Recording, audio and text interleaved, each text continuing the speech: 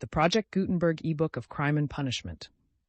This ebook is for the use of anyone anywhere in the United States and most other parts of the world at no cost and with almost no restrictions whatsoever.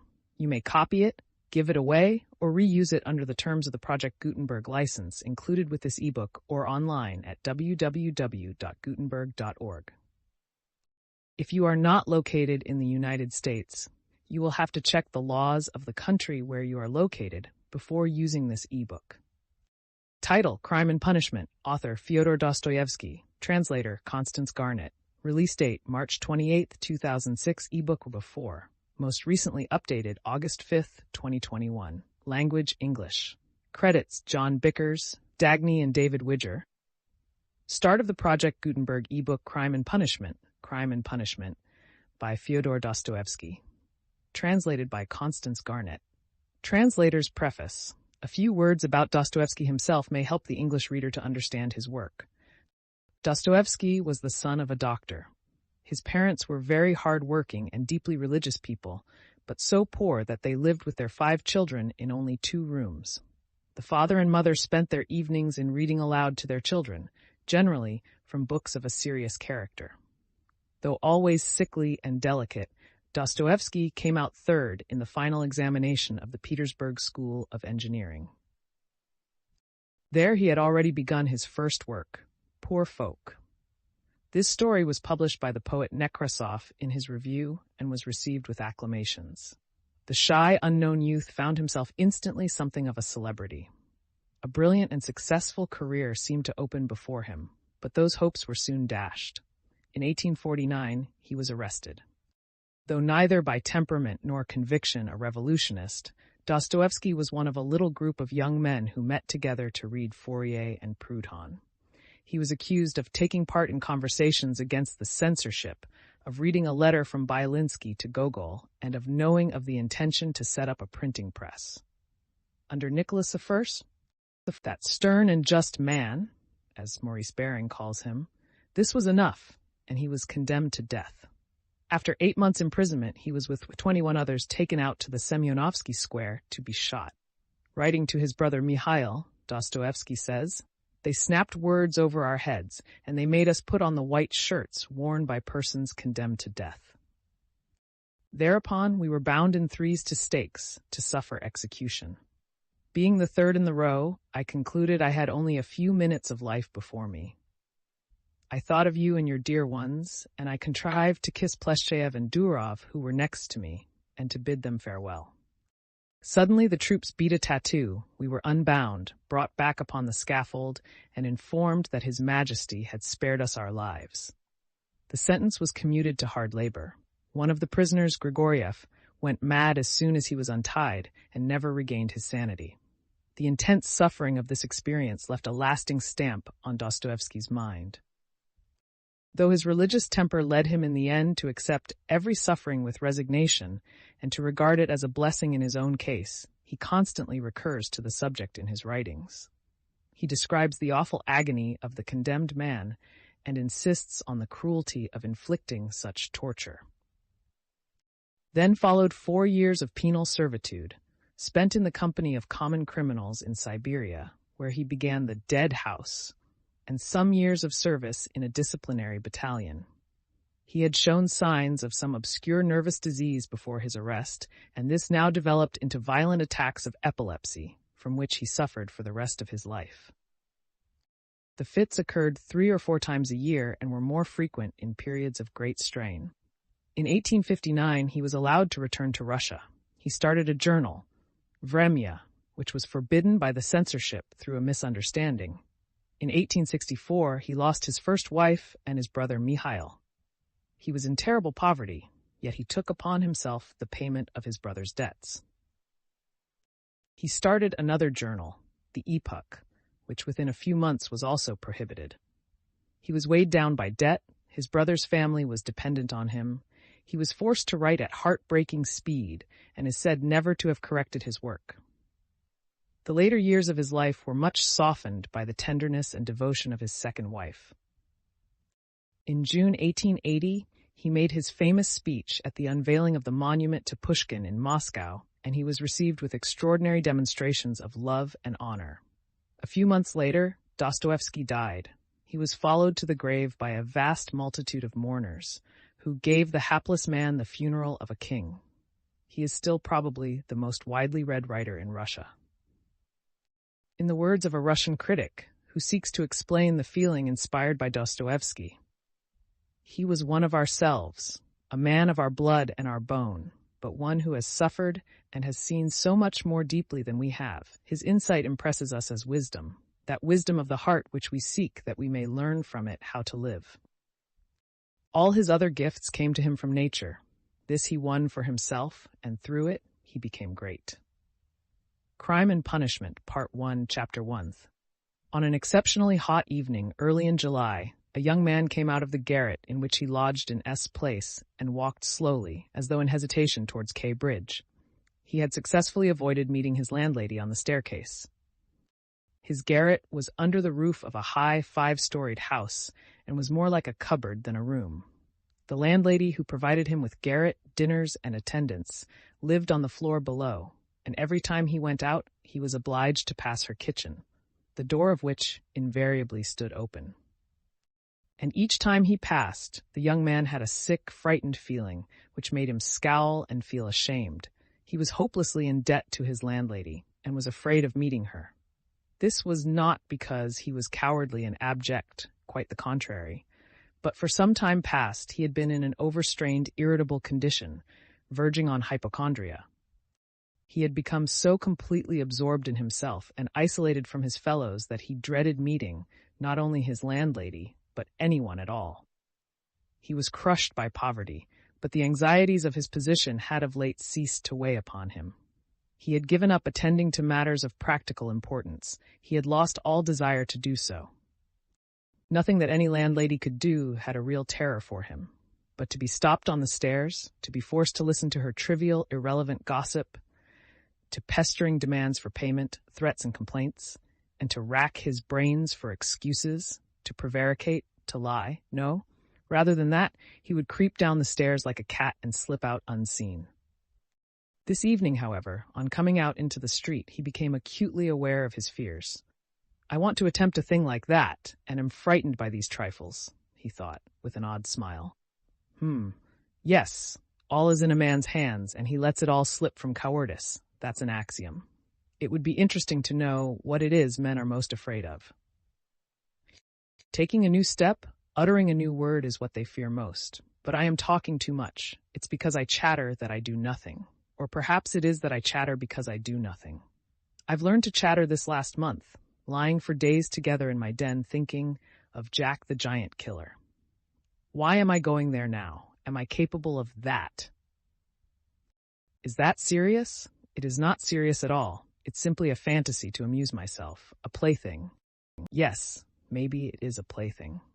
The heat in the street was terrible, and the airlessness, the bustle and the plaster, scaffolding, bricks and dust all about him, and that special Petersburg stench, so familiar to all who are unable to get out of town in summer, all worked painfully upon the young man's already overwrought nerves. The insufferable stench from the pot-houses, which are particularly numerous in that part of the town, and the drunken men whom he met continually, although it was a working day, completed the revolting misery of the picture. An expression of the profoundest disgust gleamed for a moment in the young man's refined face. He was, by the way, exceptionally handsome, above the average in height, slim, well-built, with beautiful dark eyes and dark brown hair. Soon he sank into deep thought, or more accurately speaking, into a complete blankness of mind. He walked along, not observing what was about him and not caring to observe it. From time to time, he would mutter something, from the habit of talking to himself, to which he had just confessed. At these moments, he would become conscious that his ideas were sometimes in a tangle and that he was very weak. For 2 days he had scarcely tasted food. He was so badly dressed that even a man accustomed to shabbiness would have been ashamed to be seen in the street in such rags. In that quarter of the town, however, scarcely any shortcoming in dress would have created surprise. Owing to the proximity of the Haymarket, the number of establishments of bad character, the preponderance of the trading and working-class population, crowded in these streets and alleys in the heart of Petersburg. Types so various were to be seen in the streets that no figure, however queer, would have caused surprise. But there was such accumulated bitterness and contempt in the young man's heart that, in spite of all the fastidiousness of youth, he minded his rags least of all in the street. It was a different matter when he met with acquaintances or with former fellow students, whom indeed he disliked meeting at any time. And yet when a drunken man who, for some unknown reason, was being taken somewhere in a huge wagon dragged by a heavy dray horse, suddenly shouted at him as he drove past, "Hey there, German hatter," bawling at the top of his voice and pointing at him, the young man stopped suddenly and clutched tremulously at his hat. It was a tall, round hat from Zimmermann's, but completely worn out, rusty with age, all torn and bespattered, brimless and bent on one side in a most unseemly fashion. Not shame, however, but quite another feeling akin to terror had overtaken him. "I knew it," he muttered in confusion. "I thought so. That's the worst of all.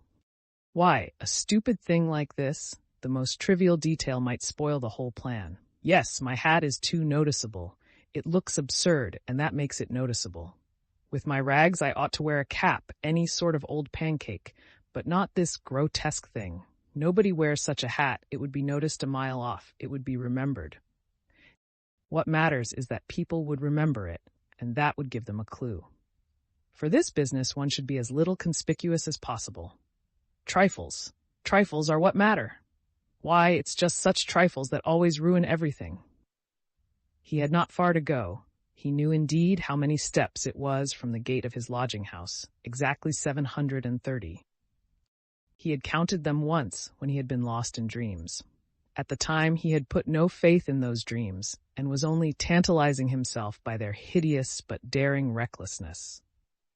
Now, a month later, he had begun to look upon them differently, and in spite of the monologues in which he jeered at his own impotence and indecision, he had involuntarily come to regard this hideous dream as an exploit to be attempted, although he still did not realize this himself. He was positively going now for a rehearsal of his project, and at every step his excitement grew more and more violent. With a sinking heart and a nervous tremor, he went up to a huge house which on one side looked onto the canal and on the other into the street. This house was let out in tiny tenements and was inhabited by working people of all kinds: tailors, locksmiths, cooks, Germans of sorts, girls picking up a living as best they could, petty clerks, etc. There was a continual coming and going through the two gates and in the two courtyards of the house. 3 or 4 doorkeepers were employed on the building. The young man was very glad to meet none of them, and at once slipped unnoticed through the door on the right and up the staircase. It was a back staircase, dark and narrow, but he was familiar with it already and knew his way, and he liked all these surroundings. In such darkness, even the most inquisitive eyes were not to be dreaded. If I am so scared now, what would it be if it somehow came to pass that I were really going to do it? He could not help asking himself as he reached the 4th story. There his progress was barred by some porters who were engaged in moving furniture out of a flat. He knew that the flat had been occupied by a German clerk in the civil service and his family. This German was moving out then, and so the 4th floor on this staircase would be untenanted except by the old woman. That's a good thing anyway, he thought to himself as he rang the bell of the old woman's flat. The bell gave a faint tinkle as though it were made of tin and not of copper. The little flats in such houses always have bells that ring like that. He had forgotten the note of that bell, and now its peculiar tinkle seemed to remind him of something and to bring it clearly before him. He started. His nerves were terribly overstrained by now. In a little while, the door was opened a tiny crack. The old woman eyed her visitor with evident distrust through the crack, and nothing could be seen but her little eyes glittering in the darkness. But seeing a number of people on the landing, she grew bolder and opened the door wide. The young man stepped into the dark entry, which was partitioned off from the tiny kitchen. The old woman stood facing him in silence and looking inquiringly at him. She was a diminutive, withered-up old woman of 60, with sharp, malignant eyes and a sharp little nose. Her colorless, somewhat grizzled hair was thickly smeared with oil, and she wore no kerchief over it. Round her thin, long neck, which looked like a hen's leg, was knotted some sort of flannel rag, and, in spite of the heat, there hung flapping on her shoulders a mangy fur cape, yellow with age.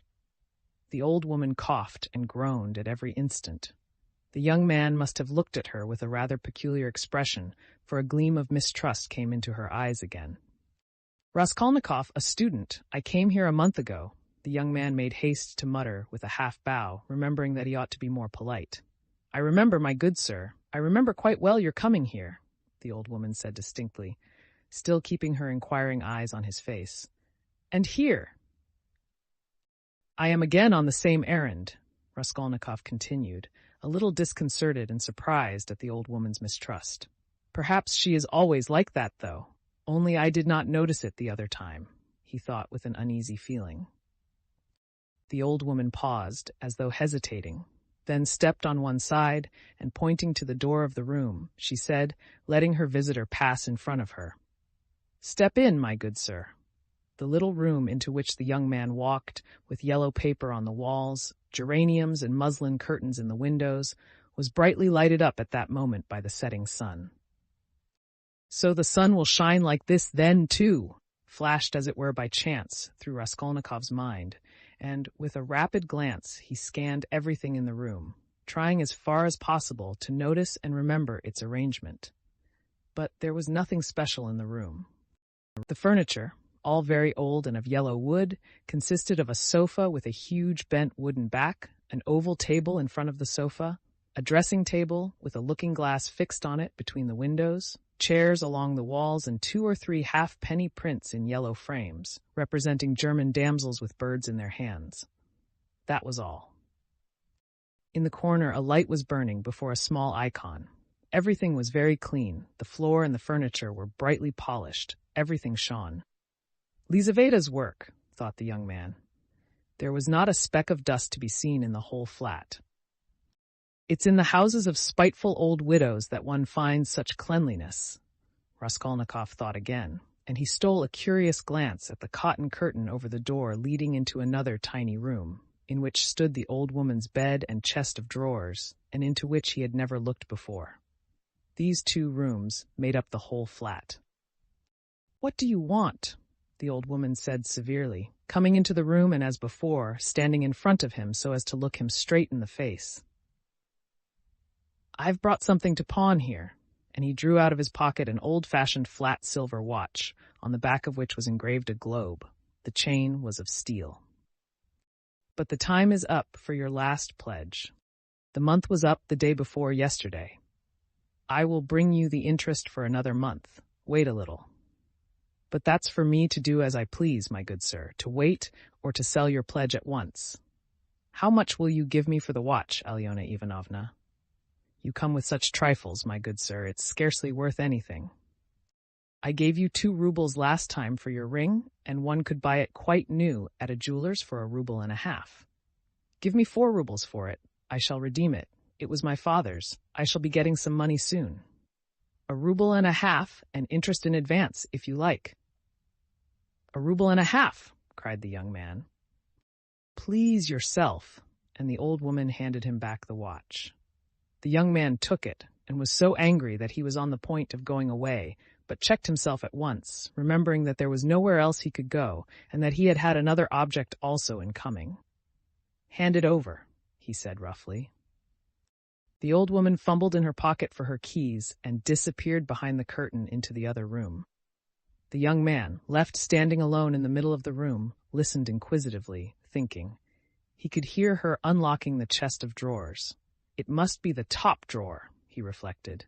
So she carries the keys in a pocket on the right, all in one bunch on a steel ring. And there's one key there, 3 times as big as all the others, with deep notches. That can't be the key of the chest of drawers. Then there must be some other chest or strong box. That's worth knowing. Strong boxes always have keys like that. But how degrading it all is. The old woman came back. "Here, sir. As we say, 10 kopecks the ruble a month, so I must take 15 kopecks from a ruble and a half for the month in advance. But for the 2 rubles I lent you before, you owe me now 20 kopecks on the same reckoning in advance. That makes 35 kopecks altogether. So I must give you a ruble and 15 kopecks for the watch. Here it is. What? Only a ruble and 15 kopecks now. Just so. The young man did not dispute it and took the money. He looked at the old woman and was in no hurry to get away, as though there was still something he wanted to say or to do, but he did not himself quite know what. I may be bringing you something else in a day or two, Alyona Ivanovna, a valuable thing, silver, a cigarette box, as soon as I get it back from a friend. He broke off in confusion. Well, we will talk about it then, sir. Goodbye. Are you always at home alone? Your sister is not here with you? He asked her as casually as possible as he went out into the passage. What business is she of yours, my good sir? Oh, nothing particular. I simply asked. You are too quick. Good day, Alyona Ivanovna. Raskolnikov went out in complete confusion. This confusion became more and more intense. As he went down the stairs, he even stopped short 2 or 3 times, as though suddenly struck by some thought. When he was in the street, he cried out, "Oh God, how loathsome it all is! And can I possibly? No, it's nonsense, it's rubbish," he added resolutely. "And how could such an atrocious thing come into my head? What filthy things my heart is capable of! Yes, filthy above all, disgusting, loathsome, loathsome. And for a whole month I've been—" But no words, no exclamations could express his agitation. The feeling of intense repulsion, which had begun to oppress and torture his heart while he was on his way to the old woman, had by now reached such a pitch and had taken such a definite form that he did not know what to do with himself to escape from his wretchedness. He walked along the pavement like a drunken man, regardless of the passers-by and jostling against them, and only came to his senses when he was in the next street. Looking round, he noticed that he was standing close to a tavern, which was entered by steps leading from the pavement to the basement. At that instant, 2 drunken men came out at the door, and abusing and supporting one another, they mounted the steps. Without stopping to think, Raskolnikov went down the steps at once. Till that moment he had never been into a tavern, but now he felt giddy and was tormented by a burning thirst. He longed for a drink of cold beer, and attributed his sudden weakness to the want of food. He sat down at a sticky little table in a dark and dirty corner, ordered some beer, and eagerly drank off the first glassful. At once he felt easier, and his thoughts became clear. "All that's nonsense," he said hopefully, "and there is nothing in it all to worry about. It's simply physical derangement. Just a glass of beer, a piece of dry bread, and in one moment the brain is stronger, the mind is clearer, and the will is firm. Phew, how utterly petty it all is." But in spite of this scornful reflection, he was by now looking cheerful, as though he were suddenly set free from a terrible burden, and he gazed round in a friendly way at the people in the room.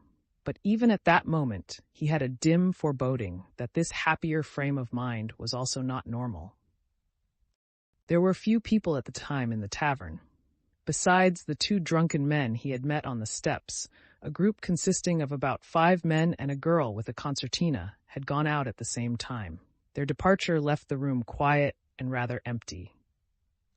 The persons still in the tavern were a man who appeared to be an artisan, drunk, but not extremely so, sitting before a pot of beer, and his companion, a huge, stout man with a gray beard, in a short, full-skirted coat. He was very drunk, and had dropped asleep on the bench.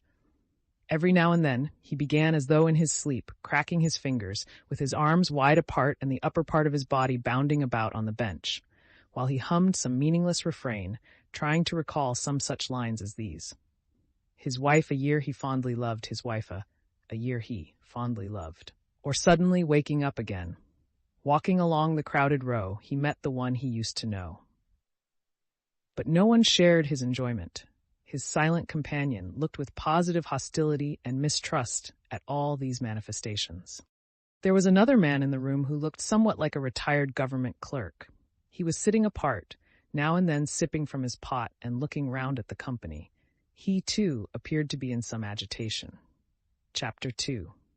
Raskolnikov was not used to crowds, and, as we said before, he avoided society of every sort, more especially of late. But now, all at once, he felt a desire to be with other people. Something new seemed to be taking place within him, and with it he felt a sort of thirst for company. He was so weary after a whole month of concentrated wretchedness and gloomy excitement that he longed to rest, if only for a moment, in some other world, whatever it might be. And in spite of the filthiness of the surroundings, he was glad now to stay in the tavern. The master of the establishment was in another room, but he frequently came down some steps into the main room, his jaunty, tarred boots with red turnover tops coming into view each time before the rest of his person. He wore a full coat and a horribly greasy black satin waistcoat with no cravat, and his whole face seemed smeared with oil like an iron lock. At the counter stood a boy of about 14, and there was another boy somewhat younger who handed whatever was wanted. On the counter lay some sliced cucumber, some pieces of dried black bread, and some fish, chopped up small, all smelling very bad. It was insufferably close, and so heavy with the fumes of spirits that 5 minutes in such an atmosphere might well make a man drunk. There are chance meetings with strangers that interest us from the first moment, before a word is spoken. Such was the impression made on Raskolnikov by the person sitting a little distance from him, who looked like a retired clerk. The young man often recalled this impression afterwards, and even ascribed it to presentiment. He looked repeatedly at the clerk, partly, no doubt, because the latter was staring persistently at him, obviously anxious to enter into conversation. At the other persons in the room, including the tavern keeper, the clerk looked as though he were used to their company, and weary of it, showing a shade of condescending contempt for them as persons of station and culture inferior to his own, with whom it would be useless for him to converse. He was a man over 50, bald and grizzled, of medium height and stoutly built. His face, bloated from continual drinking, was of a yellow, even greenish tinge, with swollen eyelids out of which keen reddish eyes gleamed like little chinks. But there was something very strange in him. There was a light in his eyes, as though of intense feeling. Perhaps there were even thought and intelligence, but at the same time there was a gleam of something like madness. He was wearing an old and hopelessly ragged black dress coat with all its buttons missing except one, and that one he had buttoned, evidently clinging to this last trace of respectability. A crumpled shirt front, covered with spots and stains, protruded from his canvas waistcoat. Like a clerk, he wore no beard nor mustache, but had been so long unshaven that his chin looked like a stiff grayish brush. And there was something respectable and like an official about his manner, too. But he was restless. He ruffled up his hair, and from time to time let his head drop into his hands, dejectedly resting his ragged elbows on the stained and sticky table. At last he looked straight at Raskolnikov, and said loudly and resolutely, "May I venture, honored sir, to engage you in polite conversation? Forasmuch as, though your exterior would not command respect, my experience admonishes me that you are a man of education and not accustomed to drinking. I have always respected education when in conjunction with genuine sentiments, and I am besides a titular counselor in rank. Marmeladov, such is my name, titular counselor. I make bold to inquire, have you been in the service?" "No, I am studying," answered the young man, somewhat surprised at the grandiloquent style of the speaker and also at being so directly addressed. In spite of the momentary desire he had just been feeling for company of any sort, on being actually spoken to, he felt immediately his habitual, irritable, and uneasy aversion for any stranger who approached or attempted to approach him. "A student, then, or formerly a student?" cried the clerk. "Just what I thought." "I'm a man of experience, immense experience, sir," and he tapped his forehead with his fingers in self-approval. "You've been a student or have attended some learned institution. But allow me." He got up, staggered, took up his jug and glass, and sat down beside the young man, facing him a little sideways. He was drunk, but spoke fluently and boldly, only occasionally losing the thread of his sentences and drawling his words. He pounced upon Raskolnikov as greedily as though he too had not spoken to a soul for a month. "Honored sir," he began almost with solemnity. Poverty is not a vice, that's a true saying. Yet I know too that drunkenness is not a virtue, and that that's even truer.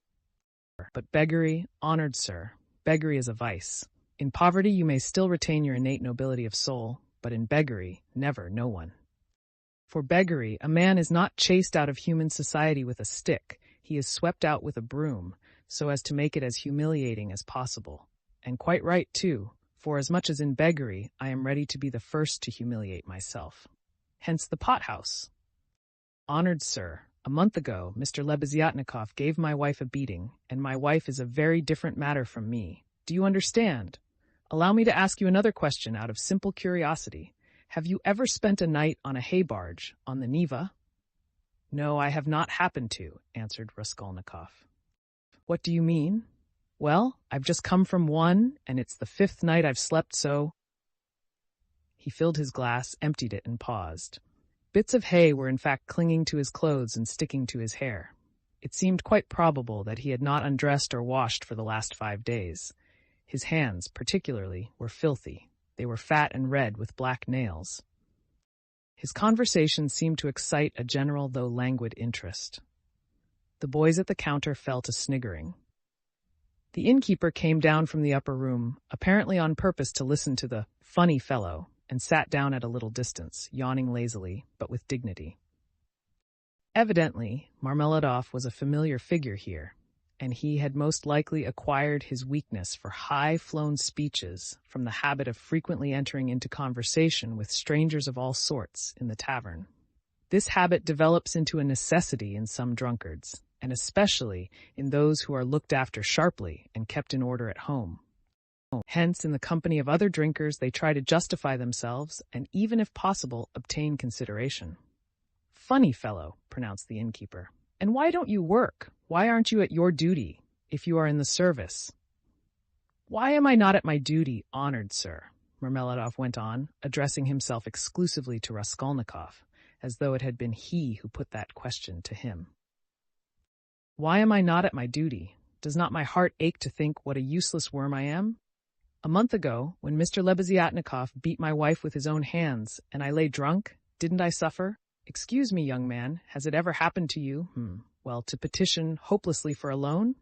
Yes, it has. But what do you mean by hopelessly? Hopelessly in the fullest sense, when you know beforehand that you will get nothing by it.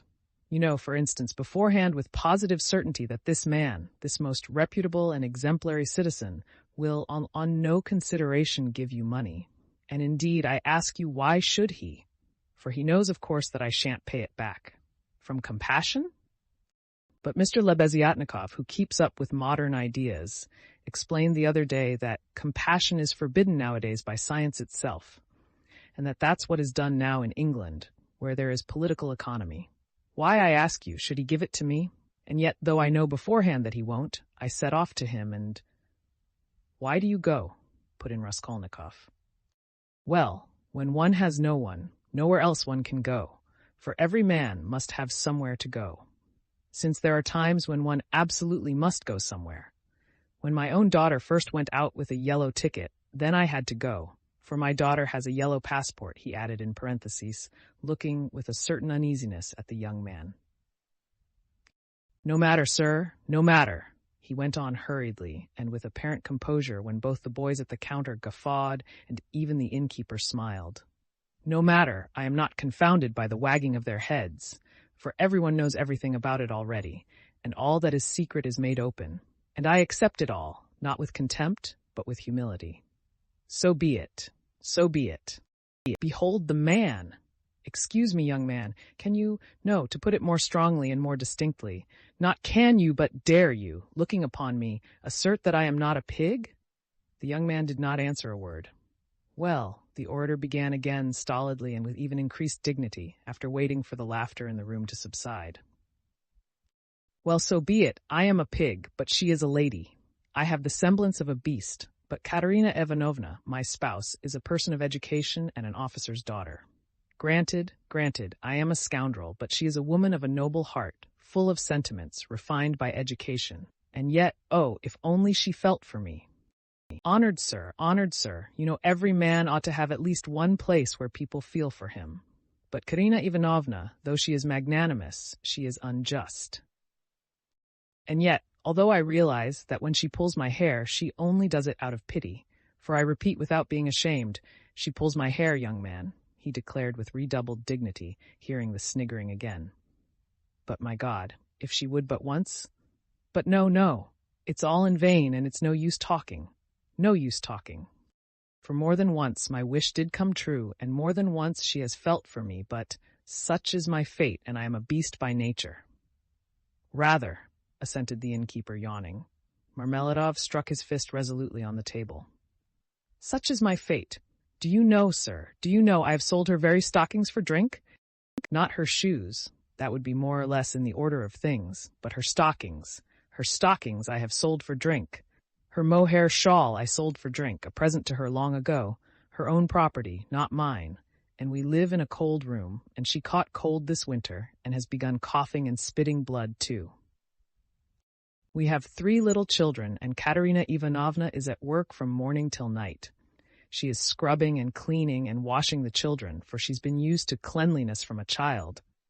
But her chest is weak, and she has a tendency to consumption, and I feel it. Do you suppose I don't feel it? And the more I drink, the more I feel it. That's why I drink too. I try to find sympathy and feeling in drink. I drink so that I may suffer twice as much. And as though in despair, he laid his head down on the table. Young man, he went on, raising his head again, in your face I seem to read some trouble of mind. When you came in, I read it, and that was why I addressed you at once.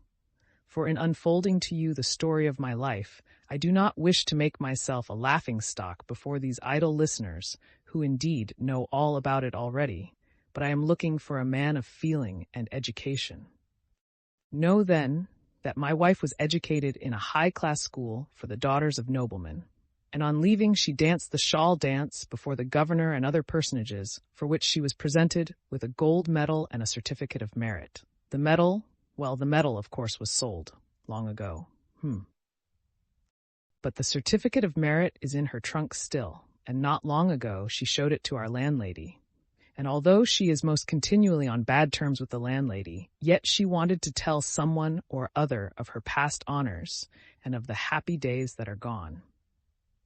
I don't condemn her for it. I don't blame her, for the one thing left her is recollection of the past, and all the rest is dust and ashes. Yes, she is a lady of spirit, proud and determined. She scrubs the floors herself and has nothing but black bread to eat, but won't allow herself to be treated with disrespect. That's why she would not overlook Mr. Lebeziatnikov's rudeness to her, and so when he gave her a beating for it, she took to her bed more from the hurt to her feelings than from the blows. She was a widow when I married her, with 3 children, one smaller than the other. She married her first husband, an infantry officer, for love, and ran away with him from her father's house. She was exceedingly fond of her husband, but he gave way to cards, got into trouble, and with that he died.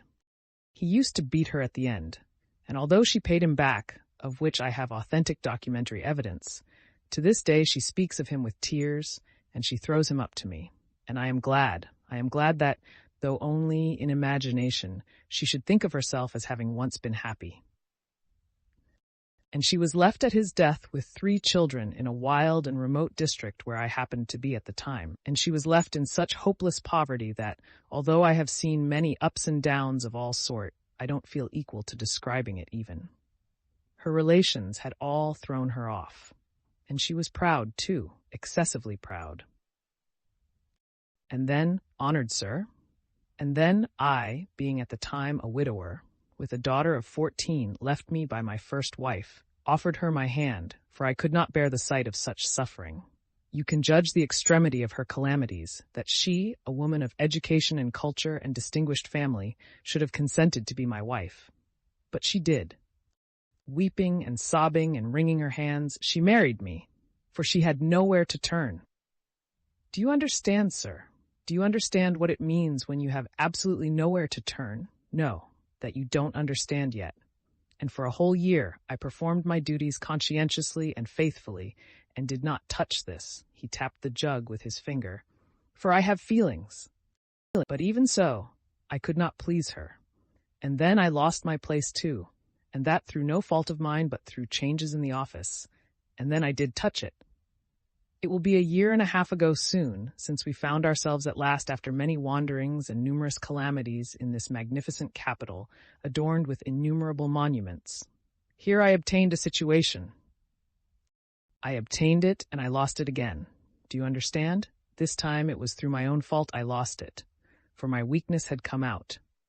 We have now part of a room at Amalia Fyodorovna Lipovexel's, and what we live upon and what we pay our rent with, I could not say. There are a lot of people living there besides ourselves. Dirt and disorder, a perfect bedlam. Yes. And meanwhile my daughter by my first wife has grown up, and what my daughter has had to put up with from her stepmother whilst she was growing up, I won't speak of. For though Katerina Ivanovna is full of generous feelings, she's a spirited lady, irritable and short-tempered. Yes, but it's no use going over that. Sonia, as you may well fancy, has had no education. I did make an effort 4 years ago to give her a course of geography and universal history, but as I was not very well up in those subjects myself, and we had no suitable books, and what books we had? Anyway, we have not even those now, so all our instruction came to an end. We stopped at Cyrus of Persia. Since she has attained years of maturity, she has read other books of romantic tendency, and of late she had read with great interest a book she got through Mr. Lebeziatnikov, Lou's Physiology. Do you know it? And even recounted extracts from it to us. And that's the whole of her education. And now may I venture to address you, honored sir, on my own account with a private question. Do you suppose that a respectable poor girl can earn much by honest work? Not 15 farthings a day can she earn, if she is respectable and has no special talent, and that without putting her work down for an instant. And what's more, Ivan Ivanitch Klopstock, the civil councillor, have you heard of him? Has not to this day paid her for the half-dozen linen shirts she made him, and drove her roughly away, stamping and reviling her, on the pretext that the shirt collars were not made like the pattern, and were put in askew. And there are the little ones hungry. And Katerina Ivanovna walking up and down and wringing her hands, her cheeks flushed red, as they always are in that disease. Here you live with us, says she. You eat and drink and are kept warm, and you do nothing to help. And much she gets to eat and drink when there is not a crust for the little ones for 3 days. I was lying at the time. Well, what of it? I was lying drunk, and I heard my Sonia speaking. She is a gentle creature with a soft little voice, fair hair, and such a pale, thin little face. She said, Katerina Ivanovna, am I really to do a thing like that? And Darya Fransovna, a woman of evil character and very well known to the police, had 2 or 3 times tried to get at her through the landlady. And why not? Said Katerina Ivanovna with a jeer. You are something mighty precious to be so careful of. But don't blame her. Don't blame her, honored sir, don't blame her. She was not herself when she spoke, but driven to distraction by her illness and the crying of the hungry children, and it was said more to wound her than anything else. For that's Katerina Ivanovna's character, and when children cry, even from hunger, she falls to beating them at once.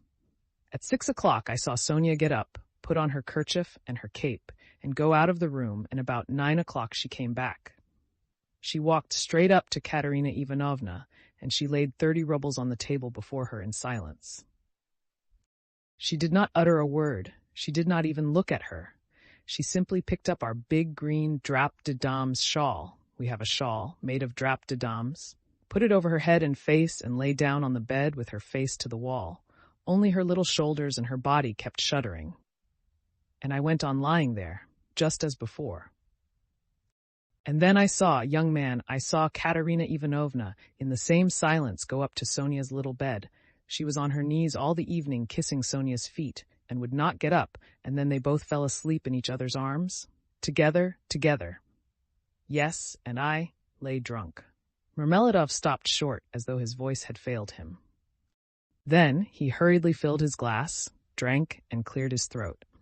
Since then, sir, he went on after a brief pause, since then, owing to an unfortunate occurrence and through information given by evil-intentioned persons, in all which Darya Francovna took a leading part on the pretext that she had been treated with want of respect. Since then, my daughter, Sofia Semyonovna, has been forced to take a yellow ticket, and owing to that, she is unable to go on living with us. For our landlady, Amalia Fyodorovna would not hear of it, though she had backed up Darya Francovna before, and Mr. Lebeziatnikov too. All the trouble between him and Katerina Ivanovna was on Sonia's account. At first he was for making up to Sonia himself, and then all of a sudden he stood on his dignity. "How," said he, "can a highly educated man like me live in the same rooms with a girl like that?" And Katerina Ivanovna would not let it pass. She stood up for her. And so that's how it happened. And Sonia comes to us now, mostly after dark. She comforts Katerina Ivanovna and gives her all she can. She has a room at the Kapernaumovs, the tailors. She lodges with them. Kapernaumov is a lame man with a cleft palate, and all of his numerous family have cleft palates too. And his wife too has a cleft palate. They all live in one room, but Sonia has her own, partitioned off. Yes, very poor people, and all with cleft palates. Yes. Then I got up in the morning and put on my rags, lifted up my hands to heaven, and set off to His Excellency Ivan Afanasievich. His Excellency Ivan Afanasievich, do you know him? No? Well then, it's a man of God you don't know. He is wax before the face of the Lord, even as wax melteth. His eyes were dim when he heard my story. Mermeladov, once already you have deceived my expectations. I'll take you once more on my own responsibility. That's what he said. Remember, he said, and now you can go. I kissed the dust at his feet, in thought only, for in reality he would not have allowed me to do it, being a statesman and a man of modern political and enlightened ideas. I returned home, and when I announced that I'd been taken back into the service and should receive a salary, heavens, what a to-do there was! Marmeladov stopped again in violent excitement. At that moment, a whole party of revelers already drunk came in from the street, and the sounds of a hired concertina and the cracked piping voice of a child of 7 singing the Hamlet were heard in the entry. The room was filled with noise. The tavern keeper and the boys were busy with the newcomers. Marmeladov, paying no attention to the new arrivals, continued his story. He appeared by now to be extremely weak, but as he became more and more drunk, he became more and more talkative. The recollection of his recent success in getting the situation seemed to revive him, and was positively reflected in a sort of radiance on his face. Raskolnikov listened attentively. "That was 5 weeks ago, sir." "Yes." As soon as Katerina Ivanovna and Sonia heard of it, mercy on us, it was as though I stepped into the kingdom of heaven. It used to be, you can lie like a beast, nothing but abuse. Now they were walking on tiptoe, hushing the children. "Semyon Zaharovich is tired with his work at the office. He is resting. Shh! They made me coffee before I went to work and boiled cream for me. They began to get real cream for me. Do you hear that? And how they managed to get together the money for a decent outfit. 11 rubles, 50 kopecks, I can't guess. Boots, cotton shirt fronts, most magnificent, a uniform, they got up all in splendid style, for 11 rubles and a half. The first morning I came back from the office, I found Katerina Ivanovna had cooked 2 courses for dinner, soup and salt meat with horseradish, which we had never dreamed of till then. She had not any dresses. None at all, but she got herself up as though she were going on a visit. And not that she'd anything to do it with. She smartened herself up with nothing at all. She'd done her hair nicely, put on a clean collar of some sort, cuffs. And there she was, quite a different person. She was younger and better looking. "Sonia, my little darling, had only helped with money for the time," she said. "It won't do for me to come and see you too often. After dark, maybe when no one can see. Do you hear? Do you hear?" I lay down for a nap after dinner, and what do you think? Though Katerina Ivanovna had quarreled to the last degree with our landlady Amalia Fyodorovna only a week before, she could not resist then asking her in to coffee. For 2 hours they were sitting, whispering together. "Semyon Zaharovich is in the service again, now, and receiving a salary," says she, And he went himself to his excellency, and his excellency himself came out to him, made all the others wait, and led Semyon Zaharovitch by the hand before everybody into his study. Do you hear? Do you hear? To be sure, says he. Semyon Zaharovitch, remembering your past services, says he, and in spite of your propensity to that foolish weakness, since you promise now and since moreover we've got on badly without you. Do you hear? Do you hear? And so, says he, I rely now on your word as a gentleman. And all that, let me tell you, she has simply made up for herself, and not simply out of wantonness, for the sake of bragging. No, she believes it all herself. She amuses herself with her own fancies. Upon my word she does. And I don't blame her for it. No, I don't blame her. 6 days ago, when I brought her my first earnings in full, 23 rubles 40 kopecks altogether, she called me her poppet. Poppet, said she, my little poppet. And when we were by ourselves, you understand, you would not think me a beauty, you would not think much of me as a husband, would you? Well, she pinched my cheek, my little poppet, said she. Marmeladov broke off, tried to smile, but suddenly his chin began to twitch.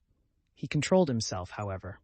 The tavern, the degraded appearance of the man, the 5 nights in the hay barge, and the pot of spirits, and yet this poignant love for his wife and children bewildered his listener. Raskolnikov listened intently, but with a sick sensation. He felt vexed that he had come here. Honored sir, cried Marmeladov, recovering himself. Oh, sir, perhaps all this seems a laughing matter to you, as it does to others, and perhaps I am only worrying you with the stupidity of all the trivial details of my home life, but it is not a laughing matter to me. For I can feel it all, and the whole of that heavenly day of my life, and the whole of that evening, I passed in fleeting dreams of how I would arrange it all, and how I would dress all the children, and how I should give her rest, and how I should rescue my own daughter from dishonor and restore her to the bosom of her family, and a great deal more. Quite excusable, sir. Well then, sir. Marmeladov suddenly gave a sort of start, raised his head, and gazed intently at his listener. Well, on the very next day after all those dreams, that is to say, exactly 5 days ago, in the evening, by a cunning trick, like a thief in the night, I stole from Katerina Ivanovna the key of her box, took out what was left of my earnings. How much it was I have forgotten, and now look at me, all of you.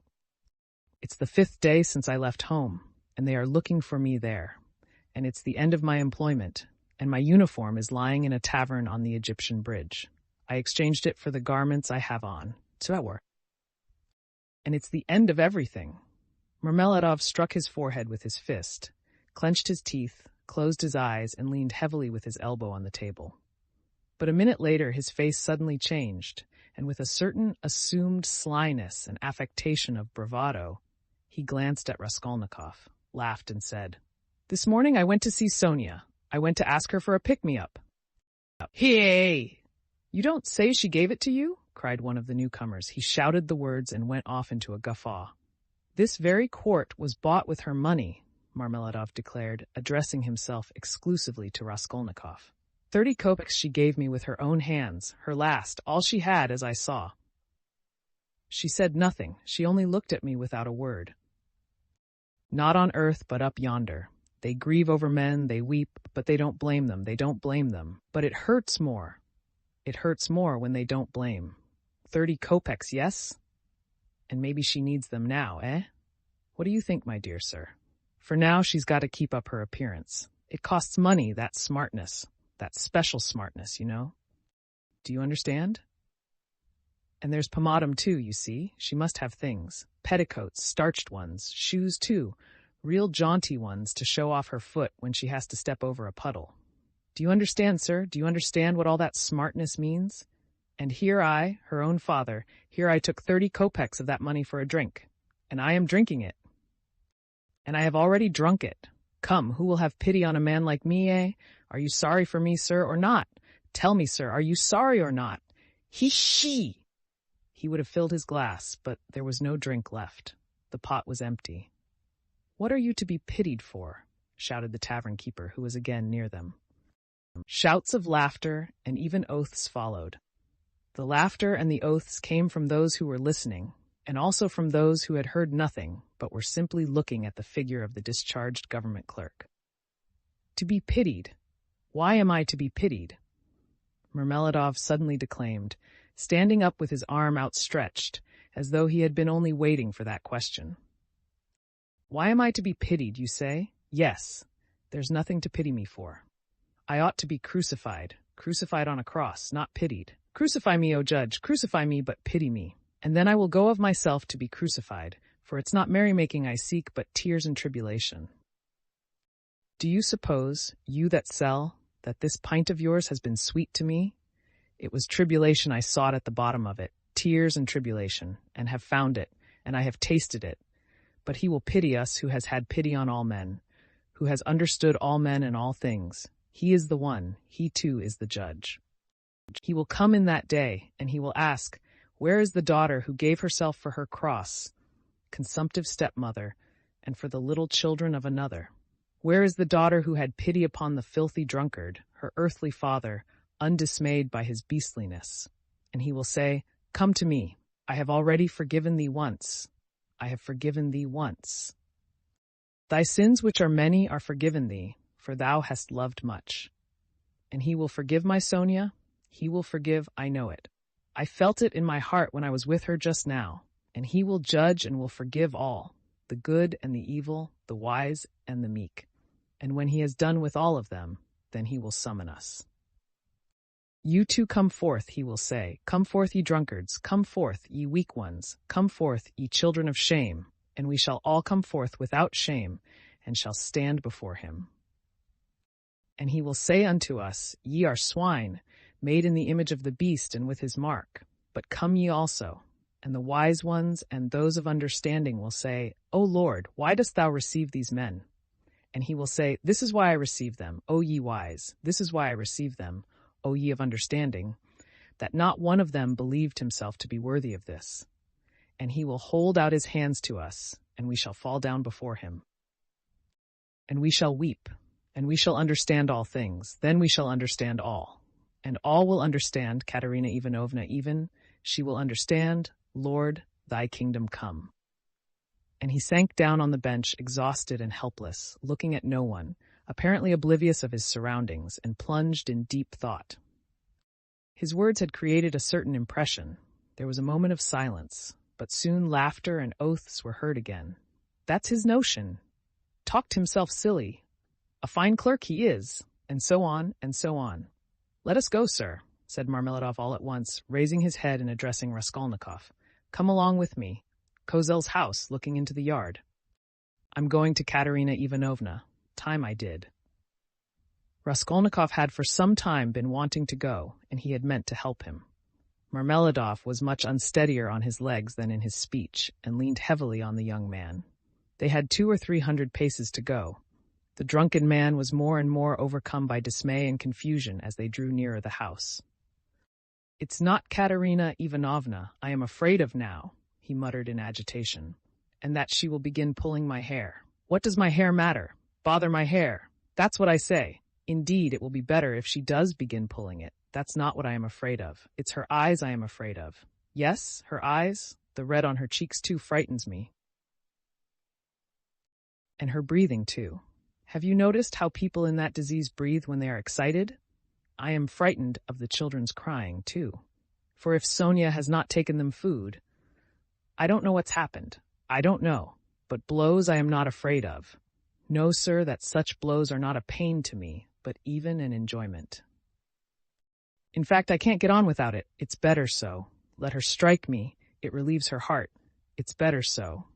There is the house of Kozel, the cabinet maker, a German, well-to-do. Lead the way. They went in from the yard and up to the 4th story. The staircase got darker and darker as they went up. It was nearly 11 o'clock, and although in summer in Petersburg there is no real night, yet it was quite dark at the top of the stairs. A grimy little door at the very top of the stairs stood ajar. A very poor-looking room about 10 paces long was lighted up by a candle end. The whole of it was visible from the entrance. It was all in disorder, littered up with rags of all sorts, especially children's garments. Across the furthest corner was stretched a ragged sheet. Behind it probably was the bed. There was nothing in the room except 2 chairs and a sofa covered with American leather, full of holes, before which stood an old deal kitchen table, unpainted and uncovered. At the edge of the table stood a smoldering tallow candle in an iron candlestick.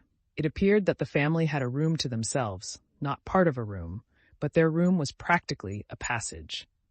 The door leading to the other rooms, or rather cupboards, into which Amalia Lipovexel's flat was divided, stood half open, and there was shouting, uproar, and laughter within. People seemed to be playing cards and drinking tea there. Words of the most unceremonious kind flew out from time to time. Raskolnikov recognized Katerina Ivanovna at once. She was a rather tall, slim, and graceful woman, terribly emaciated, with magnificent dark brown hair and with a hectic flush in her cheeks. She was pacing up and down in her little room, pressing her hands against her chest. Her lips were parched, and her breathing came in nervous, broken gasps.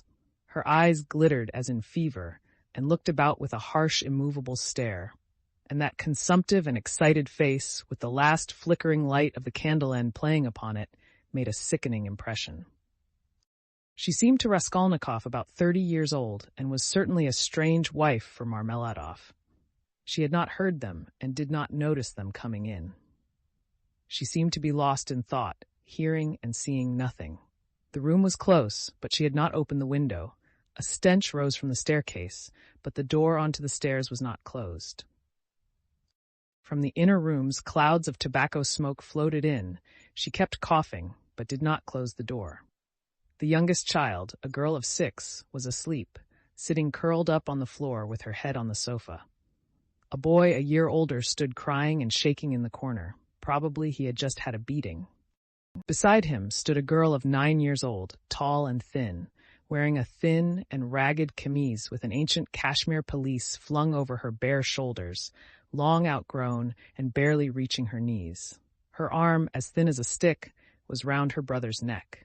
She was trying to comfort him, whispering something to him, and doing all she could to keep him from whimpering again. At the same time, her large, dark eyes, which looked larger still from the thinness of her frightened face, were watching her mother with alarm. Marmeladov did not enter the door, but dropped on his knees in the very doorway, pushing Raskolnikov in front of him. The woman, seeing a stranger, stopped indifferently facing him, coming to herself for a moment and apparently wondering what he had come for. But evidently she decided that he was going into the next room, as he had to pass through hers to get there. Taking no further notice of him, she walked towards the outer door to close it and uttered a sudden scream on seeing her husband on his knees in the doorway. "Ah!" she cried out in a frenzy. "He has come back! The criminal! The monster! And where is the money? What's in your pocket? Show me. And your clothes are all different. Where are your clothes? Where is the money? Speak." And she fell to searching him. Marmeladov submissively and obediently held up both arms to facilitate the search. Not a farthing was there. "Where is the money?" she cried. "Mercy on us! Can he have drunk it all?" There were 12 silver rubles left in the chest, and in a fury she seized him by the hair and dragged him into the room. Marmeladov seconded her efforts by meekly crawling along on his knees. "And this is a consolation to me. This does not hurt me, but is a positive consolation, honored sir," he called out, shaken to and fro by his hair, and even once striking the ground with his forehead. The child asleep on the floor woke up and began to cry. The boy in the corner, losing all control, began trembling and screaming and rushed to his sister in violent terror, almost in a fit. The eldest girl was shaking like a leaf. "He's drunk it! He's drunk it all!" the poor woman screamed in despair. "And his clothes are gone, and they are hungry, hungry." And wringing her hands, she pointed to the children. "Oh, accursed life! And you, are you not ashamed?" She pounced all at once upon Raskolnikov. "From the tavern. Have you been drinking with him? You have been drinking with him too. Go away." The young man was hastening away without uttering a word. The inner door was thrown wide open, and inquisitive faces were peering in at it. Coarse, laughing faces with pipes and cigarettes and heads wearing caps thrust themselves in at the doorway. Further in could be seen figures in dressing gowns flung open. in costumes of unseemly scantiness, some of them with cards in their hands. They were particularly diverted when Marmeladov, dragged about by his hair, shouted that it was a consolation to him. They even began to come into the room. At last, a sinister, shrill outcry was heard. This came from Amalia Lipovexel herself, pushing her way amongst them and trying to restore order after her own fashion, and for the 100th time to frighten the poor woman by ordering her with coarse abuse to clear out of the room next day.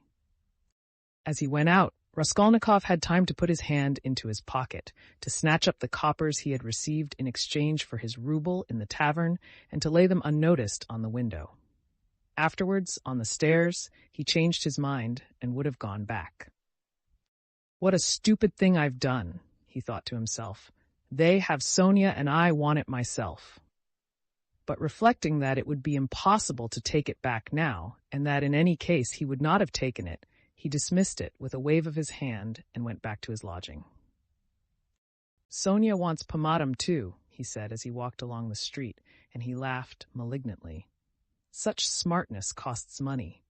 And maybe Sonia herself will be bankrupt today, for there is always a risk, hunting big game, digging for gold, then they would all be without a crust tomorrow except for my money.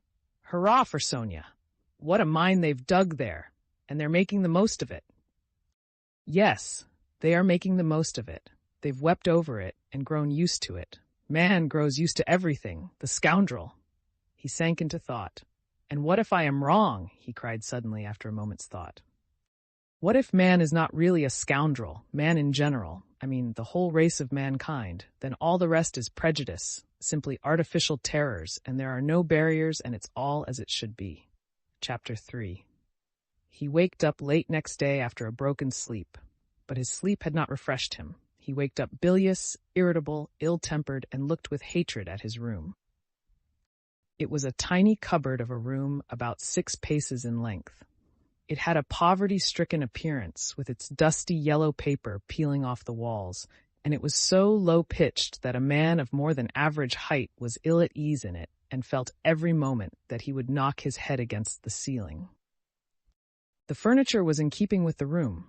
There were 3 old chairs, rather rickety, a painted table in the corner on which lay a few manuscripts and books. The dust that lay thick upon them showed that they had been long untouched. A big clumsy sofa occupied almost the whole of one wall and half the floor space of the room. It was once covered with chintz, but was now in rags and served Raskolnikov as a bed.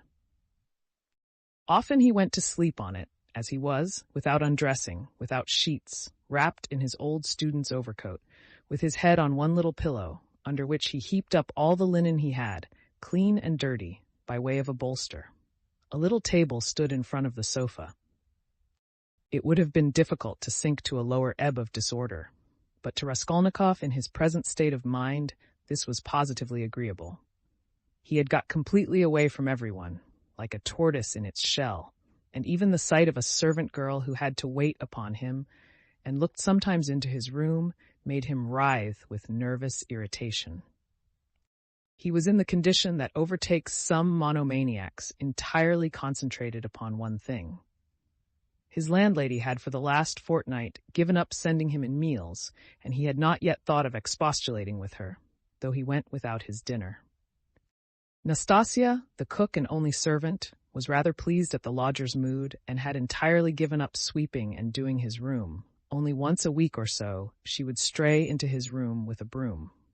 She waked him up that day. "Get up! Why are you asleep?" she called to him. "It's past 9. I have brought you some tea. Will you have a cup? I should think you're fairly starving." Raskolnikov opened his eyes, started and recognized Nastasia. "From the landlady, eh?" he asked, slowly and with a sickly face sitting up on the sofa. "From the landlady, indeed!" She set before him her own cracked teapot full of weak and stale tea and laid 2 yellow lumps of sugar by the side of it.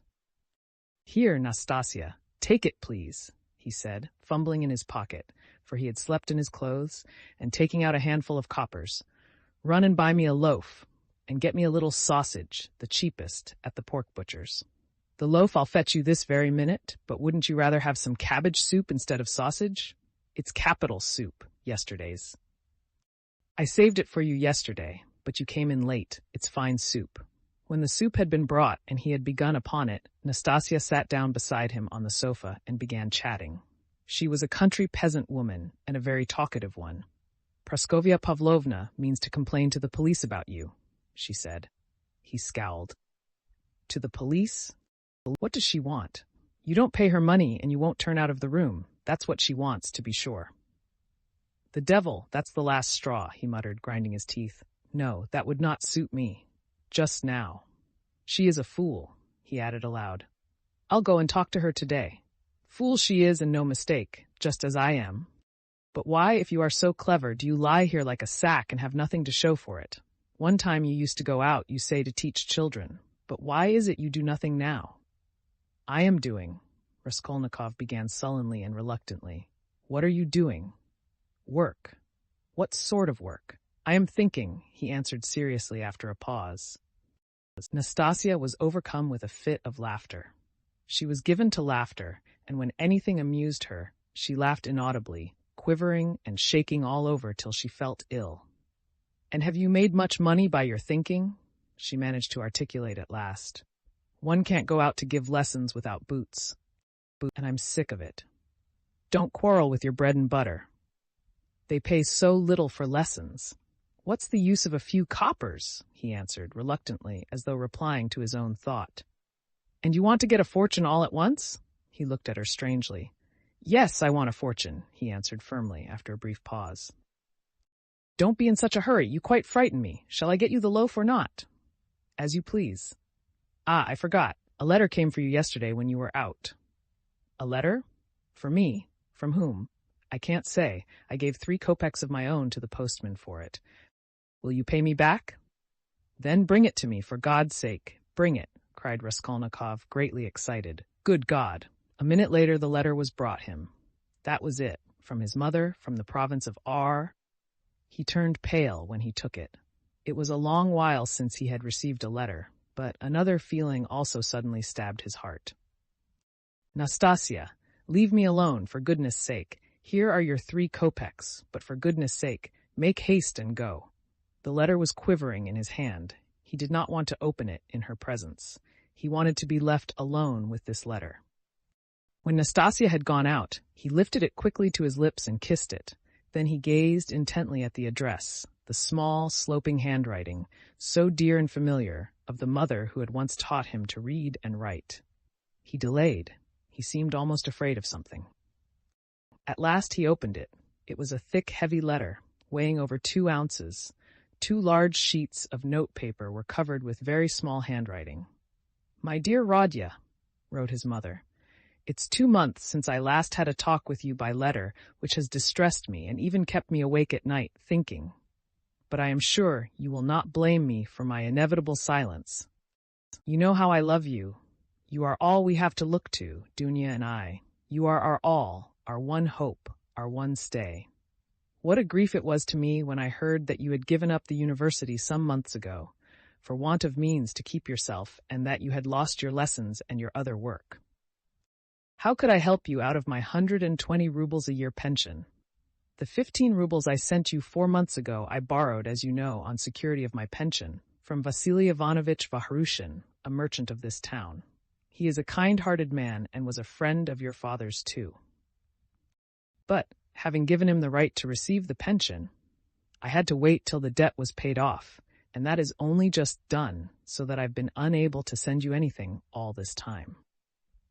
But now, thank God, I believe I shall be able to send you something more, and in fact we may congratulate ourselves on our good fortune now, of which I hasten to inform you. In the first place, would you have guessed, dear Rodya, that your sister has been living with me for the last 6 weeks, and we shall not be separated in the future? Thank God, her sufferings are over, but I will tell you everything in order, so that you may know just how everything has happened and all that we have hitherto concealed from you. When you wrote to me 2 months ago that you had heard that Dunya had a great deal to put up with in the Svidrigailov's house, when you wrote that and asked me to tell you all about it, what could I write in answer to you? If I had written the whole truth to you, I dare say you would have thrown up everything and have come to us, even if you had to walk all the way, for I know your character and your feelings, and you would not let your sister be insulted. I was in despair myself, but what could I do? And besides, I did not know the whole truth myself then.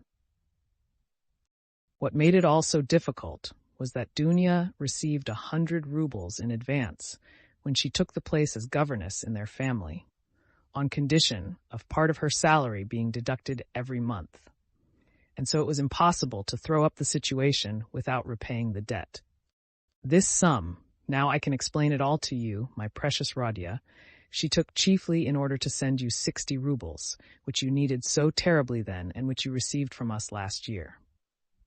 We deceived you then, writing that this money came from Dunya's savings. But that was not so, and now I tell you all about it, because, thank God, things have suddenly changed for the better, and that you may know how Dunya loves you, and what a heart she has. At first, indeed, Mr. Svidrigailov treated her very rudely, and used to make disrespectful and jeering remarks at table. But I don't want to go into all those painful details, so as not to worry you for nothing when it is now all over. In short, in spite of the kind and generous behavior of Marfa Petrovna, Mr. Svidrigalov's wife, and all the rest of the household, Dunya had a very hard time, especially when Mr. Svidrigailov, relapsing into his old regimental habits, was under the influence of Bacchus. And how do you think it was all explained later on? Would you believe that the crazy fellow had conceived a passion for Dunya from the beginning, but had concealed it under a show of rudeness and contempt? Possibly he was ashamed and horrified himself at his own flighty hopes, considering his years and his being the father of a family, and that made him angry with Dunya. And possibly, too, he hoped by his rude and sneering behavior to hide the truth from others. But at last he lost all control and had the face to make Dunya an open and shameful proposal, promising her all sorts of inducements and offering, besides, to throw up everything and take her to another estate of his, or even abroad. You can imagine all she went through. To leave her situation at once was impossible, not only on account of the money debt, but also to spare the feelings of Marfa Petrovna, whose suspicions would have been aroused, and then Dunya would have been the cause of a rupture in the family. And it would have meant a terrible scandal for Dunya, too. That would have been inevitable. There were various other reasons owing to which Dunya could not hope to escape from that awful house for another 6 weeks. You know Dunya, of course. You know how clever she is and what a strong will she has. Dunya can endure a great deal, and even in the most difficult cases, she has the fortitude to maintain her firmness. She did not even write to me about everything for fear of upsetting me, although we were constantly in communication. It all ended very unexpectedly. Marfa Petrovna accidentally overheard her husband imploring Dunya in the garden, and, putting quite a wrong interpretation on the position, threw the blame upon her, believing her to be the cause of it all. An awful scene took place between them on the spot in the garden. Marfa Petrovna went so far as to strike Dunya, refused to hear anything, and was shouting at her for a whole hour, and then gave orders that Dunya should be packed off at once to me in a plain peasant's cart, into which they flung all her things, her linen and her clothes, all pell-mell, without folding it up and packing it. And a heavy shower of rain came on too, and Dunya, insulted and put to shame, had to drive with a peasant in an open cart all the 17 versts into town. Only think now what answer could I have sent to the letter I received from you 2 months ago, and what could I have written? I was in despair. I dared not write to you the truth because you would have been very unhappy, mortified and indignant, and yet what could you do? You could only perhaps ruin yourself, and besides, Dunya would not allow it, and fill up my letter with trifles when my heart was so full of sorrow, I could not. For a whole month the town was full of gossip about this scandal, and it came to such a pass that Dunya and I dared not even go to church on account of the contemptuous looks, whispers, and even remarks made aloud about us. All our acquaintances avoided us, nobody even bowed to us in the street, and I learnt that some shopmen and clerks were intending to insult us in a shameful way, smearing the gates of our house with pitch so that the landlord began to tell us we must leave. All this was set going by Marfa Petrovna, who managed to slander Dunya and throw dirt at her in every family. She knows everyone in the neighborhood, and that month she was continually coming into the town, and as she is rather talkative and fond of gossiping about her family affairs, and particularly of complaining to all and each of her husband, which is not at all right, so in a short time she had spread her story not only in the town, but over the whole surrounding district. It made me ill, but Dunya bore it better than I did, and if only you could have seen how she endured it all, and tried to comfort me and cheer me up. She is an angel. But by God's mercy, our sufferings were cut short. Mr. Svidrigailov returned to his senses and repented, and probably feeling sorry for Dunya, he laid before Marfa Petrovna a complete and unmistakable proof of Dunya's innocence, in the form of a letter Dunya had been forced to write and give to him, before Marfa Petrovna came upon them in the garden. This letter, which remained in Mr. Svidrigailov's hands after her departure, she had written to refuse personal explanations and secret interviews, for which he was entreating her. In that letter, she reproached him with great heat and indignation for the baseness of his behavior in regard to Marfa Petrovna, reminding him that he was the father and head of a family, and telling him how infamous it was of him to torment and make unhappy a defenseless girl, unhappy enough already. Indeed, dear Rodya, the letter was so nobly and touchingly written that I sobbed when I read it, and to this day I cannot read it without tears. Moreover, the evidence of the servants, too, cleared Dunya's reputation.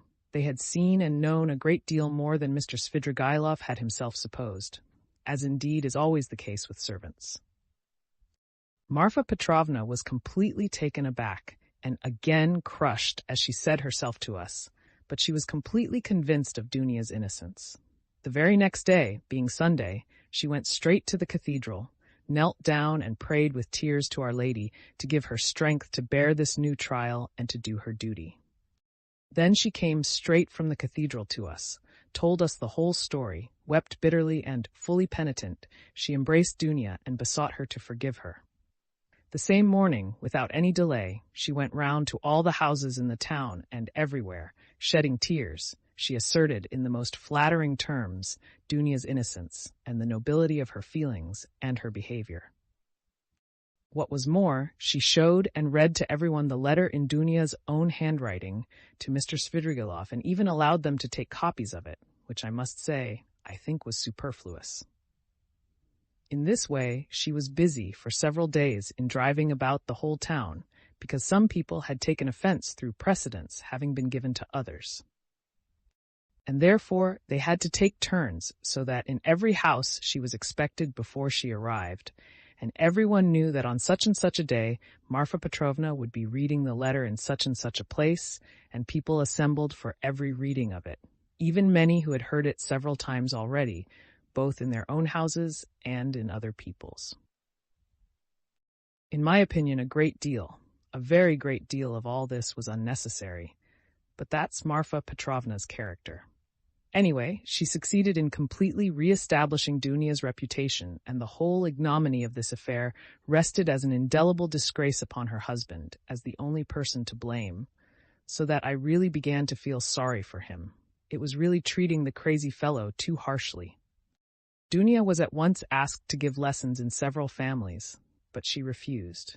All of a sudden, everyone began to treat her with marked respect, and all this did much to bring about the event by which, one may say, our whole fortunes are now transformed.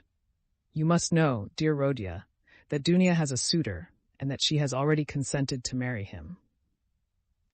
I hasten to tell you all about the matter, and though it has been arranged without asking your consent, I think you will not be aggrieved with me or with your sister on that account, for you will see that we could not wait and put off our decision till we heard from you, and you could not have judged all the facts without being on the spot. But this was how it happened. He is already of the rank of a counselor, Pyotr Petrovich Luzhin, and is distantly related to Marfa Petrovna, who has been very active in bringing the match about. It began with his expressing through her his desire to make our acquaintance. He was properly received, drank coffee with us, and the very next day he sent us a letter in which he very courteously made an offer and begged for a speedy and decided answer. He is a very busy man and is in a great hurry to get to Petersburg, so that every moment is precious to him. At first, of course, we were greatly surprised, as it had all happened so quickly and unexpectedly. We thought and talked it over the whole day. He is a well-to-do man, to be depended upon. He has 2 posts in the government and has already made his fortune. It is true that he is 45 years old, but he is of a fairly prepossessing appearance and might still be thought attractive by women, and he is altogether a very respectable and presentable man, only he seems a little morose and somewhat conceited. But possibly that may only be the impression he makes at first sight. And beware, dear Rhodia, when he comes to Petersburg, as he shortly will do, beware of judging him too hastily and severely, as your way is, if there is anything you do not like in him at first sight. I give you this warning, although I feel sure that he will make a favorable impression upon you. Moreover, in order to understand any man, one must be deliberate and careful to avoid forming prejudices and mistaken ideas, which are very difficult to correct and get over afterwards. And Fyodor Petrovitch, judging by many indications, is a thoroughly estimable man. At his first visit, indeed, he told us that he was a practical man, but still he shares, as he expressed it, many of the convictions of our most rising generation, and he is an opponent of all prejudices. He said a good deal more, for he seems a little conceited and likes to be listened to, but this is scarcely a vice. I, of course, understood very little of it, but Dunya explained to me that, though he is not a man of great education, he is clever and seems to be good-natured. You know your sister's character, Rhodia. She is a resolute, sensible, patient, and generous girl, but she has a passionate heart, as I know very well. Of course, there is no great love either on his side or on hers, but Dunya is a clever girl and has the heart of an angel, and will make it her duty to make her husband happy, who on his side will make her happiness his care. Of that we have no good reason to doubt, though it must be admitted the matter has been arranged in great haste. Besides, he is a man of great prudence, and he will see, to be sure of himself, that his own happiness will be the more secure, the happier Dunya is with him. And as for some defects of character, for some habits and even certain differences of opinion, which indeed are inevitable even in the happiest marriages, Dunya has said that, as regards all that, she relies on herself, that there is nothing to be uneasy about, and that she is ready to put up with a great deal, if only their future relationship can be an honorable and straightforward one. He struck me, for instance, at first, as rather abrupt, but that may well come from his being an outspoken man, and that is no doubt how it is. For instance, at his second visit, after he had received Dunya's consent, in the course of conversation, he declared that before making Dunya's acquaintance, he had made up his mind to marry a girl of good reputation, without dowry, and above all, one who had experienced poverty, because, as he explained, a man ought not to be indebted to his wife, but that it is better for a wife to look upon her husband as her benefactor. I must add that he expressed it more nicely and politely than I have done, for I have forgotten his actual phrases and only remember the meaning. And besides, it was obviously not said of design, but slipped out in the heat of conversation, so that he tried afterwards to correct himself and smooth it over, but all the same it did strike me as somewhat rude, and I said so afterwards to Dunya. But Dunya was vexed, and answered that words are not deeds, and that, of course, is perfectly true. Dunya did not sleep all night before she made up her mind, and thinking that I was asleep, she got out of bed and was walking up and down the room all night. At last she knelt down before the icon and prayed long and fervently, and in the morning she told me that she had decided. I have mentioned already that Pyotr Petrovitch is just setting off for Petersburg, where he has a great deal of business, and he wants to open a legal bureau. He has been occupied for many years in conducting civil and commercial litigation, and only the other day he won an important case. He has to be in Petersburg because he has an important case before the Senate. So, Rodya dear, he may be of the greatest use to you, in every way indeed, and Dunya and I have agreed that from this very day you could definitely enter upon your career and might consider that your future is marked out and assured for you. Oh, if only this comes to pass. This would be such a benefit that we could only look upon it as a providential blessing. Dunya is dreaming of nothing else.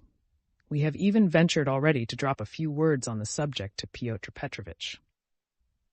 He was cautious in his answer, and said that, of course, as he could not get on without a secretary, it would be better to be paying a salary to a relation than to a stranger, if only the former were fitted for the duties, as though there could be doubt of your being fitted. But then he expressed doubts whether your studies at the university would leave you time for work at his office. The matter dropped for the time, but Dunya is thinking of nothing else now. She has been in a sort of fever for the last few days, and has already made a regular plan for your becoming in the end an associate and even a partner in Pyotr Petrovitch's business, which might well be, seeing that you are a student of law. I am in complete agreement with her, Rodya, and share all her plans and hopes, and think there is every probability of realizing them. And in spite of Pyotr Petrovitch's evasiveness, very natural at present, since he does not know you, Dunya is firmly persuaded that she will gain everything by her good influence over her future husband. This she is reckoning upon. Of course, we are careful not to talk of any of these more remote plans to Pyotr Petrovitch, especially of your becoming his partner. He is a practical man and might take this very coldly. It might all seem to him simply a daydream. Nor has either Dunya or I breathed a word to him of the great hopes we have of his helping us to pay for your university studies.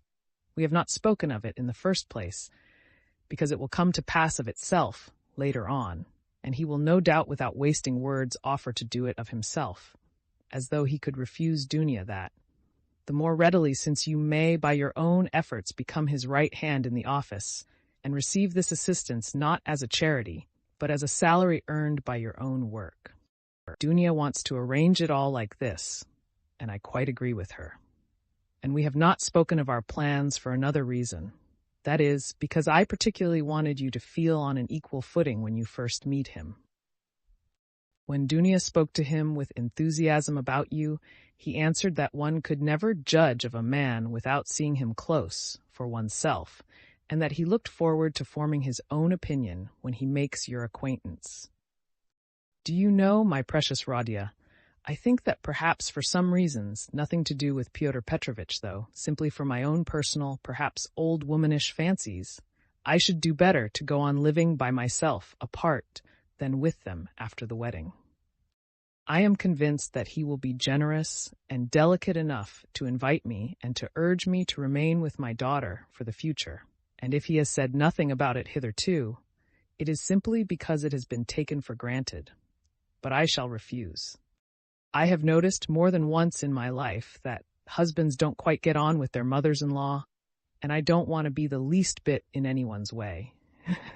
And for my own sake, too, would rather be quite independent, so long as I have a crust of bread of my own, and such children as you and Dunya. If possible, I would settle somewhere near you. For the most joyful piece of news, dear Rodya, I have kept for the end of my letter. Know then, my dear boy, that we may perhaps be all together in a very short time and may embrace one another again after a separation of almost 3 years.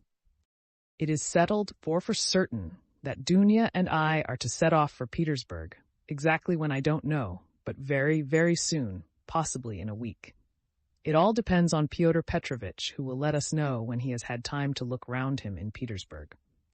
To suit his own arrangements, he is anxious to have the ceremony as soon as possible, even before the fast of Our Lady, if it could be managed, or if that is too soon to be ready, immediately after.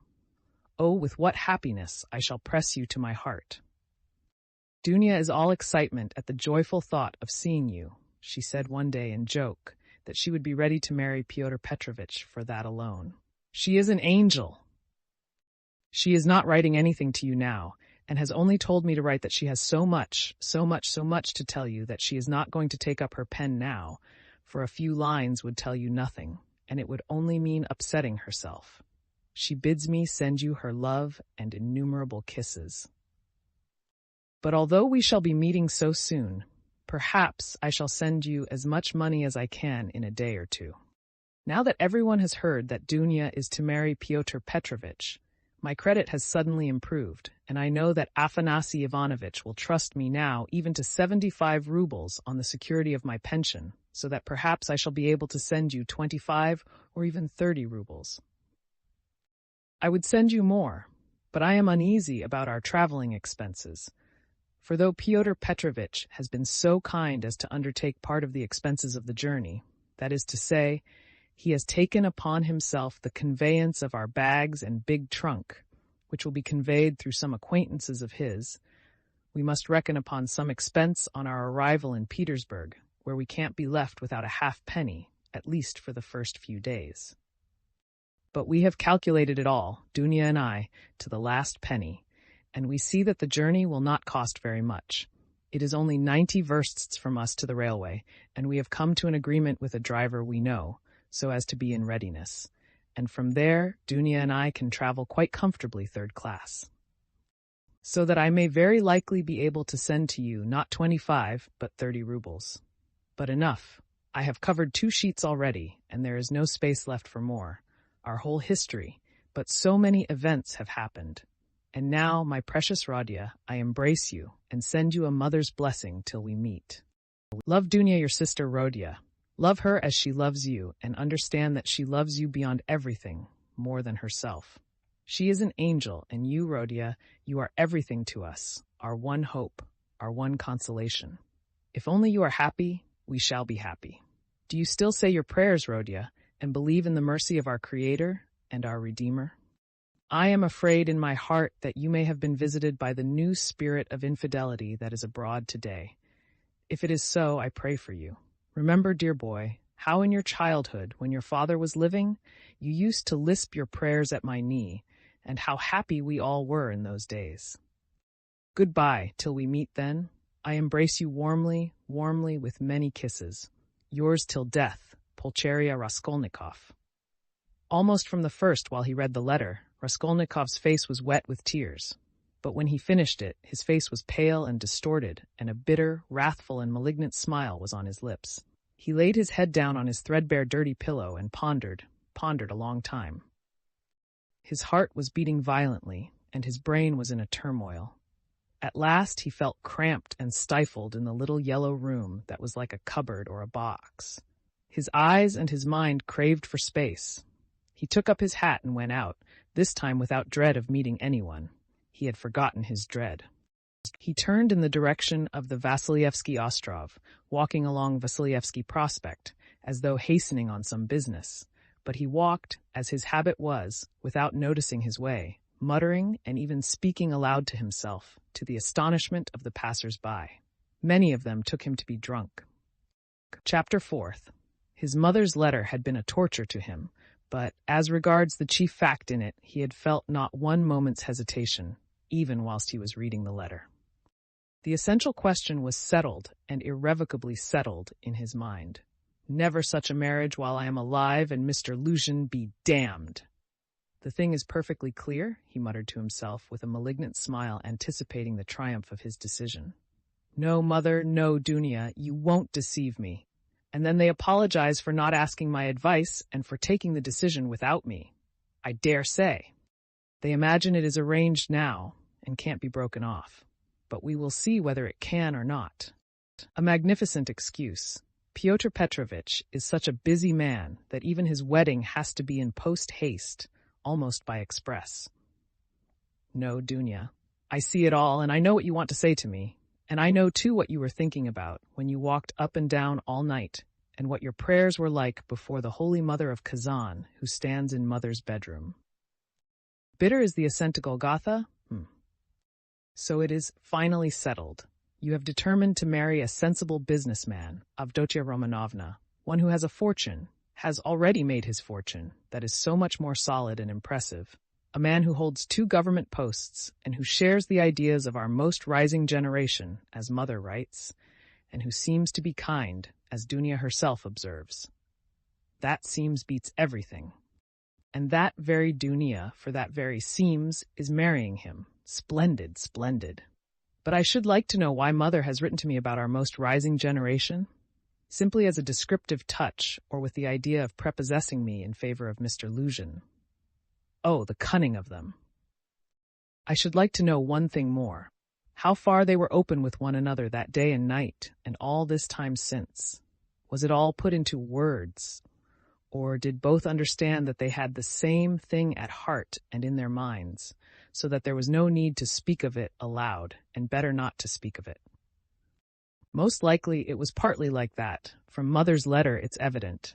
He struck her as rude a little, and Mother in her simplicity took her observations to Dunia. And she was sure to be vexed, and answered her angrily. I should think so. Who would not be angered when it was quite clear without any naive questions, and when it was understood that it was useless to discuss it? And why does she write to me, love Dunia, Rodia, and she loves you more than herself? Has she a secret conscience prick at sacrificing her daughter to her son? You are our one comfort, you are everything to us. Oh, Mother! His bitterness grew more and more intense, and if he had happened to meet Mr. Luzhin at the moment, he might have murdered him. Yes, that's true, he continued, pursuing the whirling ideas that chased each other in his brain. It is true that it needs time and care to get to know a man, but there is no mistake about Mr. Luzhin. The chief thing is he is a man of business and seems kind. That was something, wasn't it, to send the bags and big box for them? A kind man, no doubt after that, but his bride and her mother are to drive in a peasant's cart covered with sacking. I know, I have been driven in it. No matter, it is only 90 versts, and then they can travel very comfortably, 3rd class, for 1,000 versts. Quite right, too. One must cut one's coat according to one's cloth. But what about you, Mr. Luzhin? She is your bride, and you must be aware that her mother has to raise money on her pension for the journey.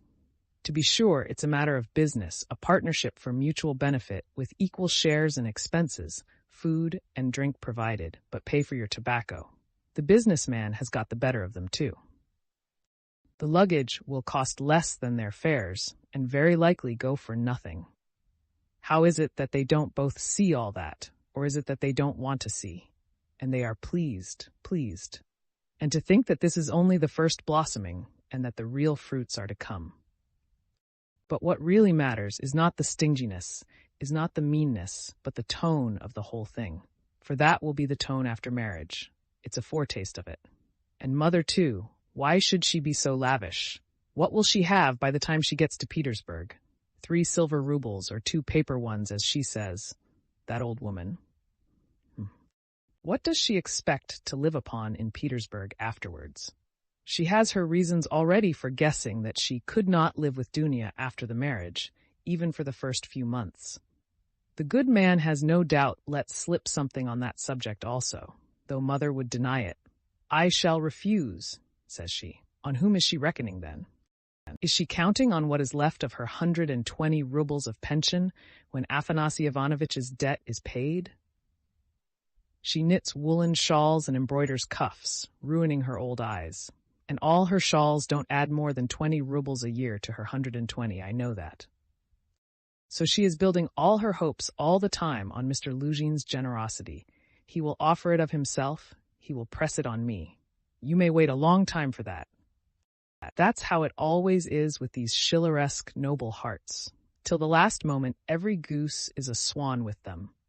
Till the last moment, they hope for the best and will see nothing wrong.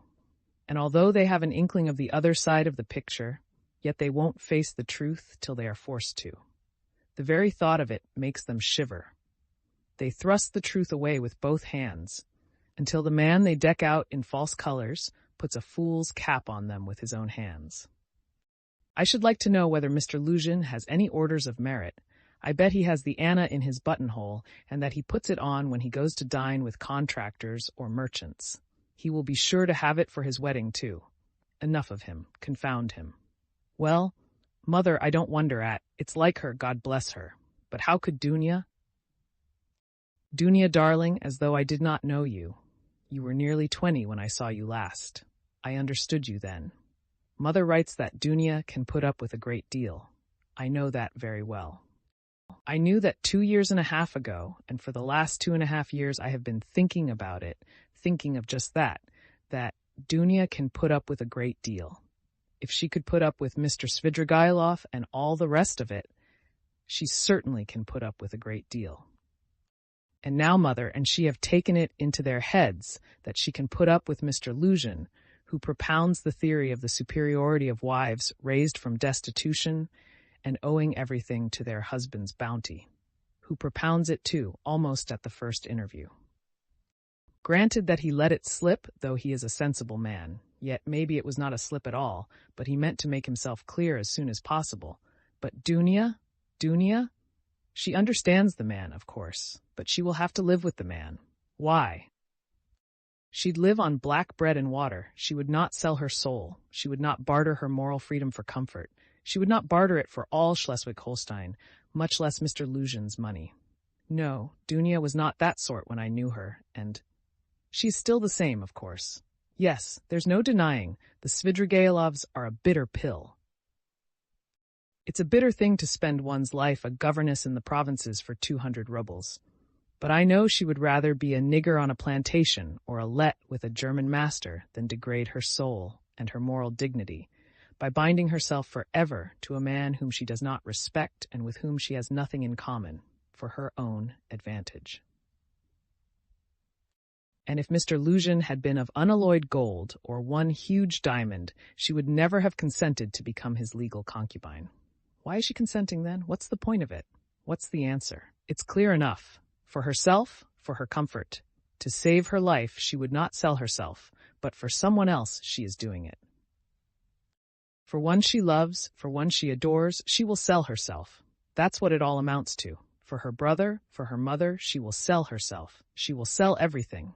In such cases, we overcome our moral feeling if necessary. Freedom, peace, conscience, even all are brought into the market. Let my life go, if only my dear ones may be happy. More than that, we become casuists. We learn to be Jesuitical, and for a time maybe we can soothe ourselves, we can persuade ourselves that it is one's duty for a good object. That's just like us, it's as clear as daylight.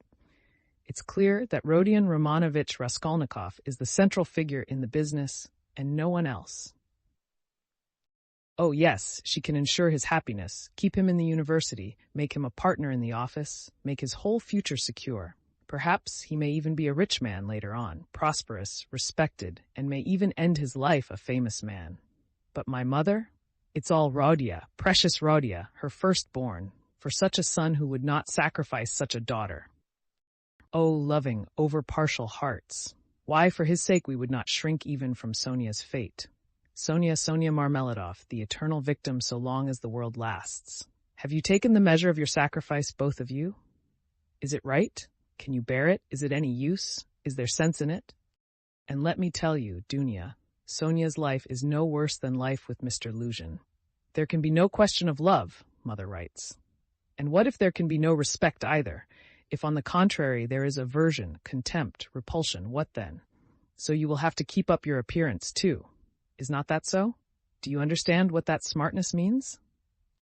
Do you understand that the Luzhin smartness is just the same thing as Sonia's, and maybe worse, viler, baser?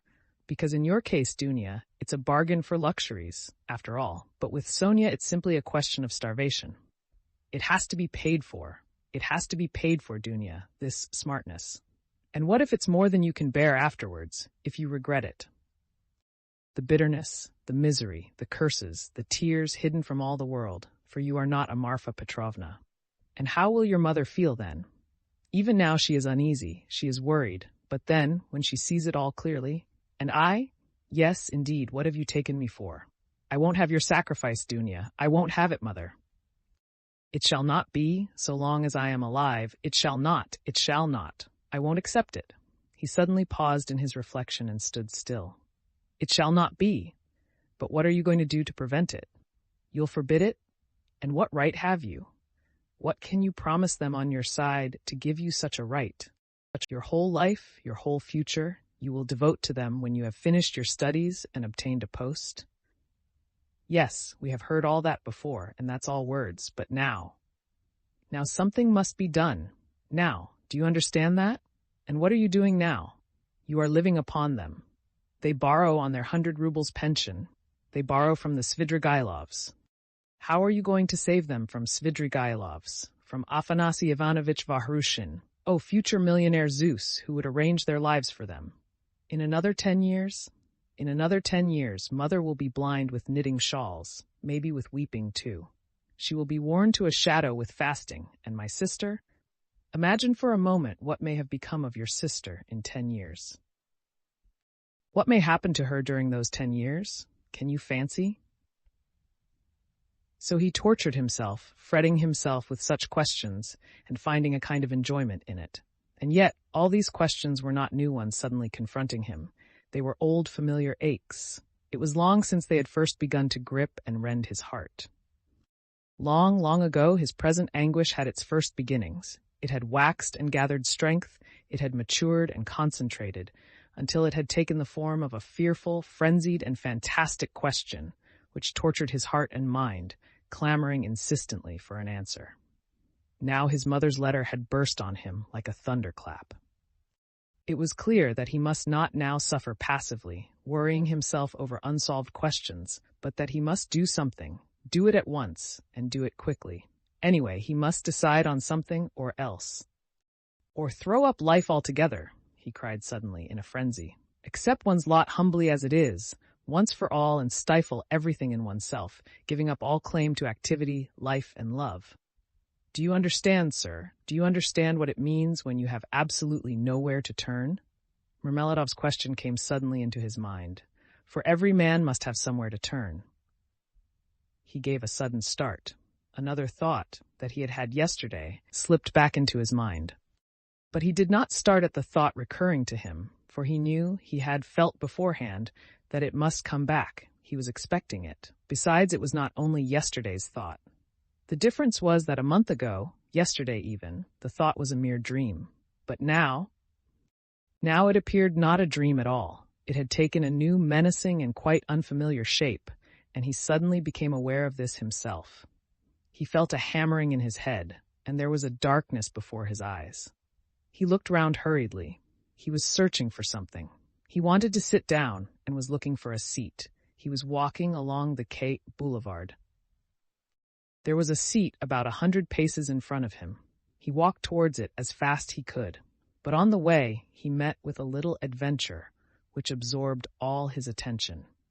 Looking for the seat, he had noticed a woman walking some 20 paces in front of him, but at first he took no more notice of her than of other objects that crossed his path. It had happened to him many times going home not to notice the road by which he was going, and he was accustomed to walk like that. But there was at first sight something so strange about the woman in front of him that gradually his attention was riveted upon her, at first reluctantly and, as it were, resentfully, and then more and more intently. He felt a sudden desire to find out what it was that was so strange about the woman.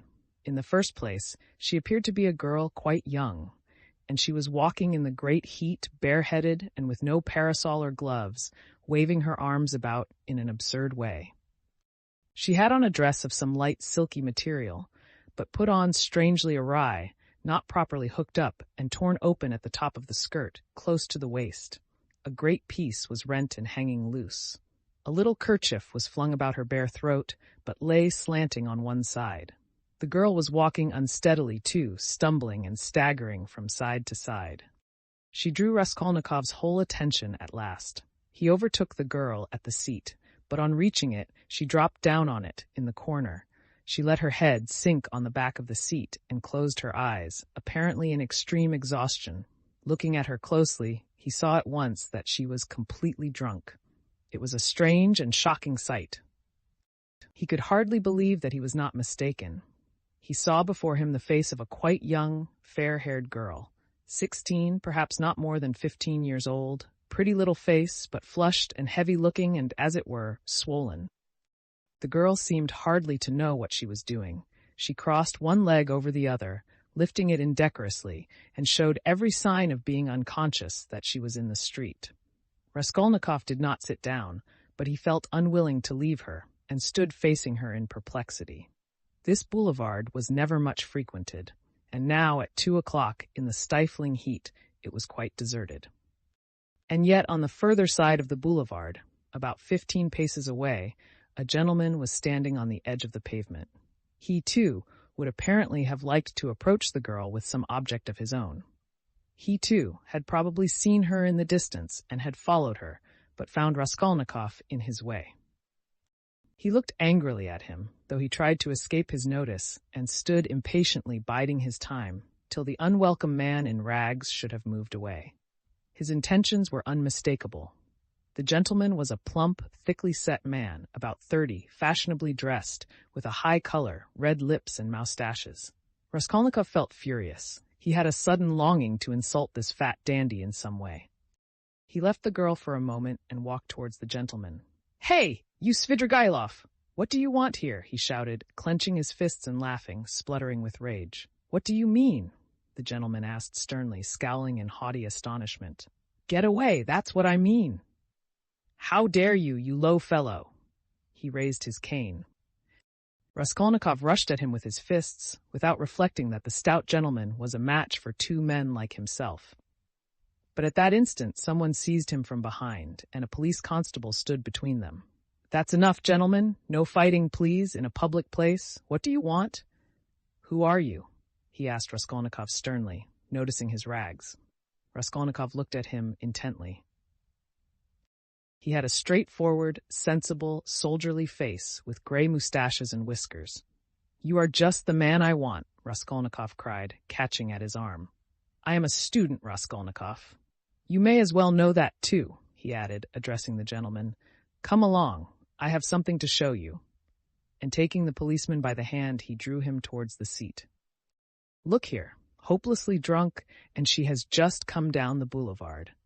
There is no telling who and what she is. She does not look like a professional. It's more likely she has been given drink and deceived somewhere for the first time, you understand? And they've put her out into the street like that. Look at the way her dress is torn, and the way it has been put on. She has been dressed by somebody, she has not dressed herself, and dressed by unpracticed hands, by a man's hands. That's evident. And now look there. I don't know that dandy with whom I was going to fight. I see him for the first time. But he, too, has seen her on the road, just now, drunk, not knowing what she is doing. And now he is very eager to get hold of her, to get her away somewhere while she is in this state. That's certain. Believe me, I am not wrong. I saw him myself watching her and following her, but I prevented him, and he is just waiting for me to go away. Now he has walked away a little, and is standing still, pretending to make a cigarette. Think, how can we keep her out of his hands, and how are we to get her home? The policeman saw it all in a flash. The stout gentleman was easy to understand. He turned to consider the girl. The policeman bent over to examine her more closely, and his face worked with genuine compassion. "Ah, what a pity," he said, shaking his head. "Why, she is quite a child. She has been deceived. You can see that at once. Listen, lady," he began, addressing her. "Where do you live?" The girl opened her weary and sleepy-looking eyes, gazed blankly at the speaker, and waved her hand. "Here," said Raskolnikov, feeling in his pocket and finding 20 kopecks. "Here, call a cab and tell him to drive her to her address. The only thing is to find out her address." Missy, the policeman began again, taking the money. "I'll fetch you a cab and take you home myself. Where shall I take you, eh? Where do you live?" "Go away. They won't let me alone," the girl muttered, and once more waved her hand. Ach, how shocking! It's shameful, Missy. It's a shame." He shook his head again, shocked, sympathetic, and indignant. "It's a difficult job," the policeman said to Raskolnikov, and as he did so, he looked him up and down in a rapid glance. He, too, must have seemed a strange figure to him, dressed in rags and handing him money. "Did you meet her far from here?" he asked him. "I tell you, she was walking in front of me, staggering, just here in the boulevard. She only just reached the seat and sank down on it." Ah, the shameful things that are done in the world nowadays. God have mercy on us. An innocent creature like that, drunk already. She has been deceived. That's a sure thing. See how her dress has been torn too. Ah, the vice one sees nowadays. And as likely as not, she belongs to gentlefolk too. Poor ones, maybe. There are many like that nowadays. She looks refined too, as though she were a lady, and he bent over her once more. Perhaps he had daughters growing up like that, looking like ladies and refined, with pretensions to gentility and smartness.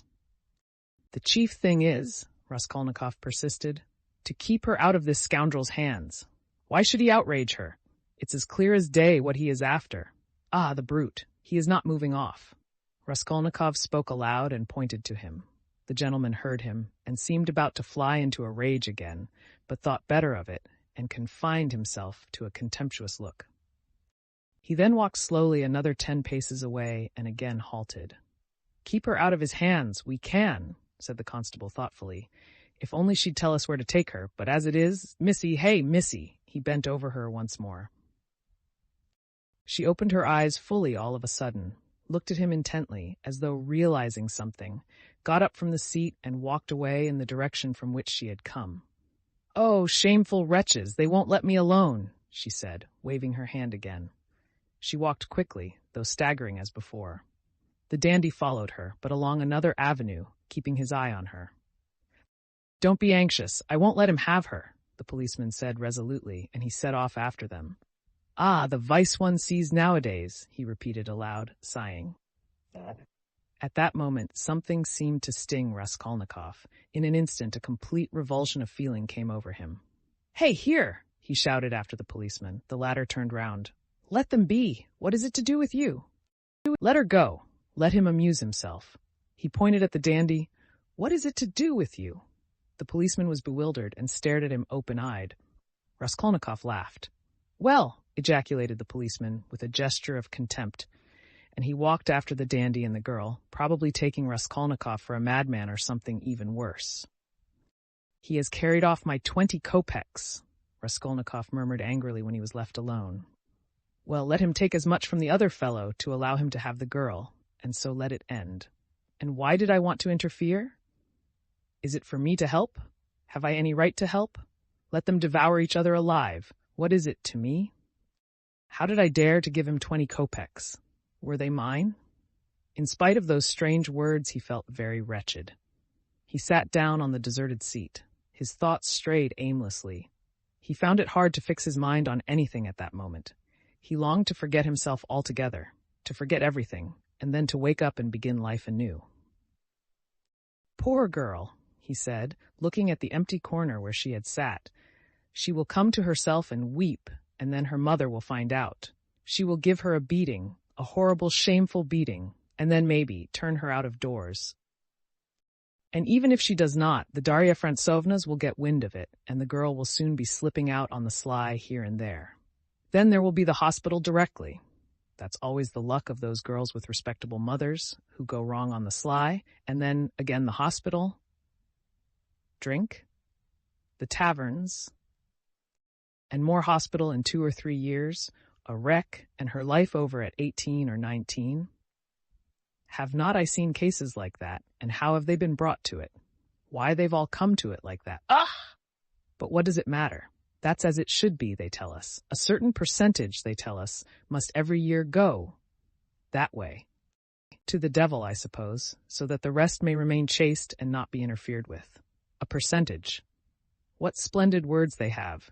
They are so scientific, so consolatory. Once you've said percentage, there's nothing more to worry about. If we had any other word, maybe we might feel more uneasy. But what if Dunya were one of the percentage? Of another one, if not that one. But where am I going? He thought suddenly. Strange, I came out for something. As soon as I had read the letter, I came out. I was going to Vasilyevsky Ostrov, to Razumihin. That's what it was. Now I remember. What for, though? And what put the idea of going to Razumihin into my head just now? That's curious. He wondered at himself. Razumihin was one of his old comrades at the university. It was remarkable that Raskolnikov had hardly any friends at the university. He kept aloof from everyone. went to see no one, and did not welcome anyone who came to see him, and indeed everyone soon gave him up. He took no part in the students' gatherings, amusements, or conversations. He worked with great intensity without sparing himself, and he was respected for this, but no one liked him. He was very poor, and there was a sort of haughty pride and reserve about him, as though he were keeping something to himself. He seemed to some of his comrades to look down upon them all as children, as though he were superior in development, knowledge, and convictions, as though their beliefs and interests were beneath him. With Razumihin he had got on, or at least he was more unreserved and communicative with him. Indeed, it was impossible to be on any other terms with Razumihin. He was an exceptionally good-humored and candid youth, good-natured to the point of simplicity, though both depth and dignity lay concealed under that simplicity. The better of his comrades understood this, and all were fond of him. He was extremely intelligent, though he was certainly rather a simpleton at times. He was of striking appearance, tall, thin, black-haired, and always badly shaved. He was sometimes uproarious, and was reputed to be of great physical strength. One night, when out in a festive company, he had with one blow laid a gigantic policeman on his back. There was no limit to his drinking powers, but he could abstain from drink altogether. He sometimes went too far in his pranks, but he could do without pranks altogether. Another thing striking about Razumihin, no failure distressed him, and it seemed as though no unfavorable circumstances could crush him. He could lodge anywhere and bear the extremes of cold and hunger. He was very poor and kept himself entirely on what he could earn by work of one sort or another. He knew of no end of resources by which to earn money. He spent one whole winter without lighting his stove, and used to declare that he liked it better because one slept more soundly in the cold. For the present he, too, had been obliged to give up the university, but it was only for a time, and he was working with all his might to save enough to return to his studies again. Raskolnikov had not been to see him for the last 4 months, and Razumihin did not even know his address. About 2 months before, they had met in the street, but Raskolnikov had turned away and even crossed to the other side that he might not be observed. And though Razumihin noticed him, he passed him by, as he did not want to annoy him. Chapter 5. Of course, I've been meaning lately to go to Razumihin's to ask for work, to ask him to get me lessons or something. Raskolnikov thought, but what help can he be to me now? Suppose he gets me lessons. Suppose he shares his last farthing with me, if he has any farthings, so that I could get some boots and make myself tidy enough to give lessons. Well, and what then? What shall I do with the few coppers I earn? That's not what I want now. It's really absurd for me to go to Razumihin. The question why he was now going to Razumihin agitated him even more than he was himself aware. He kept uneasily seeking for some sinister significance in this apparently ordinary action. Could I have expected to set it all straight and to find a way out by means of Razumihin alone? He asked himself in perplexity. He pondered and rubbed his forehead, and, strange to say, after long musing, suddenly, as if it were spontaneously and by chance, a fantastic thought came into his head. To Razumihin's, he said all at once, calmly, as though he had reached a final determination. I shall go to Razumihin's, of course, but not now. I shall go to him on the next day after it, when it will be over and everything will begin afresh. And suddenly he realized what he was thinking.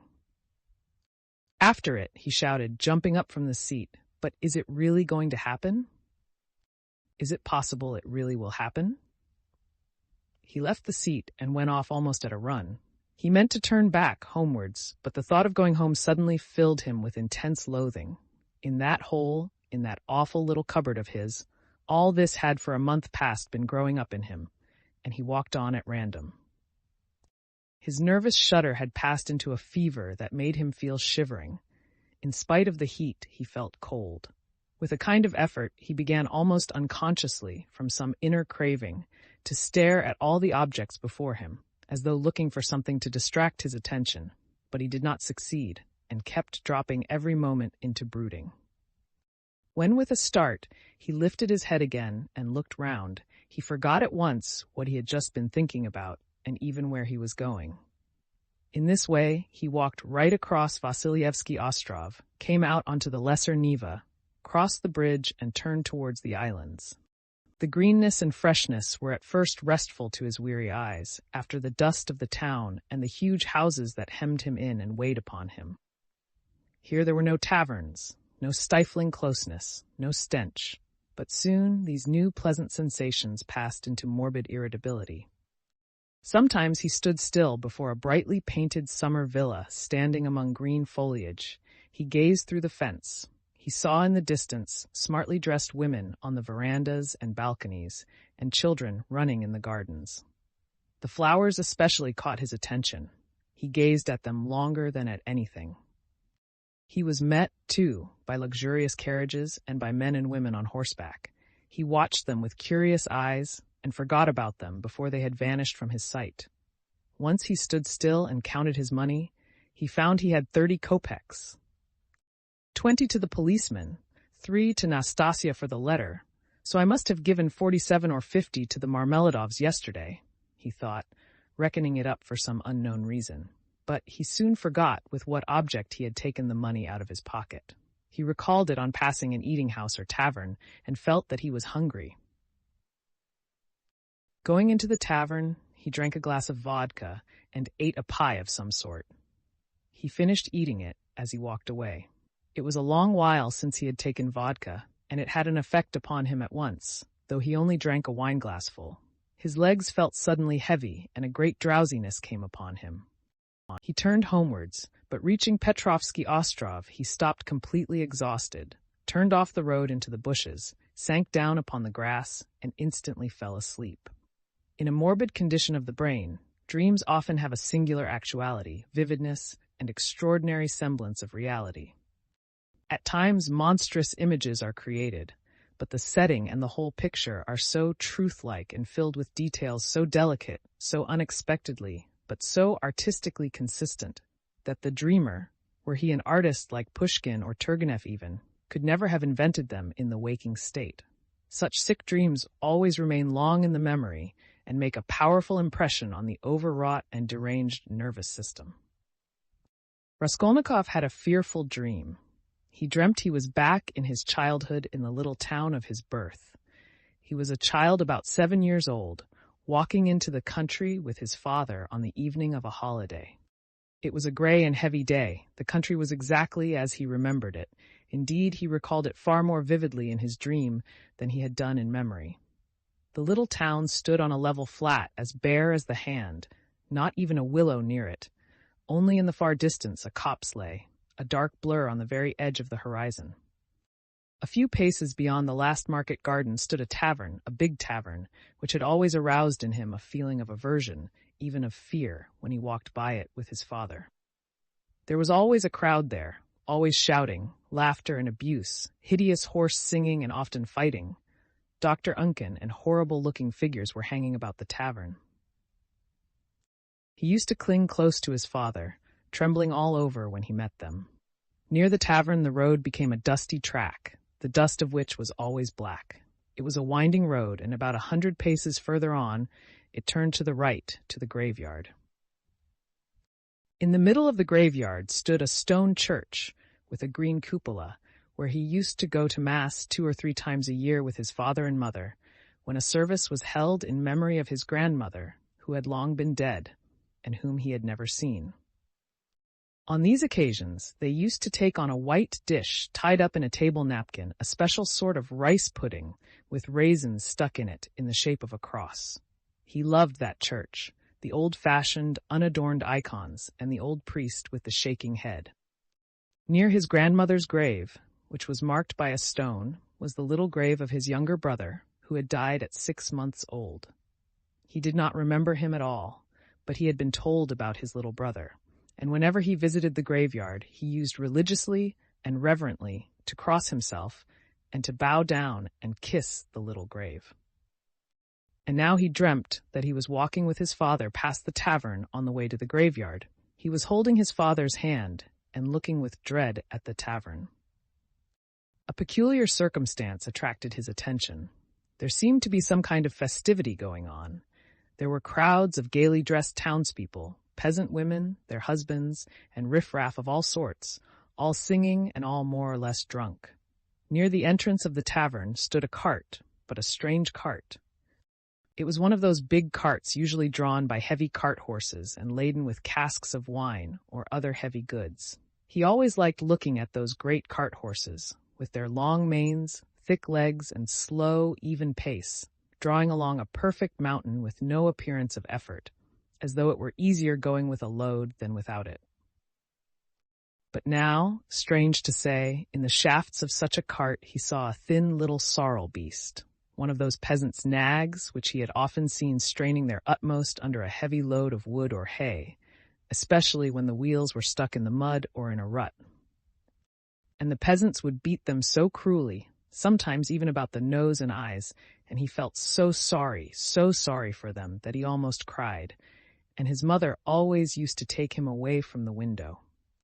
All of a sudden there was a great uproar of shouting, singing, and the balalaika, and from the tavern a number of big and very drunken peasants came out, wearing red and blue shirts and coats thrown over their shoulders. "Get in," shouted one of them, a young thick-necked peasant with a fleshy face red as a carrot.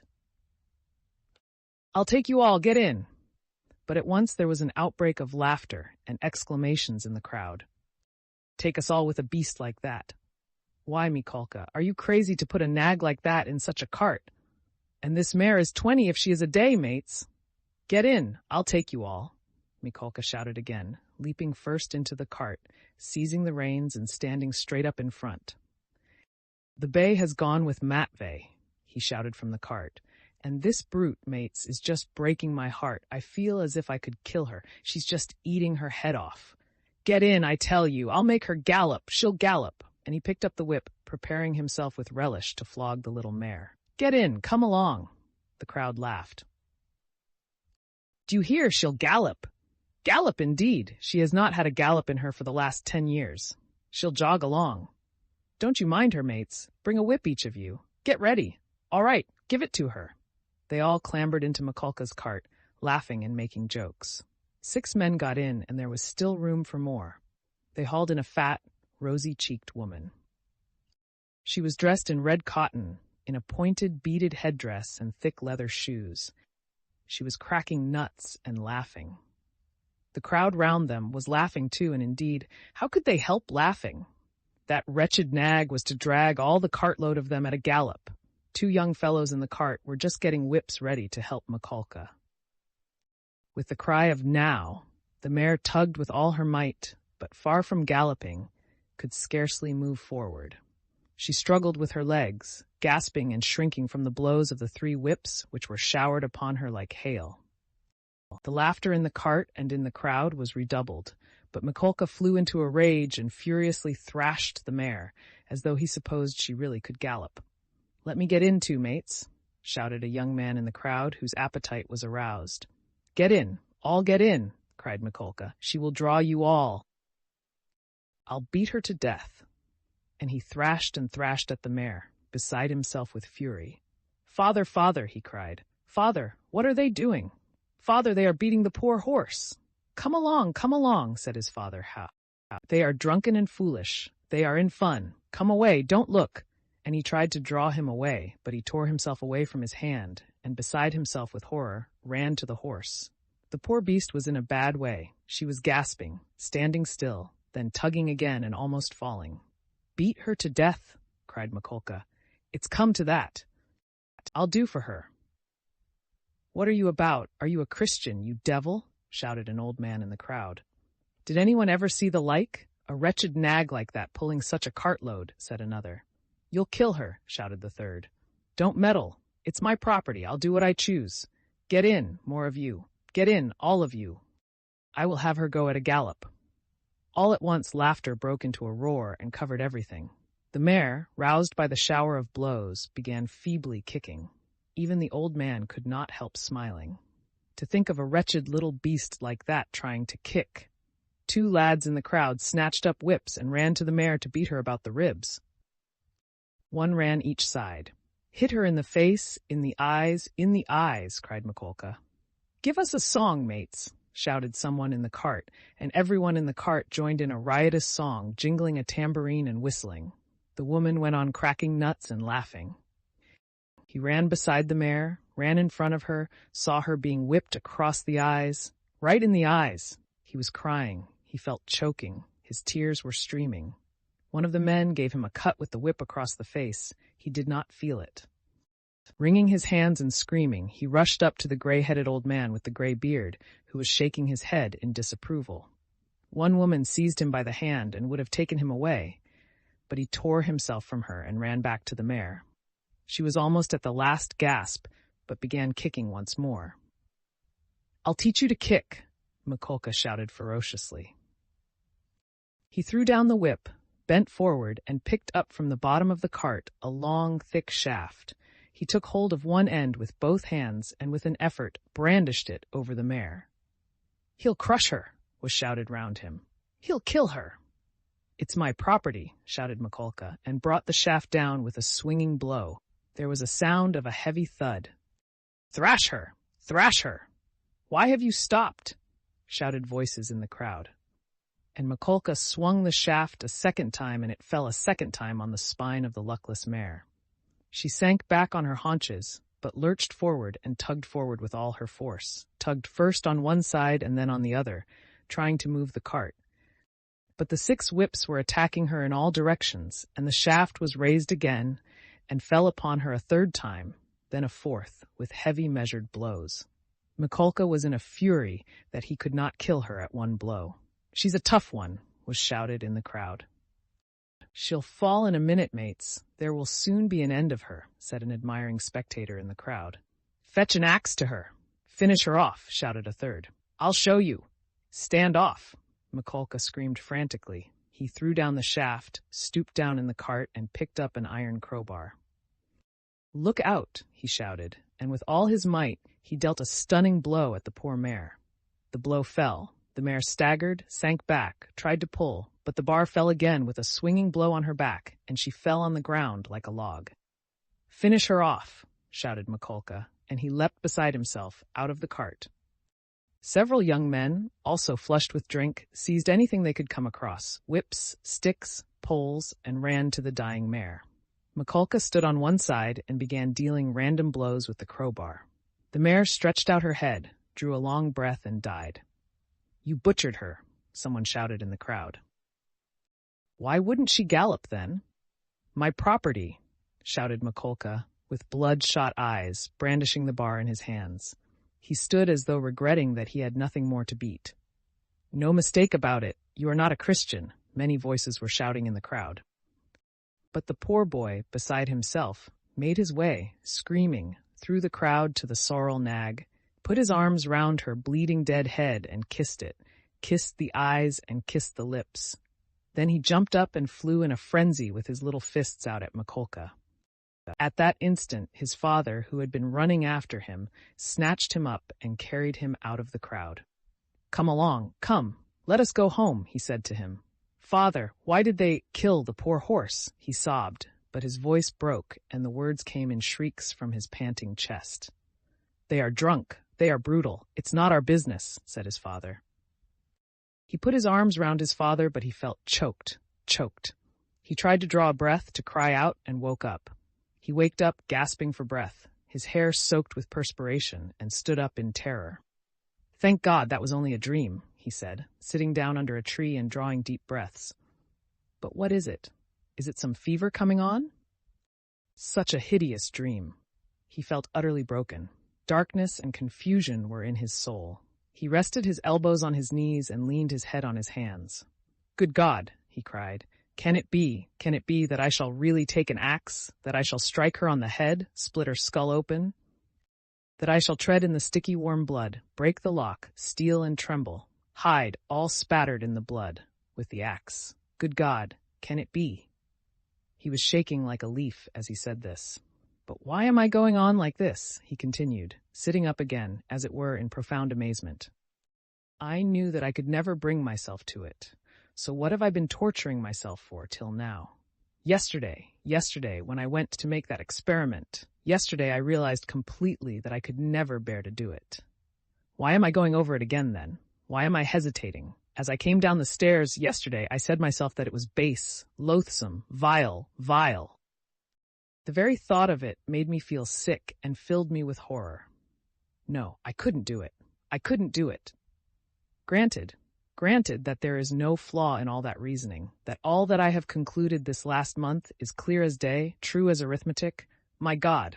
Anyway, I couldn't bring myself to it. I couldn't do it. I couldn't do it. Why then am I still? He rose to his feet, looked round in wonder as though surprised at finding himself in this place, and went towards the bridge. He was pale, his eyes glowed, he was exhausted in every limb, but he seemed suddenly to breathe more easily. He felt he had cast off that fearful burden that had so long been weighing upon him, and all at once there was a sense of relief and peace in his soul. Lord, he prayed, show me my path. I renounce that accursed dream of mine. Crossing the bridge, he gazed quietly and calmly at the Neva, at the glowing red sun setting in the glowing sky. In spite of his weakness, he was not conscious of fatigue. It was as though an abscess that had been forming for a month past in his heart had suddenly broken. Freedom, freedom. He was free from that spell, that sorcery, that obsession. Later on, when he recalled that time and all that happened to him during those days, minute by minute, point by point, he was superstitiously impressed by one circumstance, which, though in itself not very exceptional, always seemed to him afterwards the predestined turning point of his fate. He could never understand and explain to himself why, when he was tired and worn out, when it would have been more convenient for him to go home by the shortest and most direct way, he had returned by the Haymarket where he had no need to go. It was obviously and quite unnecessarily out of his way, though not much so. It is true that it happened to him dozens of times to return home without noticing what streets he passed through. But why, he was always asking himself, why had such an important, such a decisive, and at the same time such an absolutely chance meeting happened in the Haymarket, where he had moreover no reason to go, at the very hour, the very minute of his life, when he was just in the very mood and in the very circumstances in which that meeting was able to exert the gravest and most decisive influence on his whole destiny, as though it had been lying in wait for him on purpose. It was about 9 o'clock when he crossed the Haymarket. At the tables and the barrows, at the booths and the shops, all the market people were closing their establishments or clearing away and packing up their wares, and like their customers, were going home. Rag pickers and costermongers of all kinds were crowding round the taverns in the dirty and stinking courtyards of the Haymarket. Raskolnikov particularly liked this place and the neighboring alleys when he wandered aimlessly in the streets. Here his rags did not attract contemptuous attention, and one could walk about in any attire without scandalizing people. At the corner of an alley, a huckster and his wife had 2 tables set out with tapes, thread, cotton handkerchiefs, etc. They, too, had got up to go home, but were lingering in conversation with a friend who had just come up to them. This friend was Lizaveta Ivanovna, or, as everyone called her, Lizaveta, the younger sister of the old pawnbroker, Alyona Ivanovna, whom Raskolnikov had visited the previous day to pawn his watch and make his experiment. He already knew all about Lizaveta, and she knew him a little too.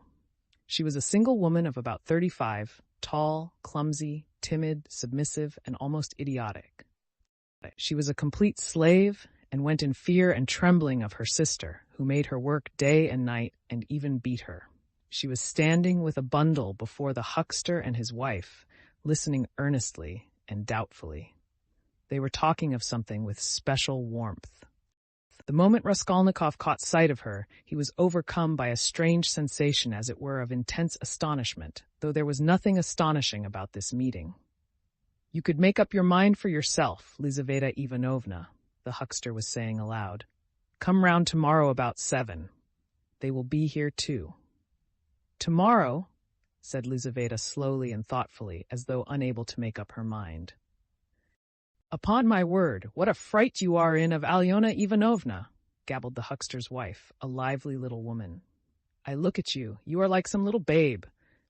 And she is not your own sister either, nothing but a stepsister, and what a hand she keeps over you." But this time don't say a word to Alyona Ivanovna, her husband interrupted. That's my advice, but come round to us without asking. It will be worth your while. Later on your sister herself may have a notion. Am I to come? About 7 o'clock tomorrow, and they will be here. You will be able to decide for yourself.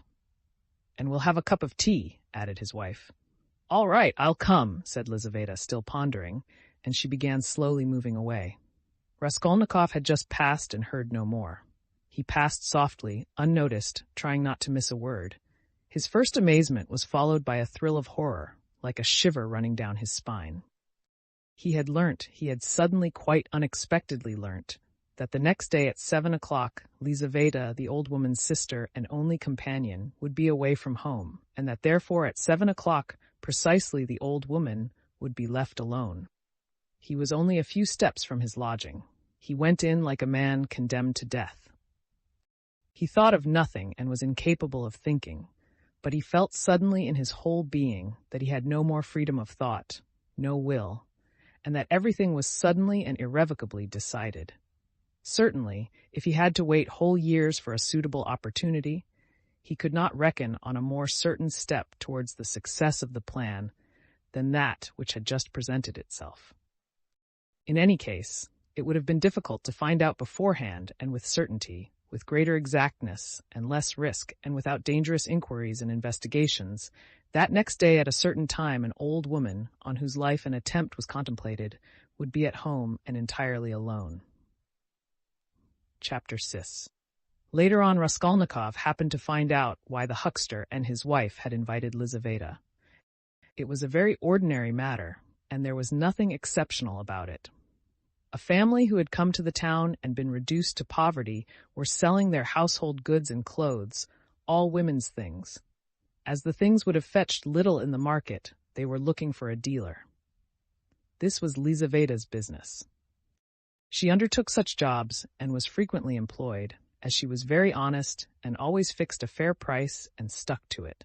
She spoke as a rule little, and as we have said already, she was very submissive and timid. But Raskolnikov had become superstitious of late. The traces of superstition remained in him long after, and were almost ineradicable. And in all this, he was always afterwards disposed to see something strange and mysterious, as it were, the presence of some peculiar influences and coincidences. In the previous winter, a student he knew called Pokorev, who had left for Kharkov, had chanced in conversation to give him the address of Alyona Ivanovna, the old pawnbroker, in case he might want to pawn anything. For a long while he did not go to her, for he had lessons and managed to get along somehow. 6 weeks ago he had remembered the address. He had 2 articles that could be pawned: his father's old silver watch and a little gold ring with 3 red stones, a present from his sister at parting. He decided to take the ring. When he found the old woman, he had felt an insurmountable repulsion for her at the first glance, though he knew nothing special about her. He got 2 rubles from her and went into a miserable little tavern on his way home. He asked for tea, sat down, and sank into deep thought. A strange idea was pecking at his brain like a chicken in the egg, and very, very much absorbed him. Almost beside him at the next table there was sitting a student, whom he did not know and had never seen, and with him a young officer. They had played a game of billiards and began drinking tea. All at once he heard the student mention to the officer the pawnbroker Alyona Ivanovna and give him her address. This of itself seemed strange to Raskolnikov. He had just come from her, and here at once he heard her name. Of course it was a chance, but he could not shake off a very extraordinary impression, and here someone seemed to be speaking expressly for him. The student began telling his friend various details about Alyona Ivanovna. "She is first-rate," he said. "You can always get money from her. She is as rich as a Jew. She can give you 5,000 rubles at a time, and she is not above taking a pledge for a ruble. Lots of our fellows have had dealings with her. But she is an awful old harpy." And he began describing how spiteful and uncertain she was, how if you were only a day late with your interest, the pledge was lost, how she gave a quarter of the value of an article and took 5 and even 7% a month on it, and so on. The student chattered on, saying that she had a sister Lizaveta, whom the wretched little creature was continually beating and kept in complete bondage like a small child, though Lizaveta was at least 6 feet high. "There's a phenomenon for you," cried the student, and he laughed. They began talking about Lizaveta. The student spoke about her with a peculiar relish and was continually laughing, and the officer listened with great interest and asked him to send Lizaveta to do some mending for him. Raskolnikov did not miss a word and learned everything about her. Lizaveta was younger than the old woman and was her half-sister, being the child of a different mother. She was 35. She worked day and night for her sister, and besides doing the cooking and the washing, she did sewing and worked as a charwoman and gave her sister all she earned. She did not dare to accept an order or job of any kind without her sister's permission. The old woman had already made her will, and Lizaveta knew of it, and by this will she would not get a farthing, nothing but the movables, chairs, and so on. All the money was left to a monastery in the province of N, that prayers might be said for her in perpetuity. Lizaveta was of lower rank than her sister, unmarried and awfully uncouth in appearance, remarkably tall with long feet that looked as if they were bent outwards. She always wore battered goatskin shoes and was clean in her person. What the student expressed most surprise and amusement about was the fact that Lizaveta was continually with child. "But you say she is hideous," observed the officer. "Yes, she is so dark-skinned and looks like a soldier dressed up, but you know she is not at all hideous. She has such a good-natured face and eyes, strikingly so, and the proof of it is that lots of people are attracted by her. She is such a soft, gentle creature, ready to put up with anything, always willing to do anything. And her smile is really very sweet." "You seem to find her attractive yourself," laughed the officer, "from her queerness. No, I'll tell you what. I could kill that damned old woman and make off with her money, I assure you, without the faintest conscience prick," the student added with warmth. The officer laughed again while Raskolnikov shuddered. How strange it was. "Listen, I want to ask you a serious question," the student said hotly. "I was joking, of course, but look here. On one side we have a stupid, senseless, worthless, spiteful, ailing, horrid old woman, not simply useless but doing actual mischief, who has not an idea what she is living for herself, and who will die in a day or two in any case. You understand? You understand?" Yes, I understand," answered the officer, watching his excited companion attentively. "Well, listen then. On the other side, fresh young lives thrown away for want of help, and by thousands, on every side. 100,000 good deeds could be done and helped on that old woman's money which will be buried in a monastery. Hundreds, thousands perhaps, might be set on the right path. Dozens of families saved from destitution, from ruin, from vice, from the lock hospitals, and all with her money. Kill her, take her money, and with the help of it, devote oneself to the service of humanity and the good of all. What do you think? Would not one tiny crime be wiped out by thousands of good deeds? For one life, thousands would be saved from corruption and decay. One death and 100 lives in exchange.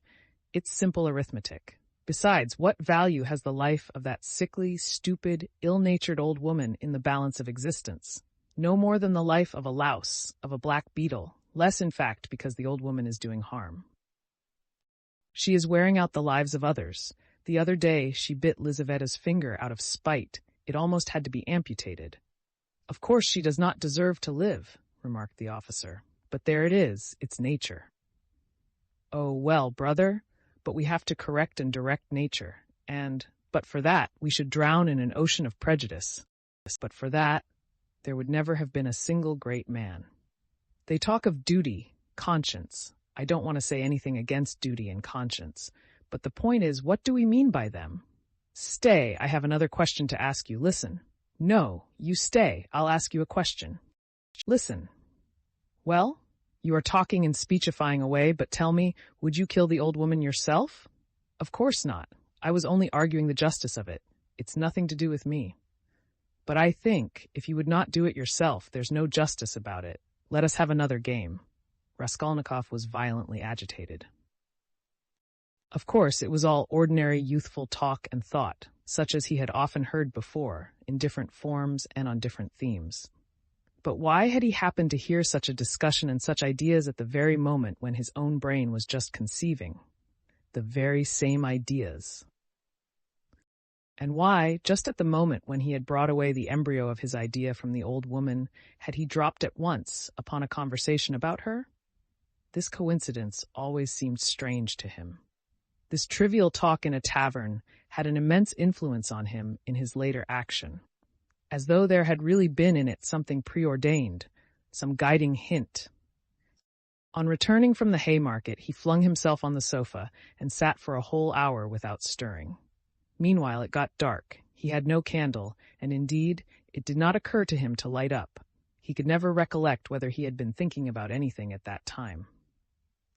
At last he was conscious of his former fever and shivering, and he realized with relief that he could lie down on the sofa. Soon heavy, leaden sleep came over him, as it were crushing him. He slept an extraordinarily long time, and without dreaming. Nastasia, coming into his room at 10 o'clock the next morning, had difficulty in rousing him. She brought him in tea and bread. The tea was again the second brew, and again in her own teapot. "My goodness, how he sleeps!" she cried indignantly. "And he is always asleep." He got up with an effort. His head ached, he stood up, took a turn in his garret, and sank back on the sofa again. "Going to sleep again?" cried Nastasia. "Are you ill, eh?" He made no reply. "Do you want some tea?" "Afterwards," he said with an effort, closing his eyes again and turning to the wall. Nastasia stood over him. "Perhaps he really is ill," she said, turned, and went out. She came in again at 2 o'clock with soup. He was lying as before. The tea stood untouched. Nastasia felt positively offended and began wrathfully rousing him. "Why are you lying like a log?" she shouted, looking at him with repulsion.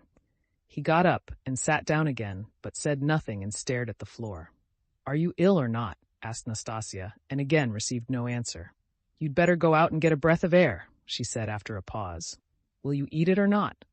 "Afterwards," he said weakly. "You can go." And he motioned her out. She remained a little longer, looked at him with compassion, and went out. A few minutes afterwards he raised his eyes and looked for a long while at the tea and the soup. Then he took the bread, took up a spoon, and began to eat. He ate a little, 3 or 4 spoonfuls, without appetite, as it were mechanically. His head ached less. After his meal he stretched himself on the sofa again, but now he could not sleep. He lay without stirring, with his face in the pillow. He was haunted by daydreams, and such strange daydreams. In one that kept recurring, he fancied that he was in Africa, in Egypt, in some sort of oasis. The caravan was resting, the camels were peacefully lying down, the palms stood all around in a complete circle, all the party were at dinner. But he was drinking water from a spring which flowed gurgling close by, and it was so cool. It was wonderful, wonderful, blue, cold water running among the parti-colored stones and over the clean sand which glistened here and there like gold. Suddenly he heard a clock strike. He started, roused himself, raised his head, looked out of the window, and seeing how late it was, suddenly jumped up wide awake as though someone had pulled him off the sofa. He crept on tiptoe to the door, stealthily opened it, and began listening on the staircase. His heart beat terribly, but all was quiet on the stairs as if everyone was asleep. It seemed to him strange and monstrous that he could have slept in such forgetfulness from the previous day and had done nothing, had prepared nothing yet. And meanwhile perhaps it had struck 6, and his drowsiness and stupefaction were followed by an extraordinary, feverish, as it were distracted haste. But the preparations to be made were few. He concentrated all his energies on thinking of everything and forgetting nothing, and his heart kept beating and thumping so that he could hardly breathe. First he had to make a noose and sew it into his overcoat, a work of a moment. He rummaged under his pillow and picked out amongst the linen stuffed away under it a worn-out, old unwashed shirt. From its rags he tore a long strip, a couple of inches wide and about 16 inches long. He folded this strip in 2, took off his wide, strong summer overcoat of some stout cotton material, his only outer garment, and began sewing the 2 ends of the rag on the inside, under the left armhole. His hands shook as he sewed, but he did it successfully, so that nothing showed outside when he put the coat on again. The needle and thread he had got ready long before, and they lay on his table in a piece of paper. As for the noose, it was a very ingenious device of his own. The noose was intended for the axe. It was impossible for him to carry the axe through the street in his hands, and if hidden under his coat, he would still have had to support it with his hand, which would have been noticeable. Now he had only to put the head of the axe in the noose, and it would hang quietly under his arm on the inside. Putting his hand in his coat pocket, he could hold the end of the handle all the way so that it did not swing. And as the coat was very full, a regular sack in fact, it could not be seen from outside that he was holding something with the hand that was in the pocket. This noose, too, he had designed a fortnight before. When he had finished with this, he thrust his hand into a little opening between his sofa and the floor, fumbled in the left corner, and drew out the pledge, which he had got ready long before and hidden there. This pledge was, however, only a smoothly planed piece of wood, the size and thickness of a silver cigarette case.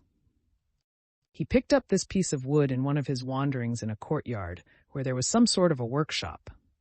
Afterwards, he had added to the wood a thin, smooth piece of iron, which he had also picked up at the same time in the street. Putting the iron, which was a little the smaller, on the piece of wood, he fastened them very firmly, crossing and recrossing the thread round them, then wrapped them carefully and daintily in clean white paper and tied up the parcel so that it would be very difficult to untie it. This was in order to divert the attention of the old woman for a time, while she was trying to undo the knot, and so to gain a moment. The iron strip was added to give weight, so that the woman might not guess the first minute that the thing was made of wood. All this had been stored by him beforehand under the sofa. He had only just got the pledge out when he heard someone suddenly about in the yard. It struck 6 long ago. Long ago! My God! He rushed to the door, listened, caught up his hat, and began to descend his 13 steps cautiously, noiselessly, like a cat. He had still the most important thing to do, to steal the axe from the kitchen. That the deed must be done with an axe he had decided long ago. He had also a pocket pruning knife, but he could not rely on the knife and still less on his own strength, and so resolved finally on the axe.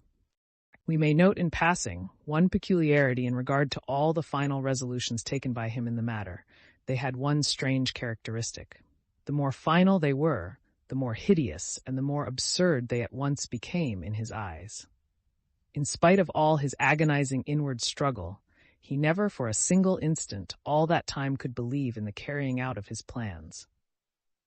And, indeed, if it had ever happened that everything to the least point could have been considered and finally settled, and no uncertainty of any kind had remained, he would, it seems, have renounced it all as something absurd, monstrous, and impossible. But a whole mass of unsettled points and uncertainties remained. As for getting the axe, that trifling business cost him no anxiety, for nothing could be easier. Nastasia was continually out of the house, especially in the evenings. She would run into the neighbors or to a shop, and always left the door ajar. It was the one thing the landlady was always scolding her about. And so, when the time came, he would only have to go quietly into the kitchen and to take the axe, and an hour later, when everything was over, go in and put it back again. But these were doubtful points. Supposing he returned an hour later to put it back, and Nastasia had come back and was on the spot. He would of course have to go by and wait till she went out again. But supposing she were in the meantime to miss the axe, look for it, make an outcry. That would mean suspicion, or at least grounds for suspicion. But those were all trifles which he had not even begun to consider, and indeed he had no time. He was thinking of the chief point and put off trifling details until he could believe in it all. But that seemed utterly unattainable, so it seemed to himself at least. He could not imagine, for instance, that he would sometime leave off thinking, get up and simply go there. Even his late experiment, i.e., his visit with the object of a final survey of the place, was simply an attempt at an experiment, far from being the real thing, as though one should say, "Come, let us go and try it. Why dream about it?" And at once he had broken down and had run away cursing, in a frenzy with himself. Meanwhile, it would seem, as regards the moral question, that his analysis was complete. His casuistry had become keen as a razor, and he could not find rational objections in himself. But in the last resort, he simply ceased to believe in himself, and doggedly, slavishly sought arguments in all directions, fumbling for them, as though someone were forcing and drawing him to it. At first, long before indeed, he had been much occupied with one question: why almost all crimes are so badly concealed and so easily detected, and why almost all criminals leave such obvious traces. He had come gradually to many different and curious conclusions, and in his opinion, the chief reason lay not so much in the material impossibility of concealing the crime, as in the criminal himself. Almost every criminal is subject to a failure of will and reasoning power by a childish and phenomenal heedlessness, at the very instant when prudence and caution are most essential. It was his conviction that this eclipse of reason and failure of will power attacked a man like a disease, developed gradually and reached its highest point just before the perpetration of the crime, continued with equal violence at the moment of the crime, and for longer or shorter time after, according to the individual case, and then passed off like any other disease. The question whether the disease gives rise to the crime, or whether the crime, from its own peculiar nature, is always accompanied by something of the nature of disease, he did not yet feel able to decide. When he reached these conclusions, he decided that in his own case there could not be such a morbid reaction, that his reason and will would remain unimpaired at the time of carrying out his design, for the simple reason that his design was not a crime. We will omit all the process by means of which he arrived at this last conclusion. We have run too far ahead already. We may add only that the practical, purely material difficulties of the affair occupied a secondary position in his mind. One has but to keep all one's will power and reason to deal with them, and they will all be overcome at the time when once one has familiarized oneself with the minutest details of the business. But this preparation had never been begun. His final decisions were what he came to trust least, and when the hour struck, it all came to pass quite differently, as it were accidentally and unexpectedly.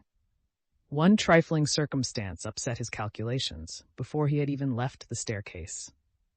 When he reached the landlady's kitchen, the door of which was open as usual, he glanced cautiously in to see whether, in Nastasia's absence, the landlady herself was there, or if not, whether the door to her own room was closed, so that she might not peep out when he went in for the axe. But what was his amazement when he suddenly saw that Nastasia was not only at home in the kitchen, but was occupied there, taking linen out of a basket and hanging it on a line. Seeing him, she left off hanging the clothes, turned to him and stared at him all the time he was passing. He turned away his eyes and walked past as though he noticed nothing. But it was the end of everything. He had not the axe. He was overwhelmed. What made me think, he reflected, as he went under the gateway, what made me think that she would be sure not to be at home at that moment? Why did I assume this so certainly? He was crushed and even humiliated. He could have laughed at himself in his anger. A dull animal rage boiled within him. He stood hesitating in the gateway. To go into the street, to go a walk for appearance sake was revolting. To go back to his room, even more revolting. "And what a chance I have lost forever," he muttered, standing aimlessly in the gateway, just opposite the porter's little dark room, which was also open. Suddenly he started. From the porter's room, 2 paces away from him, something shining under the bench to the right caught his eye. He looked about him. Nobody. He approached the room on tiptoe, went down 2 steps into it, and in a faint voice called the porter. "Yes, not at home." Somewhere near, though, in the yard, for the door is wide open. He dashed to the axe, it was an axe, and pulled it out from under the bench, where it lay between 2 chunks of wood. At once, before going out, he made it fast in the noose. He thrust both hands into his pockets and went out of the room. No one had noticed him. When reason fails, the devil helps, he thought with a strange grin. This chance raised his spirits extraordinarily. He walked along quietly and sedately, without hurry, to avoid awakening suspicion. He scarcely looked at the passers-by, tried to escape looking at their faces at all, and to be as little noticeable as possible. Suddenly he thought of his hat. Good heavens! I had the money the day before yesterday and did not get a cap to wear instead. A curse rose from the bottom of his soul. Glancing out of the corner of his eye into a shop, he saw by a clock on the wall that it was 10 minutes past 7. He had to make haste and at the same time to go some way round so as to approach the house from the other side. When he had happened to imagine all this beforehand, he had sometimes thought that he would be very much afraid. But he was not very much afraid now, was not afraid at all, indeed. His mind was even occupied by irrelevant matters, but by nothing for long. As he passed the Yusupov garden, he was deeply absorbed in considering the building of great fountains and of their refreshing effect on the atmosphere in all the squares. By degrees, he passed to the conviction that if the summer garden were extended to the Field of Mars, and perhaps joined to the garden of the Mihailovsky Palace, it would be a splendid thing and a great benefit to the town. Then, he was interested by the question why, in all great towns, men are not simply driven by necessity, but in some peculiar way inclined to live in those parts of the town where there are no gardens nor fountains, where there is most dirt and smell and all sorts of nastiness.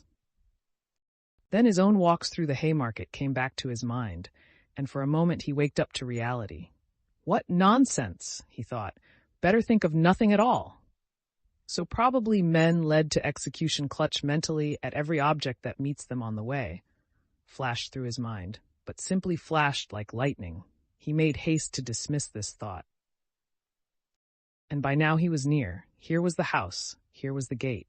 Suddenly a clock somewhere struck once. What? Can it be 7:30? Impossible. It must be fast. Luckily for him, everything went well again at the gates.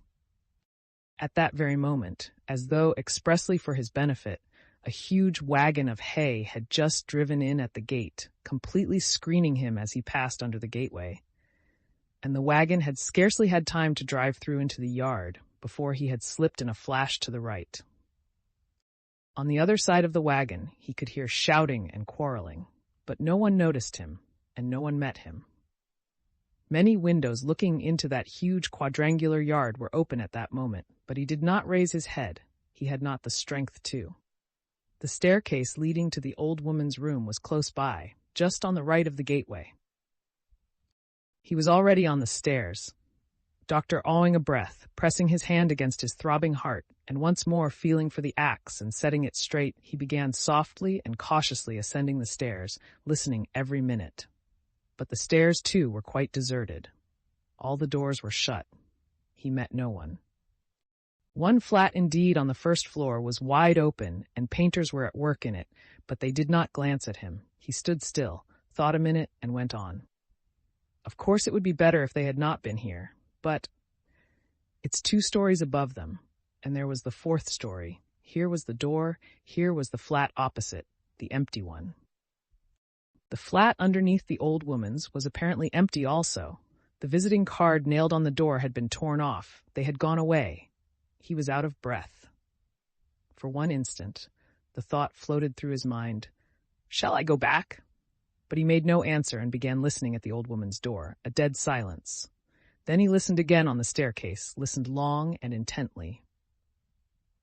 Then looked about him for the last time, pulled himself together, drew himself up, and once more tried the axe and the noose. Am I very pale? He wondered. Am I not evidently agitated?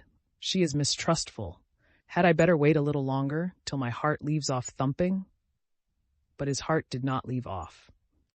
On the contrary, as though to spite him, it throbbed more and more violently.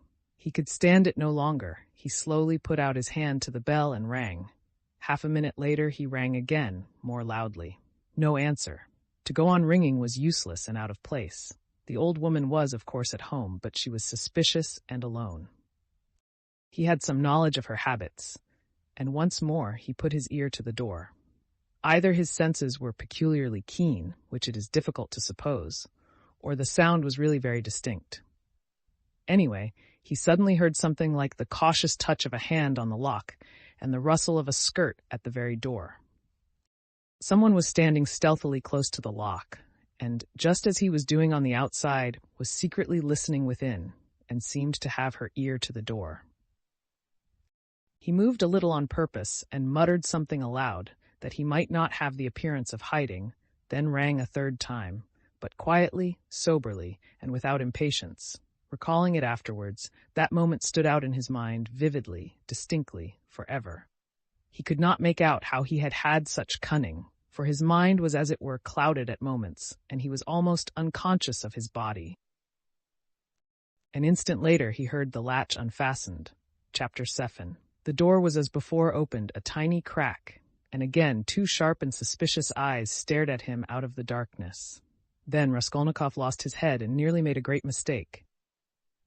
Fearing the old woman would be frightened by their being alone, and not hoping that the sight of him would disarm her suspicions, he took hold of the door and drew it towards him to prevent the old woman from attempting to shut it again. Seeing this, she did not pull the door back, but she did not let go the handle, so that he almost dragged her out with it onto the stairs. Seeing that she was standing in the doorway, not allowing him to pass, he advanced straight upon her. She stepped back in alarm, tried to say something, but seemed unable to speak, and stared with open eyes at him. "Good evening, Alyona Ivanovna," he began, trying to speak easily, but his voice would not obey him. It broke and shook. "I have come. I have brought something, but we'd better come in, to the light." And leaving her, he passed straight into the room uninvited. The old woman ran after him. Her tongue was unloosed. "Good heavens! What it is? Who is it? What do you want?" "Why, Alyona Ivanovna, you know me, Raskolnikov. Here, I brought you the pledge I promised the other day." And he held out the pledge. The old woman glanced for a moment at the pledge, but at once stared in the eyes of her uninvited visitor. She looked intently, maliciously, and mistrustfully. A minute passed. He even fancied something like a sneer in her eyes, as though she had already guessed everything. He felt that he was losing his head, that he was almost frightened, so frightened that if she were to look like that and not say a word for another half-minute, he thought he would have run away from her. "Why do you look at me as though you did not know me?" he said suddenly, also with malice. "Take it if you like. If not, I'll go elsewhere. I am in a hurry." He had not even thought of saying this, but it was suddenly said of itself. The old woman recovered herself, and her visitor's resolute tone evidently restored her confidence. "But why, my good sir? All of a minute. What is it?" she asked, looking at the pledge. "The silver cigarette case. I spoke of it last time, you know." She held out her hand. "But how pale you are, to be sure. And your hands are trembling, too. Have you been bathing, or what?" "Fever," he answered abruptly. "You can't help getting pale." "If you've nothing to eat," he added, with difficulty articulating the words. His strength was failing him again, but his answer sounded like the truth. The old woman took the pledge. "What is it?" she asked once more, scanning Raskolnikov intently and weighing the pledge in her hand. "A thing, cigarette case, silver. Look at it. It does not seem somehow like silver. How he has wrapped it up!" Trying to untie the string and turning to the window, to the light. All her windows were shut, in spite of the stifling heat. She left him altogether, for some seconds, and stood with her back to him. He unbuttoned his coat and freed the axe from the noose, but did not yet take it out altogether, simply holding it in his right hand under the coat. His hands were fearfully weak. He felt them every moment growing more numb and more wooden. He was afraid he would let the axe slip and fall.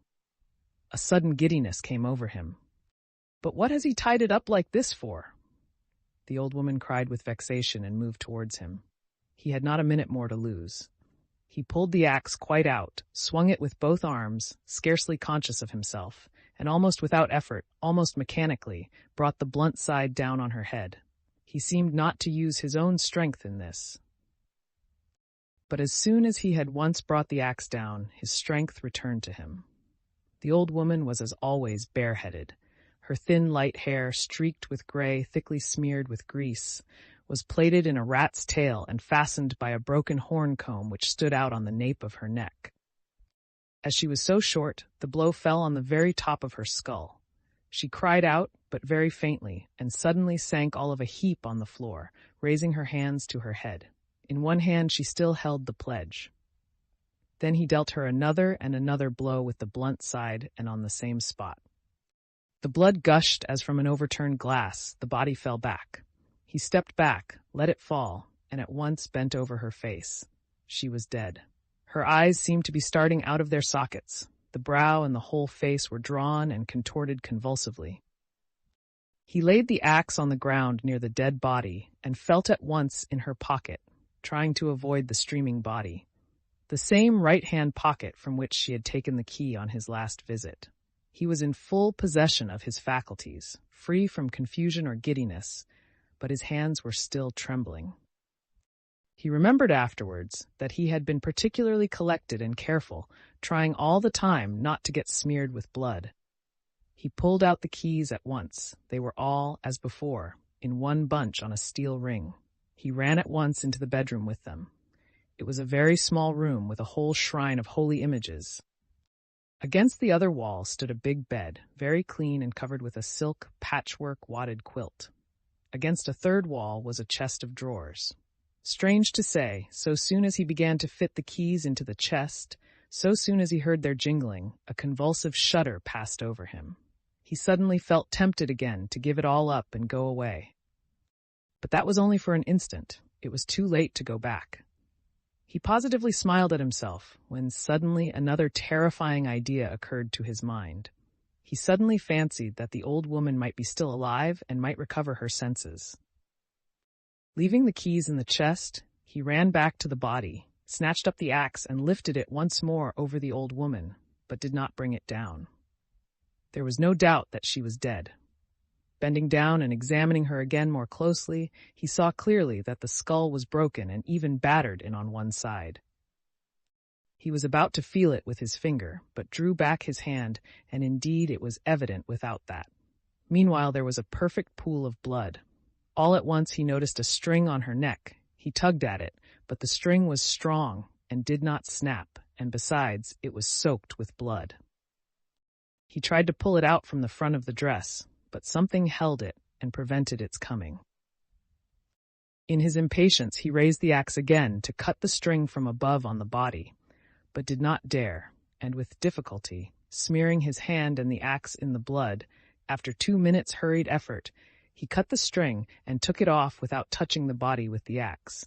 He was not mistaken. It was a purse. On the string were 2 crosses, one of cypress wood and one of copper, and an image in silver filigree, and with them a small, greasy chamois leather purse with a steel rim and ring. The purse was stuffed very full.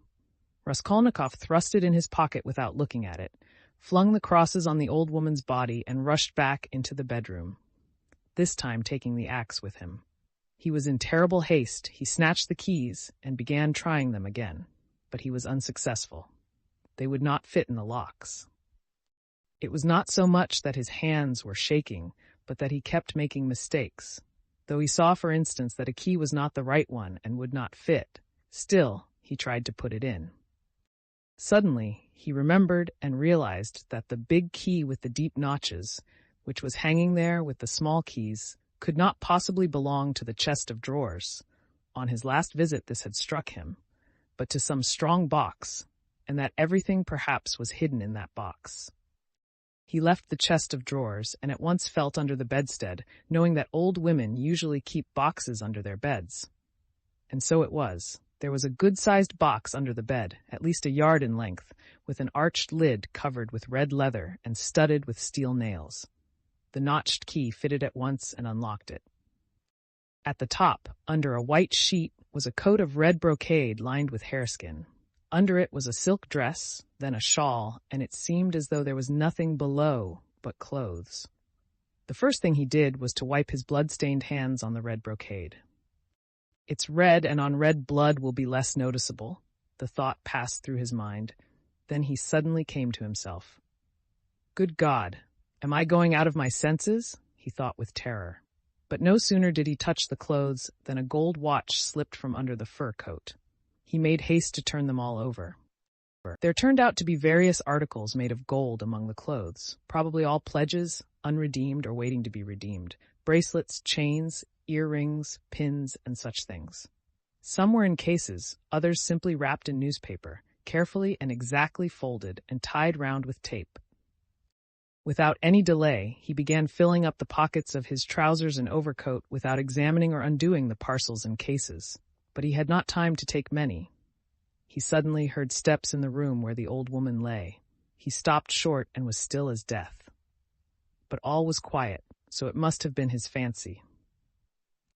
All at once he heard distinctly a faint cry, as though someone had uttered a low, broken moan. Then again, dead silence for a minute or two. He sat squatting on his heels by the box and waited, holding his breath. Suddenly he jumped up, seized the axe, and ran out of the bedroom. In the middle of the room stood Lizaveta with a big bundle in her arms. She was gazing in stupefaction at her murdered sister, white as a sheet, and seeming not to have the strength to cry out. Seeing him run out of the bedroom, she began faintly quivering all over, like a leaf. A shudder ran down her face. She lifted her hand, opened her mouth, but still did not scream. She began slowly backing away from him into the corner, staring intently, persistently at him, but still uttered no sound, as though she could not get breath to scream. He rushed at her with the axe. Her mouth twitched piteously, as one sees babies' mouths, when they begin to be frightened, stare intently at what frightens them and are on the point of screaming. And this hapless Lizaveta was so simple and had been so thoroughly crushed and scared that she did not even raise a hand to guard her face, though that was the most necessary and natural action at the moment, for the axe was raised over her face. She only put up her empty left hand, but not to her face, slowly holding it out before her as though motioning him away. The axe fell with the sharp edge just on the skull and split at one blow all the top of the head. She fell heavily at once. Raskolnikov completely lost his head, snatching up her bundle, dropped it again, and ran into the entry. Fear gained more and more mastery over him, especially after this second, quite unexpected murder. He longed to run away from the place as fast as possible. And if at that moment he had been capable of seeing and reasoning more correctly, if he had been able to realize all the difficulties of his position, the hopelessness, the hideousness, and the absurdity of it, if he could have understood how many obstacles and perhaps crimes he had still to overcome or to commit, to get out of that place and to make his way home, it is very possible that he would have flung up everything and would have gone to give himself up, and not from fear, but from simple horror and loathing of what he had done. The feeling of loathing especially surged up within him and grew stronger every minute.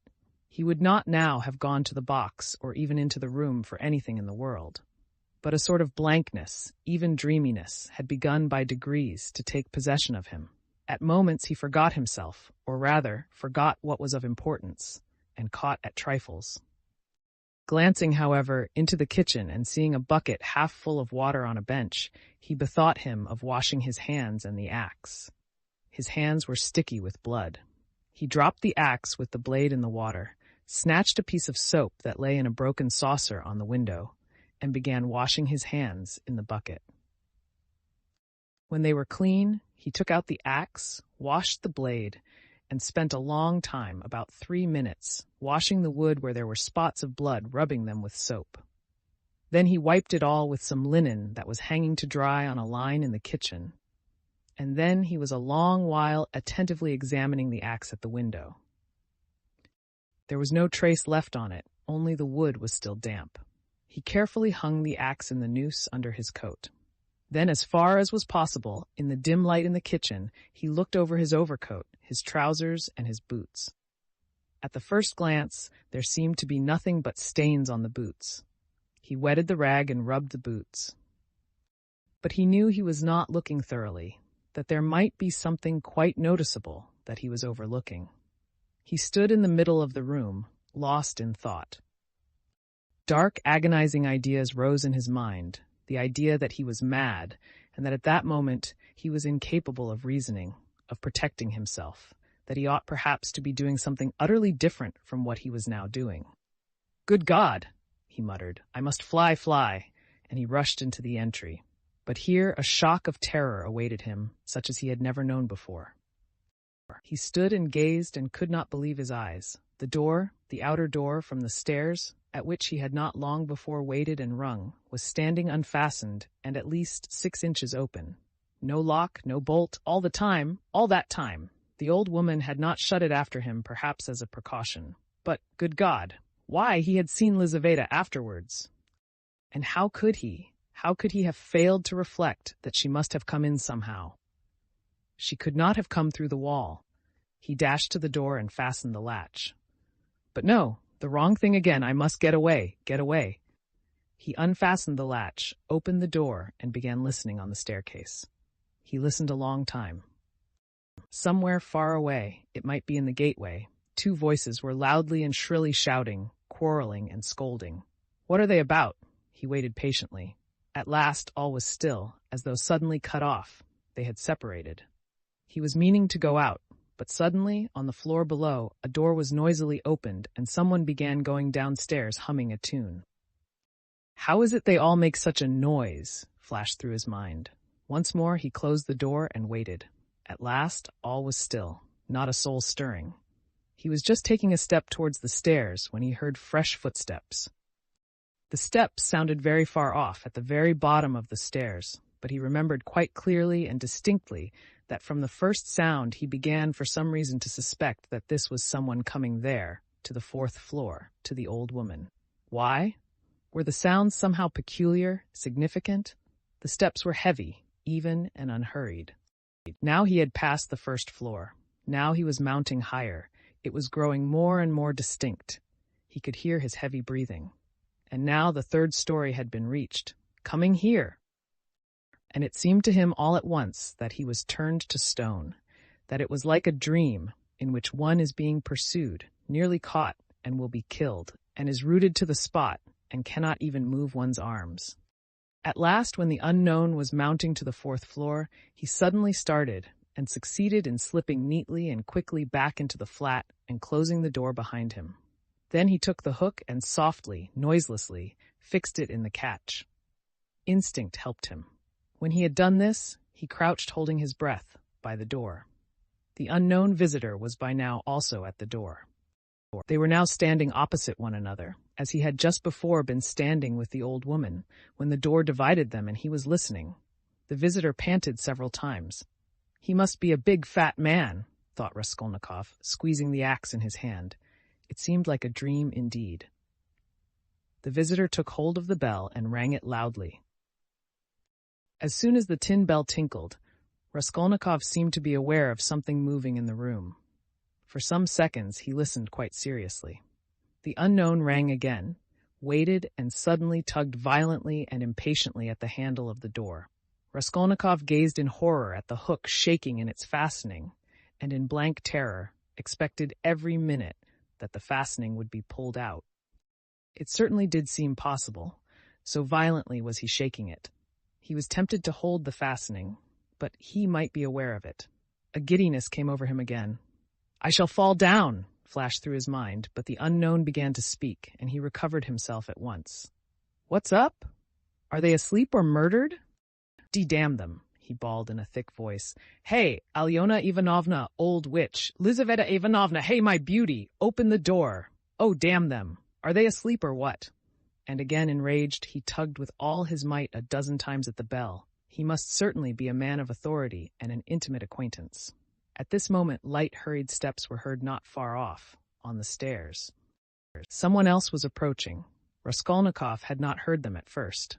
"You don't say there's no one at home," the newcomer cried in a cheerful, ringing voice, addressing the first visitor, who still went on pulling the bell.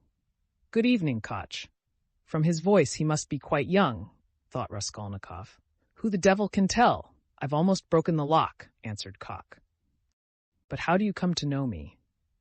"Why, the day before yesterday I beat you 3 times running at billiards at Gambrinus." "Oh, so they are not at home? That's queer. It's awfully stupid, though. Where could the old woman have gone? I've come on business." "Yes, and I have business with her, too." "Well, what can we do? Go back, I suppose." Aye. "And I was hoping to get some money," cried the young man. "We must give it up, of course. But what did she fix this time for?" "The old witch fixed the time for me to come herself." It's out of my way, and where the devil she can have got to, I can't make out.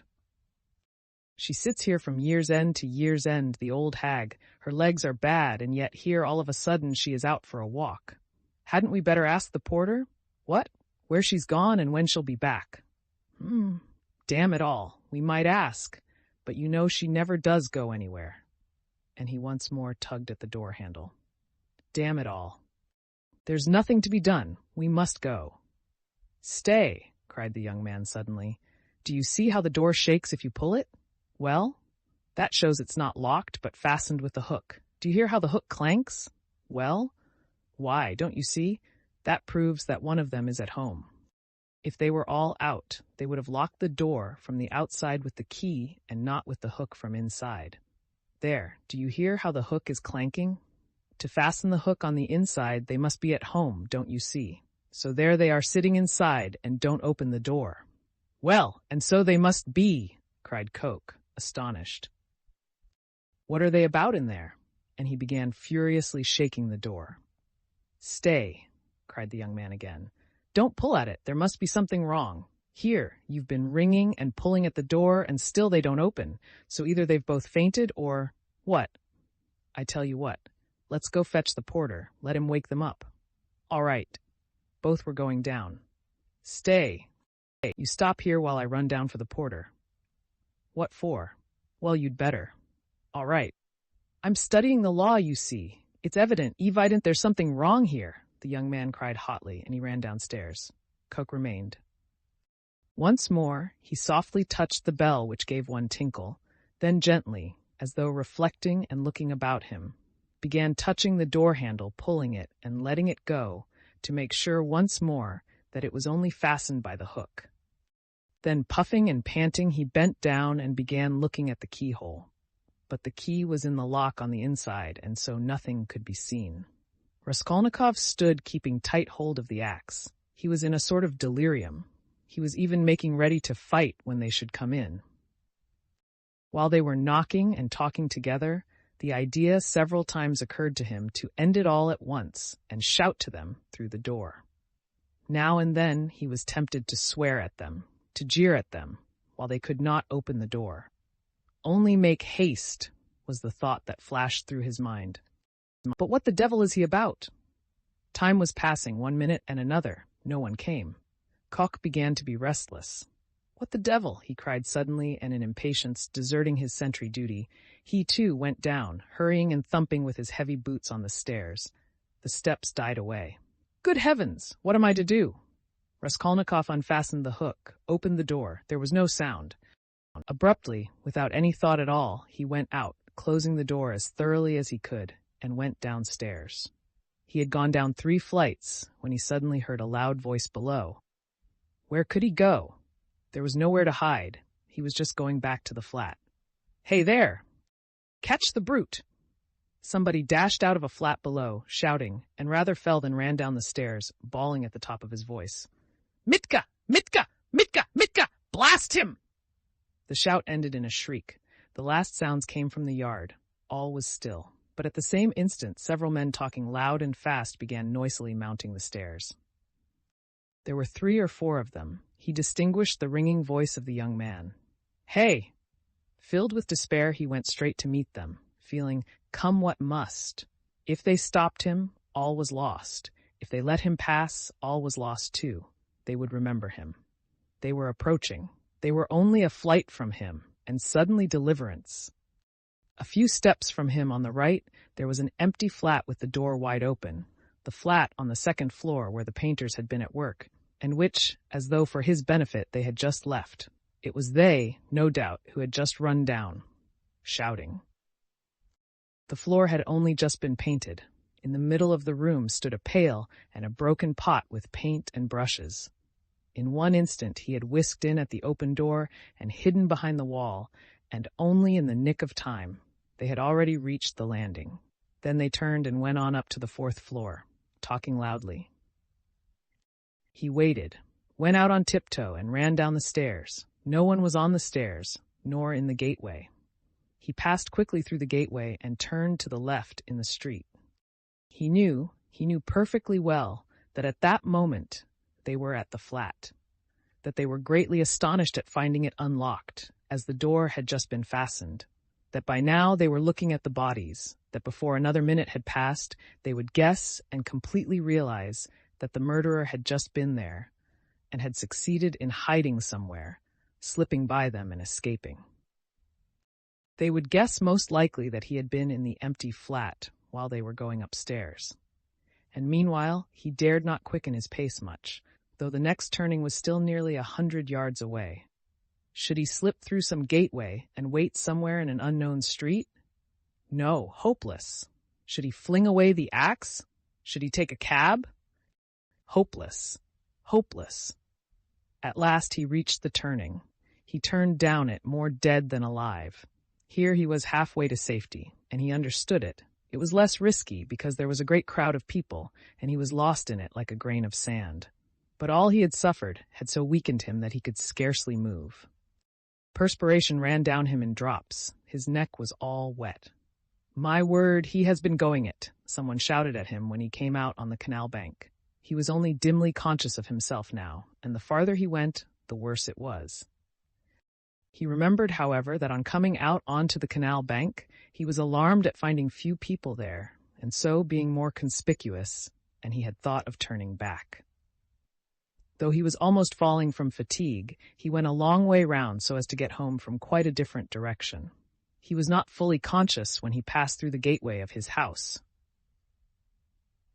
He was already on the staircase before he recollected the axe.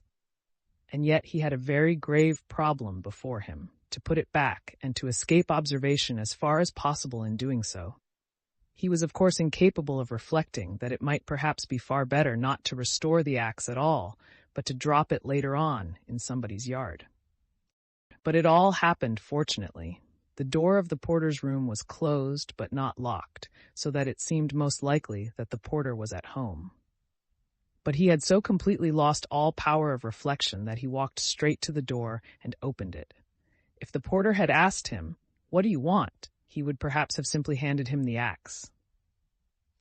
But again, the porter was not at home, and he succeeded in putting the axe back under the bench and even covering it with the chunk of wood as before. He met no one, not a soul, afterwards on the way to his room. The landlady's door was shut. When he was in his room, he flung himself on the sofa just as he was. He did not sleep, but sank into blank forgetfulness. If anyone had come into his room then, he would have jumped up at once and screamed. Scraps and shreds of thoughts were simply swarming in his brain, but he could not catch at one. He could not rest on one, in spite of all his efforts. Part 2, Chapter 1. So he lay a very long while. Now and then he seemed to wake up, and at such moments he noticed that it was far into the night, but it did not occur to him to get up. At last he noticed that it was beginning to get light. He was lying on his back, still dazed from his recent oblivion. Fearful, despairing cries rose shrilly from the street, sounds which he heard every night, indeed under his window after 2:00. They woke him up now. "Ah, the drunken men are coming out of the taverns," he thought. "It's past 2:00. And at once he leaped up as though someone had pulled him from the sofa. "What? Past 2:00? He sat down on the sofa and instantly recollected everything. All at once, in one flash, he recollected everything. For the first moment he thought he was going mad. A dreadful chill came over him, but the chill was from the fever that had begun long before in his sleep. Now he was suddenly taken with violent shivering, so that his teeth chattered and all his limbs were shaking. He opened the door and began listening. Everything in the house was asleep. With amazement he gazed at himself and everything in the room around him, wondering how he could have come in the night before without fastening the door, and have flung himself on the sofa without undressing, without even taking his hat off. It had fallen off and was lying on the floor near his pillow.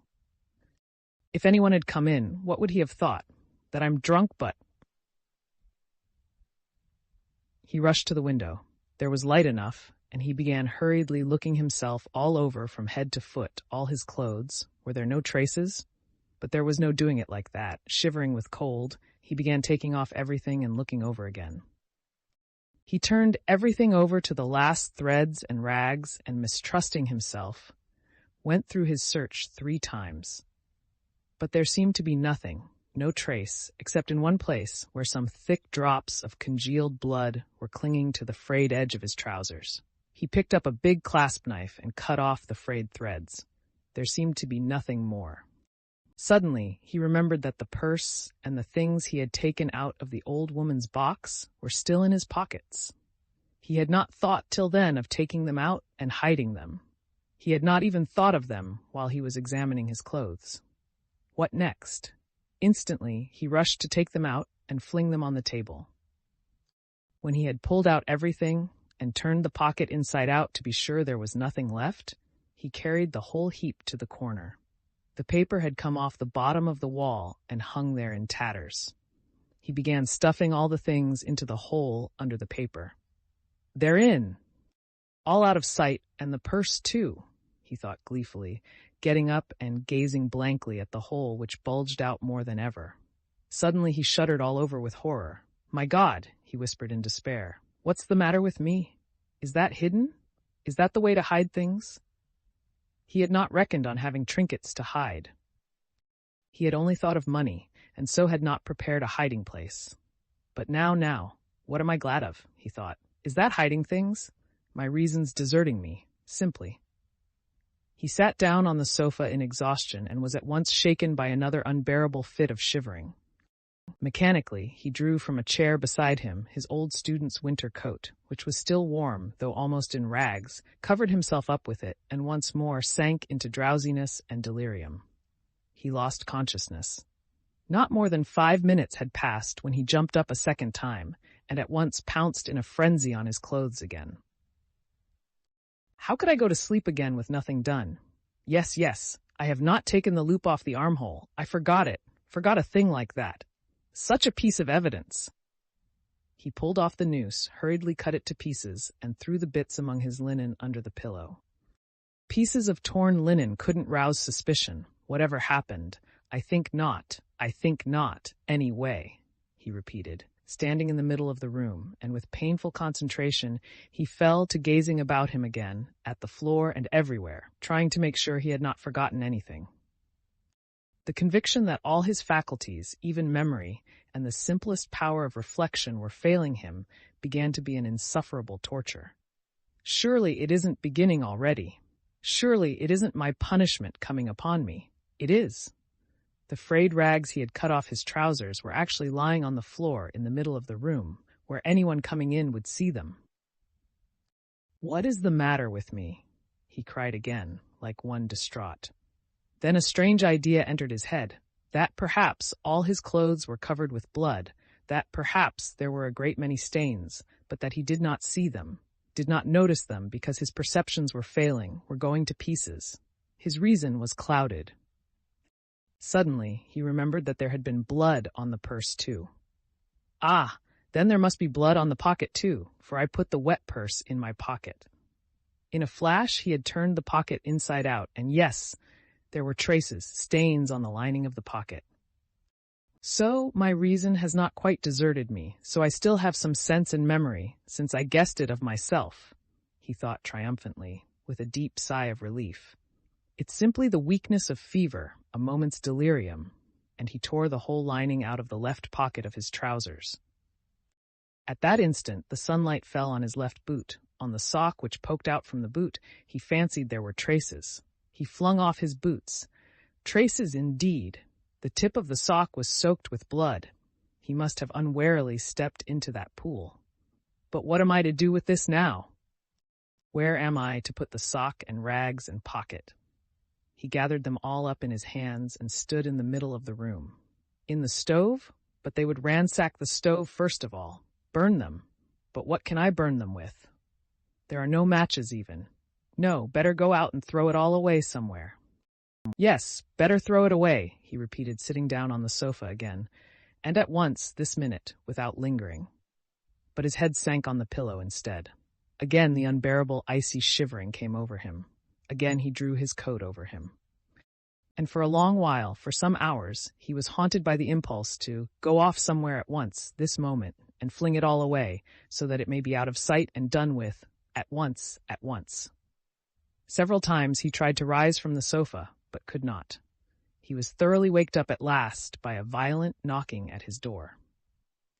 "Open, do. Are you dead or alive?" "He keeps sleeping here," shouted Nastasia, banging with her fist on the door.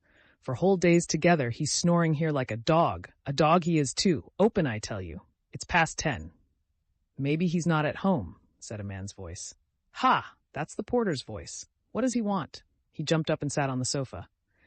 The beating of his heart was a positive pain. "Then who can have latched the door?" retorted Nastasia. "He's taken to bolting himself in, as if he were worth stealing. Open, you stupid. Wake up. What do they want? Why the porter? All's discovered. Resist or open, come what may." He half rose, stooped forward, and unlatched the door. His room was so small that he could undo the latch without leaving the bed. Yes, the porter and Nastasia were standing there. Nastasia stared at him in a strange way. He glanced with a defiant and desperate air at the porter, who without a word held out a gray folded paper sealed with bottle wax. "A notice from the office," he announced, as he gave him the paper. "From what office?" "A summons to the police office, of course. You know which office." "To the police? What for?" "How can I tell? You're sent for, so you go." The man looked at him attentively, looked round the room, and turned to go away. "He's downright ill," observed Nastasia, not taking her eyes off him. The porter turned his head for a moment. "He's been in a fever since yesterday," she added. Raskolnikov made no response and held the paper in his hands without opening it. "Don't you get up, then?" Nastasia went on compassionately, seeing that he was letting his feet down from the sofa. "You're ill, and so don't go. There's no such hurry. What have you got there?" He looked. In his right hand he held the shreds he had cut from his trousers, the sock, and the rags of the pocket. So he had been asleep with them in his hand. Afterwards, reflecting upon it, he remembered that half waking up in his fever, he had grasped all this tightly in his hand, and so fallen asleep again. "Look at the rags he's collected and sleeps with them, as though he has got hold of a treasure." And Nastasia went off into her hysterical giggle. Instantly he thrust them all under his great coat and fixed his eyes intently upon her. Far as he was from being capable of rational reflection at that moment, he felt that no one would behave like that with a person who was going to be arrested. But the police? "You'd better have some tea." "Yes, I'll bring it. There's some left." "No, I'm going. I'll go at once," he muttered, getting onto his feet. "Why, you'll never get downstairs." "Yes, I'll go." "As you please." She followed the porter out. At once he rushed to the light to examine the sock and the rags. There are stains, but not very noticeable, all covered with dirt and rubbed and already discolored. No one who had no suspicion could distinguish anything. Nastasia from a distance could not have noticed, thank God. Then with a tremor, he broke the seal of the notice and began reading. He was a long while reading before he understood. It was an ordinary summons from the district police station to appear that day at 9:30 at the office of the district superintendent. But when has such a thing happened? I never have anything to do with the police, and why just today? He thought in agonizing bewilderment. Good God, only get it over soon. He was flinging himself on his knees to pray, but broke into laughter, not at the idea of prayer, but at himself. He began, hurriedly dressing. "If I'm lost, I am lost. I don't care. Shall I put the sock on?" he suddenly wondered. "It will get dustier still, and the traces will be gone." But no sooner had he put it on than he pulled it off again in loathing and horror. He pulled it off, but reflecting that he had no other socks, he picked it up and put it on again. And again, he laughed. "That's all conventional. That's all relative, merely a way of looking at it," he thought in a flash, but only on the top surface of his mind, while he was shuddering all over. "There, I've got it on! I have finished by getting it on!" But his laughter was quickly followed by despair. "No, it's too much for me," he thought. His legs shook. "From fear," he muttered. His head swam and ached with fever. "It's a trick! They want to decoy me there and confound me over everything," he mused, as he went out onto the stairs. "The worst of it is I'm almost light-headed. I may blurt out something stupid." On the stairs, he remembered that he was leaving all the things just as they were in the hole in the wall, and very likely It's on purpose to search when I'm out, he thought, and stopped short. But he was possessed by such despair, such cynicism of misery, if one may so call it, that with a wave of his hand he went on, only to get it over. In the street the heat was insufferable again. Not a drop of rain had fallen all those days. Again dust, bricks, and mortar. Again the stench from the shops and pot-houses. Again the drunken men, the Finnish peddlers and half-broken-down cabs. The sun shone straight in his eyes, so that it hurt him to look out of them, and he felt his head going round, as a man in a fever is apt to feel when he comes out into the street on a bright sunny day. When he reached the turning into the street, in an agony of trepidation, he looked down it, at the house, and at once averted his eyes. If they question me, perhaps I'll simply tell, he thought, as he drew near the police station. The police station was about a quarter of a mile off. It had lately been moved to new rooms on the 4th floor of a new house. He had been once for a moment in the old office, but long ago. Turning in at the gateway, he saw on the right a flight of stairs which a peasant was mounting with a book in his hand. A house porter, no doubt. So then, the office is here, and he began ascending the stairs on the chance. He did not want to ask questions of anyone. I'll go in, fall on my knees, and confess everything, he thought, as he reached the 4th floor. The staircase was steep, narrow, and all sloppy with dirty water. The kitchens of the flats opened onto the stairs and stood open almost the whole day, so there was a fearful smell and heat. The staircase was crowded with porters going up and down with their books under their arms, policemen and persons of all sorts and both sexes. The door of the office, too, stood wide open. Peasants stood waiting within. There, too, the heat was stifling, and there was a sickening smell of fresh paint and stale oil from the newly decorated rooms. After waiting a little, he decided to move forward into the next room. All the rooms were small and low-pitched. A fearful impatience drew him on and on. No one paid attention to him. In the second room, some clerks sat writing, dressed hardly better than he was, and rather a queer-looking set. He went up to one of them. "What is it?" He showed the notice he had received. "You are a student?" the man asked, glancing at the notice.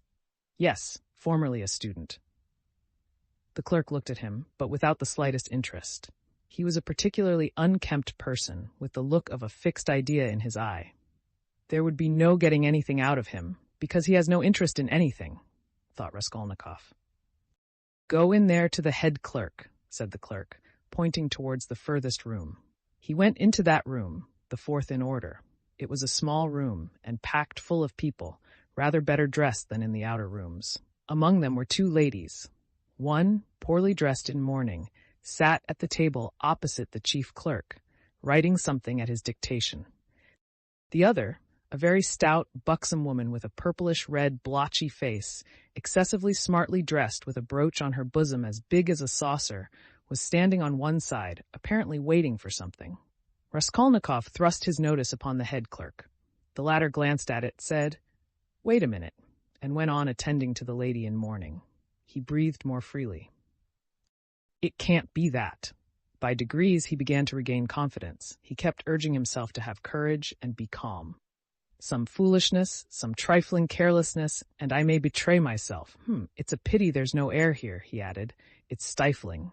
It makes one's head dizzier than ever, and one's mind, too. He was conscious of a terrible inner turmoil. He was afraid of losing his self-control. He tried to catch at something and fix his mind on it, something quite irrelevant, but he could not succeed in this at all. Yet the head clerk greatly interested him. He kept hoping to see through him and guess something from his face. He was a very young man, about 22, with a dark, mobile face that looked older than his years.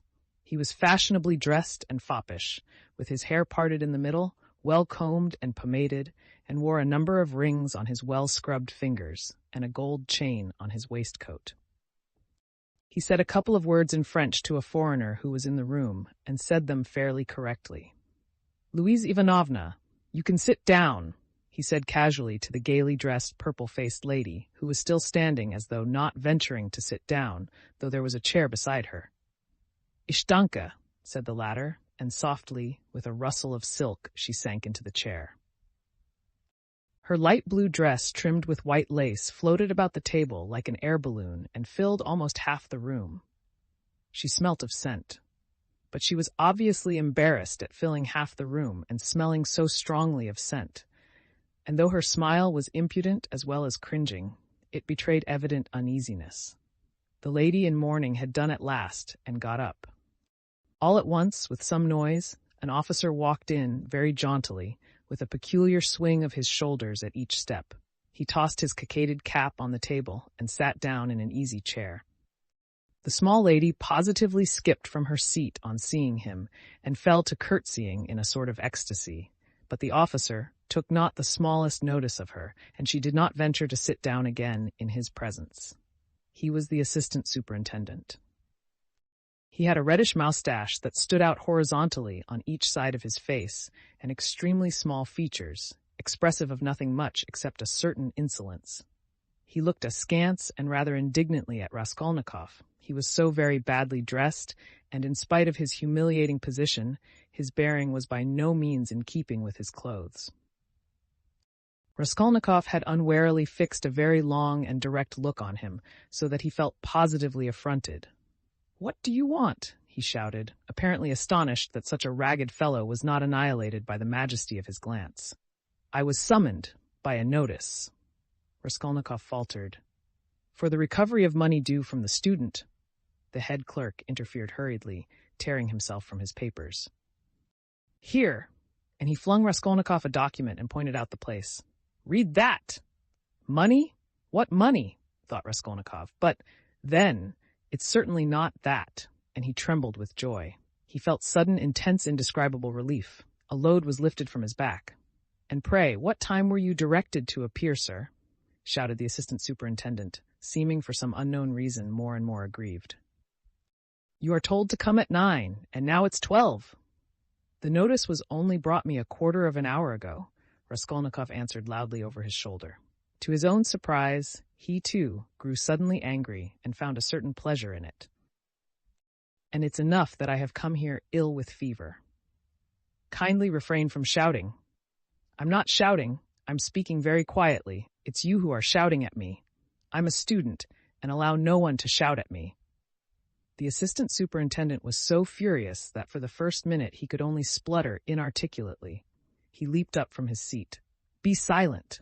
You are in a government office." "Don't be impudent, sir." "You're in a government office, too," cried Raskolnikov, "and you're smoking a cigarette as well as shouting, so you are showing disrespect to all of us." He felt an indescribable satisfaction at having said this. The head clerk looked at him with a smile. The angry assistant superintendent was obviously disconcerted. "That's not your business," he shouted at last with unnatural loudness. "Kindly make the declaration demanded of you. Show him, Alexander Grigorievitch, there is a complaint against you. You don't pay your debts. You're a fine bird." But Raskolnikov was not listening now. He had eagerly clutched at the paper, in haste to find an explanation. He read it once and a second time, and still did not understand. "What is this?" he asked the head clerk. "It is for the recovery of money on an IOU, a writ.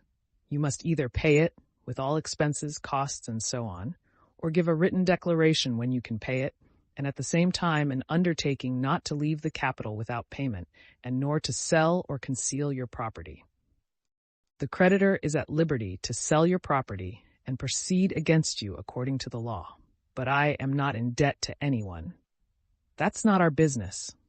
Here, an IOU for 115 rubles, legally attested and due for payment, has been brought us for recovery, given by you to the widow of the assessor Zarnitsyn 9 months ago, and paid over by the widow Zarnitsyn to one Mr. Chebarov. We therefore summon you hereupon." "But she is my landlady." "And what if she is your landlady?"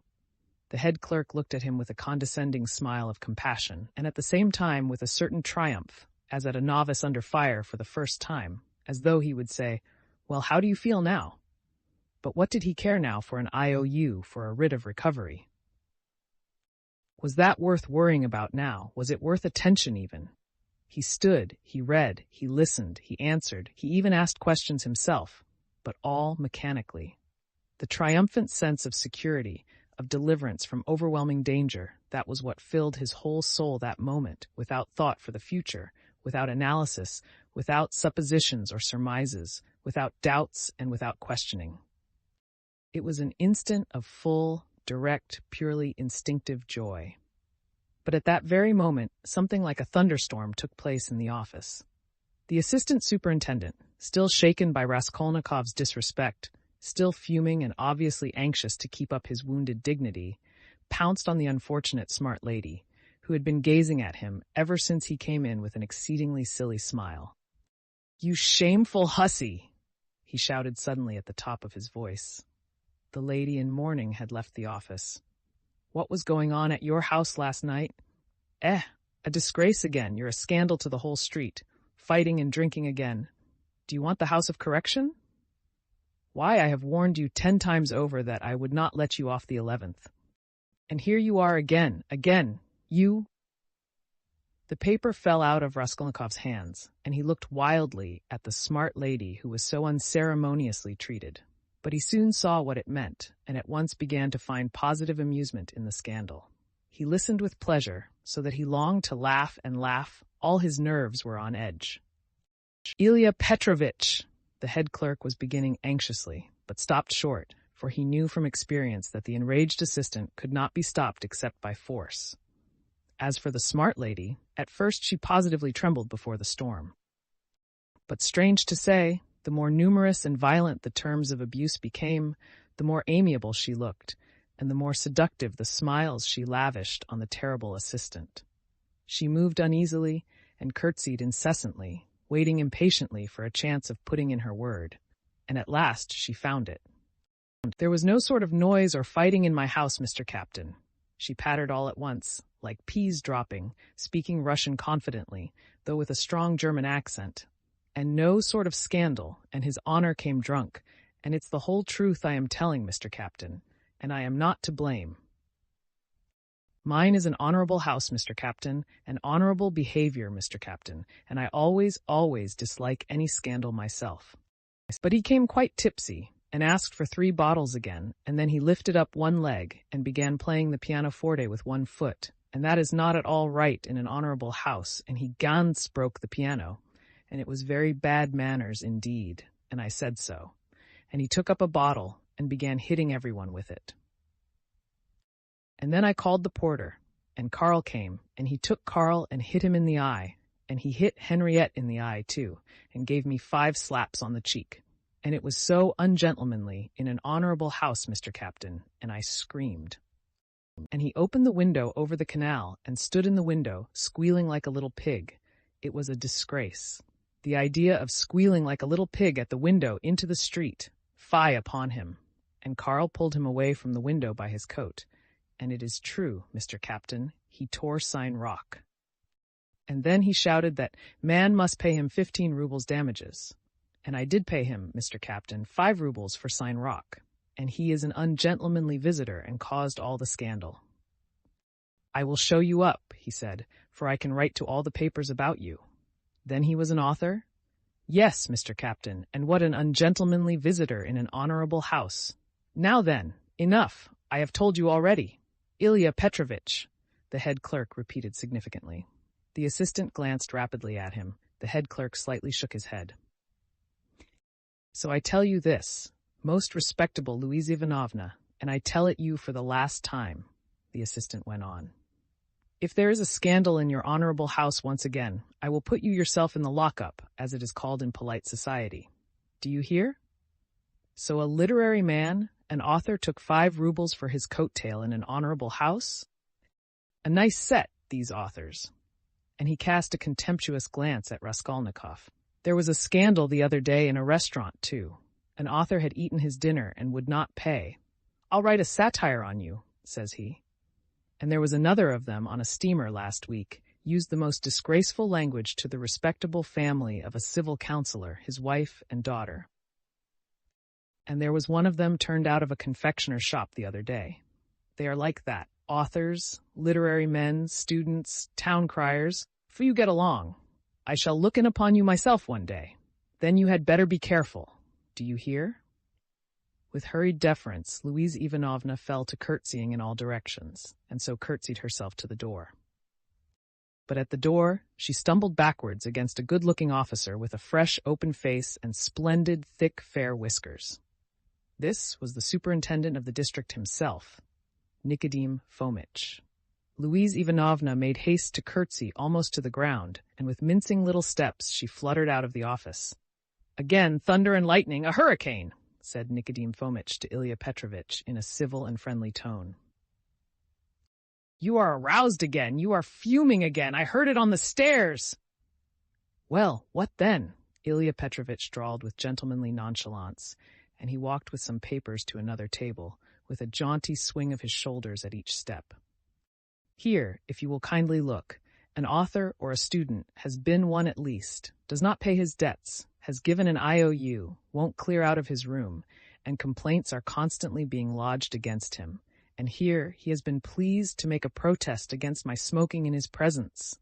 He behaves like a cad himself, and just look at him, please. Here's the gentleman, and very attractive he is.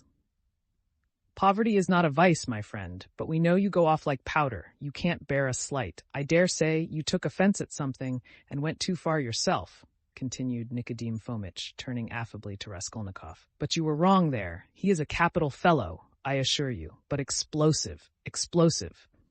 He gets hot, fires up, boils over, and no stopping him. And then it's all over. And at the bottom, he's a heart of gold. His nickname in the regiment was the Explosive Lieutenant." "And what a regiment it was, too!" cried Ilya Petrovitch, much gratified at this agreeable banter, though still sulky. Raskolnikov had a sudden desire to say something exceptionally pleasant to them all. "Excuse me, Captain," he began easily, suddenly addressing Nicodim Fomitch. "Will you enter into my position? I am ready to ask pardon if I have been ill-mannered. I am a poor student, sick and shattered. Shattered was the word he used by poverty. I am not studying because I cannot keep myself now, but I shall get money. I have a mother and sister in the province of X. They will send it to me, and I will pay. My landlady is a good-hearted woman, but she is so exasperated at my having lost my lessons and not paying her for the last 4 months that she does not even send up my dinner. And I don't understand this IOU at all. She's asking me to pay her on this IOU. How am I to pay her? Judge for yourselves." "But that is not our business, you know," the head clerk was observing. Yes, I perfectly agree with you. But allow me to explain." Raskolnikov put in again, still addressing Nicodim Fomitch, but trying his best to address Ilya Petrovitch also, though the latter persistently appeared to be rummaging among his papers and to be contemptuously oblivious of him.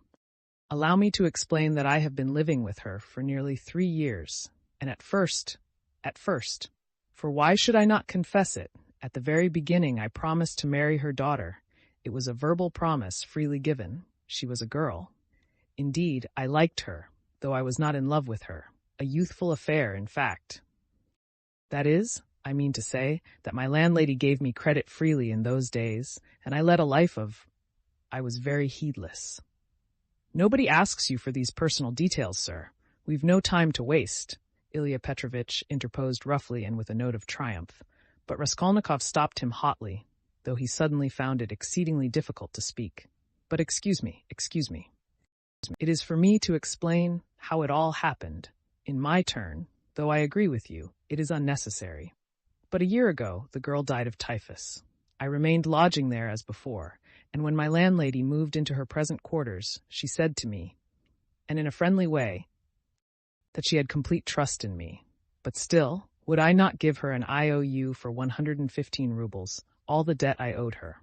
She said if only I gave her that, she would trust me again, as much as I liked, and that she would never, those were her own words, make use of that IOU till I could pay of myself. And now, when I have lost my lessons and have nothing to eat, she takes action against me. What am I to say to that? All these affecting details are no business of ours." Ilya Petrovitch interrupted rudely. "You must give a written undertaking, but as for your love affairs and all these tragic events, we have nothing to do with that.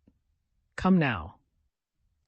"You are harsh," muttered Nicodim Fomitch, sitting down at the table and also beginning to write. He looked a little ashamed. "Right," said the head clerk to Raskolnikov. "Right what?" the latter asked gruffly. "I will dictate to you." Raskolnikov fancied that the head clerk treated him more casually and contemptuously after his speech, but strange to say, he suddenly felt completely indifferent to anyone's opinion, and this revulsion took place in a flash, in one instant. If he had cared to think a little, he would have been amazed indeed that he could have talked to them like that a minute before, forcing his feelings upon them. And where had those feelings come from? Now, if the whole room had been filled not with police officers, but with those nearest and dearest to him, he would not have found one human word for them, so empty was his heart. A gloomy sensation of agonizing, everlasting solitude and remoteness took conscious form in his soul. It was not the meanness of his sentimental effusions before Ilya Petrovitch, nor the meanness of the latter's triumph over him, that had caused this sudden revulsion in his heart. Oh, what had he to do now with his own baseness, with all these petty vanities, officers, German women, debts, police offices? If he had been sentenced to be burnt at that moment, he would not have stirred, would hardly have heard the sentence to the end. Something was happening to him entirely new, sudden and unknown. It was not that he understood, but he felt clearly, with all the intensity of sensation, that he could never more appeal to these people in the police office with sentimental effusions like his recent outburst, or with anything whatever, and that if they had been his own brothers and sisters and not police officers, it would have been utterly out of the question to appeal to them in any circumstance of life. He had never experienced such a strange and awful sensation, and what was most agonizing, it was more a sensation than a conception or idea, a direct sensation, the most agonizing of all the sensations he had known in his life. The head clerk began dictating to him the usual form of declaration, that he could not pay, that he undertook to do so at a future date, that he would not leave the town, nor sell his property, and so on. "But you can't write, you can hardly hold the pen," observed the head clerk, looking with curiosity at Raskolnikov. "Are you ill?"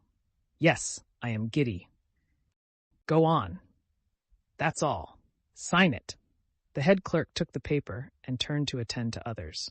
Raskolnikov gave back the pen, but instead of getting up and going away, he put his elbows on the table and pressed his head in his hands.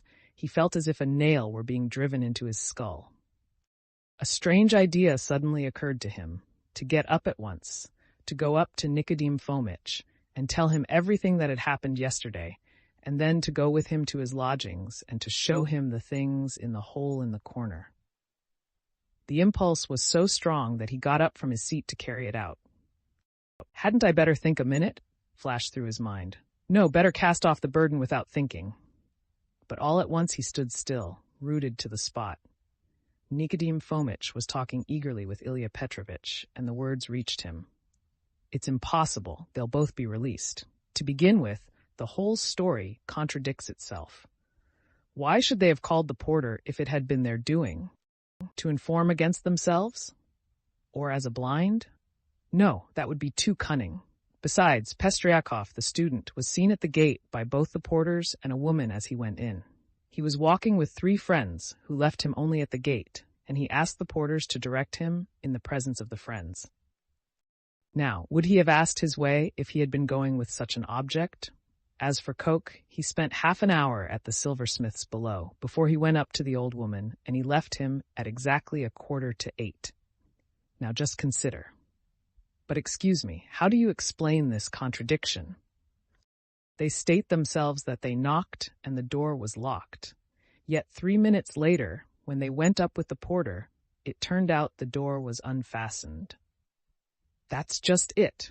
The murderer must have been there and bolted himself in, and they'd have caught him for a certainty if Coke had not been an ass and gone to look for the porter, too. He must have seized the interval to get downstairs and slip by them somehow. Koch keeps crossing himself and saying, "If I had been there, he would have jumped out and killed me with his axe. He is going to have a Thanksgiving service. Ha ha! And no one saw the murderer? They might well not see him. The house is a regular Noah's Ark," said the head clerk, who was listening. "It's clear, quite clear," Nicodim Fomitch repeated warmly. No, it is anything but clear, Ilya Petrovitch maintained. Raskolnikov picked up his hat and walked towards the door, but he did not reach it. When he recovered consciousness, he found himself sitting in a chair, supported by someone on the right side, while someone else was standing on the left, holding a yellowish glass filled with yellow water, and Nikodym Fomitch standing before him, looking intently at him. He got up from the chair. "What's this? Are you ill?" Nikodym Fomitch asked, rather sharply. "He could hardly hold his pen when he was signing," said the head clerk, settling back in his place and taking up his work again. "Have you been ill long?"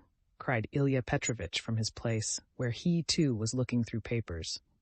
He had, of course, come to look at the sick man when he fainted, but retired at once when he recovered. "Since yesterday," muttered Raskolnikov in reply. "Did you go out yesterday?" "Yes." "Though you were ill?" "Yes." "At what time?" "About 7. "And where did you go, may I ask?" "Along the street." Short and clear. Raskolnikov, white as a handkerchief, had answered sharply, jerkily, without dropping his black, feverish eyes before Ilya Petrovitch's stare. "He can scarcely stand upright? And you?" Nikodym Fomitch was beginning. "No matter," Ilya Petrovitch pronounced rather peculiarly. Nikodym Fomitch would have made some further protest, but glancing at the head clerk, who was looking very hard at him, he did not speak. There was a sudden silence. It was strange.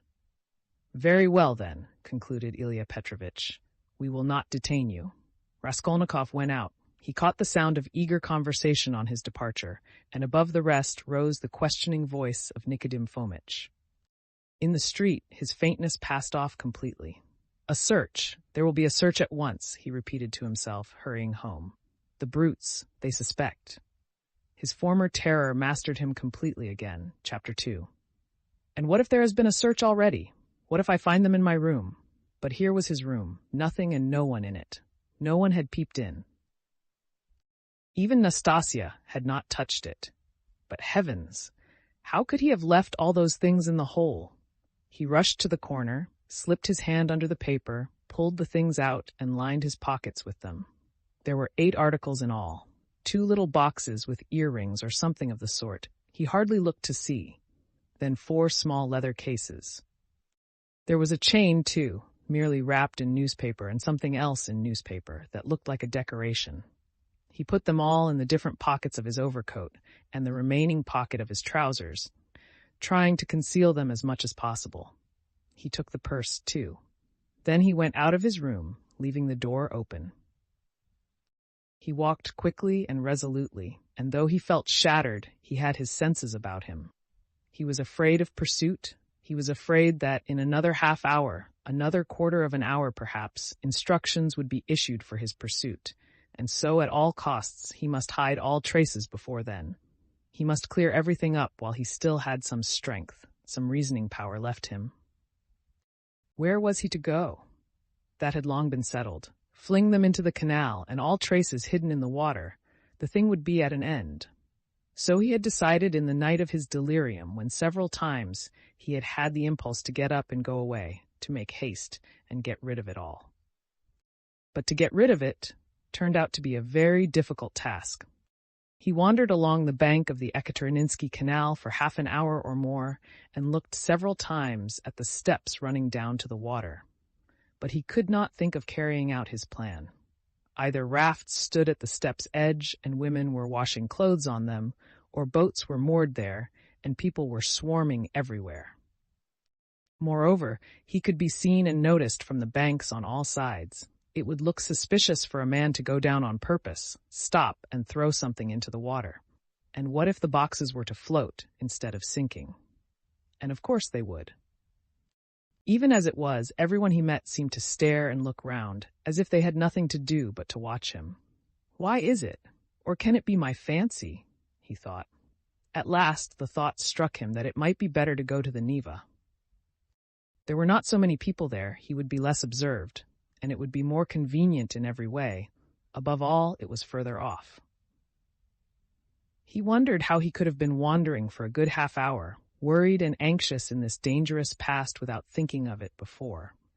And that half hour he had lost over an irrational plan, simply because he had thought of it in delirium. He had become extremely absent and forgetful, and he was aware of it. He certainly must make haste.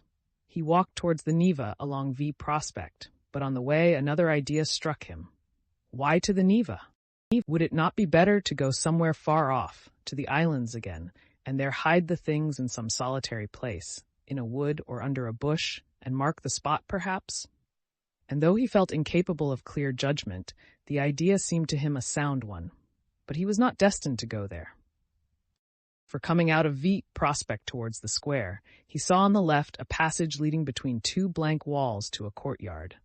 On the right hand, the blank, unwhitewashed wall of a 4-storied house stretched far into the court. On the left, a wooden hoarding ran parallel with it for 20 paces into the court, and then turned sharply to the left. Here was a deserted, fenced-off place where rubbish of different sorts was lying. At the end of the court, the corner of a low, smutty stone shed, apparently part of some workshop, peeped from behind the hoarding. It was probably a carriage builder's or carpenter's shed. The whole place from the entrance was black with coal dust. Here would be the place to throw it, he thought. Not seeing anyone in the yard, he slipped in, and at once saw near the gate a sink, such as is often put in yards where there are many workmen or cab drivers. And on the hoarding above had been scribbled in chalk the time-honored witticism, "Standing here strictly forbidden." This was all the better, for there would be nothing suspicious about his going in. Here I could throw it all in a heap and get away. Looking round once more, with his hand already in his pocket, he noticed against the outer wall, between the entrance and the sink, a big unhewn stone, weighing perhaps 60 pounds. The other side of the wall was a street. He could hear passers-by, always numerous in that part, but he could not be seen from the entrance, unless someone came in from the street, which might well happen indeed, so there was need of haste. He bent down over the stone, seized the top of it firmly in both hands, and using all his strength, turned it over.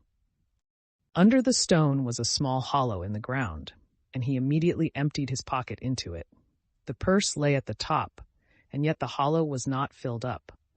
Then he seized the stone again, and with one twist turned it back, so that it was in the same position again, though it stood a very little higher.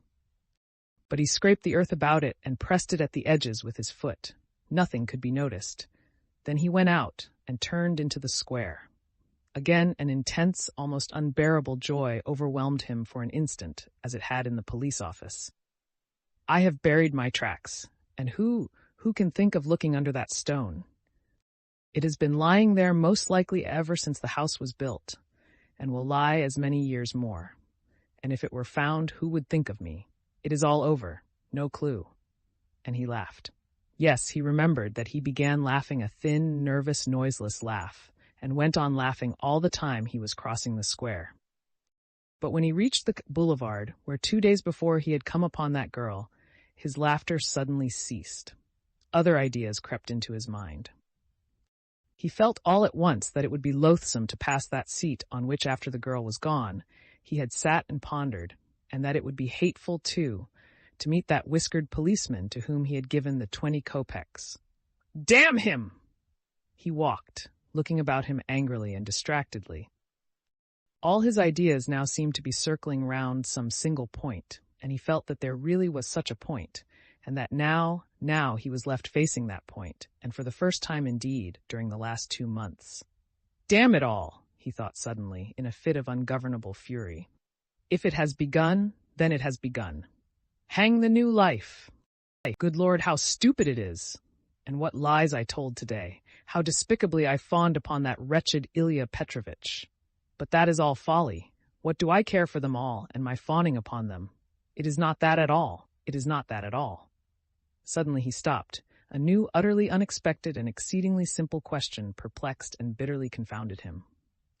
If it all has really been done deliberately and not idiotically, if I really had a certain and definite object, how is it I did not even glance into the purse and don't know what I had there, for which I have undergone these agonies and have deliberately undertaken this base, filthy, degrading business?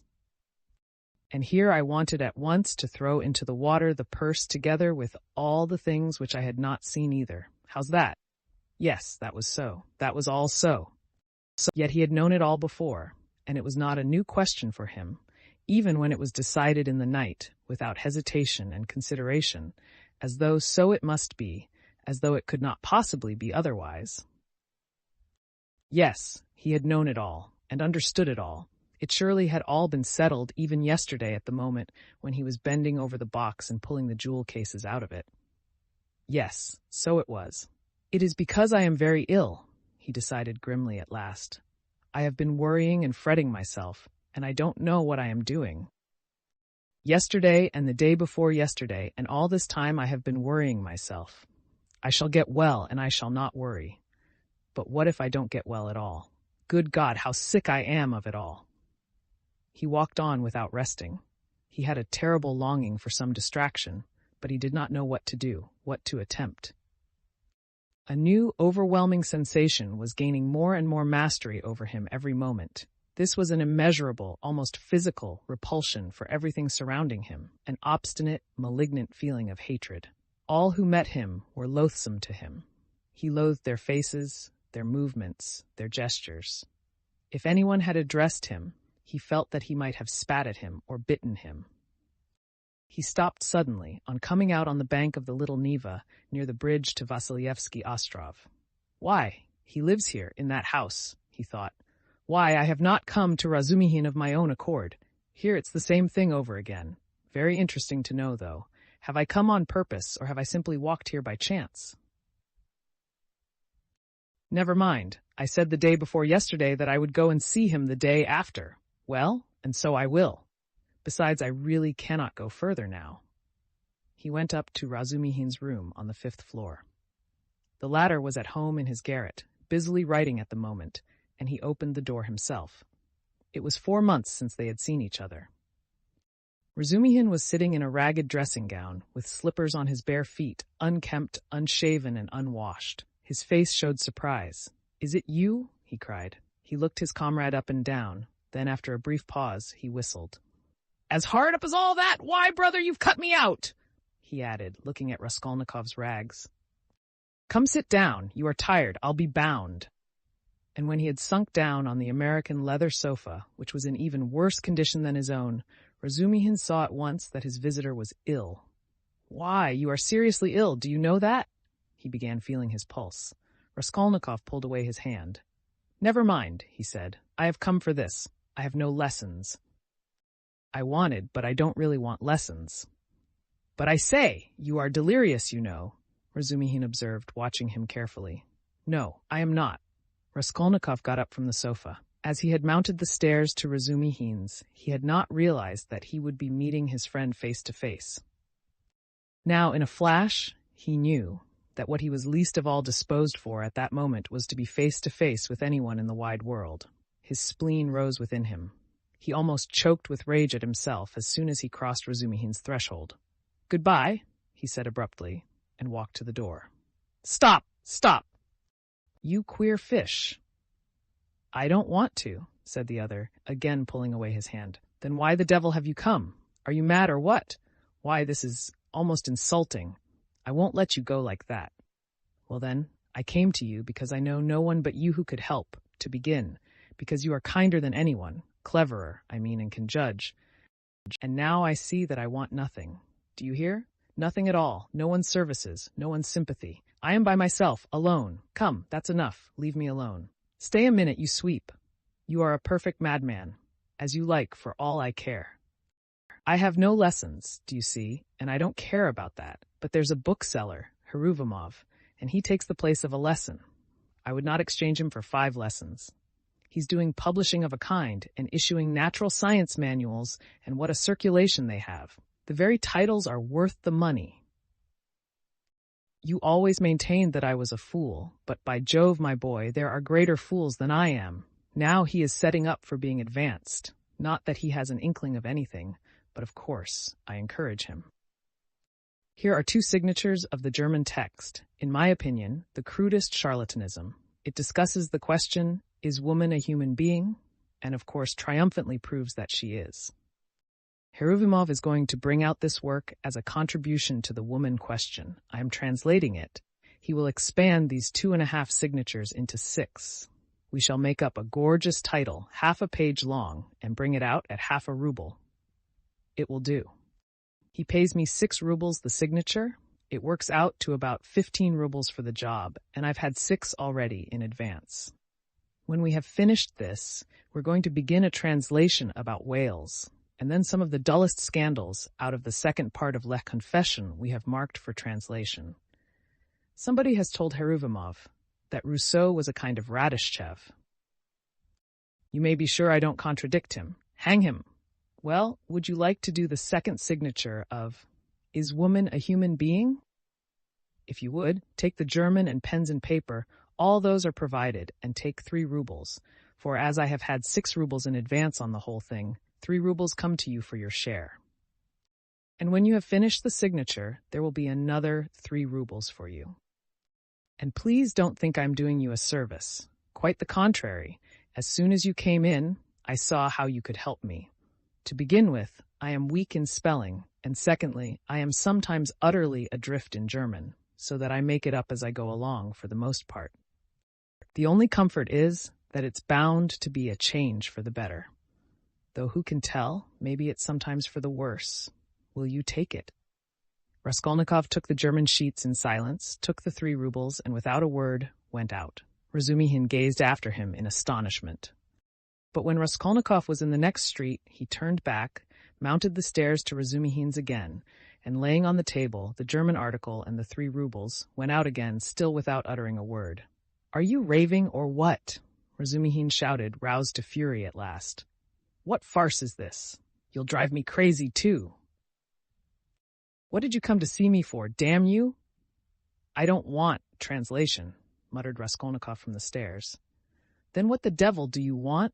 shouted Razumihin from above. Raskolnikov continued descending the staircase in silence. "Hey, there! Where are you living?" No answer. "Well, confound you then." But Raskolnikov was already stepping into the street. On the Nikolaevsky bridge, he was roused to full consciousness again by an unpleasant incident. A coachman, after shouting at him 2 or 3 times, gave him a violent lash on the back with his whip for having almost fallen under his horse's hoofs. The lash so infuriated him that he dashed away to the railing. For some unknown reason, he had been walking in the very middle of the bridge in the traffic. He angrily clenched and ground his teeth. He heard laughter, of course. Serves him right. A pickpocket, I dare say. Pretending to be drunk, for sure, and getting under the wheels on purpose, and you have to answer for him. It's a regular profession, that's what it is.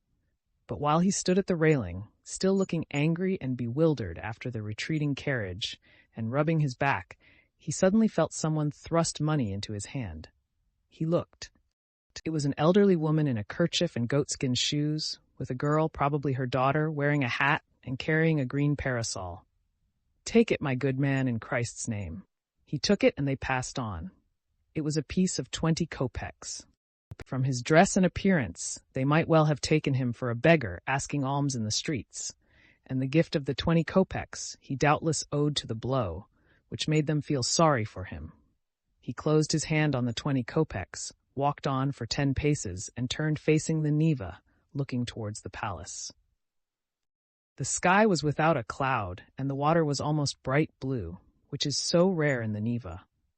The cupola of the cathedral, which is seen at its best from the bridge about 20 paces from the chapel, glittered in the sunlight, and in the pure air every ornament on it could be clearly distinguished. The pain from the lash went off, and Raskolnikov forgot about it. One uneasy and not quite definite idea occupied him now completely. He stood still and gazed long and intently into the distance. This spot was especially familiar to him. When he was attending the university, he had hundreds of times, generally on his way home, stood still on this spot, gazed at this truly magnificent spectacle, and almost always marveled at a vague and mysterious emotion it roused in him. It left him strangely cold. This gorgeous picture was for him blank and lifeless. He wondered every time at his somber and enigmatic impression, and, mistrusting himself, put off finding the explanation of it. He vividly recalled those old doubts and perplexities, and it seemed to him that it was no mere chance that he recalled them now. It struck him as strange and grotesque that he should have stopped at the same spot as before, as though he actually imagined he could think the same thoughts, be interested in the same theories and pictures that had interested him so short a time ago. He felt it almost amusing, and yet it wrung his heart. Deep down, hidden far away out of sight, all that seemed to him now, all his old past, his old thoughts, his old problems and theories, his old impressions and that picture and himself and all, he felt as though he were flying upwards and everything were vanishing from his sight. Making an unconscious movement with his hand, he suddenly became aware of the piece of money in his fist. He opened his hand, stared at the coin, and with a sweep of his arm flung it into the water. Then he turned and went home. It seemed to him he had cut himself off from everyone and from everything at that moment. Evening was coming on when he reached home, so that he must have been walking about 6 hours. How and where he came back he did not remember. Undressing and quivering like an overdriven horse, he lay down on the sofa, drew his greatcoat over him, and at once sank into oblivion. It was dusk when he was waked up by a fearful scream. Good God, what a scream! Such unnatural sounds, such howling, wailing, grinding tears, blows, and curses he had never heard. He could never have imagined such brutality, such frenzy. In terror, he sat up in bed, almost swooning with agony. But the fighting, wailing, and cursing grew louder and louder, and then to his intense amazement, he caught the voice of his landlady. She was howling, shrieking, and wailing rapidly, hurriedly, incoherently, so that he could not make out what she was talking about. She was beseeching, no doubt, not to be beaten, for she was being mercilessly beaten on the stairs. The voice of her assailant was so horrible from spite and rage that it was almost a croak, but he, too, was saying something, and just as quickly and indistinctly, hurrying and spluttering. All at once Raskolnikov trembled. He recognized the voice. It was the voice of Ilya Petrovitch. Ilya Petrovitch here and beating the landlady. He is kicking her, banging her head against the steps. That's clear. That can be told from the sounds, from the cries and the thuds. How is it? Is the world topsy-turvy? He could hear people running in crowds from all the stories and all the staircases. He heard voices, exclamations, knocking, doors banging. But why, and how could it be? He repeated, thinking seriously that he had gone mad. But no, he heard too distinctly, and they would come to him then next, for no doubt, it's all about that, about yesterday. Good God! He would have fastened his door with the latch, but he could not lift his hand. Besides, it would be useless. Terror gripped his heart like ice, tortured him, and numbed him. But at last all this uproar, after continuing about 10 minutes, began gradually to subside.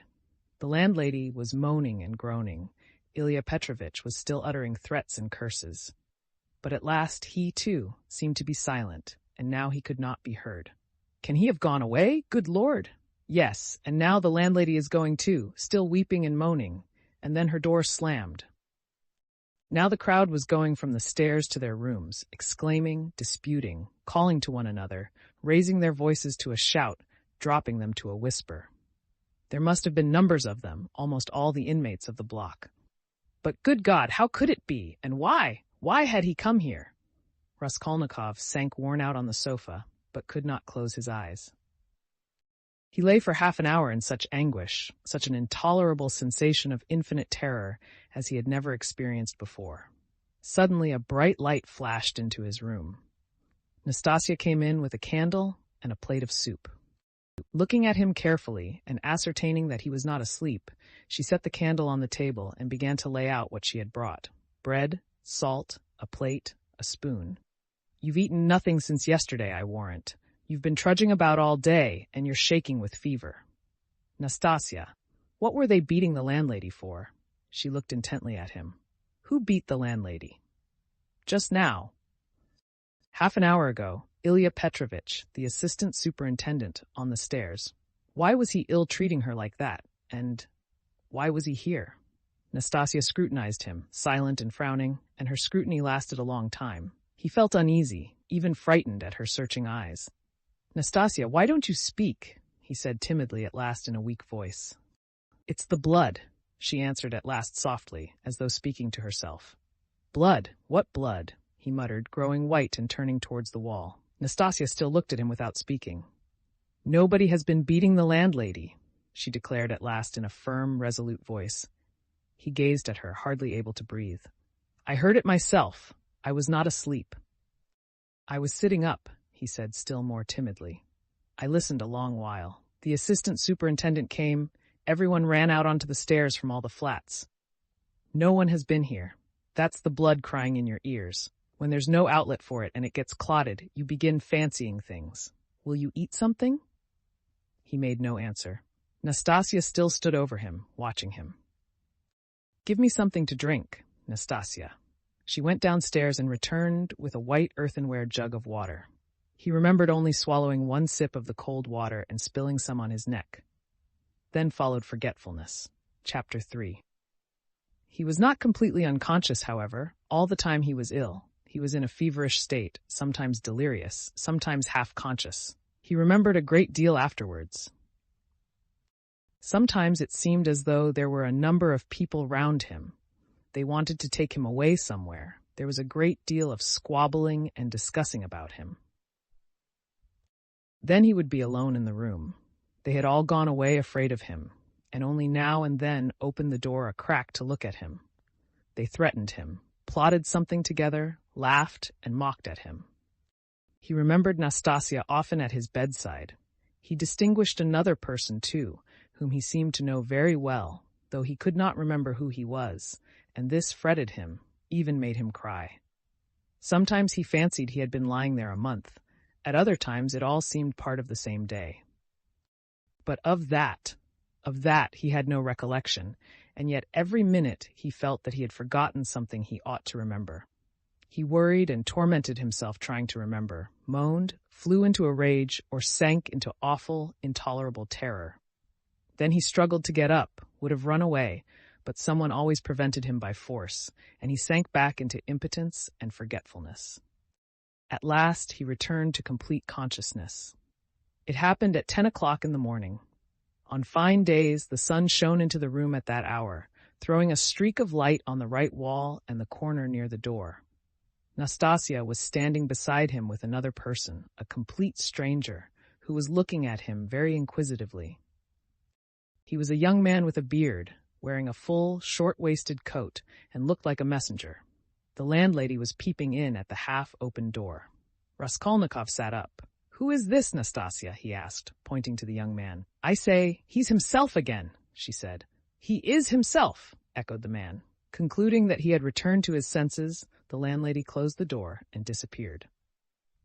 She was always shy and dreaded conversations or discussions. She was a woman of 40, not at all bad-looking, fat and buxom, with black eyes and eyebrows, good-natured from fatness and laziness, and absurdly bashful. "Who are you?" he went on, addressing the man. But at that moment the door was flung open, and, stooping a little, as he was so tall, Razumihin came in. "What a cabin it is!" he cried. "I am always knocking my head. You call this a lodging? So you are conscious, brother? I've just heard the news from Pashenka." "He has just come to," said Nastasia. "Just come to," echoed the man again, with a smile. "And who are you?" Razumihin asked, suddenly addressing him.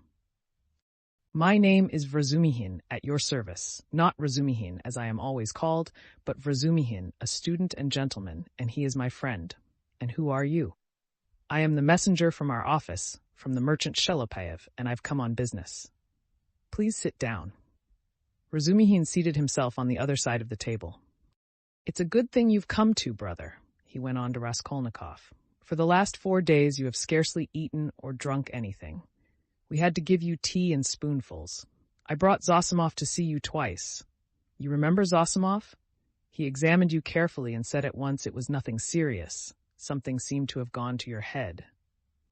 Some nervous nonsense, the result of bad feeding. He says you have not had enough beer and radish, but it's nothing much. It will pass, and you will be all right. Zosimov is a first-rate fellow. He is making quite a name. Come, I won't keep you," he said, addressing the man again. "Will you explain what you want? You must know, Rodya, this is the second time they have sent from the office, but it was another man last time, and I talked to him. Who was it came before?" "That was the day before yesterday, I venture to say, if you please, sir." That was Alexei Semyonovitch. He is in our office, too. He was more intelligent than you, don't you think so? Yes, indeed, sir. He is of more weight than I am. Quite so. Go on. At your mamma's request, through Afanasy Ivanovitch Vahrushin, of whom I presume you have heard more than once, a remittance is sent to you from our office, the man began, addressing Raskolnikov. If you are in an intelligible condition, I've 35 rubles to remit to you, as Semyon Semyonovitch has received from Afanasy Ivanovitch at your mamma's request instructions to that effect, as on previous occasions. Do you know him, sir? Yes, I remember Vahrushin, Raskolnikov said dreamily. You hear, he knows Vahrushin, cried Razumihin. He is in an intelligible condition, and I see you are an intelligent man, too. Well, it's always pleasant to hear words of wisdom. That's the gentleman Vahrushin, Afanasy Ivanovitch, and at the request of your mamma, who has sent you a remittance once before in the same manner through him, he did not refuse this time also, and sent instructions to Semyon Semyonovitch some days since to hand you 35 rubles in the hope of better to come. That hoping for better to come is the best thing you've said, though your mamma is not bad either. Come then, what do you say? Is he fully conscious, eh? That's all right, if only he can sign this little paper. He can scrawl his name. Have you got the book? Yes, here's the book. Give it to me. Here, Radia, sit up. I'll hold you. Take the pen and scribble Raskolnikov for him. For just now, brother, money is sweeter to us than treacle. I don't want it, said Raskolnikov, pushing away the pen. Not want it? I won't sign it. How the devil can you do without signing it? I don't want the money. Don't want the money. Come, brother, that's nonsense, I bear witness.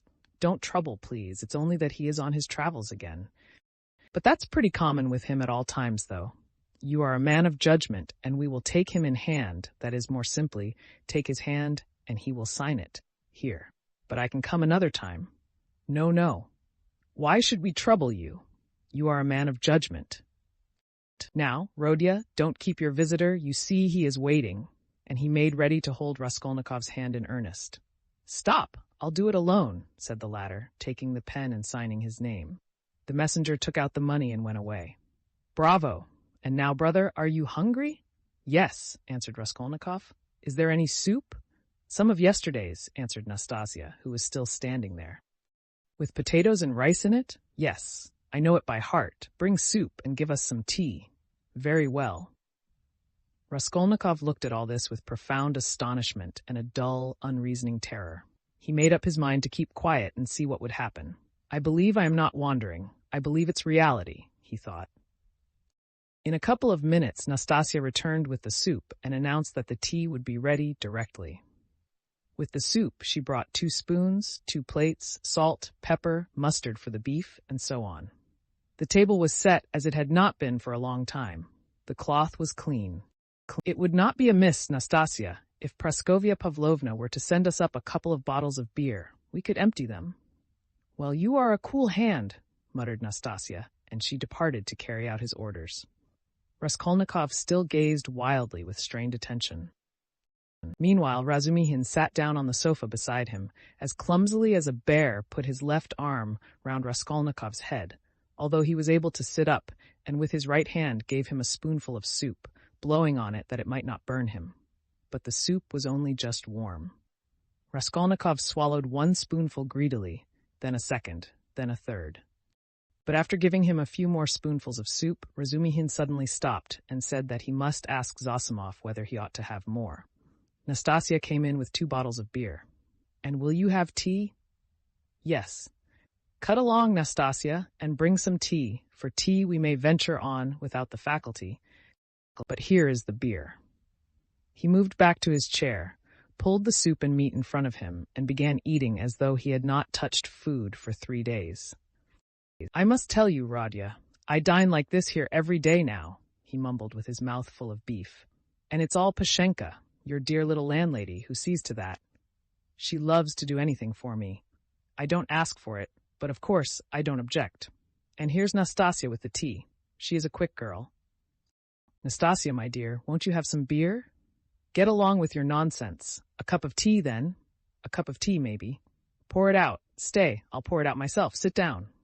He poured out 2 cups, left his dinner, and sat on the sofa again. As before, he put his left arm round the sick man's head, raised him up, and gave him tea in spoonfuls, again blowing each spoonful steadily and earnestly, as though this process was the principal and most effective means towards his friend's recovery. Raskolnikov said nothing and made no resistance, though he felt quite strong enough to sit up on the sofa without support, and could not merely have held a cup or a spoon, but even perhaps could have walked about. But from some queer, almost animal cunning, he conceived the idea of hiding his strength and lying low for a time, pretending, if necessary, not to be yet in full possession of his faculties, and meanwhile listening to find out what was going on. Yet he could not overcome his sense of repugnance. After sipping a dozen spoonfuls of tea, he suddenly released his head, pushed the spoon away capriciously, and sank back on the pillow. There were actually real pillows under his head now, down pillows in clean cases. He observed that too, and took note of it. "Pashenka must give us some raspberry jam today, to make him some raspberry tea," said Razumihin, going back to his chair and attacking his soup and beer again. "And where is she to get raspberries for you?" asked Nastasia, balancing a saucer on her 5 outspread fingers and sipping tea through a lump of sugar. "She'll get it at the shop, my dear." "You see, Rodya, all sorts of things have been happening while you have been laid up. When you decamped in that rascally way without leaving your address, I felt so angry that I resolved to find you out and punish you. I set to work that very day. How I ran about making inquiries for you. This lodging of yours I had forgotten, though I never remembered it, indeed, because I did not know it. And as for your old lodgings, I could only remember it was at the 5 Corners, Harlamov's house. I kept trying to find that Harlamov's house, and afterwards it turned out that it was not Harlamov's, but Buch's. How one muddles up sounds sometimes. So I lost my temper, and I went on the chance to the address bureau next day, and only fancy in 2 minutes they looked you up. Your name is down there." "My name? I should think so. And yet a General Kobelev they could not find while I was there. Well, it's a long story. But as soon as I did land on this place, I soon got to know all your affairs. All, brother. I know everything. Nastasia here will tell you. I made the acquaintance of Nicodim Fomitch and Ilya Petrovitch, and the house porter and Mr. Zametov, Alexander Grigorievitch, the head clerk in the police office, and last but not least of Pashenka. Nastasia here knows." "He's got round her," Nastasia murmured, smiling slyly. "Why don't you put the sugar in your tea, Nastasia Nikiforovna?" "You are a one," Nastasia cried suddenly, going off into a giggle. "I am not Nikiforovna, but Petrovna," she added suddenly, recovering from her mirth. "I'll make a note of it. Well, brother, to make a long story short, I was going in for a regular explosion here to uproot all malignant influences in the locality, but Pashenka won the day. I had not expected, brother, to find her so prepossessing." What do you think?" Raskolnikov did not speak, but he still kept his eyes fixed upon him, full of alarm. "And all that could be wished indeed in every respect," Razumihin went on, not at all embarrassed by his silence. "Ah, the sly dog!" Nastasia shrieked again. This conversation afforded her unspeakable delight. "It's a pity, brother, that you did not set to work in the right way at first. You ought to have approached her differently. She is, so to speak, a most unaccountable character. But we will talk about her character later. How could you let things come to such a pass that she gave up sending you your dinner? And that IOU? You must have been mad to sign an IOU. And that promise of marriage when her daughter, Natalia Yegorovna, was alive? I know all about it. But I see that's a delicate matter, and I am an ass. Forgive me. But talking of foolishness, do you know Praskovya Pavlovna is not nearly so foolish as you would think at first sight?" "No," mumbled Raskolnikov, looking away, but feeling that it was better to keep up the conversation. "She isn't, is she?" cried Razumihin, delighted to get an answer out of him. "But she is not very clever either, eh? She is essentially an unaccountable character. I am sometimes quite at a loss, I assure you. She must be 40. She says she is 36, and of course she has every right to say so.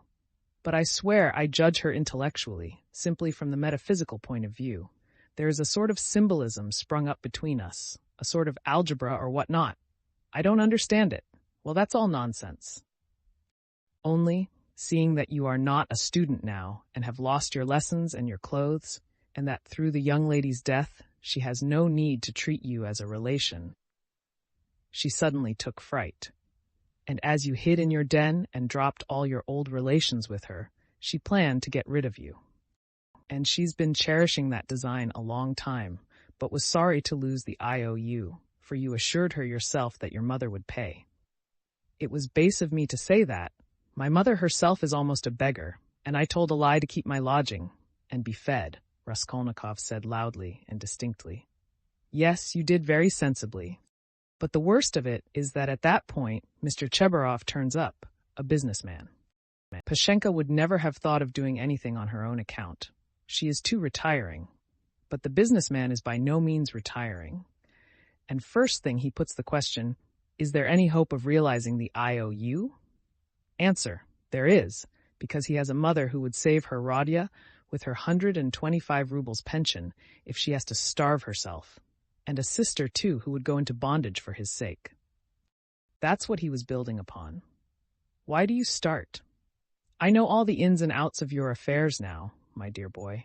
It's not for nothing that you were so open with Pashenka when you were her prospective son-in-law, and I say all this as a friend.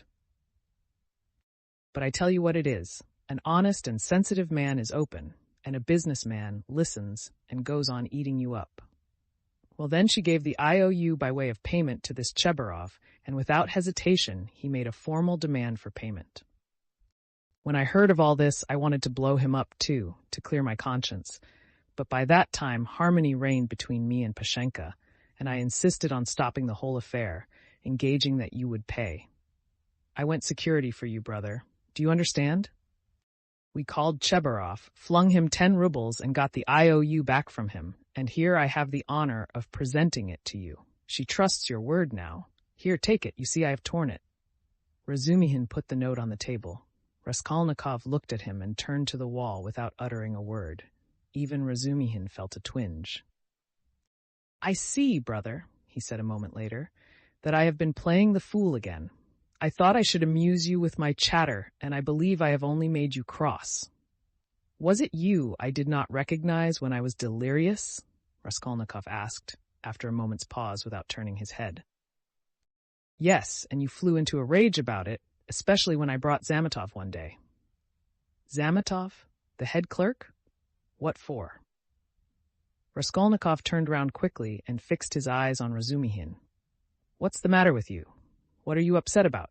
He wanted to make your acquaintance because I talked to him a lot about you. How could I have found out so much except from him? He is a capital fellow, brother, first-rate in his own way, of course. Now we are friends, see each other almost every day. I have moved into this part, you know. I have only just moved. I've been with him to Louise Ivanovna once or twice. Do you remember Louise Ivanovna? Did I say anything in delirium? I should think so. You were beside yourself. What did I rave about? What next? What did you rave about? What people do rave about? Well, brother, now I must not lose time. To work. He got up from the table and took up his cap. What did I rave about? How he keeps on. Are you afraid of having let out some secret? Don't worry yourself. You said nothing about a countess. But you said a lot about a bulldog, and about earrings and chains, and about Krestovsky Island and some porter and Nicodim Fomich and Ilya Petrovich, the assistant superintendent. And another thing that was of special interest to you was your own sock. You whined, "Give me my sock." Zametov hunted all about your room for your socks, and with his own scented, ring-bedecked fingers he gave you the rag. And only then were you comforted. And for the next 24 hours you held the wretched thing in your hand. We could not get it from you. It is most likely somewhere under your quilt at this moment. And then you asked so piteously for fringe for your trousers. We tried to find out what sort of fringe, but we could not make it out. Now to business. Here are 35 rubles. I take 10 of them, and shall give you an account of them in an hour or two. I will let Zosimov know at the same time, though he ought to have been here long ago, for it is nearly 12. And you, Nastasya, look in pretty often while I am away, to see whether he wants a drink or anything else. and I will tell Pashenka what is wanted myself. Goodbye." "He calls her Pashenka. Ah, he's a deep one," said Nastasia as he went out. Then she opened the door and stood listening, but could not resist running downstairs after him. She was very eager to hear what he would say to the landlady. She was evidently quite fascinated by Razumihin. No sooner had she left the room than the sick man flung off the bedclothes and leapt out of bed like a madman. With burning, twitching impatience, he had waited for them to be gone so that he might set to work. But to what work? Now, as though to spite him, it eluded him. "Good God, only tell me one thing. Do they know of it yet or not? What if they know it and are only pretending, mocking me while I am laid up, and then they will come in and tell me that it's been discovered long ago and that they have only... What am I to do now? That's what I've forgotten, as though on purpose. Forgotten it all at once, I remembered a minute ago." He stood in the middle of the room and gazed in miserable bewilderment about him. He walked to the door, opened it, listened. But that was not what he wanted. Suddenly, as though recalling something, he rushed to the corner where there was a hole under the paper, began examining it, put his hand into the hole, fumbled, but that was not it. He went to the stove, opened it, and began rummaging in the ashes. The frayed edges of his trousers and the rags cut off his pocket were lying there just as he had thrown them. No one had looked then. Then he remembered the sock about which Razumihin had just been telling him. Yes, there it lay on the sofa under the quilt, but it was so covered with dust and grime that Zametov could not have seen anything on it. "Bah, Zametov! The police office! And why am I sent for to the police office? Where's the notice? Bah! I am mixing it up. That was then. I looked at my sock then too, but now I have been ill. But what did Zametov come for? Why did Razumihin bring him?" he muttered, helplessly sitting on the sofa again. "What does it mean? Am I still in delirium, or is it real? I believe it is real. Ah, I remember. I must escape. Make haste to escape. Yes, I must escape. Yes, but where? And where are my clothes? I've no boots. They've taken them away. They've hidden them. I understand. Ah, here is my coat. They passed that over. And here is money on the table, thank God. And here's the IOU. I'll take the money and go and take another lodging. They won't find me. Yes, but the address bureau? They'll find me. Razumihin will find me. Better escape altogether, far away, to America, and let them do their worst. And take the IOU. It would be of use there. What else shall I take? They think I am ill. They don't know that I can walk. Ha ha ha! I could see by their eyes that they know all about it. If only I could get downstairs. And what if they have set a watch there? Policeman. What's this tea? Ah, and here is beer left. Half a bottle. Cold. He snatched up the bottle, which still contained a glassful of beer, and gulped it down with relish, as though quenching a flame in his breast. But in another minute the beer had gone to his head, and a faint and even pleasant shiver ran down his spine. He lay down and pulled the quilt over him. His sick and incoherent thoughts grew more and more disconnected, and soon a light, pleasant drowsiness came upon him. With a sense of comfort, he nestled his head into the pillow, wrapped more closely about him the soft, wadded quilt which had replaced the old, ragged greatcoat, sighed softly, and sank into a deep, sound, refreshing sleep. He woke up, hearing someone come in. He opened his eyes and saw Razumihin standing in the doorway, uncertain whether to come in or not. Raskolnikov sat up quickly on the sofa and gazed at him, as though trying to recall something. "Ah, you are not asleep! Here I am! Nastasia, bring in the parcel!" Razumihin shouted down the stairs. "You shall have the account directly." "What time is it?" asked Raskolnikov, looking round uneasily. "Yes, you had a fine sleep, brother. It's almost evening. It will be 6 o'clock directly. You have slept more than 6 hours." "Good heavens, have I? And why not? It will do you good. What's the hurry? A tryst, is it? We've all time before us. I've been waiting for the last 3 hours for you. I've been up twice and found you asleep. I've called on Zosimov twice, not at home, only fancy. But no matter, he will turn up. And I've been out on my own business, too. You know I've been moving today, moving with my uncle. I have an uncle living with me now, but that's no matter to business. Give me the parcel, Nastasia. We will open it directly. And how do you feel now, brother?" "I am quite well. I am not ill." Razumihin, have you been here long? I tell you, I've been waiting for the last 3 hours. No, before. How do you mean? How long have you been coming here? Why, I told you all about it this morning, don't you remember? Raskolnikov pondered. The morning seemed like a dream to him. He could not remember alone, and looked inquiringly at Razumihin. Said the latter. He has forgotten. I fancied then that you were not quite yourself. Now you are better for your sleep. You really look much better. First rate. Well, to business. Look here, my dear boy. He began untying the bundle, which evidently interested him. Believe me, brother, this is something specially near my heart, for we must make a man of you. Let's begin from the top. Do you see this cap? He said, taking out of the bundle a fairly good though cheap and ordinary cap. Let me try it on. Presently afterwards, said Raskolnikov, waving it off pettishly. Come, Rodya, my boy, don't oppose it. Afterwards will be too late, and I shan't sleep all night, for I bought it by guess, without measure. Just right, he cried triumphantly, fitting it on. Just your size. A proper head covering is the first thing in dress and a recommendation in its own way. Tolstyakov, a friend of mine, is always obliged to take off his pudding basin when he goes into any public place where other people wear their hats or caps. People think he does it from slavish politeness, but it's simply because he is ashamed of his bird's nest. He is such a boastful fellow. Look, Nastasia, here are 2 specimens of headgear. This Palmerston, he took from the corner Raskolnikov's old battered hat, which for some unknown reason he called a Palmerston. Or this jewel. Guess the price, Rodya. What do you suppose I paid for it, Nastasia? He said, turning to her, seeing that Raskolnikov did not speak. 20 kopecks, no more, I dare say, answered Nastasia. 20 kopecks, silly, he cried, offended. Why, nowadays you would cost more than that, 80 kopecks, and that only because it has been worn. And it's bought on condition that when it's worn out, they will give you another next year. Yes, on my word. Well, now let us pass to the United States of America, as they called them at school.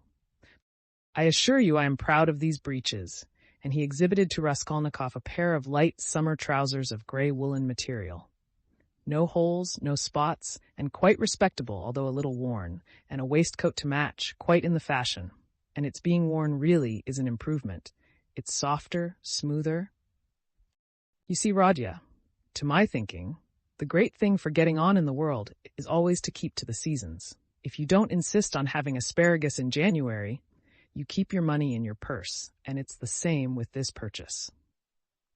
It's summer now, so I've been buying summer things. Warmer materials will be wanted for autumn, so you will have to throw these away in any case, especially as they will be done for by then from their own lack of coherence, if not your higher standard of luxury.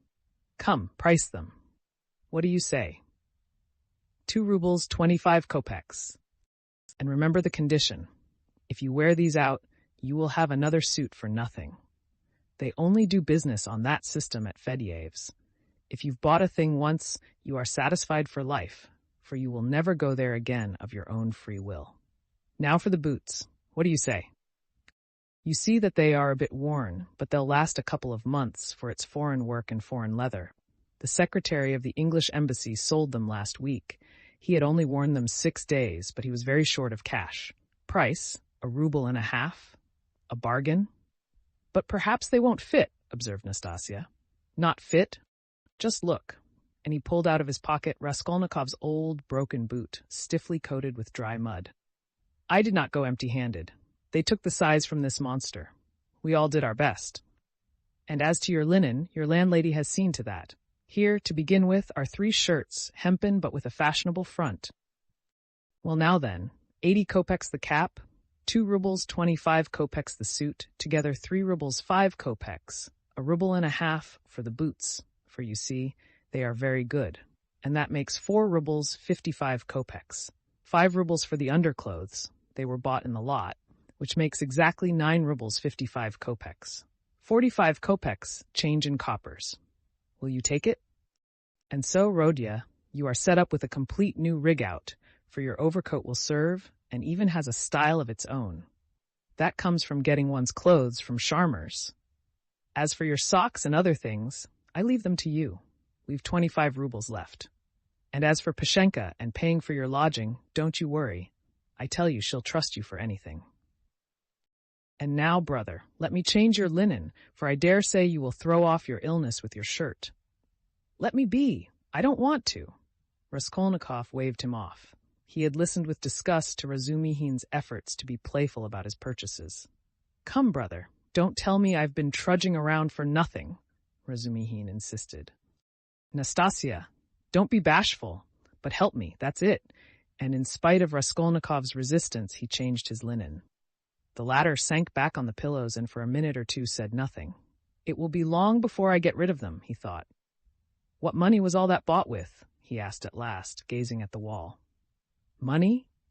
Why, your own, what the messenger brought from Varushin, your mother sent it. Have you forgotten that too? I remember now, said Raskolnikov after a long, sullen silence.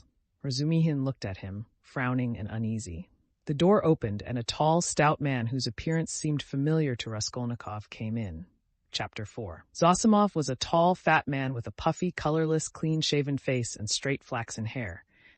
He wore spectacles and a big gold ring on his fat finger. He was 27. He had on a light gray fashionable loose coat, light summer trousers, and everything about him loose, fashionable, and spick and span. His linen was irreproachable. His watch chain was massive. In manner he was slow and, as it were, nonchalant, and at the same time studiously free and easy. He made efforts to conceal his self-importance, but it was apparent at every instant. All his acquaintances found him tedious, but said he was clever at his work. I've been to you twice today, brother. You see, he's come to himself, cried Razumihin. I see. And how do we feel now, eh? Said Zosimov to Raskolnikov, watching him carefully, and sitting down at the foot of the sofa, he settled himself as comfortably as he could. He is still depressed, Razumihin went on. We've just changed his linen, and he almost cried. That's very natural. You might have put it off if he did not wish it. His pulse is first rate. Is your head still aching, eh? I am well. I am perfectly well, Raskolnikov declared positively and irritably. He raised himself on the sofa and looked at them with glittering eyes, but sank back onto the pillow at once and turned to the wall. Zosimov watched him intently. Very good. Going on all right, he said lazily. Has he eaten anything? They told him, and asked what he might have. He may have anything. Soup, tea, mushrooms and cucumbers, of course, you must not give him. He'd better not have meat either, but no need to tell you that. Razumihin and he looked at each other. No more medicine or anything. I'll look at him again tomorrow. Perhaps today even. But never mind. Tomorrow evening I shall take him for a walk, said Razumihin. We are going to the Yusupov garden and then to the Palais de Cristal. I would not disturb him tomorrow at all, but I don't know, a little, maybe, but we'll see. Ah, what a nuisance. I've got a housewarming party tonight. It's only a step from here. Couldn't he come? He could lie on the sofa. You are coming? Razumihin said to Zosimov. Don't forget, you promised. All right, only rather later. What are you going to do? Oh, nothing. Tea, vodka, herrings. There will be a pie. Just our friends. And who? All neighbors here. Almost all new friends, except my old uncle, and he is new too. He only arrived in Petersburg yesterday to see to some business of his. We meet once in 5 years. What is he? He's been stagnating all his life as a district postmaster. Gets a little pension. He is 65, not worth talking about. But I am fond of him. Porfiry Petrovitch, the head of the investigation department here? But you know him. Is he a relation of yours too? A very distant one. But why are you scowling? Because you quarreled once. Won't you come then? I don't care a damn for him.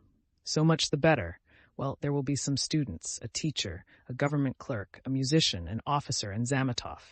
Do tell me, please, what you or he, Zosimov nodded at Raskolnikov, can have in common with this Zametov. Oh, you particular gentlemen, principles. You are worked by principles, as it were by springs. You won't venture to turn round on your own account. If a man is a nice fellow, that's the only principle I go upon. Zametov is a delightful person. Though he does take bribes. Well, he does. And what of it? I don't care if he does take bribes, Razumihin cried with unnatural irritability. I don't praise him for taking bribes. I only say he is a nice man in his own way. But if one looks at men in all ways, are there many good ones left? Why, I'm sure I shouldn't be worth a baked onion myself, perhaps with you thrown in. That's too little. I'd give 2 for you. And I wouldn't give more than 1 for you. No more of your jokes. Zametov is no more than a boy. I can pull his hair, and one must draw him, not repel him. You'll never improve a man by repelling him, especially a boy. One has to be twice as careful with a boy. Oh, you progressive dullards, you don't understand. You harm yourselves running another man down? But if you want to know, we really have something in common. I should like to know what. Why, it's all about a house painter. We are getting him out of a mess, though indeed there's nothing to fear now. The matter is absolutely self-evident. We only put on steam. A painter?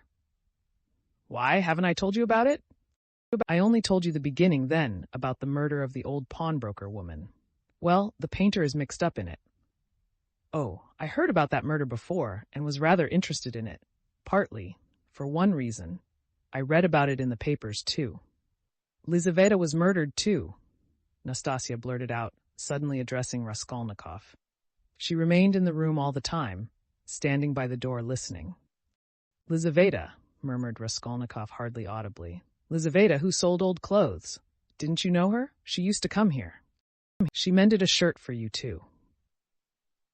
Raskolnikov turned to the wall where in the dirty, yellow paper he picked out one clumsy white flower with brown lines on it and began examining how many petals there were in it, how many scallops in the petals, and how many lines on them. He felt his arms and legs as lifeless as though they had been cut off. He did not attempt to move, but stared obstinately at the flower. But what about the painter? Zossimov interrupted Nastasia's chatter with marked displeasure. She sighed and was silent. Why, he was accused of the murder, Razumihin went on hotly. Was there evidence against him then? Evidence, indeed.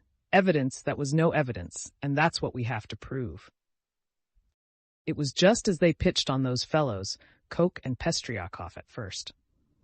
Foo, how stupidly it's all done. It makes one sick, though it's not one's business. Pestriakov may be coming tonight. By the way, Rodya, you've heard about the business already. It happened before you were ill, the day before you fainted at the police office while they were talking about it. Zossimov looked curiously at Raskolnikov. He did not stir. But I say, Razumihin, I wonder at you. What a busybody you are, Zossimov observed. Maybe I am, but we will get him off anyway, shouted Razumihin, bringing his fist down on the table. What's the most offensive is not their lying. One can always forgive lying. Lying is a delightful thing, for it leads to truth. What is offensive is that they lie and worship their own lying. I respect Porfiry, but what threw them out at first? The door was locked, and when they came back with the porter, it was open. So it followed that Koch and Pestriakov were the murderers. That was their logic. But don't excite yourself. They simply detained them. They could not help that. And by the way, I've met that man Koch. He used to buy unredeemed pledges from the old woman? Eh? Yes, he is a swindler. He buys up bad debts, too. He makes a profession of it. But enough of him. Do you know what makes me angry? It's their sickening, rotten, petrified routine. And this case might be the means of introducing a new method. One can show from the psychological data alone how to get on the track of the real man. We have facts, they say. But facts are not everything. At least half the business lies in how you interpret them. Can you interpret them then? Anyway, one can't hold one's tongue when one has a feeling, a tangible feeling, that one might be a help if only...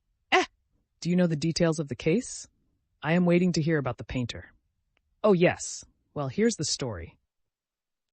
Early on the third day after the murder, when they were still dandling Koch and Pestriakov, though they accounted for every step they took, and it was as plain as a pikestaff, an unexpected fact turned up.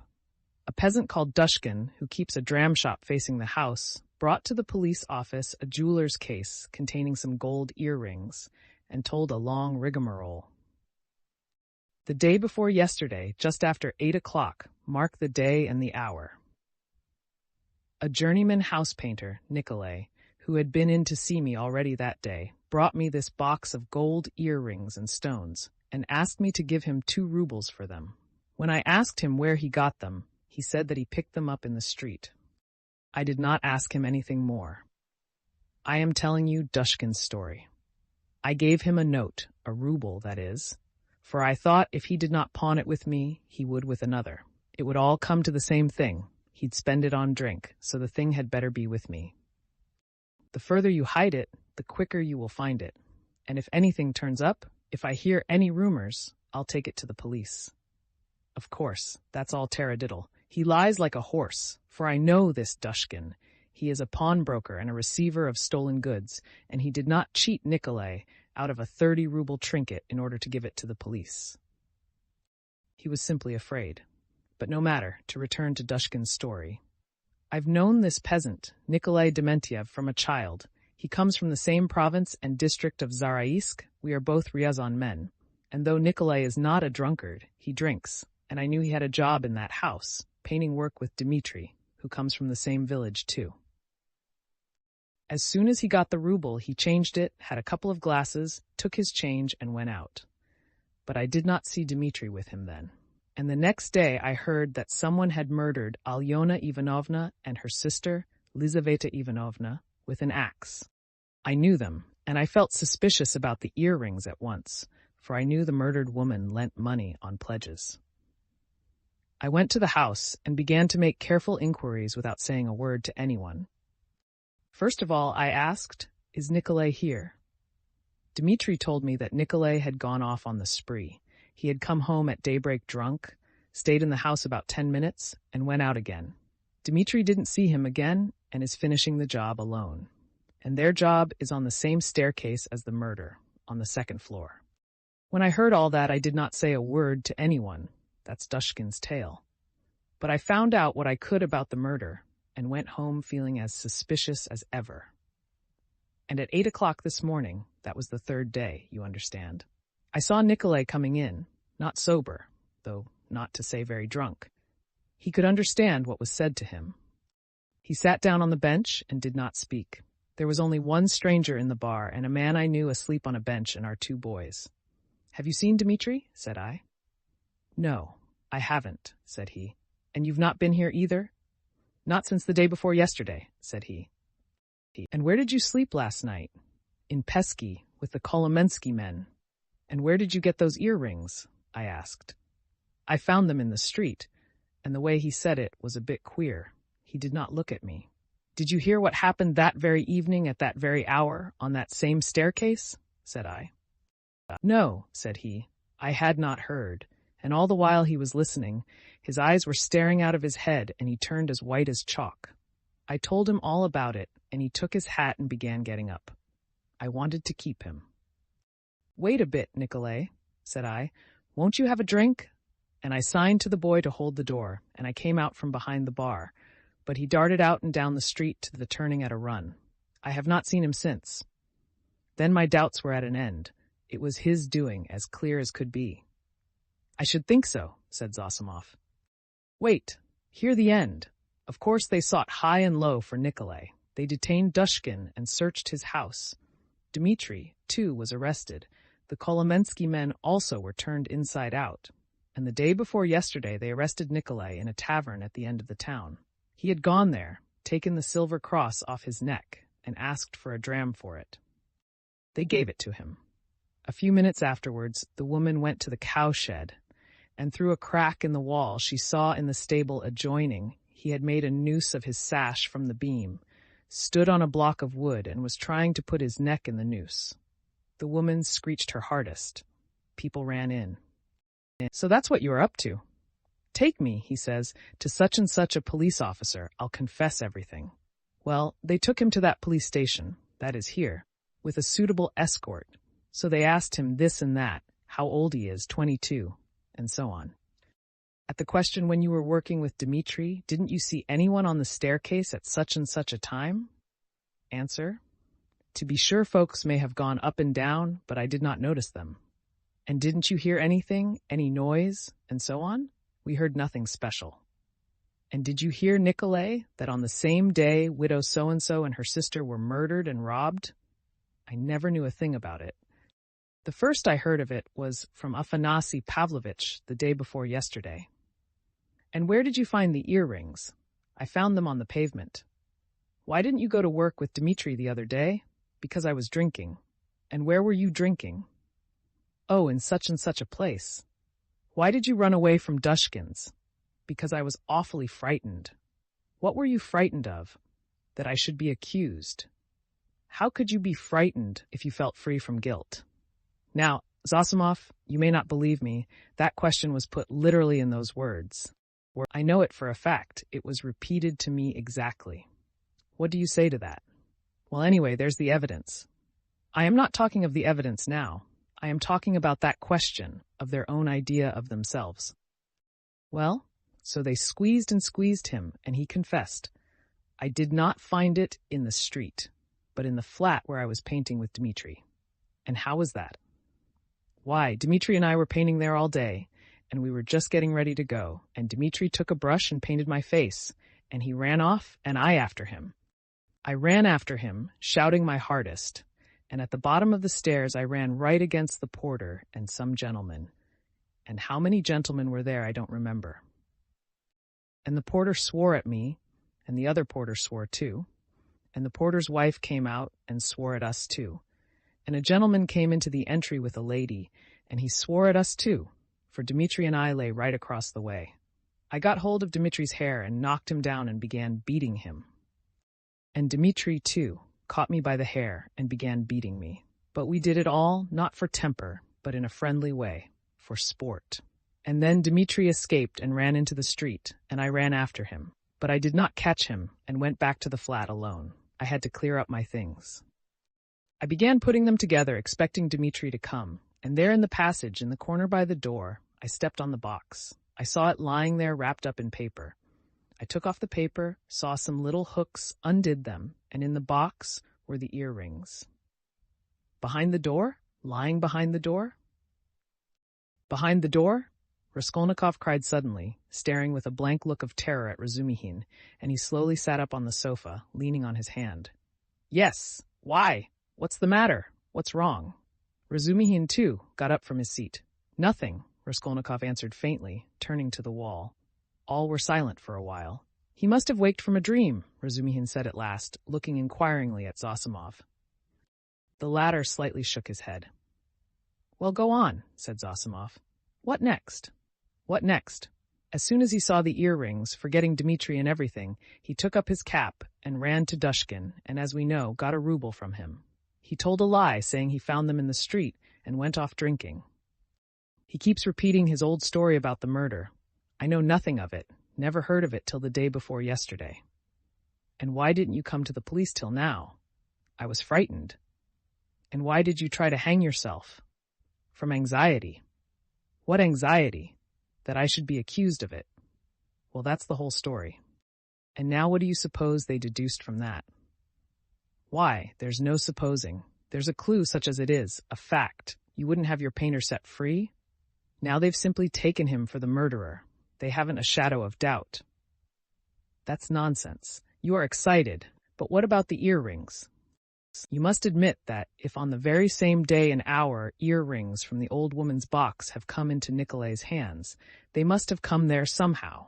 That's a good deal in such a case. How did they get there? How did they get there? Cried Razumihin. How can you, a doctor, whose duty it is to study man, and who has more opportunity than anyone else for studying human nature, how can you fail to see the character of the man in the whole story? Don't you see at once that the answers he has given in the examination are the holy truth? They came into his hand precisely as he has told us. He stepped on the box and picked it up. The holy truth? But didn't he own himself that he told a lie at first? Listen to me. Listen attentively. The porter and Koch and Pestriakov and the other porter and the wife of the first porter and the woman who was sitting in the porter's lodge and the man Kryukov, who had just got out of a cab at that minute and went in at the entry with a lady on his arm, that is, 8 or 10 witnesses, agree that Nikolai had Dmitri on the ground, was lying on him, beating him, while Dmitri hung on to his hair, beating him too. They lay right across the way, blocking the thoroughfare. They were sworn at on all sides while they, like children, the very words of the witnesses, were falling over one another, squealing, fighting, and laughing with the funniest faces. and, chasing one another like children, they ran into the street. Now take careful note. The bodies upstairs were warm, you understand, warm when they found them. If they, or Nikolay alone, had murdered them and broken open the boxes, or simply taken part in the robbery, allow me to ask you one question. Do their state of mind, their squeals and giggles and childish scuffling at the gate, fit in with axes, bloodshed, fiendish cunning, robbery? They just killed them, not 5 or 10 minutes before, for the bodies were still warm, and at once, leaving the flat open, knowing that people would go there at once, flinging away their booty, they rolled about like children, laughing and attracting general attention. And there are a dozen witnesses to swear to that. Of course it is strange. It's impossible indeed, but no, brother, no buts. And if the earrings being found in Nikolay's hands at the very day and hour of the murder constitutes an important piece of circumstantial evidence against him, although the explanation given by him accounts for it, and therefore it does not tell seriously against him, one must take into consideration the facts which prove him innocent, especially as they are facts that cannot be denied. And do you suppose, from the character of our legal system, that they will accept, or that they are in a position to accept, this fact, resting simply on a psychological impossibility, as irrefutable and conclusively breaking down the circumstantial evidence for the prosecution? No, they won't accept it. They certainly won't, because they found the jewel case and the man tried to hang himself, which he could not have done if he hadn't felt guilty. That's the point. That's what excites me. You must understand. Oh, I see you are excited. Wait a bit. I forgot to ask you, what proof is there that the box came from the old woman? That's been proved, said Razumihin with apparent reluctance, frowning. Koch recognized the jewel case and gave the name of the owner, who proved conclusively that it was his. That's bad. Now another point. Did anyone see Nikolay at the time that Koch and Pestryakov were going upstairs at first? And is there no evidence about that? Nobody did see him, Razumihin answered with vexation. That's the worst of it. Even Koch and Pestryakov did not notice them on their way upstairs, though. Indeed, their evidence could not have been worth much. They said they saw the flat was open and that there must be work going on in it, but they took no special notice and could not remember whether there actually were men at work in it. So the only evidence for the defense is that they were beating one another and laughing. That constitutes a strong presumption.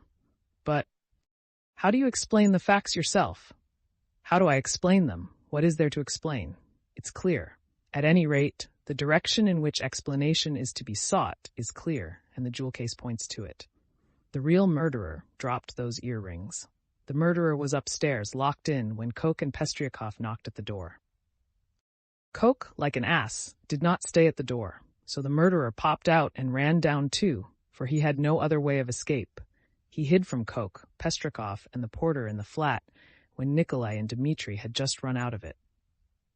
He stopped there while the porter and others were going upstairs, waited till they were out of hearing, and then went calmly downstairs at the very minute when Dmitri and Nikolay ran out into the street and there was no one in the entry. Possibly he was seen, but not noticed. There are lots of people going in, and out. He must have dropped the earrings out of his pocket when he stood behind the door and did not notice he dropped them because he had other things to think of. The jewel case is a conclusive proof that he did stand there. That's how I explain it. Too clever. No, my boy, you're too clever. That beats everything. But why? Why? Why? Because everything fits too well. It's too melodramatic. Ach! Razumihin was exclaiming, but at that moment the door opened and a personage came in who was a stranger to all present. Chapter 5. This was a gentleman no longer young, of a stiff and portly appearance, and a cautious and sour countenance. He began by stopping short in the doorway, staring about him with offensive and undisguised astonishment, as though asking himself what sort of place he had come to. Mistrustfully, and with an affectation of being alarmed and almost affronted, he scanned Raskolnikov's low and narrow cabin. With the same amazement he stared at Raskolnikov, who lay undressed, disheveled, unwashed, on his miserable, dirty sofa, looking fixedly at him. Then with the same deliberation he scrutinized the uncouth, unkempt figure and unshaven face of Razumihin, who looked him boldly and inquiringly in the face without rising from his seat. A constrained silence lasted for a couple of minutes, and then, as might be expected, some scene-shifting took place. Reflecting, probably from certain fairly unmistakable signs, that he would get nothing in this cabin by attempting to overawe them, the gentleman softened somewhat, and civilly, though with some severity, emphasizing every syllable of his question, addressed Zosimov. Rodion Romanovich Raskolnikov, a student, or formerly a student. Zosimov made a slight movement, and would have answered, had not Razumihin anticipated him. Here he is lying on the sofa? What do you want? This familiar, what do you want, seemed to cut the ground from the feet of the pompous gentleman. He was turning to Razumihin, but checked himself in time and turned to Zosimov again. This is Raskolnikov, mumbled Zosimov, nodding towards him. Then he gave a prolonged yawn, opening his mouth as wide as possible. Then he lazily put his hand into his waistcoat pocket, pulled out a huge gold watch in a round hunter's case, opened it, looked at it, and as slowly and lazily proceeded to put it back. Raskolnikov himself lay without speaking, on his back, gazing persistently, though without understanding, at the stranger. Now that his face was turned away from the strange flower on the paper, it was extremely pale and wore a look of anguish, as though he had just undergone an agonizing operation or just been taken from the rack. But the newcomer gradually began to arouse his attention, then his wonder, then suspicion, and even alarm. When Zosimov said, "This is Raskolnikov," he jumped up quickly, sat on the sofa, and with an almost defiant but weak and breaking voice articulated, "Yes, I am Raskolnikov. What do you want?" The visitor scrutinized him and pronounced impressively, "Pyotr Petrovitch Luzhin. I believe I have reason to hope that my name is not wholly unknown to you." But Raskolnikov, who had expected something quite different, gazed blankly and dreamily at him, making no reply, as though he heard the name of Pyotr Petrovitch for the first time. "Is it possible that you can up to the present have received no information?" asked Pyotr Petrovitch, somewhat disconcerted.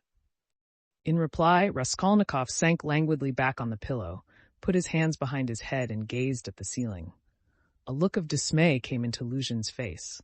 Zosimov and Razumihin stared at him more inquisitively than ever, and at last he showed unmistakable signs of embarrassment.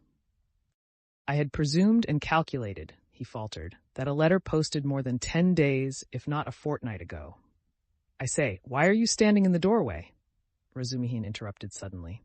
"If you've something to say, sit down. Nastasia and you are so crowded. Nastasia, make room. Here's a chair. Thread your way in." He moved his chair back from the table, made a little space between the table and his knees, and waited in a rather cramped position for the visitor to thread his way in. The minute was so chosen that it was impossible to refuse, and the visitor squeezed his way through, hurrying and stumbling. Reaching the chair, he sat down, looking suspiciously at Razumihin. "No need to be nervous," the latter blurted out. "Rodya has been ill for the last 5 days, and delirious for 3, but now he is recovering and has got an appetite. This is his doctor, who has just had a look at him. I am a comrade of Rodya's, like him, formerly a student, and now I am nursing him, so don't you take any notice of us, but go on with your business." "Thank you. But shall I not disturb the invalid by my presence and conversation?" Pyotr Petrovitch asked of Zosimov. "No," mumbled Zosimov. "You may amuse him." He yawned again.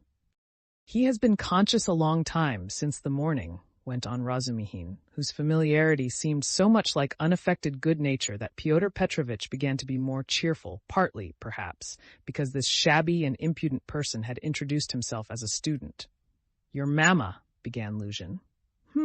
Razumihin cleared his throat loudly. Luzhin looked at him inquiringly. "That's all right, go on." Luzhin shrugged his shoulders. "Your mamma had commenced a letter to you while I was sojourning in her neighborhood. On my arrival here, I purposely allowed a few days to elapse before coming to see you, in order that I might be fully assured that you were in full possession of the tidings. But now, to my astonishment—" I know! Raskolnikov cried suddenly with impatient vexation.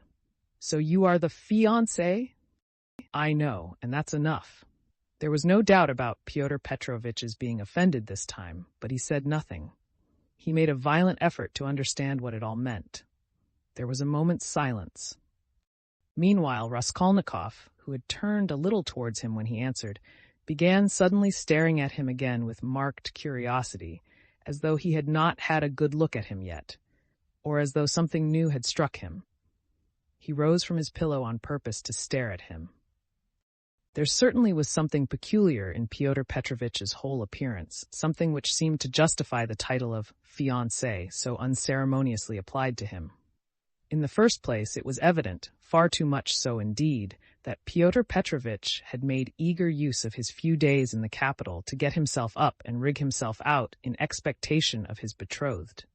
A perfectly innocent and permissible proceeding indeed. Even his own, perhaps too complacent, consciousness of the agreeable improvement in his appearance might have been forgiven in such circumstances, seeing that Pyotr Petrovitch had taken up the role of fiancé. All his clothes were fresh from the tailor's and were all right, except for being too new and too distinctly appropriate. Even the stylish new round hat had the same significance. Pyotr Petrovitch treated it too respectfully and held it too carefully in his hands. The exquisite pair of lavender gloves, real Louvain, told the same tale, if only from the fact of his not wearing them, but carrying them in his hand for show. Light and youthful colors predominated in Pyotr Petrovitch's attire. He wore a charming summer jacket of a fawn shade, light thin trousers, a waistcoat of the same, new and fine linen, a cravat of the lightest cambric with pink stripes on it, and the best of it was, this all suited Pyotr Petrovitch. His very fresh and even handsome face looked younger than his 45 years at all times. His dark, mutton-chop whiskers made an agreeable setting on both sides, growing thickly upon his shining, clean-shaven chin. Even his hair, touched here and there with gray, though it had been combed and curled at a hairdresser's, did not give him a stupid appearance, as curled hair usually does, by inevitably suggesting a German on his wedding day. If there really was something unpleasing and repulsive in his rather good-looking and imposing countenance, it was due to quite other causes. After scanning Mr. Luzhin unceremoniously, Raskolnikov smiled malignantly, sank back on the pillow, and stared at the ceiling as before. But Mr. Luzhin hardened his heart and seemed to determine to take no notice of their oddities. "I feel the greatest regret at finding you in this situation," he began, again breaking the silence with an effort. "If I had been aware of your illness, I should have come earlier. But you know what business is. I have, too, a very important legal affair in the Senate, not to mention other preoccupations, which you may well conjecture.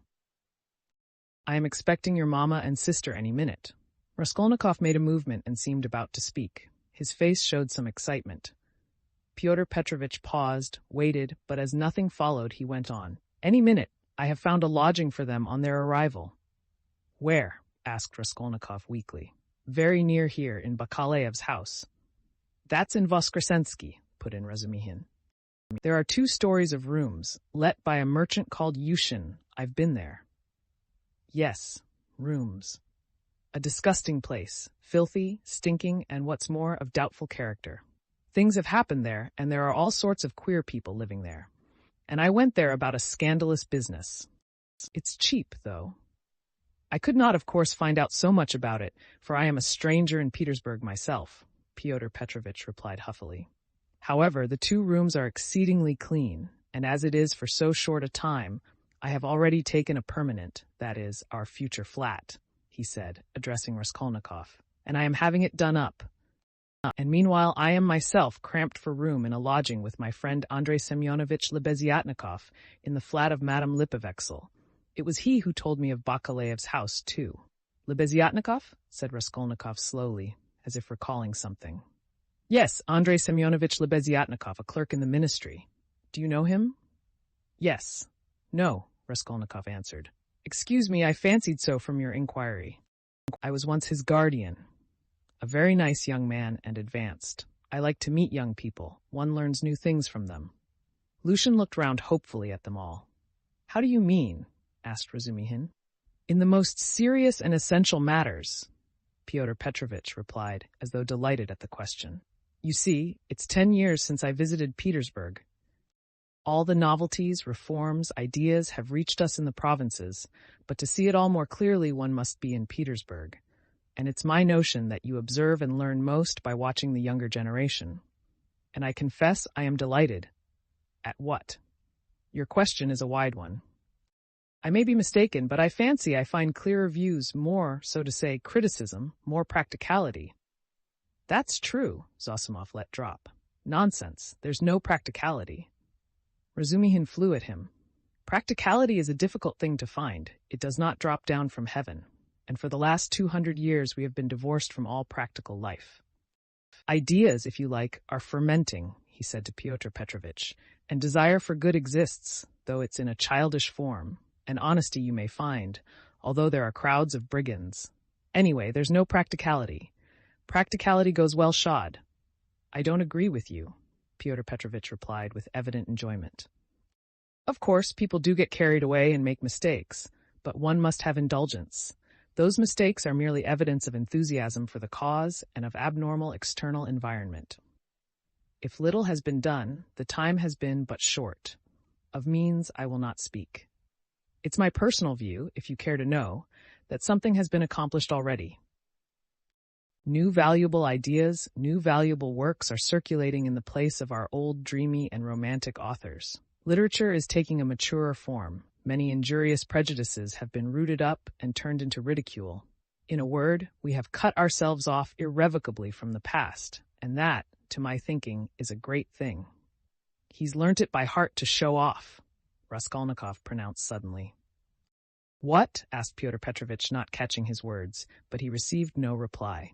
That's all true, Zossimov hastened to interpose. Isn't it so? Pyotr Petrovitch went on, glancing affably at Zossimov. You must admit, he went on, addressing Razumihin with a shade of triumph and superciliousness. He almost added, young man, that there is an advance, or, as they say now, progress in the name of science and economic truth. A commonplace. No, not a commonplace. Hitherto, for instance, if I were told, love thy neighbor, what came of it? Pyotr Petrovitch went on, perhaps with excessive haste.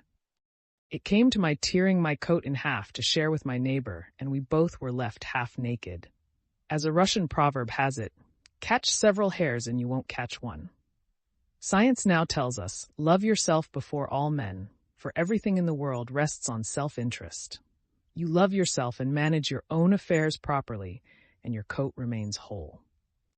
Economic truth adds that the better private affairs are organized in society, the more whole coats, so to say, the firmer are its foundations, and the better is the common welfare organized too. Therefore, in acquiring wealth solely and exclusively for myself, I am acquiring, so to speak, for all, and helping to bring to pass my neighbors getting a little more than a torn coat, and that not from private, personal liberality, but as a consequence of the general advance. The idea is simple, but unhappily it has been a long time reaching us, being hindered by idealism and sentimentality. And yet it would seem to want very little wit to perceive it. Excuse me, I've very little wit myself, Razumihin cut in sharply, and so let us drop it. I began this discussion with an object, but I've grown so sick during the last 3 years of this chattering to amuse oneself, of this incessant flow of commonplaces, always the same, that, by Jove, I blush even when other people talk like that. You are in a hurry, no doubt, to exhibit your acquirements, and I don't blame you, that's quite pardonable. I only wanted to find out what sort of man you are, for so many unscrupulous people have got hold of the progressive cause of late, and have so distorted in their own interests everything they touched, that the whole cause has been dragged in the mire. That's enough. Excuse me, sir, said Luzhin, affronted and speaking with excessive dignity. Do you mean to suggest so unceremoniously that I too? Oh, my dear sir, how could I? Come, that's enough, Razumihin concluded, and he turned abruptly to Zossimov to continue their previous conversation. Pyotr Petrovitch had the good sense to accept the disavowal. He made up his mind to take leave in another minute or two.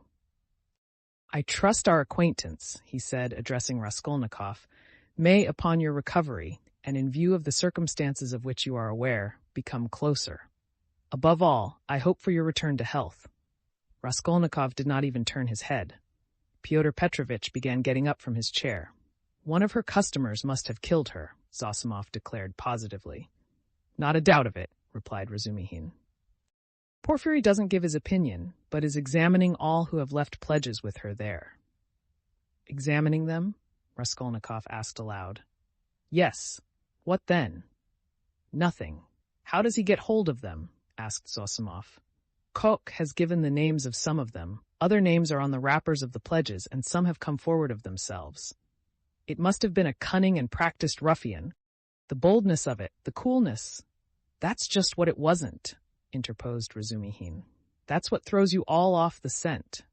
But I maintain that he is not cunning, not practiced, and probably this was his first crime. The supposition that it was a calculated crime and a cunning criminal doesn't work. Suppose him to have been inexperienced, and it's clear that it was only a chance that saved him, and chance may do anything. Why? He did not foresee obstacles, perhaps. And how did he set to work? He took jewels worth 10 or 20 rubles, stuffing his pockets with them, ransacked the old woman's trunks, her rags, and they found 1,500 rubles, besides notes in a box in the top drawer of the chest. He did not know how to rob. He could only murder. It was his first crime, I assure you, his first crime. He lost his head. And he got off more by luck than good counsel. You are talking of the murder of the old pawnbroker, I believe? Fyodor Petrovitch put in, addressing Zosimov.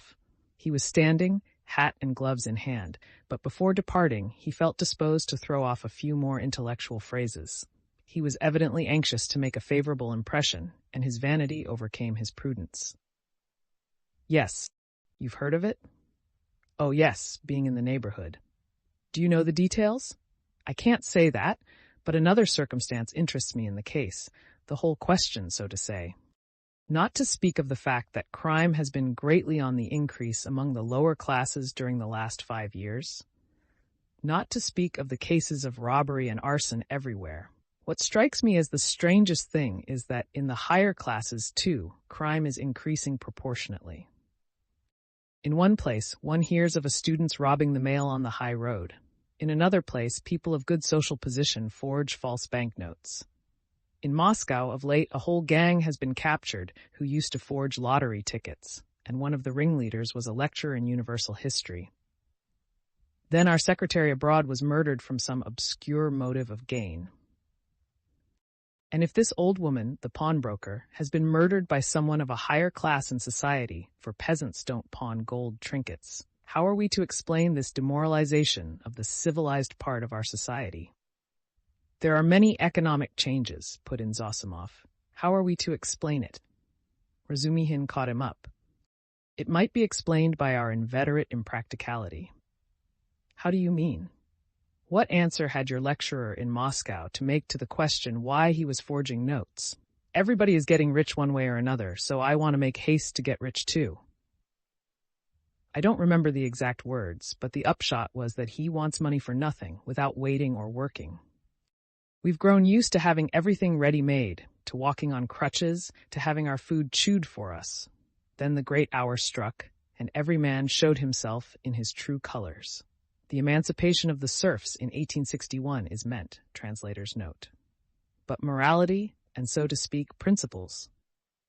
But why do you worry about it? Raskolnikov interposed suddenly. It's in accordance with your theory. In accordance with my theory? Why, carry out logically the theory you were advocating just now, and it follows that people may be killed. Upon my word, cried Luzhin. No, that's not so, put in Zosimov. Raskolnikov lay with a white face and twitching upper lip, breathing painfully. There's a measure in all things, Luzhin went on superciliously. Economic ideas are not an incitement to murder, and one has but to suppose. And is it true, Raskolnikov interposed once more suddenly, again in a voice quivering with fury and delight in insulting him, is it true that you told your fiancée, within an hour of her acceptance, that what pleased you most was that she was a beggar? Because it was better to raise a wife from poverty, so that you may have complete control over her, and reproach her with your being her benefactor? Upon my word, Luzhin cried wrathfully and irritably, crimson with confusion, to distort my words in this way. Excuse me, allow me to assure you that the report which has reached you, or rather let me say has been conveyed to you, has no foundation in truth, and I suspect who, in a word, this arrow, in a word, your mamma. She seemed to me in other things, with all her excellent qualities, of a somewhat high-flown and romantic way of thinking. But I was 1,000 miles from supposing that she would misunderstand and misrepresent things in so fanciful a way, and indeed, I tell you what, cried Raskolnikov, raising himself on his pillow and fixing his piercing, glittering eyes upon him. I tell you what? What? Luzhin stood still, waiting with a defiant and offended face. Silence lasted for some seconds. Why, if ever again you dare to mention a single word about my mother, I shall send you flying downstairs. What's the matter with you? Cried Razumihin. So that's how it is. Luzhin turned pale and bit his lip. Let me tell you, sir, he began deliberately, doing his utmost to restrain himself, but breathing hard. At the first moment I saw you, you were ill-disposed to me, but I remained here on purpose to find out more. I could forgive a great deal in a sick man and a connection, but you, never after this. I am not ill, cried Raskolnikov. So much the worse. Go to hell. But Luzhin was already leaving without finishing his speech, squeezing between the table and the chair. Razumihin got up this time to let him pass. Without glancing at anyone, and not even nodding to Zossimov, who had for some time been making signs to him to let the sick man alone, he went out, lifting his hat to the level of his shoulders to avoid crushing it as he stooped to go out of the door. And even the curve of his spine was expressive of the horrible insult he had received. How could you? Razumihin said, shaking his head in perplexity. Let me alone, all of you, Raskolnikov cried in a frenzy. Will you ever leave off tormenting me? I am not afraid of you. I am not afraid of anyone now. Get away from me. I want to be alone. Come along, said Zossimov, nodding to Razumihin. But we can't leave him like this. Come along, Zossimov repeated insistently, and he went out. Razumihin thought a minute and ran to overtake him. It might be worse not to obey him, said Zossimov on the stairs. He mustn't be irritated. What's the matter with him? If only he could get some favorable shock, that's what would do it. At first he was better. You know, he has got something on his mind, some fixed idea weighing on him. I am very much afraid so. He must have. Perhaps it's that gentleman, Fyodor Petrovitch. From his conversation, I gather he is going to marry his sister, and that he had received a letter about it just before his illness. Yes, confound the man. He may have upset the case altogether. But have you noticed, he takes no interest in anything. He does not respond to anything except one point on which he seems excited. That's the murder? Yes, Razumihin agreed. I noticed that, too. He is interested, frightened. It gave him a shock on the day he was ill in the police office. He fainted. Tell me more about that this evening, and I'll tell you something afterwards. He interests me very much. In half an hour I'll go and see him again. There'll be no inflammation, though. Thanks, and I'll wait with Pashenka meantime, and we'll keep watch on him through Nastasia.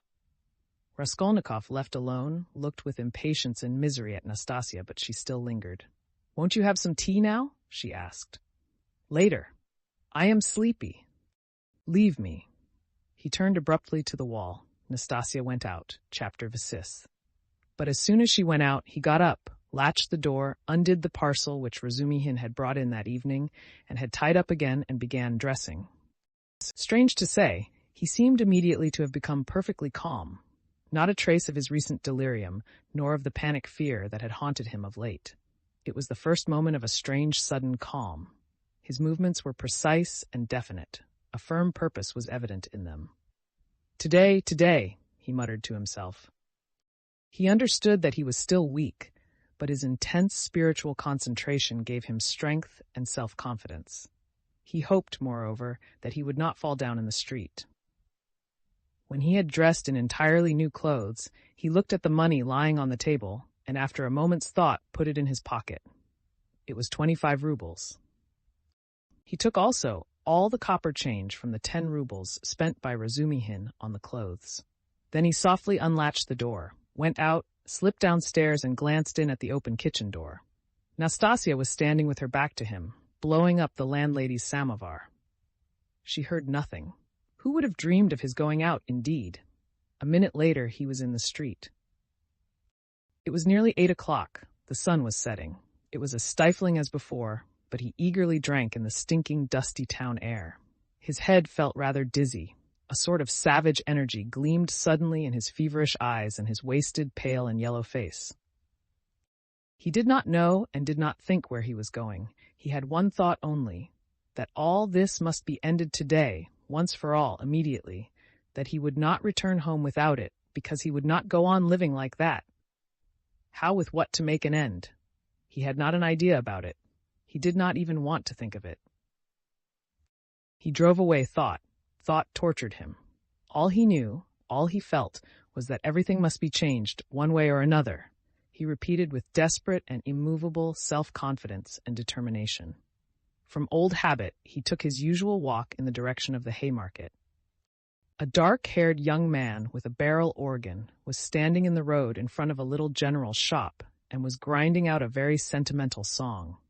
He was accompanying a girl of 15 who stood on the pavement in front of him. She was dressed up in a crinoline, a mantle and a straw hat with a flame-colored feather in it, all very old and shabby. In a strong and rather agreeable voice, cracked and coarsened by street singing, she sang in hope of getting a copper from the shop. Raskolnikov joined 2 or 3 listeners, took out a 5-kopeck piece, and put it in the girl's hand. She broke off abruptly on a sentimental high note, shouted sharply to the organ grinder, "Come on," and both moved on to the next shop. "Do you like street music?" said Raskolnikov, addressing a middle-aged man standing idly by him. The man looked at him, startled and wondering. "I love to hear singing to a street organ," said Raskolnikov, and his manner seemed strangely out of keeping with the subject. "I like it on cold, dark, damp autumn evenings. They must be damp. When all the passers-by have pale green, sickly faces, or better still, when wet snow is falling straight down when there's no wind, you know what I mean? And the street lamps shine through it. I don't know." "Excuse me," muttered the stranger, frightened by the question and Raskolnikov's strange manner, and he crossed over to the other side of the street. Raskolnikov walked straight on and came out at the corner of the Haymarket, where the huckster and his wife had talked with Lizaveta, but they were not there now. Recognizing the place, he stopped, looked round and addressed a young fellow in a red shirt who stood gaping before a corn chandler's shop. "Isn't there a man who keeps a booth with his wife at this corner?" "All sorts of people keep booths here," answered the young man, glancing superciliously at Raskolnikov. "What's his name?" "What he was christened." "Aren't you a Zaraisky man, too?" "Which province?" The young man looked at Raskolnikov again.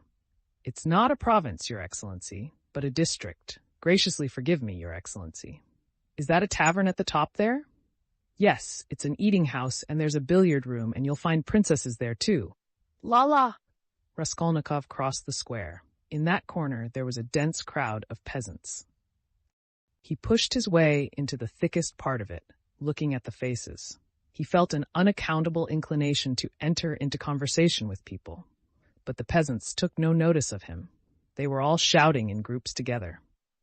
He stood and thought a little, and took a turning to the right in the direction of V. He had often crossed that little street which turns at an angle, leading from the marketplace to Sadovy Street. Of late he had often felt drawn to wander about this district, when he felt depressed, that he might feel more so. Now he walked along, thinking of nothing. At that point, there is a great block of buildings, entirely let out in dram shops and eating houses. Women were continually running in and out, bare-headed and in their indoor clothes. Here and there they gathered in groups on the pavement, especially about the entrances to various festive establishments in the lower stories. From one of these a loud din, sounds of singing, the tinkling of a guitar and shouts of merriment floated into the street. A crowd of women were thronging round the door. Some were sitting on the steps, others on the pavement, others were standing talking. A drunken soldier, smoking a cigarette, was walking near them in the road, swearing. He seemed to be trying to find his way somewhere, but had forgotten where. One beggar was quarreling with another. and a man dead drunk was lying right across the road. Raskolnikov joined the throng of women who were talking in husky voices. They were bareheaded and wore cotton dresses and goatskin shoes. There were women of 40 and some not more than 17. Almost all had blackened eyes. He felt strangely attracted by the singing and all the noise and uproar in the saloon below.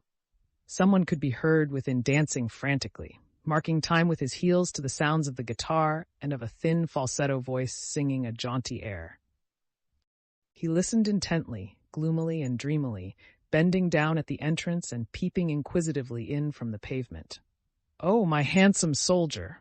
Don't beat me for nothing," trilled the thin voice of the singer. Raskolnikov felt a great desire to make out what he was singing, as though everything depended on that. "Shall I go in?" he thought. "They are laughing. From drink. Shall I get drunk?" "Won't you come in?" one of the women asked him.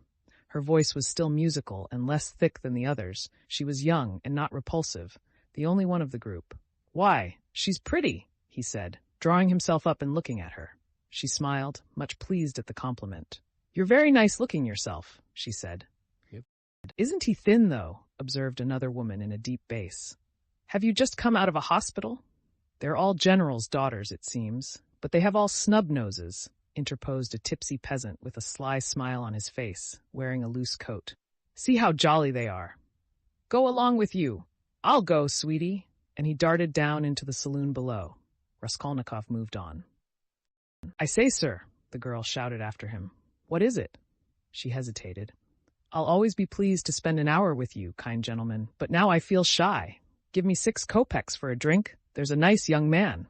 Raskolnikov gave her what came first, 15 kopecks. "Ah, what a good-natured gentleman. What's your name?" "Ask for Deklida." "Well, that's too much," one of the women observed, shaking her head at Deklida. "I don't know how you can ask like that. I believe I should drop with shame." Raskolnikov looked curiously at the speaker. She was a pockmarked wench of 30, covered with bruises, with her upper lip swollen. She made her criticism quietly and earnestly. "Where is it?" thought Raskolnikov. "Where is it? I've read that someone condemned to death says or thinks, an hour before his death, that if he had to live on some high rock, on such a narrow ledge that he'd only room to stand, and the ocean, everlasting darkness, everlasting solitude, everlasting tempest around him, if he had to remain standing on a square yard of space all his life, 1,000 years, eternity, it were better to live so than to die at once. Only to live and live. Life, whatever it may be. How true it is, good God, how true. Man is a vile creature, and vile is he who calls him vile for that," he added a moment later. He went into another street. "Bah, the Palais de Cristal. Razumihin was just talking of the Palais de Cristal. But what on earth was it I wanted? Yes, the newspapers." Zosimov said he'd read it in the papers. "Have you the papers?" he asked, going into a very spacious and positively clean restaurant, consisting of several rooms, which were, however, rather empty. 2 or 3 people were drinking tea, and in a room further away were sitting 4 men drinking champagne. Raskolnikov fancied that Zametov was one of them, but he could not be sure at that distance. "What if it is?" he thought. "Will you have vodka?" asked the waiter. "Give me some tea, and bring me the papers, the old ones for the last 5 days, and I'll give you something." "Yes, sir, here's today's." "No vodka?" The old newspapers and the tea were brought. Raskolnikov sat down and began to look through them. "Oh, damn! These are the items of intelligence. An accident on a staircase, spontaneous combustion of a shopkeeper from alcohol, a fire in Pesky, a fire in the Petersburg quarter, another fire in the Petersburg quarter, and another fire in the Petersburg quarter. Ah, here it is." He found at last what he was seeking and began to read it. The lines danced before his eyes, but he read it all and began eagerly seeking later editions in the following numbers. His hands shook with nervous impatience as he turned the sheets. Suddenly someone sat down beside him at his table. He looked up.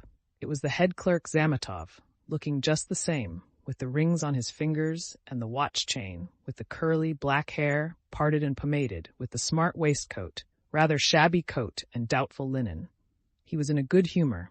At least he was smiling very gaily and good-humoredly. His dark face was rather flushed from the champagne he had drunk. "What, you here?" he began in surprise, speaking as though he'd known him all his life. "Why, Razumihin told me only yesterday you were unconscious. How strange! And do you know I've been to see you?" Raskolnikov knew he would come up to him. He laid aside the papers and turned to Zametov. There was a smile on his lips, and a new shade of irritable impatience was apparent in that smile. "I know you have," he answered. "I've heard it. You looked for my sock, and you know Razumihin has lost his heart to you?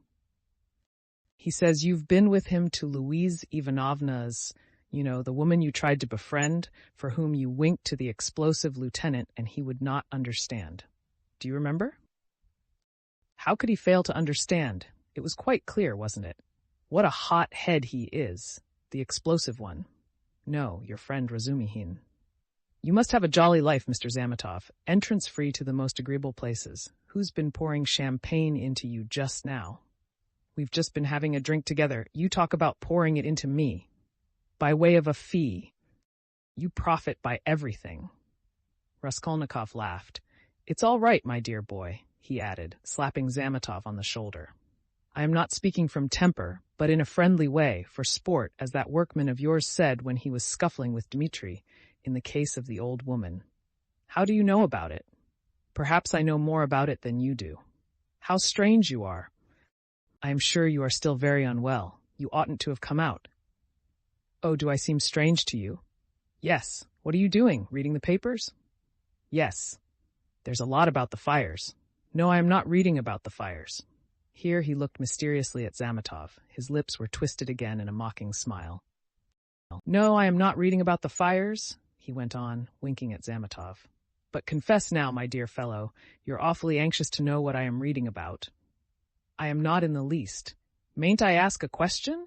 Why do you keep on? Listen, you are a man of culture and education?" "I was in the 6th class at the gymnasium," said Zametov with some dignity. "6th class! Ah, my cock-sparrow! With your parting and your rings, you are a gentleman of fortune. Phoo! What a charming boy!" Here Raskolnikov broke into a nervous laugh, right in Zametov's face. The latter drew back, more amazed than offended. "Phoo! How strange you are!" Zametov repeated very seriously. "I can't help thinking you are still delirious." "I am delirious. You are fibbing, my cock-sparrow. So I am strange? You find me curious, do you?" "Yes, curious." "Shall I tell you what I was reading about, what I was looking for? See what a lot of papers I've made them bring me. Suspicious, eh? Well, what is it? You prick up your ears? How do you mean, prick up my ears? I'll explain that afterwards, but now, my boy, I declare to you, no, better, I confess. No, that's not right either. I make a deposition, and you take it. I depose that I was reading, that I was looking and searching." He screwed up his eyes and paused. "I was searching, and came here on purpose to do it, for news of the murder of the old pawnbroker woman," he articulated at last, almost in a whisper, bringing his face exceedingly close to the face of Zametov. Zametov looked at him steadily, without moving or drawing his face away. What struck Zametov afterwards as the strangest part of it all was that silence followed for exactly a minute, and that they gazed at one another all the while. "What if you have been reading about it?" he cried at last, perplexed and impatient. "That's no business of mine." "What of it?" "The same old woman," Raskolnikov went on in the same whisper, not heeding Zametov's explanation, "about whom you were talking in the police office, you remember, when I fainted. Well, do you understand now?" "What do you mean? Understand what?" Zametov brought out, almost alarmed. Raskolnikov's set and earnest face was suddenly transformed, and he suddenly went off into the same nervous laugh as before, as though utterly unable to restrain himself. And in one flash he recalled with extraordinary vividness of sensation a moment in the recent past, that moment when he stood with the axe behind the door, while the latch trembled and the men outside swore and shook it, and he had a sudden desire to shout at them, to swear at them, to put out his tongue at them, to mock them, to laugh and laugh and laugh. "You are either mad or—" began Zametov, and he broke off, as though stunned by the idea that had suddenly flashed into his mind. Or what? Come, tell me." "Nothing," said Zametov, getting angry. "It's all nonsense." Both were silent. After his sudden fit of laughter, Raskolnikov became suddenly thoughtful and melancholy. He put his elbow on the table and leaned his head on his hand. He seemed to have completely forgotten Zametov. The silence lasted for some time. "Why don't you drink your tea? It's getting cold," said Zametov. "What? Tea? Oh, yes!" Raskolnikov sipped the glass, put a morsel of bread in his mouth, and suddenly looking at Zametov, seemed to remember everything and pulled himself together. At the same moment his face resumed its original mocking expression. He went on drinking tea. "There have been a great many of these crimes lately," said Zametov. "Only the other day I read in the Moscow News that a whole gang of false coiners had been caught in Moscow. It was a regular society. They used to forge tickets." "Oh, but it was a long time ago. I read about it a month ago," Raskolnikov answered calmly. "So you consider them criminals?" he added, smiling. "Of course they are criminals." "They? They are children, simpletons, not criminals. Why, 100 people meeting for such an object. What an idea! 3 would be too many, and then they want to have more faith in one another than in themselves. One has only to blab in his cups and it all collapses. Simpletons. They engaged untrustworthy people to change the notes. What a thing to trust to a casual stranger. Well, let us suppose that these simpletons succeed, and each makes 1,000,000, and what follows for the rest of their lives? Each is dependent on the others for the rest of his life. Better hang oneself at once. And they did not know how to change the notes either. The man who changed the notes took 5,000 rubles, and his hands trembled. He counted the first 4,000, but did not count the 5,000. He was in such a hurry to get the money into his pocket and run away. Of course he roused suspicion, and the whole thing came to a crash through one fool. "Is it possible?" "That his hands trembled?" observed Zametov. "Yes, that's quite possible. That, I feel quite sure, is possible. Sometimes one can't stand things." "Can't stand that? Why, could you stand it then?" "No, I couldn't, for the sake of 100 rubles to face such a terrible experience, to go with false notes into a bank, where it's their business to spot that sort of thing. No, I should not have the face to do it, would you?" Raskolnikov had an intense desire again to put his tongue out. Shivers kept running down his spine. "I should do it quite differently," Raskolnikov began. "This is how I would change the notes. I'd count the first 1,000 3 or 4 times backwards and forwards, looking at every note, and then I'd set to the second 1,000. I'd count that halfway through, and then hold some 50-ruble note to the light, then turn it, then hold it to the light again to see whether it was a good one. I am afraid, I would say, a relation of mine lost 25 rubles the other day through a false note, and then I'd tell them the whole story. And after I began counting the third, I would say, I fancy I made a mistake in the 700 in that second 1,000, I'm not sure. And so I would give up the third 1,000 and go back to the second, and so on to the end. And when I had finished, I'd pick out one from the 5th and one from the second 1,000, and take them again to the light and ask again, "Change them, please," and put the clerk into such a stew that he would not know how to get rid of me. When I'd finished and had gone out, I'd come back, and ask for some explanation. That's how I'd do it. "Phoo, what terrible things you say," said Zametov, laughing. "But all that is only talk. I dare say when it came to deeds you'd make a slip. I believe that even a practiced, desperate man cannot always reckon on himself, much less you and I.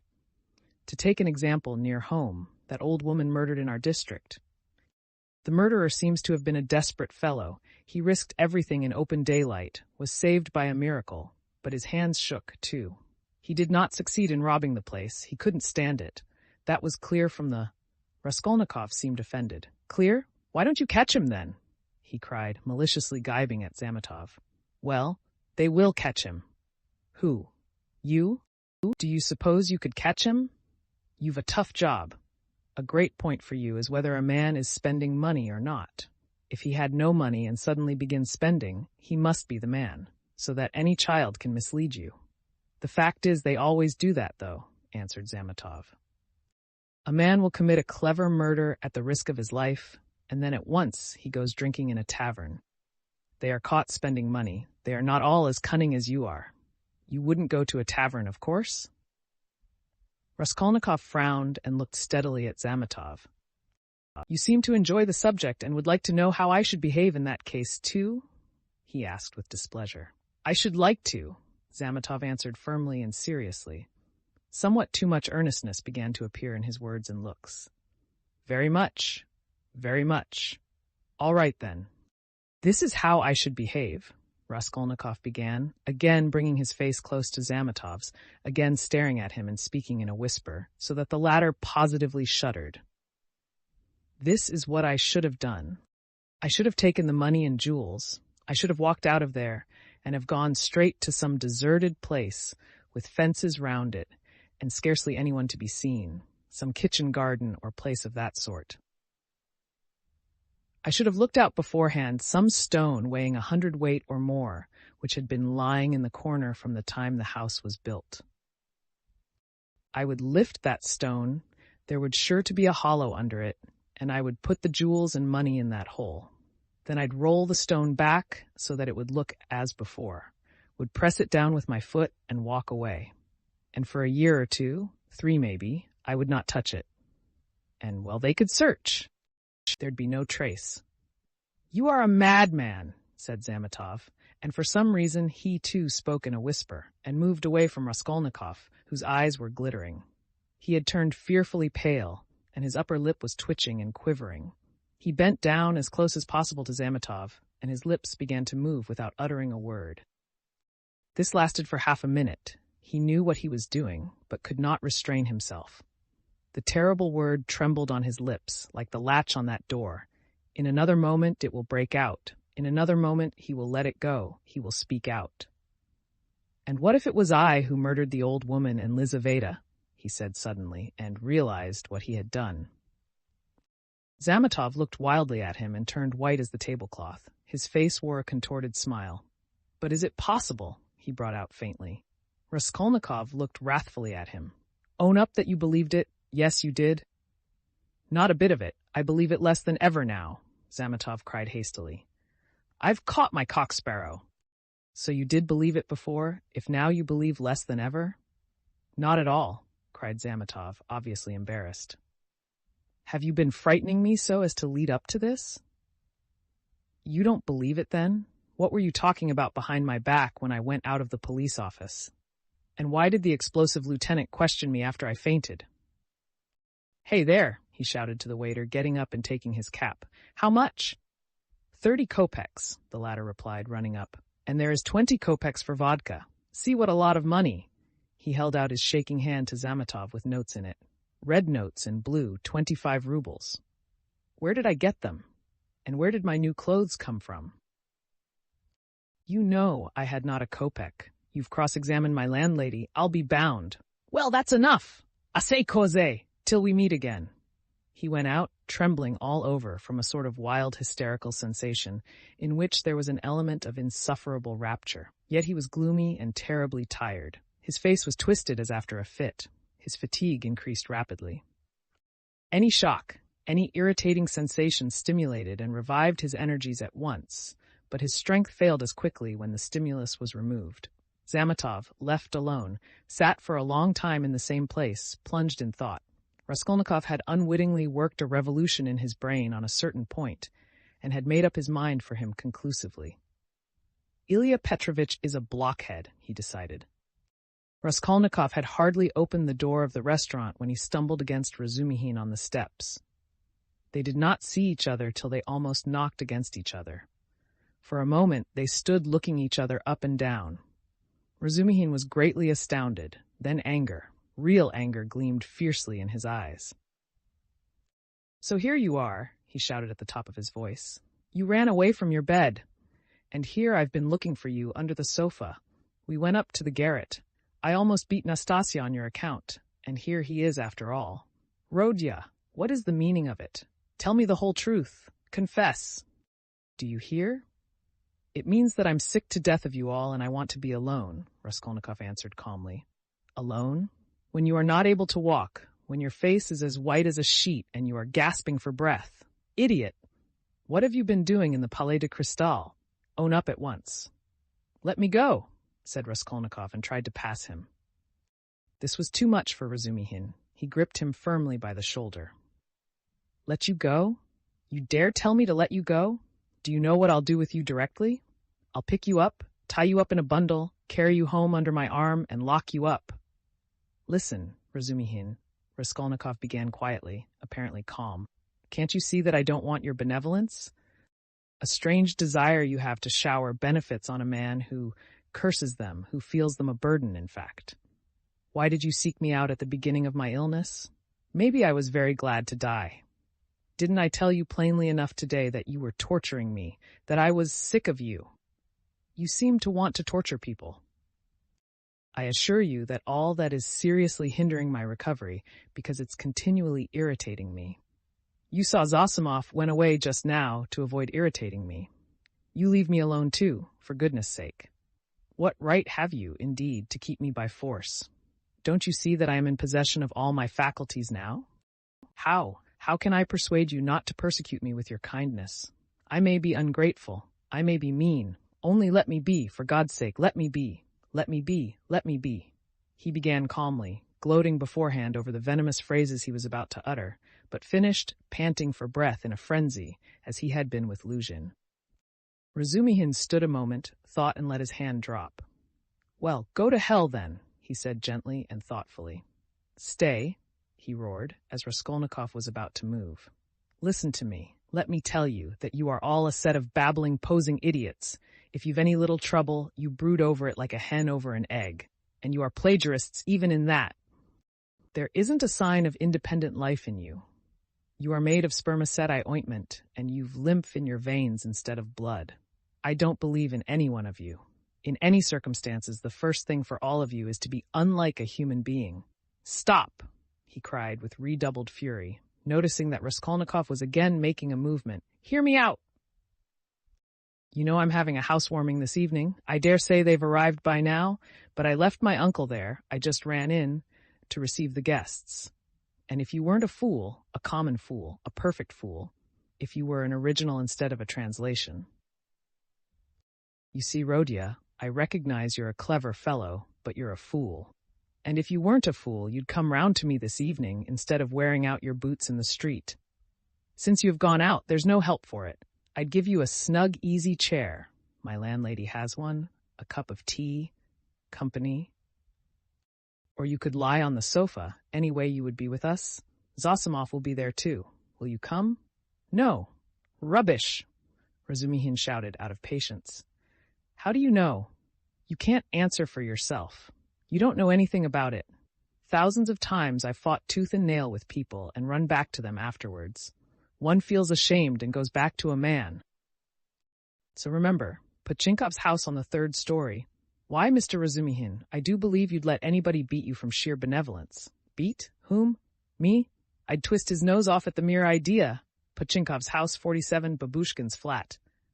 I shall not come, Razumihin. Raskolnikov turned and walked away. I bet you will, Razumihin shouted after him. I refuse to know you if you don't. Stay, hey, is Zametov in there? Yes. Did you see him? Yes. Talk to him? Yes. What about? Confound you, don't tell me then. Pochinkov's house, 47 Babushkin's flat, remember. Raskolnikov walked on and turned the corner into Sadovy Street. Razumihin looked after him thoughtfully. Then, with a wave of his hand, he went into the house, but stopped short of the stairs. Confound it, he went on almost aloud. He talked sensibly, but yet, I am a fool, as if madmen didn't talk sensibly, and this was just what Zosimov seemed afraid of. He struck his finger on his forehead. What if? How could I let him go off alone? He may drown himself. Ah, what a blunder. I can't. And he ran back to overtake Raskolnikov, but there was no trace of him. With a curse, he returned with rapid steps to the Palais de Cristal to question Zametov. Raskolnikov walked straight to X Bridge, stood in the middle, and leaning both elbows on the rail, stared into the distance. On parting with Razumihin, he felt so much weaker that he could scarcely reach this place. He longed to sit or lie down somewhere in the street. Bending over the water, he gazed mechanically at the last pink flush of the sunset, at the row of houses growing dark in the gathering twilight, at one distant attic window on the left bank, flashing as though on fire in the last rays of the setting sun, at the darkening water of the canal, and the water seemed to catch his attention. At last red circles flashed before his eyes. The houses seemed moving. The passers-by, the canal banks, the carriages, all danced before his eyes. Suddenly he started, saved again perhaps from swooning by an uncanny and hideous sight. He became aware of someone standing on the right side of him. He looked and saw a tall woman with a kerchief on her head, with a long, yellow, wasted face and red, sunken eyes. She was looking straight at him, but obviously she saw nothing and recognized no one. Suddenly, she leaned her right hand on the parapet, lifted her right leg over the railing, then her left, and threw herself into the canal. The filthy water parted and swallowed up its victim for a moment.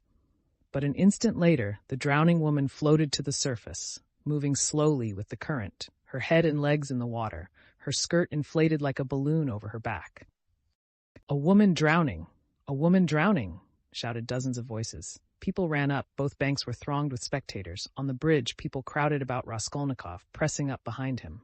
"Mercy on it! It's our Afrosinya!" a woman cried tearfully close by. "Mercy! Save her! Kind people! Pull her out! A boat!" was shouted in the crowd.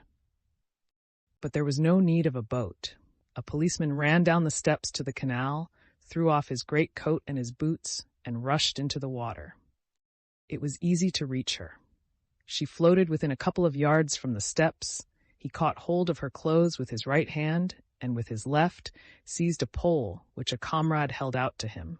The drowning woman was pulled out at once. They laid her on the granite pavement of the embankment. She soon recovered consciousness, raised her head, sat up, and began sneezing and coughing, stupidly wiping her wet dress with her hands. She said nothing. "She's drunk herself out of her senses," the same woman's voice wailed at her side. "Out of her senses. The other day she tried to hang herself. We cut her down. I ran out to the shop just now, left my little girl to look after her, and here she's in trouble again. A neighbor, gentlemen, a neighbor, we live close by, the second house from the end, see yonder." The crowd broke up. The police still remained round the woman. Someone mentioned the police station. Raskolnikov looked on with a strange sensation of indifference and apathy. He felt disgusted. "No, that's loathsome. Water. It's not good enough," he muttered to himself. "Nothing will come of it," he added. "No use to wait. What about the police office? And why isn't Zametov at the police office? The police office is open till 10 o'clock. He turned his back to the railing and looked about him. "Very well, then," he said resolutely. He moved from the bridge and walked in the direction of the police office. His heart felt hollow and empty. He did not want to think. Even his depression had passed. There was not a trace now of the energy with which he had set out to make an end of it all. Complete apathy had succeeded to it. "Well, it's a way out of it," he thought, walking slowly and listlessly along the canal bank. "Anyway, I'll make an end, for I want to. But is it a way out? What does it matter? There'll be the square yard of space. Ha! But what an end! Is it really the end? Shall I come or not? Ah! Damn! How tired I am! If I could find somewhere to sit or lie down soon. What I am most ashamed of is its being so stupid. But I don't care about that either. What idiotic ideas come into one's head." To reach the police office, he had to go straight forward and take the second turning to the left. It was only a few paces away. But at the first turning, he stopped, and after a minute's thought, turned into a side street and went 2 streets out of his way, possibly without any object, or possibly to delay a minute and gain time. He walked, looking at the ground. Suddenly someone seemed to whisper in his ear. He lifted his head and saw that he was standing at the very gate of the house. He had not passed it. He had not been near it since that evening. An overwhelming, unaccountable prompting drew him on. He went into the house, passed through the gateway, then into the first entrance on the right, and began mounting the familiar staircase to the 4th story. The narrow, steep staircase was very dark. He stopped at each landing and looked round him with curiosity. On the first landing, the framework of the window had been taken out. That wasn't so then, he thought. Here was the flat on the 2nd story where Nikolay and Dmitri had been working. It's shut up and the door newly painted, so it's to let. Then the 3rd story and the 4th. Here. He was perplexed to find the door of the flat wide open. There were men there. He could hear voices. He had not expected that. After brief hesitation, he mounted the last stairs and went into the flat. It, too, was being done up. There were workmen in it. This seemed to amaze him. He somehow fancied that he would find everything as he left it, even perhaps the corpses in the same places on the floor. And now, bare walls, no furniture. It seemed strange. He walked to the window and sat down on the windowsill. There were two workmen, both young fellows, but one much younger than the other. They were papering the walls with a new white paper covered with lilac flowers, instead of the old, dirty, yellow one. Raskolnikov, for some reason, felt horribly annoyed by this. He looked at the new paper with dislike, as though he felt sorry to have it all so changed. The workmen had obviously stayed beyond their time, and now they were hurriedly rolling up their paper and getting ready to go home. They took no notice of Raskolnikov's coming in. They were talking. Raskolnikov folded his arms and listened. "She comes to me in the morning," said the elder to the younger, "very early, all dressed up. 'Why are you preening and prinking?' says I. 'I am ready to do anything to please you, Tit Vassilitch.' That's a way of going on. And she dressed up like a regular fashion book." "And what is a fashion book?" the younger one asked. He obviously regarded the other as an authority. "A fashion book is a lot of pictures, colored, and they come to the tailors here every Saturday by post from abroad to show folks how to dress, the male sex as well as the female. They're pictures. The gentlemen are generally wearing fur coats, and for the ladies' fluffles, they're beyond anything you can fancy. There's nothing you can't find in Petersburg," the younger cried enthusiastically, "except father and mother. There's everything." "Except them. There's everything to be found, my boy," the elder declared sententiously. Raskolnikov got up and walked into the other room where the strong box, the bed, and the chest of drawers had been. The room seemed to him very tiny without furniture in it. The paper was the same. The paper in the corner showed where the case of icons had stood. He looked at it and went to the window. The elder workman looked at him askance. "What do you want?" he asked suddenly. Instead of answering, Raskolnikov went into the passage and pulled the bell. The same cracked note. He rang it a second and a third time. He listened and remembered. The hideous and agonizingly fearful sensation he had felt then began to come back more and more vividly. He shuddered at every ring, and it gave him more and more satisfaction. "Well, what do you want? Who are you?" the workman shouted, going out to him. Raskolnikov went inside again. "I want to take a flat," he said. "I am looking round. It's not the time to look at rooms at night, and you ought to come up with the porter. The floors have been washed. Will they be painted?"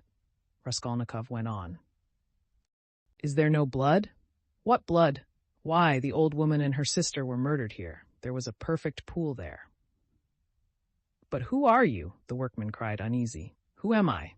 "Yes, you want to know. Come to the police station, I'll tell you." The workman looked at him in amazement. "It's time for us to go. We are late. Come along, Alyoshka." "We must lock up," said the elder workman.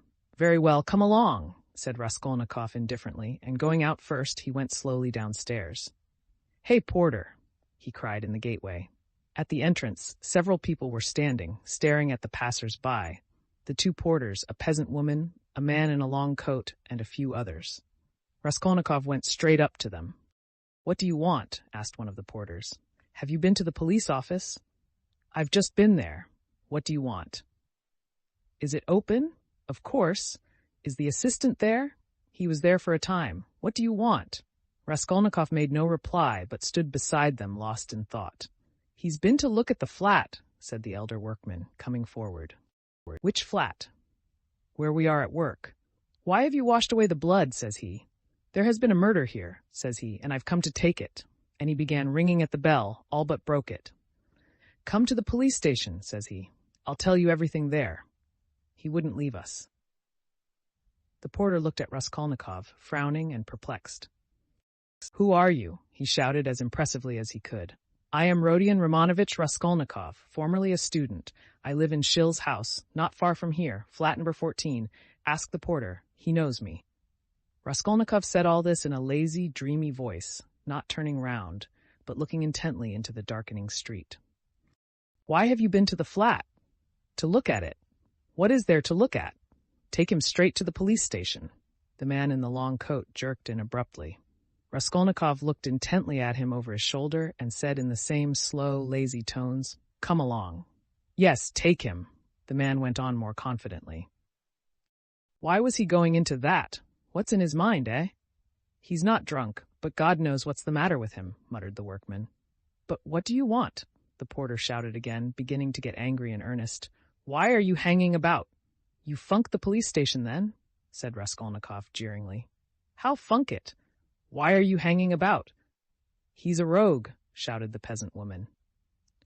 "Why waste time talking to him?" cried the other porter, a huge peasant in a full open coat and with keys on his belt. "Get along! He is a rogue and no mistake. Get along!" And seizing Raskolnikov by the shoulder, he flung him into the street.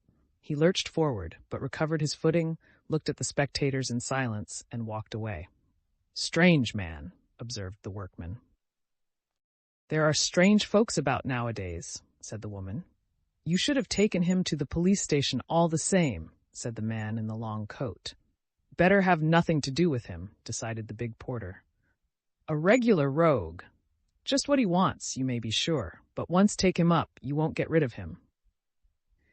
"We know the sort. Shall I go there or not?"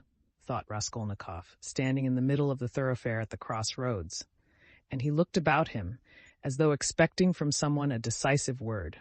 But no sound came. All was dead and silent like the stones on which he walked, dead to him alone. All at once, at the end of the street, 200 yards away, in the gathering dusk, he saw a crowd and heard talk and shouts. In the middle of the crowd stood a carriage.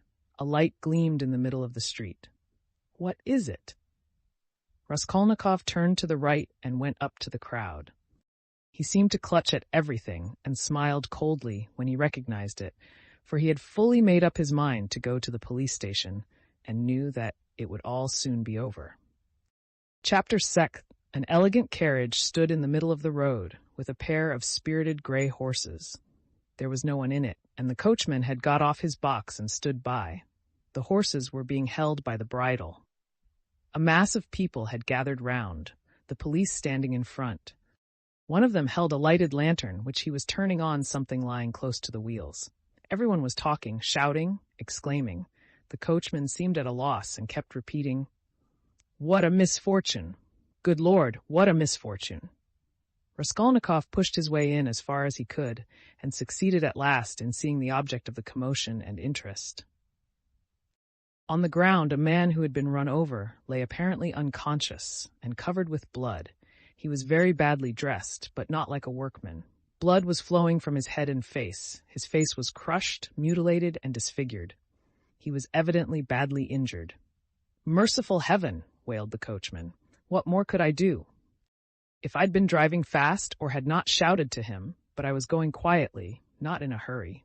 Everyone could see I was going along just like everybody else. A drunken man can't walk straight, we all know. I saw him crossing the street, staggering and almost falling. I shouted again, and a second and a third time. Then I held the horses in, but he fell straight under their feet. Either he did it on purpose or he was very tipsy. The horses are young and ready to take fright. They started, he screamed. That made them worse. That's how it happened." "That's just how it was," a voice in the crowd confirmed. He shouted. "That's true. He shouted 3 times, another voice declared. 3 times it was, we all heard it, shouted a third. But the coachman was not very much distressed and frightened. It was evident that the carriage belonged to a rich and important person who was awaiting it somewhere. The police, of course, were in no little anxiety to avoid upsetting his arrangements. All they had to do was to take the injured man to the police station and the hospital. No one knew his name. Meanwhile, Raskolnikov had squeezed in and stooped closer over him. The lantern suddenly lighted up the unfortunate man's face. He recognized him. "I know him! I know him!" he shouted, pushing to the front. "It's a government clerk retired from the service, Marmeladov. He lives close by in Kozel's house. Make haste for a doctor. I will pay, see?" He pulled money out of his pocket and showed it to the policeman. He was in violent agitation. The police were glad that they had found out who the man was. Raskolnikov gave his own name and address, and, as earnestly as if it had been his father, he besought the police to carry the unconscious Marmeladov to his lodging at once. "Just here, 3 houses away," he said eagerly. "The house belongs to Kozel, a rich German. He was going home, no doubt drunk. I know him, he is a drunkard. He has a family there, a wife, children, he has 1 daughter. It will take time to take him to the hospital, and there is sure to be a doctor in the house. I'll pay. At least he will be looked after at home. They will help him at once. But he'll die before you get him to the hospital." He managed to slip something unseen into the policeman's hand, but the thing was straightforward and legitimate, and in any case, help was closer here. They raised the injured man. People volunteered to help. Kozel's house was 30 yards away. Raskolnikov walked behind, carefully holding Marmeladov's head and showing the way. This way. We must take him upstairs head foremost. Turn round. I'll pay. I'll make it worth your while, he muttered. Katerina Ivanovna had just begun, as she always did at every free moment, walking to and fro in her little room from window to stove and back again, with her arms folded across her chest, talking to herself and coughing. Of late, she had begun to talk more than ever to her eldest girl, Polenka, a child of 10, who, though there was much she did not understand, understood very well that her mother needed her, and so always watched her with her big, clever eyes and strove her utmost to appear to understand. This time, Polenka was undressing her little brother, who had been unwell all day and was going to bed. The boy was waiting for her to take off his shirt, which had to be washed at night. He was sitting straight and motionless on a chair, with a silent, serious face, with his legs stretched out straight before him, heels together and toes turned out. He was listening to what his mother was saying to his sister, sitting perfectly still with pouting lips and wide-open eyes, just as all good little boys have to sit when they are undressed to go to bed. A little girl, still younger, dressed literally in rags, stood at the screen, waiting for her turn. The door onto the stairs was open to relieve them a little from the clouds of tobacco smoke which floated in from the other rooms and brought on long, terrible fits of coughing in the poor, consumptive woman. Katerina Ivanovna seemed to have grown even thinner during that week, and the hectic flush on her face was brighter than ever. "You wouldn't believe, you can't imagine, Polenka," she said, walking about the room, "what a happy, luxurious life we had in my papa's house, and how this drunkard has brought me, and will bring you all, to ruin. Papa was a civil colonel, and only a step from being a governor, so that everyone who came to see him said, 'We look upon you, Ivan Mikhailovitch, as our governor.' She coughed violently. Oh, cursed life, she cried, clearing her throat and pressing her hands to her breast. When at the last ball at the Marshal's, Princess Bezemelny saw me, who gave me the blessing when your father and I were married, Polenka. She asked at once, 'Isn't that the pretty girl who danced the shawl dance at the breaking up? You must mend that tear. You must take your needle and darn it as I showed you. Or tomorrow, cough, cough, cough, he will make the hole bigger,' she articulated with effort. Prince Shigalskoy, a kammerjunker, had just come from Petersburg then. He danced the mazurka with me and wanted to make me an offer next day, but I thanked him in flattering expressions and told him that my heart had long been another's. That other was your father, Polya. Papa was fearfully angry. 'Is the water ready? Give me the shirt and the stockings.' 'Lida,' said she to the youngest one, 'you must manage without your camise tonight, and lay your stockings out with it. I'll wash them together. How is it that drunken vagabond doesn't come in? He has worn his shirt till it looks like a dishclout. He has torn it to rags. I'd do it all together, so as not to have to work 2 nights running. Oh dear! Cough, cough, cough, cough. Again! What's this?' she cried, noticing a crowd in the passage and the men who were pushing into her room carrying a burden. 'What is it? What are they bringing? Mercy on us!' 'Where are we to put him?' asked the policeman, looking round when Marmeladov, unconscious and covered with blood, had been carried in. 'On the sofa!' 'Put him straight on the sofa, with his head this way,' Raskolnikov showed him. 'Run over in the road! Dr. Unk!' someone shouted in the passage. Katerina Ivanovna stood, turning white and gasping for breath. The children were terrified. Little Lida screamed, rushed to Polenka, and clutched at her, trembling all over. Having laid Marmeladov down, Raskolnikov flew to Katerina Ivanovna. "For God's sake, be calm. Don't be frightened," he said, speaking quickly. "He was crossing the road and was run over by a carriage. Don't be frightened. He will come to. I told them bring him here. I've been here already. You remember? He will come to. I'll pay." "He's done it this time," Katerina Ivanovna cried despairingly, and she rushed to her husband. Raskolnikov noticed at once that she was not one of those women who swoon easily. She instantly placed under the luckless man's head a pillow, which no one had thought of, and began undressing and examining him. She kept her head, forgetting herself, biting her trembling lips and stifling the screams which were ready to break from her. Raskolnikov meanwhile induced someone to run for a doctor. There was a doctor, it appeared, next door but one. "I've sent for a doctor," he kept assuring Katerina Ivanovna. "Don't be uneasy. I'll pay. Haven't you water? And give me a napkin or a towel, anything, as quick as you can. He is injured, but not killed, believe me."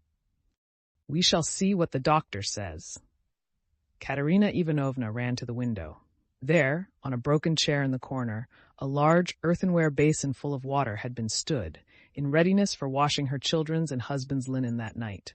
This washing was done by Katerina Ivanovna at night at least twice a week, if not oftener. For the family had come to such a pass that they were practically without change of linen, and Katerina Ivanovna could not endure uncleanliness, and rather than see dirt in the house, she preferred to wear herself out at night, working beyond her strength when the rest were asleep, so as to get the wet linen hung on a line and dry by the morning. She took up the basin of water at Raskolnikov's request, but almost fell down with her burden. But the latter had already succeeded in finding a towel, wetted it, and began washing the blood off Marmeladov's face. Katerina Ivanovna stood by, breathing painfully and pressing her hands to her breast. She was in need of attention herself. Raskolnikov began to realize that he might have made a mistake in having the injured man brought here. The policeman, too, stood in hesitation. "Polenka," cried Katerina Ivanovna, "run to Sonia. Make haste. If you don't find her at home, leave word that her father has been run over and that she is to come here at once, when she comes in. Run, Polenka. There, put on the shawl. Run your fastest!" cried the little boy on the chair suddenly, after which he relapsed into the same dumb rigidity, with round eyes, his heels thrust forward and his toes spread out.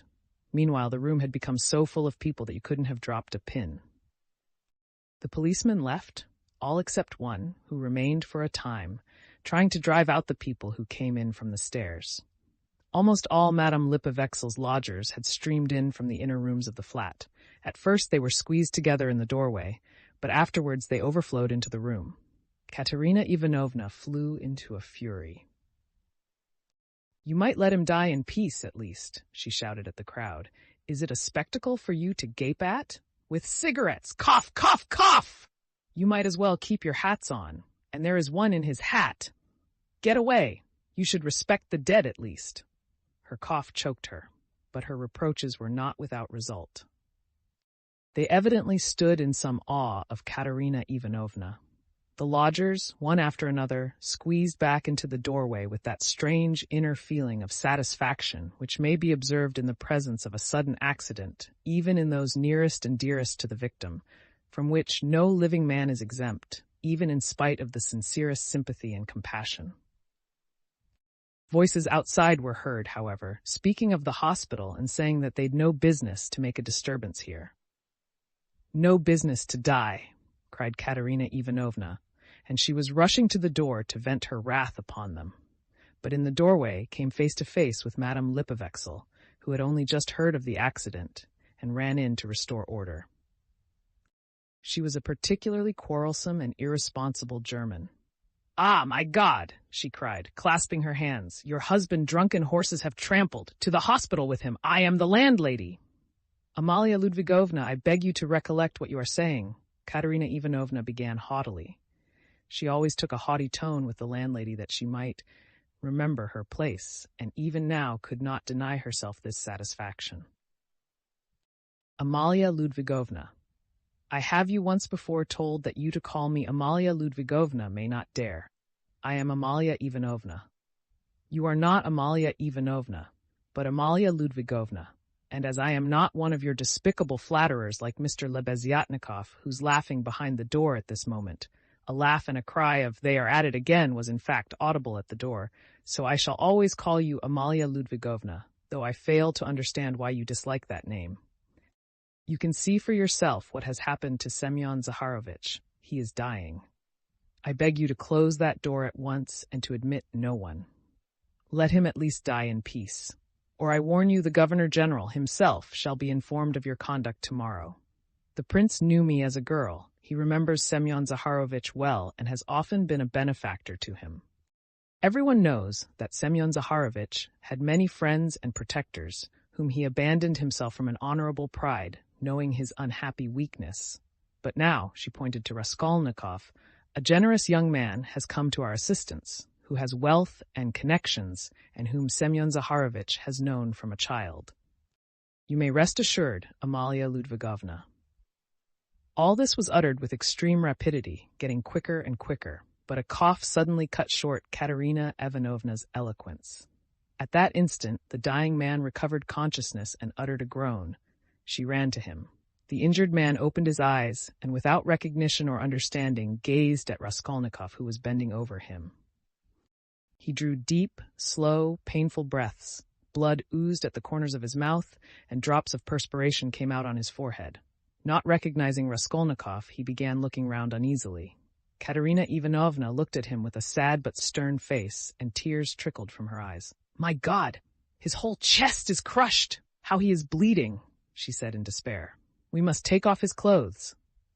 "Turn a little, Semyon Zaharovich, if you can," she cried to him. Marmeladov recognized her. "A priest," he articulated huskily. Katerina Ivanovna walked to the window, laid her head against the window frame, and exclaimed in despair, "Oh, cursed life!" "A priest," the dying man said again after a moment's silence. "They've gone for him," Katerina Ivanovna shouted to him. He obeyed her shout and was silent. With sad and timid eyes he looked for her. She returned and stood by his pillow. He seemed a little easier, but not for long. Soon his eyes rested on little Lida, his favorite, who was shaking in the corner, as though she were in a fit and staring at him with her wondering childish eyes. "Ah!" he signed towards her uneasily. He wanted to say something. "What now?" cried Katerina Ivanovna. "Barefoot, barefoot," he muttered, indicating with frenzied eyes the child's bare feet. "Be silent," Katerina Ivanovna cried irritably. "You know why she is barefooted." "Thank God, the doctor!" exclaimed Raskolnikov, relieved. The doctor came in, a precise little old man, a German, looking about him mistrustfully. He went up to the sick man, took his pulse, carefully felt his head, and with the help of Katerina Ivanovna he unbuttoned the blood-stained shirt and bared the injured man's chest. It was gashed, crushed, and fractured. Several ribs on the right side were broken. On the left side, just over the heart, was a large, sinister-looking, yellowish-black bruise, a cruel kick from the horse's hoof. The doctor frowned. The policeman told him that he was caught in the wheel and turned round with it for 30 yards on the road. "It's wonderful that he has recovered consciousness," the doctor whispered softly to Raskolnikov. "What do you think of him?" he asked. "He will die immediately." "Is there really no hope?" "Not the faintest. He is at the last gasp. His head is badly injured, too." I could bleed him if you like, but it would be useless. He is bound to die within the next 5 or 10 minutes. Better bleed him then." "If you like. But I warn you, it will be perfectly useless." At that moment, other steps were heard. The crowd in the passage parted, and the priest, a little, gray old man, appeared in the doorway, bearing the sacrament. A policeman had gone for him at the time of the accident. The doctor changed places with him, exchanging glances with him. Raskolnikov begged the doctor to remain a little while. He shrugged his shoulders and remained. All stepped back. The confession was soon over. The dying man probably understood little. He could only utter indistinct, broken sounds. Katerina Ivanovna took little Lida, lifted the boy from the chair, knelt down in the corner by the stove, and made the children kneel in front of her. The little girl was still trembling, but the boy, kneeling on his little bare knees, lifted his hand rhythmically, crossing himself with precision and bowed down, touching the floor with his forehead, which seemed to afford him especial satisfaction. Katerina Ivanovna bit her lips and held back her tears. She prayed, too, now and then pulling straight the boy's shirt, and managed to cover the girl's bare shoulders with a kerchief, which she took from the chest without rising from her knees or ceasing to pray. Meanwhile, the door from the inner rooms was opened inquisitively again. In the passage, the crowd of spectators from all the flats on the staircase grew denser and denser, but they did not venture beyond the threshold. A single candle end lighted up the scene. At that moment, Polenka forced her way through the crowd at the door. She came in panting from running so fast, took off her kerchief, looked for her mother, went up to her and said, "She's coming. I met her in the street." Her mother made her kneel beside her. Timidly and noiselessly, a young girl made her way through the crowd, and strange was her appearance in that room, in the midst of want, rags, death, and despair. She, too, was in rags. Her attire was all of the cheapest, but decked out in gutter finery of a special stamp, unmistakably betraying its shameful purpose. Sonia stopped short in the doorway and looked about her, bewildered, unconscious of everything. She forgot her fourth-hand, gaudy silk dress, so unseemly here with its ridiculous long train, and her immense crinoline that filled up the whole doorway, and her light-colored shoes, and the parasol she brought with her, though it was no use at night, and the absurd round straw hat with its flaring flame-colored feather. Under this rakishly tilted hat was a pale, frightened little face with lips parted and eyes staring in terror.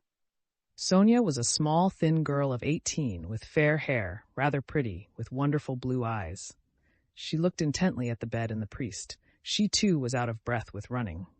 At last whispers, some words in the crowd probably, reached her. She looked down and took a step forward into the room, still keeping close to the door. The service was over. Katerina Ivanovna went up to her husband again. The priest stepped back and turned to say a few words of admonition and consolation to Katerina Ivanovna on leaving. "What am I to do with these?" she interrupted sharply and irritably, pointing to the little ones. "God is merciful. Look to the Most High for succor," the priest began. "Ach, he is merciful, but not to us." "That's a sin, madam," observed the priest, shaking his head. "And isn't that a sin?" cried Katerina Ivanovna, pointing to the dying man. "Perhaps those who have involuntarily caused the accident will agree to compensate you, at least for the loss of his earnings." "You don't understand," cried Katerina Ivanovna angrily, waving her hand. "And why should they compensate me? Why, he was drunk and threw himself under the horses. What earnings? He brought us in nothing but misery. He drank everything away. The drunkard. He robbed us to get drink. He wasted their lives and mine for drink. And thank God he's dying. One less to keep. You must forgive in the hour of death. That's a sin, madam. Such feelings are a great sin." Katerina Ivanovna was busy with the dying man. She was giving him water, wiping the blood and sweat from his head, setting his pillow straight, and had only turned now and then for a moment to address the priest. Now she flew at him almost in a frenzy. "Ah, father, that's words and only words. Forgive. If he'd not been run over, he'd have come home today drunk and his only shirt dirty and in rags, and he'd have fallen asleep like a log. And I should have been sousing and rinsing till daybreak, washing his rags and the children's, and then drying them by the window, and as soon as it was daylight, I should have been darning them. That's how I spend my nights." "What's the use of talking of forgiveness? I have forgiven as it is." A terrible hollow cough interrupted her words. She put her handkerchief to her lips and showed it to the priest, pressing her other hand to her aching chest. The handkerchief was covered with blood. The priest bowed his head and said nothing. Marmeladov was in the last agony. He did not take his eyes off the face of Katerina Ivanovna, who was bending over him again. He kept trying to say something to her. He began moving his tongue with difficulty and articulating indistinctly. But Katerina Ivanovna, understanding that he wanted to ask her forgiveness, called peremptorily to him. "Be silent. No need. I know what you want to say." and the sick man was silent, but at the same instant his wandering eyes strayed to the doorway, and he saw Sonia. Till then he had not noticed her. She was standing in the shadow in a corner. "Who's that?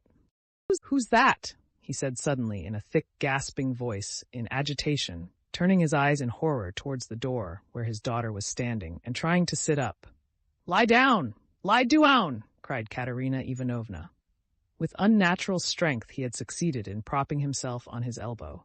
He looked wildly and fixedly for some time on his daughter, as though not recognizing her. He had never seen her before in such attire.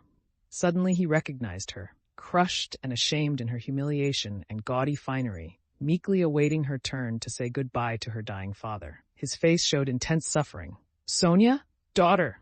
Forgive!" he cried, and he tried to hold out his hand to her, but losing his balance, he fell off the sofa, face downwards on the floor. They rushed to pick him up. They put him on the sofa, but he was dying. Sonia, with a faint cry, ran up, embraced him, and remained so without moving. He died in her arms. "He's got what he wanted," Katerina Ivanovna cried, seeing her husband's dead body. "Well, what's to be done now? How am I to bury him? What can I give them tomorrow to eat?" Raskolnikov went up to Katerina Ivanovna.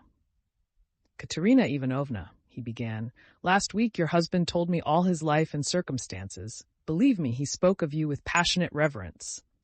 From that evening, when I learnt how devoted he was to you all and how he loved and respected you especially, Katerina Ivanovna, in spite of his unfortunate weakness, from that evening we became friends. Allow me now to do something, to repay my debt to my dead friend. Here are 20 rubles, I think, and if that can be of any assistance to you, then in short, I will come again. I will be sure to come again. I shall perhaps come again tomorrow. Goodbye." And he went quickly out of the room, squeezing his way through the crowd to the stairs. But in the crowd, he suddenly jostled against Nikodym Fomitch, who had heard of the accident and had come to give instructions in person. They had not met since the scene at the police station, but Nikodym Fomitch knew him instantly. "Ah, is that you?" he asked him. "He's dead," answered Raskolnikov. "The doctor and the priest have been all as it should have been. Don't worry the poor woman too much. She is in consumption as it is. Try and cheer her up if possible. You are a kind-hearted man, I know," he added with a smile, looking straight in his face. "But you are spattered with blood," observed Nikodym Fomitch, noticing in the lamplight some fresh stains on Raskolnikov's waistcoat. "Yes, I'm covered with blood," Raskolnikov said with a peculiar air. Then he smiled, nodded, and went downstairs. He walked down slowly and deliberately, feverish but not conscious of it, entirely absorbed in a new overwhelming sensation of life and strength that surged up suddenly within him. This sensation might be compared to that of a man condemned to death, who has suddenly been pardoned. Halfway down the staircase he was overtaken by the priest on his way home. Raskolnikov let him pass, exchanging a silent greeting with him. He was just descending the last steps when he heard rapid footsteps behind him. Someone overtook him. It was Polenka. She was running after him, calling, "Wait, wait!" He turned round. She was at the bottom of the staircase and stopped short a step above him. A dime light came in from the yard. Raskolnikov could distinguish the child's thin but pretty little face, looking at him with a bright childish smile. She had run after him with a message which she was evidently glad to give. "Tell me, what is your name, and where do you live?" she said hurriedly in a breathless voice. He laid both hands on her shoulders and looked at her with a sort of rapture. It was such a joy to him to look at her, he could not have said why. "Who sent you?" "Sister Sonia sent me," answered the girl, smiling still more brightly. "I knew it was Sister Sonia sent you. Mama sent me too. When Sister Sonia was sending me, Mama came up too and said, 'Run fast, Polenka.' Do you love Sister Sonia?" "I love her more than anyone," Polenka answered with a peculiar earnestness, and her smile became graver. "And will you love me?" By way of answer, he saw the little girl's face approaching him, her full lips naively held out to kiss him. Suddenly, her arms as thin as sticks held him tightly. Her head rested on his shoulder, and the little girl wept softly, pressing her face against him. "I'm sorry for father," she said a moment later. raising her tear-stained face and brushing away the tears with her hands. "It's nothing but misfortunes now," she added suddenly with that peculiarly sedate air which children try hard to assume when they want to speak like grown-up people. "Did your father love you?" "He loved Lita most," she went on very seriously without a smile, exactly like grown-up people. "He loved her because she is little, and because she is ill too, and he always used to bring her presents. But he taught us to read, and me grammar and scripture too," she added with dignity. "And mother never used to say anything, but we knew that she liked it, and father knew it too. And mother wants to teach me French, for it's time my education began. And do you know your prayers?" "Of course we do. We knew them long ago.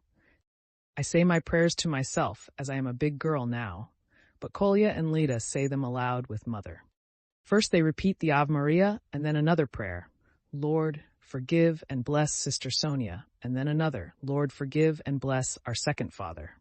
For our elder father is dead,' and this is another one, but we do pray for the other as well. Polenka, my name is Rodion. Pray sometimes for me too. And thy servant Rodion, nothing more. I'll pray for you all the rest of my life," the little girl declared hotly, and suddenly smiling again, she rushed at him and hugged him warmly once more. Raskolnikov told her his name and address and promised to be sure to come next day. The child went away, quite enchanted with him. It was past 10 when he came out into the street. In 5 minutes he was standing on the bridge at the spot where the woman had jumped in. "Enough," he pronounced resolutely and triumphantly. "I've done with fancies, imaginary terrors, and phantoms. Life is real. Haven't I lived just now? My life has not yet died with that old woman. The kingdom of heaven to her. And now enough, madam, leave me in peace. Now for the reign of reason and light, and of will and of strength, and now we will see, we will try our strength," he added defiantly, as though challenging some power of darkness. "And I was ready to consent to live in a square of space. I am very weak at this moment, but I believe my illness is all over. I knew it would be over when I went out. By the way, Pochinkov's house is only a few steps away. I certainly must go to Razumihin, even if it were not close by. Let him win his bet. Let us give him some satisfaction too. No matter. Strength. Strength is what one wants. You can get nothing without it, and strength must be won by strength. That's what they don't know," he added proudly and self-confidently, and he walked with flagging footsteps from the bridge. Pride and self-confidence grew continually stronger in him. He was becoming a different man every moment. What was it had happened to work this revolution in him?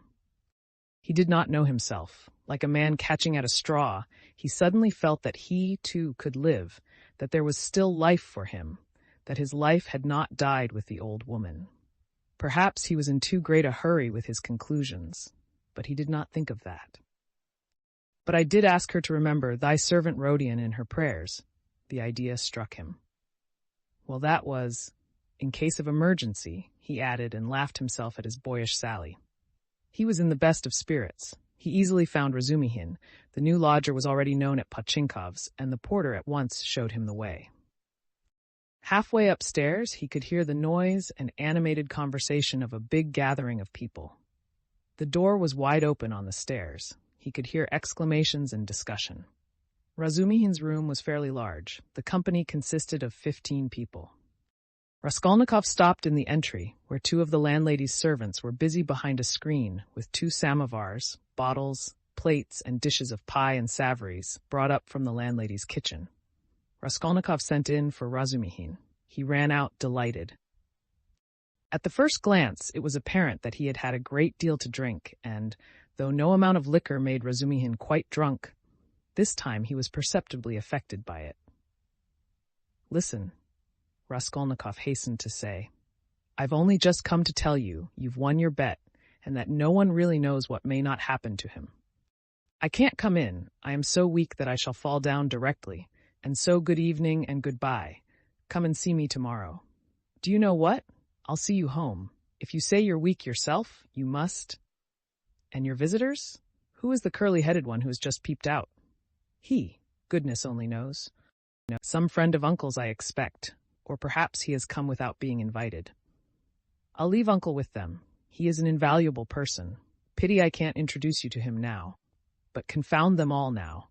They won't notice me, and I need a little fresh air, for you've come just in the nick of time. Another 2 minutes, and I should have come to blows. They are talking such a lot of wild stuff. You simply can't imagine what men will say. Though why shouldn't you imagine? Don't we talk nonsense ourselves? And let them. That's the way to learn not to. Wait a minute, I'll fetch Zosimov. Zosimov pounced upon Raskolnikov almost greedily. He showed a special interest in him. Soon his face brightened. You must go to bed at once, he pronounced, examining the patient as far as he could, and take something for the night. Will you take it? I got it ready some time ago, a powder. 2, if you like, answered Raskolnikov. The powder was taken at once. It's a good thing you are taking him home, observed Zosimov to Razumihin. We shall see how he is tomorrow. Today he's not at all amiss. A considerable change since the afternoon. Live and learn. Do you know what Zosimov whispered to me when we were coming out? Razumihin blurted out, as soon as they were in the street. I won't tell you everything, brother, because they are such fools. Zosimov told me to talk freely to you on the way and get you to talk freely to me, and afterwards I am to tell him about it, for he's got a notion in his head that you are mad or close on it. Only fancy. In the first place, you've 3 times the brains he has. In the second, if you are not mad, you needn't care a hang that he has got such a wild idea. And thirdly, that piece of beef whose specialty is surgery has gone mad on mental diseases, and what's brought him to this conclusion about you was your conversation today with Zametov. Zametov told you all about it? Yes, and he did well. Now I understand what it all means, and so does Zametov. Well, the fact is, Rodya, the point is, I am a little drunk now, but that's no matter. The point is that this idea, you understand, was just being hatched in their brains. You understand? That is, no one ventured to say it aloud, because the idea is too absurd, and especially since the arrest of that painter, that bubble's burst and gone forever. But why are they such fools? I gave Zametov a bit of a thrashing at the time. That's between ourselves, brother. Please don't let out a hint that you know of it. I've noticed he is a ticklish subject. It was at Louise Ivanovna's. But today it's all cleared up, that Ilya Petrovitch is at the bottom of it. He took advantage of your fainting at the police station, but he is ashamed of it himself now. I know that. Raskolnikov listened greedily. Razumihin was drunk enough to talk too freely. I fainted then because it was so close and the smell of paint, said Raskolnikov. No need to explain that. And it wasn't the paint only. The fever had been coming on for a month. Zosimov testifies to that.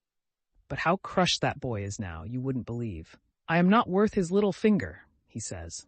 Yours, he means. He has good feelings at times, brother. But the lesson you gave him today in the Palais de Cristal, that was too good for anything. You frightened him at first, you know, he nearly went into convulsions. You almost convinced him again of the truth of all that hideous nonsense, and then you suddenly put out your tongue at him. There now, what do you make of it? It was perfect. He is crushed, annihilated now. It was masterly, by Jove. It's what they deserve. Ah, that I wasn't there. He was hoping to see you awfully. Porfiry, too, wants to make your acquaintance. Ah, he too. But why did they put me down as mad?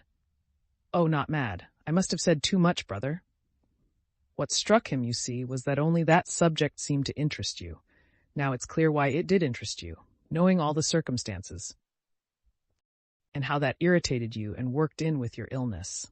I am a little drunk, brother, only, confound him, he has some idea of his own. I tell you, he's mad on mental diseases. But don't you mind him. For half a minute both were silent. Listen, Razumihin, began Raskolnikov. I want to tell you plainly. I've just been at a deathbed, a clerk who died. I gave them all my money, and besides, I've just been kissed by someone who, if I had killed anyone, would just the same. In fact, I saw someone else there with a flame-colored feather. But I am talking nonsense. I am very weak. Support me. We shall be at the stairs directly. What's the matter? What's the matter with you? Razumihin asked anxiously. I am a little giddy, but that's not the point. I am so sad, like a woman. Look, what's that? Look. What is it? Don't you see? A light in my room, you see? See through the crack. They were already at the foot of the last flight of stairs at the level of the landlady's door, and they could, as a fact, see from below that there was a light in Raskolnikov's garret. Queer. Nastasia, perhaps, observed Razumihin. She is never in my room at this time, and she must be in bed long ago, but I don't care. Goodbye. What do you mean? I am coming with you. We'll come in together. I know we are going in together, but I want to shake hands here and say goodbye to you here. So give me your hand, goodbye. What's the matter with you, Rodya? Nothing. Come along. You shall be witness. They began mounting the stairs, and the idea struck Razumihin that perhaps Zosimov might be right after all. Ah, I've upset him with my chatter, he muttered to himself. When they reached the door, they heard voices in the room. What is it? Cried Razumihin. Raskolnikov was the first to open the door. He flung it wide and stood still in the doorway, dumbfounded. His mother and sister were sitting on his sofa and had been waiting an hour and a half for him. Why had he never expected, never thought of them, though the news that they had started, were on their way and would arrive immediately, had been repeated to him only that day? They had spent that hour and a half plying Nastasia with questions. She was standing before them and had told them everything by now. They were beside themselves with alarm when they heard of his running away today, ill and, as they understood from her story, delirious. Good heavens, what had become of him? Both had been weeping. Both had been in anguish for that hour and a half. A cry of joy, of ecstasy, greeted Raskolnikov's entrance. Both rushed to him. But he stood like one dead. A sudden, intolerable sensation struck him like a thunderbolt. He did not lift his arms to embrace them. He could not. His mother and sister clasped him in their arms, kissed him, laughed, and cried. He took a step, tottered, and fell to the ground, fainting. Anxiety, cries of horror, moans. Razumihin, who was standing in the doorway, flew into the room, seized the sick man in his strong arms, and in a moment had him on the sofa. It's nothing, nothing, he cried to the mother and sister. It's only a faint, a mere trifle. Only just now the doctor said he was much better, that he is perfectly well. Water. See, he is coming to himself. He is all right again. And seizing Dunya by the arm so that he almost dislocated it, he made her bend down to see that he is all right again. The mother and sister looked on him with emotion and gratitude, as their providence. They had heard already from Nastasia all that had been done for their Rodya during his illness, by this very competent young man, as Pulcheria Alexandrovna Raskolnikov called him that evening in conversation with Dunya. Part 3, Chapter 1. Raskolnikov got up and sat down on the sofa. He waved his hand weakly to Razumihin to cut short the flow of warm and incoherent consolations he was addressing to his mother and sister, took them both by the hand, and for a minute or two gazed from one to the other without speaking. His mother was alarmed by his expression. It revealed an emotion agonizingly poignant, and at the same time something immovable, almost insane. Pulcheria Alexandrovna began to cry. Avdotia Romanovna was pale. Her hand trembled in her brother's. Go home, with him, he said in a broken voice, pointing to Razumihin. Goodbye till tomorrow. Tomorrow everything. Is it long since you arrived? This evening, Rodya, answered Pulcheria Alexandrovna. The train was awfully late, but Rodya, nothing would induce me to leave you now. I will spend the night here, near you. Don't torture me, he said with a gesture of irritation. I will stay with him, cried Razumihin. I won't leave him for a moment. Bother all my visitors. Let them rage to their heart's content. My uncle is presiding there. How can I thank you? Pulcheria Alexandrovna was beginning, once more pressing Razumihin's hands, but Raskolnikov interrupted her again. I can't have it. I can't have it, he repeated irritably. Don't worry me. Enough. Go away. I can't stand it. Come, Mamma. Come out of the room, at least for a minute, Dunya whispered in dismay. We are distressing him, that's evident. Mayn't I look at him after 3 years? Wept Pulcheria Alexandrovna. Stay, he stopped them again. You keep interrupting me, and my ideas get muddled. Have you seen Luzhin?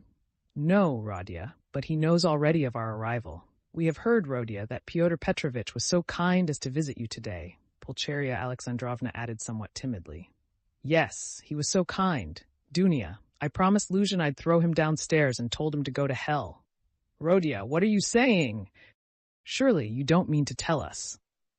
Pulcheria Alexandrovna began in alarm, but she stopped, looking at Dunya. Avdotia Romanovna was looking attentively at her brother, waiting for what would come next.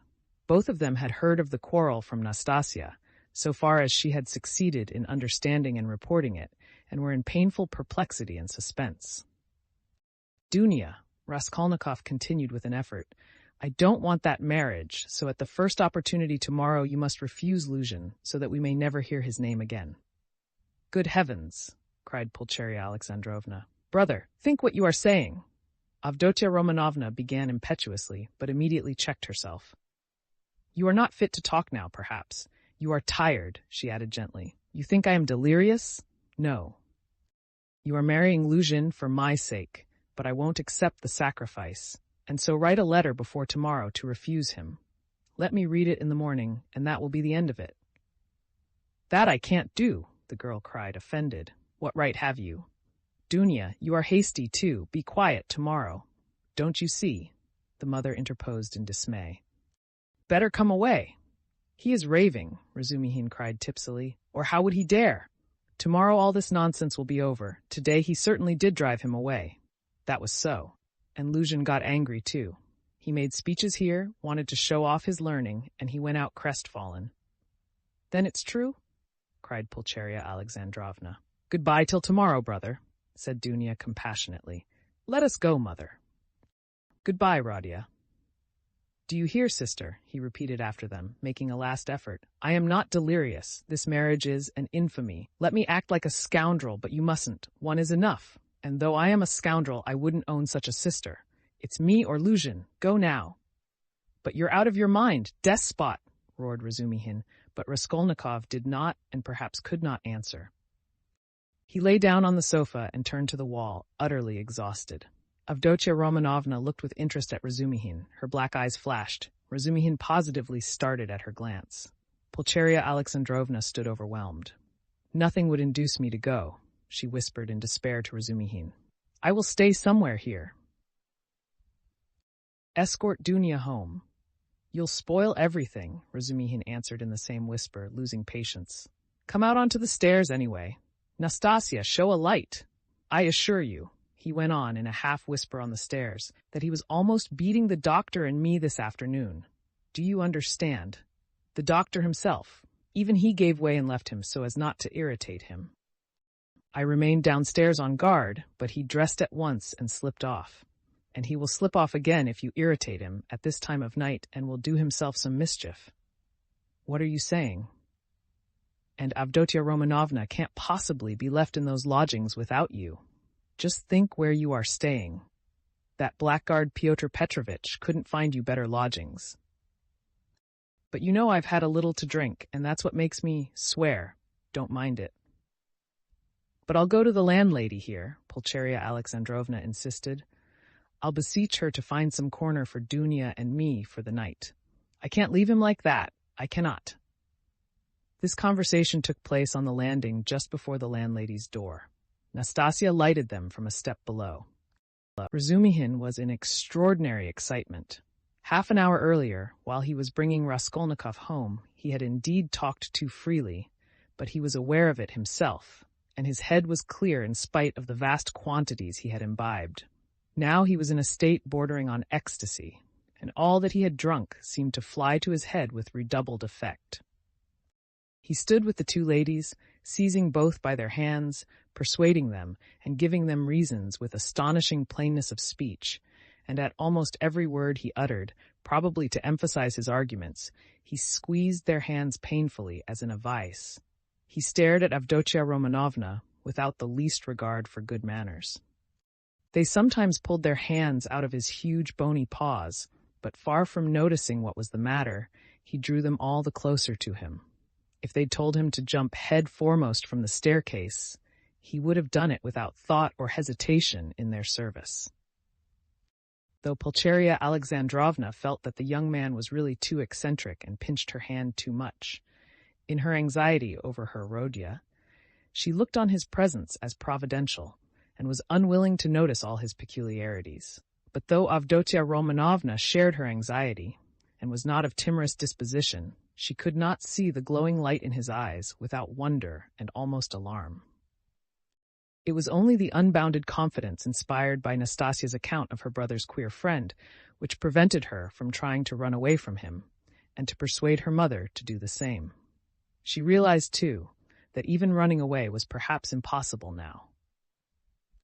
10 minutes later, however, she was considerably reassured. It was characteristic of Razumihin that he showed his true nature at once, whatever mood he might be in, so that people quickly saw the sort of man they had to deal with. "You can't go to the landlady. That's perfect nonsense," he cried. "If you stay, though you are his mother, you'll drive him to a frenzy, and then goodness knows what will happen. Listen, I'll tell you what I'll do. Nastasia will stay with him now, and I'll conduct you both home. You can't be in the streets alone. Petersburg is an awful place in that way. But no matter. Then I'll run straight back here, and a quarter of an hour later, on my word of honor, I'll bring you news how he is, whether he is asleep and all that. Then, listen. Then I'll run home in a twinkling. I've a lot of friends there, all drunk. I'll fetch Zosimov. That's the doctor who's looking after him. He is there, too, but he is not drunk. He is not drunk. He is never drunk. I'll drag him to Rodya and then to you, so that you'll get 2 reports in the hour. From the doctor, you understand, from the doctor himself. That's a very different thing from my account of him. If there's anything wrong, I swear I'll bring you here myself. But if it's all right, you go to bed. And I'll spend the night here, in the passage. He won't hear me, and I'll tell Zosimov to sleep at the landlady's, to be at hand, which is better for him, you or the doctor. So come home then. But the landlady is out of the question. It's all right for me, but it's out of the question for you. She wouldn't take you, for she's a fool. She'd be jealous on my account of Avdotia Romanovna, and of you too, if you want to know. Of Avdotia Romanovna, certainly. She is an absolutely unaccountable character. But I am a fool too. No matter. Come along. Do you trust me? Come, do you trust me or not? Let us go, mother, said Avdotia Romanovna. He will certainly do what he has promised. He has saved Rodya already, and if the doctor really will consent to spend the night here, what could be better? You see, you understand me, because you are an angel. Razumihin cried in ecstasy. Let us go. Nastasia, fly upstairs and sit with him with a light. I'll come in a quarter of an hour. Though Pulcheria Alexandrovna was not perfectly convinced, she made no further resistance. Razumihin gave an arm to each and drew them down the stairs. He still made her uneasy, as though he was competent and good-natured. Was he capable of carrying out his promise? He seemed in such a condition. Ah, I see you think I am in such a condition. Razumihin broke in upon her thoughts, guessing them, as he strolled along the pavement with huge steps, so that the 2 ladies could hardly keep up with him, a fact he did not observe, however.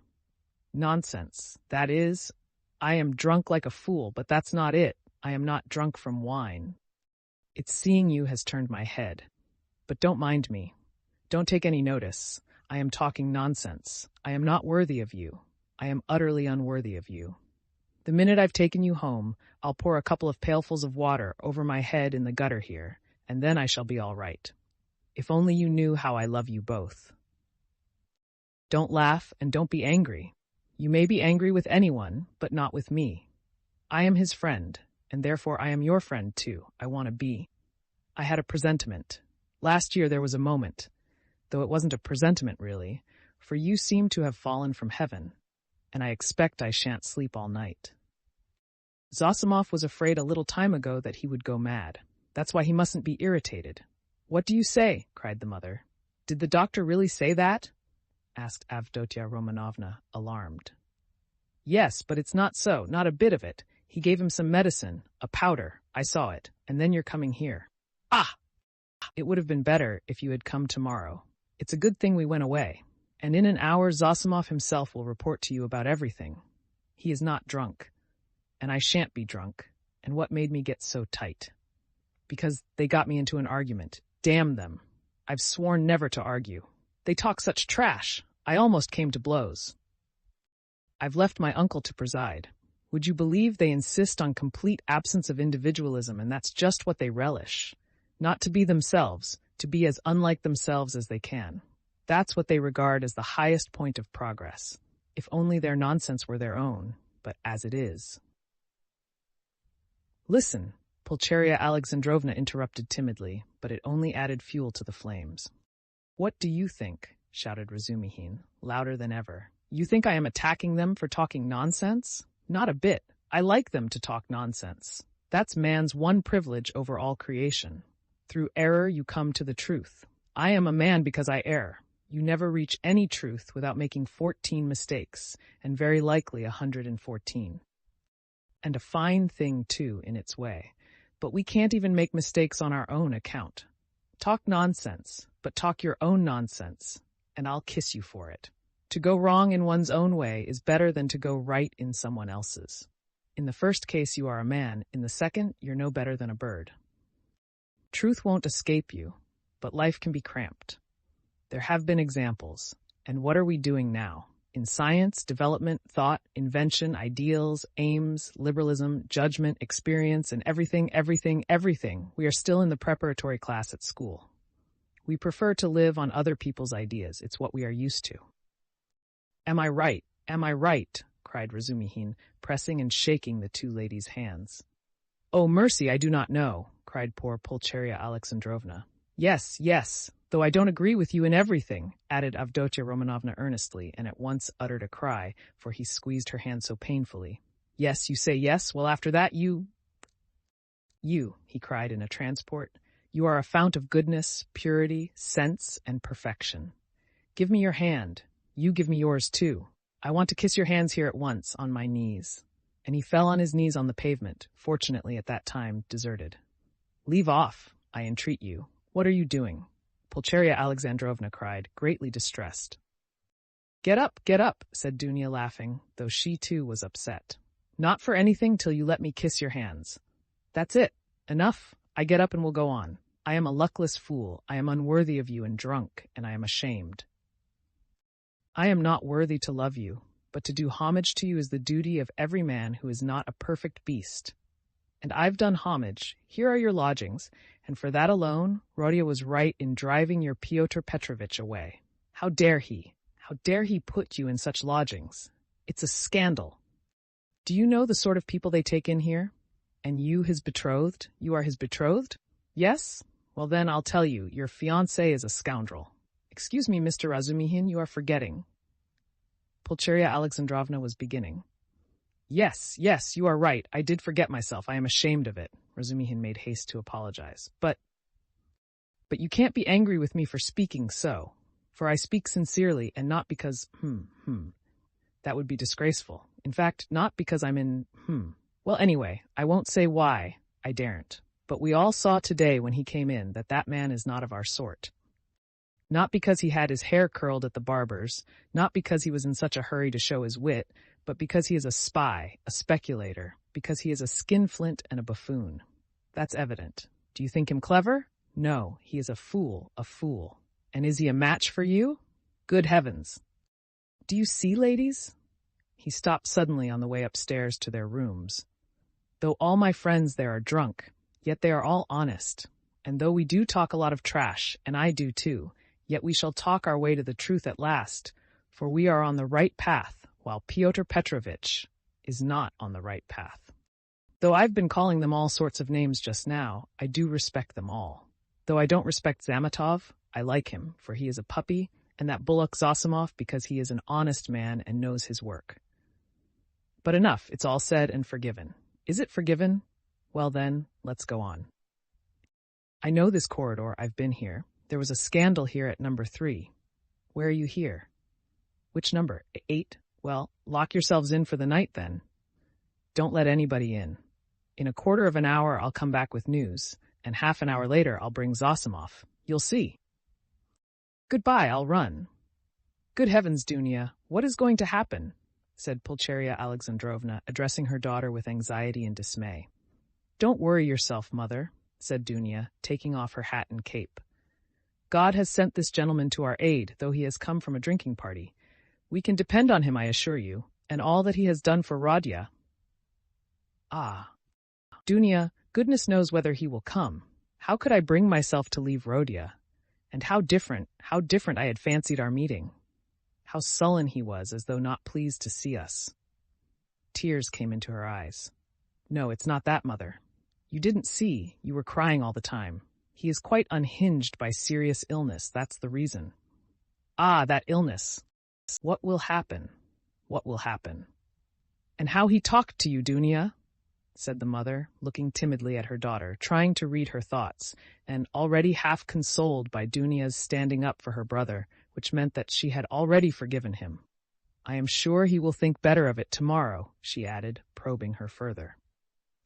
And I am sure that he will say the same tomorrow about that, Avdotia Romanovna said finally. And of course, there was no going beyond that, for this was a point which Pulcheria Alexandrovna was afraid to discuss. Dunya went up and kissed her mother. The latter warmly embraced her without speaking. Then she sat down to wait anxiously for Razumihin's return, timidly watching her daughter, who walked up and down the room with her arms folded, lost in thought. This walking up and down when she was thinking was a habit of Avdotia Romanovna's, and the mother was always afraid to break in on her daughter's mood at such moments. Razumihin, of course, was ridiculous in his sudden, drunken infatuation for Avdotia Romanovna. Yet apart from his eccentric condition, many people would have thought it justified if they had seen Avdotia Romanovna, especially at that moment when she was walking to and fro with folded arms, pensive and melancholy. Avdotia Romanovna was remarkably good-looking. She was tall, strikingly well-proportioned, strong, and self-reliant. The latter quality was apparent in every gesture, though it did not in the least detract from the grace and softness of her movements. In face, she resembled her brother, but she might be described as really beautiful. Her hair was dark brown, a little lighter than her brother's. There was a proud light in her almost black eyes, and yet at times a look of extraordinary kindness. She was pale, but it was a healthy pallor. Her face was radiant with freshness and vigor. Her mouth was rather small, the full red lower lip projected a little, as did her chin. It was the only irregularity in her beautiful face, but it gave it a peculiarly individual and almost haughty expression. Her face was always more serious and thoughtful than gay, but how well smiles, how well youthful, light-hearted, irresponsible, laughter suited her face. It was natural enough that a warm, open, simple-hearted, honest giant like Razumihin, who had never seen anyone like her and was not quite sober at the time, should lose his head immediately. Besides, as chance would have it, he saw Dunya for the first time transfigured by her love for her brother and her joy at meeting him. Afterwards, he saw her lower lip quiver with indignation at her brother's insolent, cruel, and ungrateful words, and his fate was sealed. He had spoken the truth, moreover, when he blurted out in his drunken talk on the stairs that Praskovia Pavlovna, Raskolnikov's eccentric landlady, would be jealous of Pulcheria Alexandrovna as well as of Avdotia Romanovna on his account. Although Pulcheria Alexandrovna was 43, her face still retained traces of her former beauty. She looked much younger than her age, indeed, which is almost always the case with women who retain serenity of spirit, sensitiveness, and pure, sincere warmth of heart to old age. We may add in parentheses that to preserve all this is the only means of retaining beauty to old age. Her hair had begun to grow gray and thin. There had long been little crow's foot wrinkles round her eyes. Her cheeks were hollow and sunken from anxiety and grief, and yet it was a handsome face. She was Dunya over again, 20 years older, but without the projecting underlip. Pulcheria Alexandrovna was emotional, but not sentimental, timid and yielding, but only to a certain point. She could give way and accept a great deal, even of what was contrary to her convictions, but there was a certain barrier fixed by honesty, principle, and the deepest convictions which nothing would induce her to cross. Exactly 20 minutes after Razumihin's departure, there came 2 subdued but hurried knocks at the door. He had come back. "I won't come in. I haven't time," he hastened to say when the door was opened. "He sleeps like a top, soundly, quietly, and God grant he may sleep 10 hours. Nastasia's with him. I told her not to leave till I came. Now I am fetching Zosimov. He will report to you, and then you'd better turn in. I can see you are too tired to do anything." And he ran off down the corridor. "What a very competent and devoted young man," cried Pulcheria Alexandrovna, exceedingly delighted. "He seems a splendid person." Avdotya Romanovna replied with some warmth, resuming her walk up and down the room.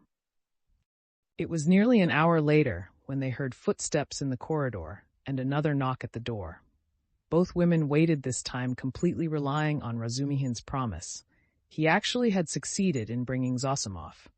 Zosimov had agreed at once to desert the drinking party to go to Raskolnikov's, but he came reluctantly and with the greatest suspicion to see the ladies, mistrusting Razumihin in his exhilarated condition. But his vanity was at once reassured and flattered. He saw that they were really expecting him as an oracle. He stayed just 10 minutes and succeeded in completely convincing and comforting Pulcheria Alexandrovna. He spoke with marked sympathy, but with the reserve and extreme seriousness of a young doctor at an important consultation. He did not utter a word on any other subject, and did not display the slightest desire to enter into more personal relations with the two ladies. Remarking at his first entrance the dazzling beauty of Avdotya Romanovna, he endeavored not to notice her at all during his visit, and addressed himself solely to Pulcheria Alexandrovna. All this gave him extraordinary inward satisfaction. He declared that he thought the invalid at this moment going on very satisfactorily. According to his observations, the patient's illness was due partly to his unfortunate material surroundings during the last few months, but it had partly also a moral origin, was, so to speak, the product of several material and moral influences, anxieties, apprehensions, troubles, certain ideas, and so on. Noticing stealthily that Avdotya Romanovna was following his words with close attention, Zosimov allowed himself to enlarge on this theme. On Pulcheria Alexandrovna's anxiously and timidly inquiring as to some suspicion of insanity, he replied with a composed and candid smile that his words had been exaggerated, that certainly the patient had some fixed idea, something approaching a monomania. He, Zosimov, was now particularly studying this interesting branch of medicine, but that it must be recollected that until today the patient had been in delirium and that no doubt the presence of his family would have a favorable effect on his recovery and distract his mind, if only all fresh shocks can be avoided, he added significantly. Then he got up, took leave with an impressive and affable bow, while blessings, warm gratitude, and entreaties were showered upon him, and Avdotya Romanovna spontaneously offered her hand to him. He went out exceedingly pleased with his visit, and still more so with himself. "We'll talk tomorrow. Go to bed at once," Razumihin said in conclusion, following Zosimov out. "I'll be with you tomorrow morning as early as possible with my report." "That's a fetching little girl, Avdotya Romanovna," remarked Zosimov, almost licking his lips as they both came out into the street. "Fetching? You said fetching?" roared Razumihin, and he flew at Zosimov and seized him by the throat. "If you ever dare, do you understand? Do you understand?" he shouted, shaking him by the collar and squeezing him against the wall. "Do you hear?" "Let me go, you drunken devil," said Zosimov, struggling, and when he had let him go, he stared at him and went off into a sudden guffaw. Razumihin stood facing him in gloomy and earnest reflection. "Of course, I am an ass," he observed, somber as a storm cloud, "but still, you are another." "No, brother, not at all such another. I am not dreaming of any folly." They walked along in silence, and only when they were close to Raskolnikov's lodgings, Razumihin broke the silence in considerable anxiety. "Listen," he said, "you're a first-rate fellow, but among your other failings, you're a loose fish that I know, and a dirty one too. You are a feeble, nervous wretch, and a mass of whims. You're getting fat and lazy, and can't deny yourself anything. And I call that dirty because it leads one straight into the dirt. You've let yourself get so slack that I don't know how it is you are still a good, even a devoted doctor. You, a doctor, sleep on a feather bed and get up at night to your patients. In another 3 or 4 years, you won't get up for your patients. But hang it all, that's not the point. You are going to spend tonight in the landlady's flat here. Hard work I've had to persuade her. And I'll be in the kitchen, so here's a chance for you to get to know her better. It's not as you think. There's not a trace of anything of the sort, brother. But I don't think. Here you have modesty, brother, silence, bashfulness, a savage virtue, and yet she's sighing and melting like wax, simply melting. Save me from her, by all that's unholy. She's most prepossessing. I'll repay you. I'll do anything. Zosimov laughed more violently than ever. Well, you are smitten, but what am I to do with her? It won't be much trouble, I assure you. Talk any rot you like to her, as long as you sit by her and talk. You're a doctor, too. Try curing her of something. I swear you won't regret it. She has a piano, and you know, I strum a little. I have a song there, a genuine Russian one. I shed hot tears. She likes the genuine article, and well, it all began with that song. Now you're a regular performer, a Maigth, a Rubinstein. I assure you, you won't regret it. But have you made her some promise? Something signed? A promise of marriage, perhaps. Nothing, absolutely nothing of the kind. Besides, she is not that sort at all. Chibarov tried that. Well then, drop her. But I can't drop her like that. Why can't you? Well, I can't, that's all about it. There's an element of attraction here, brother. Then why have you fascinated her? I haven't fascinated her. Perhaps I was fascinated myself in my folly. But she won't care a straw whether it's you or I, so long as somebody sits beside her, sighing. I can't explain the position, brother.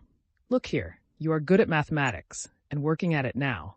Begin teaching her the integral calculus. Upon my soul, I'm not joking, I'm in earnest. It'll be just the same to her. She will gaze at you and sigh for a whole year together. I talked to her once, for 2 days at a time, about the Prussian House of Lords, for one must talk of something. She just sighed and perspired. And you mustn't talk of love. She's bashful to hysterics. But just let her see you can't tear yourself away. That's enough. It's fearfully comfortable. You're quite at home. You can read, sit, lie about, write. You may even venture on a kiss, if you're careful. But what do I want with her? Ah, I can't make you understand. You see, you are made for each other. I have often been reminded of you. You'll come to it in the end. So does it matter whether it's sooner or later? There's the featherbed element here, brother. Ach! And not only that. There's an attraction here. Here you have the end of the world, an anchorage, a quiet haven, the navel of the earth, the 3 fishes that are the foundation of the world, the essence of pancakes, of savory fish pies, of the evening samovar, of soft sighs and warm shawls and hot stoves to sleep on, as snug as though you were dead, and yet you're alive. The advantages of both at once. Well, hang it, brother. What stuff I'm talking? It's bedtime. Listen, I sometimes wake up at night, so I'll go in and look at him. But there's no need, it's all right. Don't you worry yourself, yet if you like, you might just look in once too. But if you notice anything, delirium or fever, wake me at once. But there can't be. Razumihin waked up next morning at 8 o'clock, troubled and serious. He found himself confronted with many new and unlooked-for perplexities. He had never expected that he would ever wake up feeling like that. He remembered every detail of the previous day, and he knew that a perfectly novel experience had befallen him, that he had received an impression unlike anything he had known before. At the same time, he recognized clearly that the dream which had fired his imagination was hopelessly unattainable. So unattainable that he felt positively ashamed of it, and he hastened to pass to the other more practical cares and difficulties bequeathed him by that thrice accursed yesterday. The most awful recollection of the previous day was the way he had shown himself base and mean, not only because he had been drunk, but because he had taken advantage of the young girl's position to abuse her fiancé in his stupid jealousy, knowing nothing of their mutual relations and obligations, and next to nothing of the man himself. And what right had he to criticize him in that hasty and unguarded manner? Who had asked for his opinion? Was it thinkable that such a creature as Avdotia Romanovna would be marrying an unworthy man for money? So there must be something in him. The lodgings? But after all, how could he know the character of the lodgings? He was furnishing a flat. Phoo! How despicable it all was! And what justification was it that he was drunk? Such a stupid excuse was even more degrading. In wine is truth, and the truth had all come out, that is, all the uncleanness of his coarse and envious heart. And would such a dream ever be permissible to him, Razumihin? What was he beside such a girl? He, the drunken, noisy braggart of last night? Was it possible to imagine so absurd and cynical a juxtaposition? Razumihin blushed desperately at the very idea, and suddenly the recollection forced itself vividly upon him of how he had said last night on the stairs that the landlady would be jealous of Avdotia Romanovna. That was simply intolerable. He brought his fist down heavily on the kitchen stove, hurt his hand, and sent one of the bricks flying. "Of course," he muttered to himself a minute later with a feeling of self-abasement. "Of course, all these infamies can never be wiped out or smoothed over. And so it's useless even to think of it, and I must go to them in silence and do my duty. In silence, too, and not ask forgiveness and say nothing. For all is lost now." And yet as he dressed, he examined his attire more carefully than usual. He hadn't another suit. If he had had, perhaps he wouldn't have put it on. I would have made a point of not putting it on. But in any case, he could not remain a cynic and a dirty sloven. He had no right to offend the feelings of others, especially when they were in need of his assistance and asking him to see them. He brushed his clothes carefully. His linen was always decent. In that respect, he was especially clean. He washed that morning scrupulously. He got some soap from Nastasia. He washed his hair, his neck, and especially his hands. When it came to the question whether to shave his stubbly chin or not, Praskovia Pavlovna had capital razors that had been left by her late husband. The question was angrily answered in the negative. "Let it stay as it is. What if they think that I shaved on purpose to?" They certainly would think so, not on any account. And the worst of it was, he was so coarse, so dirty, he had the manners of a pothouse, and even admitting that he knew he had some of the essentials of a gentleman. What was there in that to be proud of? Everyone ought to be a gentleman, and more than that.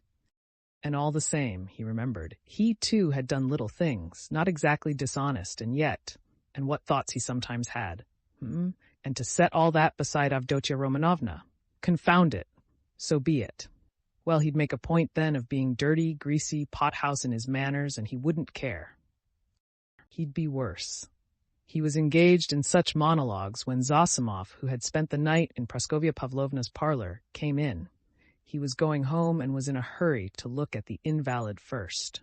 Razumihin informed him that Raskolnikov was sleeping like a dormouse. Zosimov gave orders that they shouldn't wake him and promised to see him again about 11. "If he is still at home," he added, "damn it all. If one can't control one's patients, how is one to cure them? Do you know whether he will go to them, or whether they are coming here?" "They are coming, I think," said Razumihin, understanding the object of the question. "And they will discuss their family affairs, no doubt. I'll be off. You, as the doctor, have more right to be here than I. But I am not a father confessor. I shall come and go away. I've plenty to do besides looking after them." "One thing worries me," interposed Razumihin, frowning. "On the way home, I talked a lot of drunken nonsense to him, all sorts of things, and amongst them that you were afraid that he might become insane. You told the ladies so too. I know it was stupid. You may beat me if you like. Did you think so seriously?" "That's nonsense, I tell you. How could I think it seriously? You, yourself, described him as a monomaniac when you fetched me to him.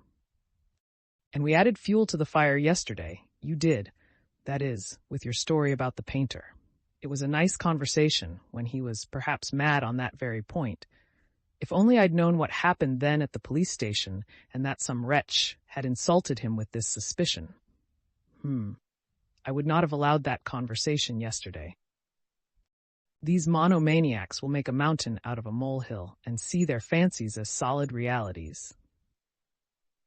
As far as I remember, it was Zamitov's story that cleared up half the mystery to my mind. Why, I know one case in which a hypochondriac, a man of 40, cut the throat of a little boy of 8 because he couldn't endure the jokes he made every day at table. And in this case, his rags, the insolent police officer, the fever, and this suspicion, all that working upon a man half frantic with hypochondria and with his morbid exceptional vanity. That may well have been the starting point of illness. Well, bother it all! And by the way, That Zametov certainly is a nice fellow, but he shouldn't have told all that last night. He is an awful chatterbox. But whom did he tell it to? You and me. And Porfiry. What does that matter? And by the way, have you any influence on them, his mother and sister? Tell them to be more careful with him today. They'll get on all right, Razumihin answered reluctantly. Why is he so set against this Luzhin?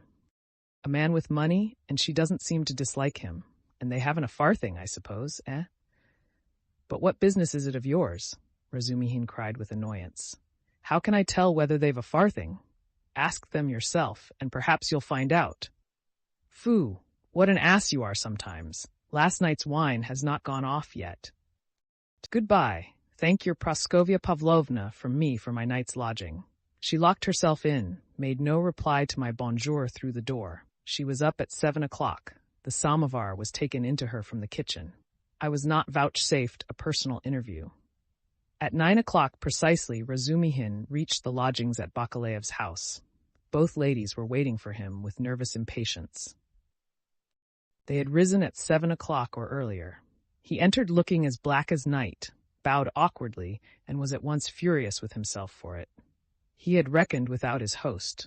Pulcheria Alexandrovna fairly rushed at him, seized him by both hands, and was almost kissing them.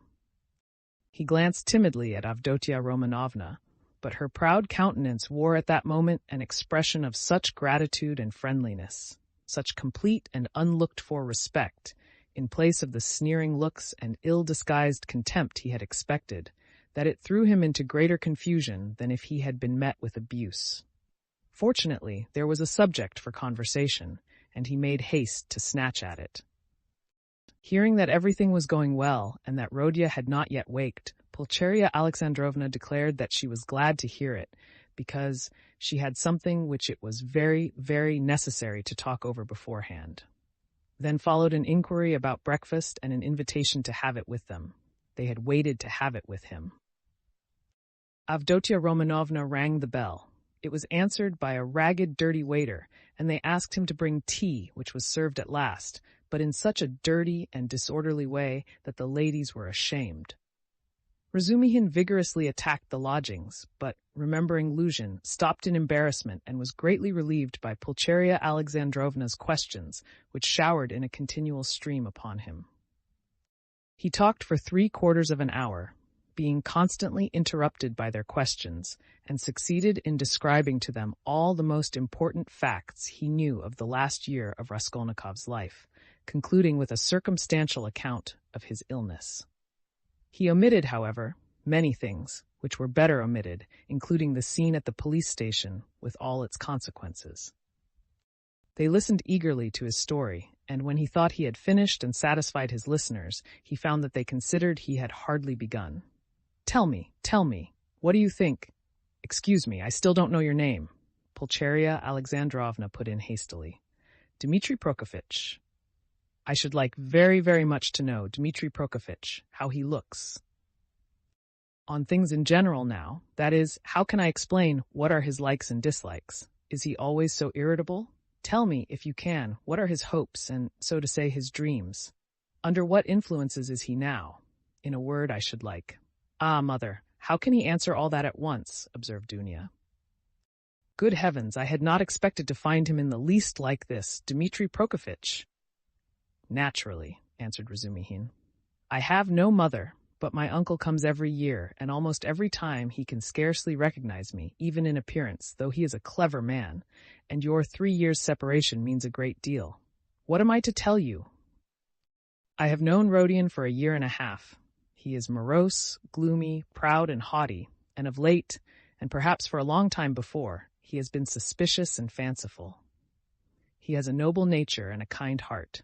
He does not like showing his feelings and would rather do a cruel thing than open his heart freely. Sometimes, though, he is not at all morbid, but simply cold and inhumanly callous. It's as though he were alternating between two characters. Sometimes he is fearfully reserved. He says he is so busy that everything is a hindrance, and yet he lies in bed doing nothing. He doesn't jeer at things, not because he hasn't the wit, but as though he hadn't time to waste on such trifles. He never listens to what is said to him. He is never interested in what interests other people at any given moment. He thinks very highly of himself, and perhaps he is right. Well, what more? I think your arrival will have a most beneficial influence upon him." "God grant it may," cried Pulcheria Alexandrovna, distressed by Razumihin's account of her Rodya. And Razumihin ventured to look more boldly at Avdotia Romanovna at last. He glanced at her often while he was talking, but only for a moment, and looked away again at once. Avdotia Romanovna sat at the table, listening attentively, then got up again and began walking to and fro with her arms folded and her lips compressed, occasionally putting in a question, without stopping her walk. She had the same habit of not listening to what was said. She was wearing a dress of thin, dark stuff, and she had a white, transparent scarf round her neck. Razumihin soon detected signs of extreme poverty in their belongings. Had Avdotia Romanovna been dressed like a queen, he felt that he would not be afraid of her, but perhaps just because she was poorly dressed and that he noticed all the misery of her surroundings, his heart was filled with dread, and he began to be afraid of every word he uttered, every gesture he made, which was very trying for a man who already felt diffident. "You've told us a great deal that is interesting about my brother's character, and have told it impartially. I am glad. I thought that you were too uncritically devoted to him," observed Avdotia Romanovna with a smile. "I think you are right that he needs a woman's care," she added thoughtfully. "I didn't say so, but I dare say you are right, only." "What? He loves no one, and perhaps he never will," Razumihin declared decisively. "You mean he is not capable of love? Do you know, Avdotia Romanovna, you are awfully like your brother in everything indeed," he blurted out suddenly to his own surprise. But remembering at once what he had just before said of her brother, he turned as red as a crab and was overcome with confusion. Avdotia Romanovna couldn't help laughing when she looked at him. "You may both be mistaken about Rodya," Pulcheria Alexandrovna remarked, slightly piqued. "I am not talking of our present difficulty, Dunya. What Fyodor Petrovitch writes in this letter and what you and I have supposed may be mistaken. But you can't imagine, Dmitri Prokofitch, how moody and, so to say, capricious he is. I never could depend on what he would do when he was only 15. And I am sure that he might do something now that nobody else would think of doing. Well, for instance, do you know how a year and a half ago he astounded me and gave me a shock that nearly killed me when he had the idea of marrying that girl? What was her name? His landlady's daughter." "Did you hear about that affair?" asked Avdotia Romanovna.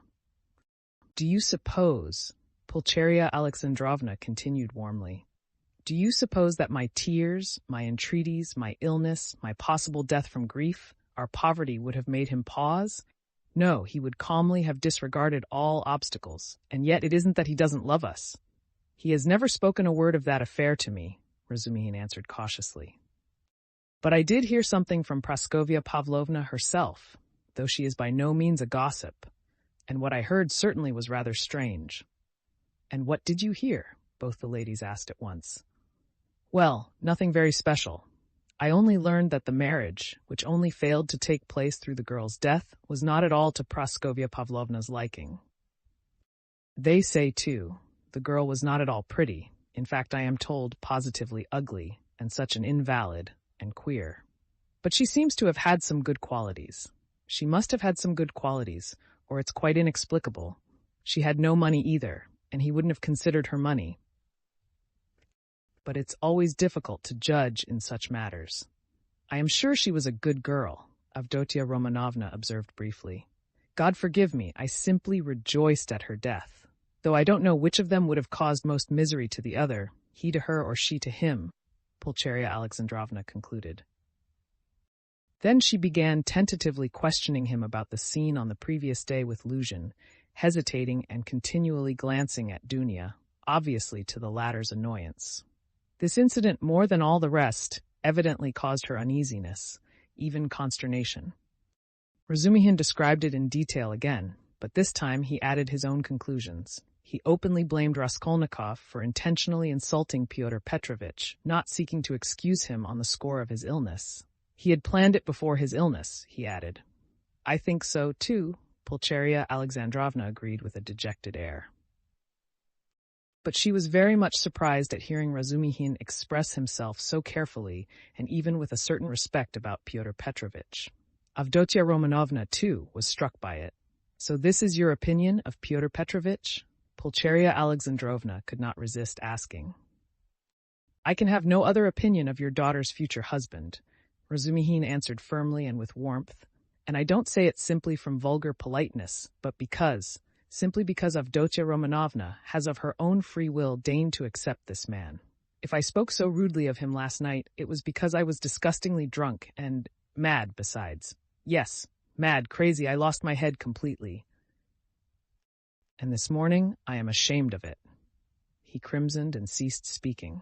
Avdotia Romanovna flushed, but did not break the silence. She had not uttered a word from the moment they began to speak of Lushin. Without her support, Pulcheria Alexandrovna obviously did not know what to do. At last, faltering and continually glancing at her daughter, she confessed that she was exceedingly worried by one circumstance. "You see, Dmitri Prokofitch," she began. "I'll be perfectly open with Dmitri Prokofitch, Dunya." "Of course, mother," said Avdotia Romanovna emphatically. "This is what it is," she began in haste, as though the permission to speak of her trouble lifted a weight off her mind. "Very early this morning we got a note from Fyodor Petrovitch in reply to our letter announcing our arrival. He promised to meet us at the station, you know. Instead of that, he sent a servant to bring us the address of these lodgings and to show us the way, and he sent a message that he would be here himself this morning. But this morning this note came from him. You'd better read it yourself. There is one point in it which worries me very much. You will soon see what that is, and tell me your candid opinion, Dmitri Prokofitch. You know Rodia's character better than anyone, and no one can advise us better than you can. Dunya, I must tell you, made her decision at once, but I still don't feel sure how to act, and I've been waiting for your opinion." Razumihin opened the note, which was dated the previous evening, and read as follows. "Dear Madam, Pulcheria Alexandrovna, I have the honor to inform you that owing to unforeseen obstacles, I was rendered unable to meet you at the railway station. I sent a very competent person with the same object in view. I likewise shall be deprived of the honor of an interview with you tomorrow morning by business in the Senate that does not admit of delay, and also that I may not intrude on your family circle while you are meeting your son and Avdotia Romanovna, her brother. I shall have the honor of visiting you and paying you my respects at your lodgings not later than tomorrow evening at 8 o'clock precisely. And herewith I venture to present my earnest and, I may add, imperative request that Rodion Romanovitch may not be present at our interview, as he offered me a gross and unprecedented affront on the occasion of my visit to him in his illness yesterday. And moreover, since I desire from you personally an indispensable and circumstantial explanation upon a certain point, in regard to which I wish to learn your own interpretation, I have the honor to inform you, in anticipation, that if, in spite of my request, I meet Rodion Romanovitch, I shall be compelled to withdraw immediately, and then you have only yourself to blame. I write on the assumption that Rodion Romanovitch, who appeared so ill at my visit, suddenly recovered 2 hours later, and so, being able to leave the house, may visit you also. I was confirmed in that belief by the testimony of my own eyes in the lodging of a drunken man who was run over and has since died, to whose daughter, a young woman of notorious behavior, he gave 25 rubles on the pretext of the funeral, which gravely surprised me, knowing what pains you were at to raise that sum. Herewith expressing my special respect to your estimable daughter, Avdotia Romanovna, I beg you to accept the respectful homage of your humble servant, P. Lushin. What am I to do now, Dmitri Prokofitch? Began Pulcheria Alexandrovna, almost weeping. How can I ask Rodia not to come? Yesterday he insisted so earnestly on our refusing Fyodor Petrovitch, and now we are ordered not to receive Rodia. He will come on purpose if he knows, and what will happen then? Act on Avdotia Romanovna's decision, Razumihin answered calmly at once. Oh, dear me, she says. Goodness knows what she says. She doesn't explain her object. She says that it would be best, at least, not that it would be best, but that it's absolutely necessary that Rodya should make a point of being here at 8 o'clock, and that they must meet. I didn't want even to show him the letter, but to prevent him from coming by some stratagem with your help, because he is so irritable. Besides, I don't understand about that drunkard who died and that daughter, and how he could have given the daughter all the money. Which cost you such sacrifice, mother, put in Avdotia Romanovna. He was not himself yesterday, Razumihin said thoughtfully. If you only knew what he was up to in a restaurant yesterday, though there was sense in it too. He did say something as we were going home yesterday evening about a dead man and a girl, but I didn't understand a word. But last night, I myself. The best thing, mother, will be for us to go to him ourselves, and there I assure you we shall see at once what's to be done. Besides, it's getting late.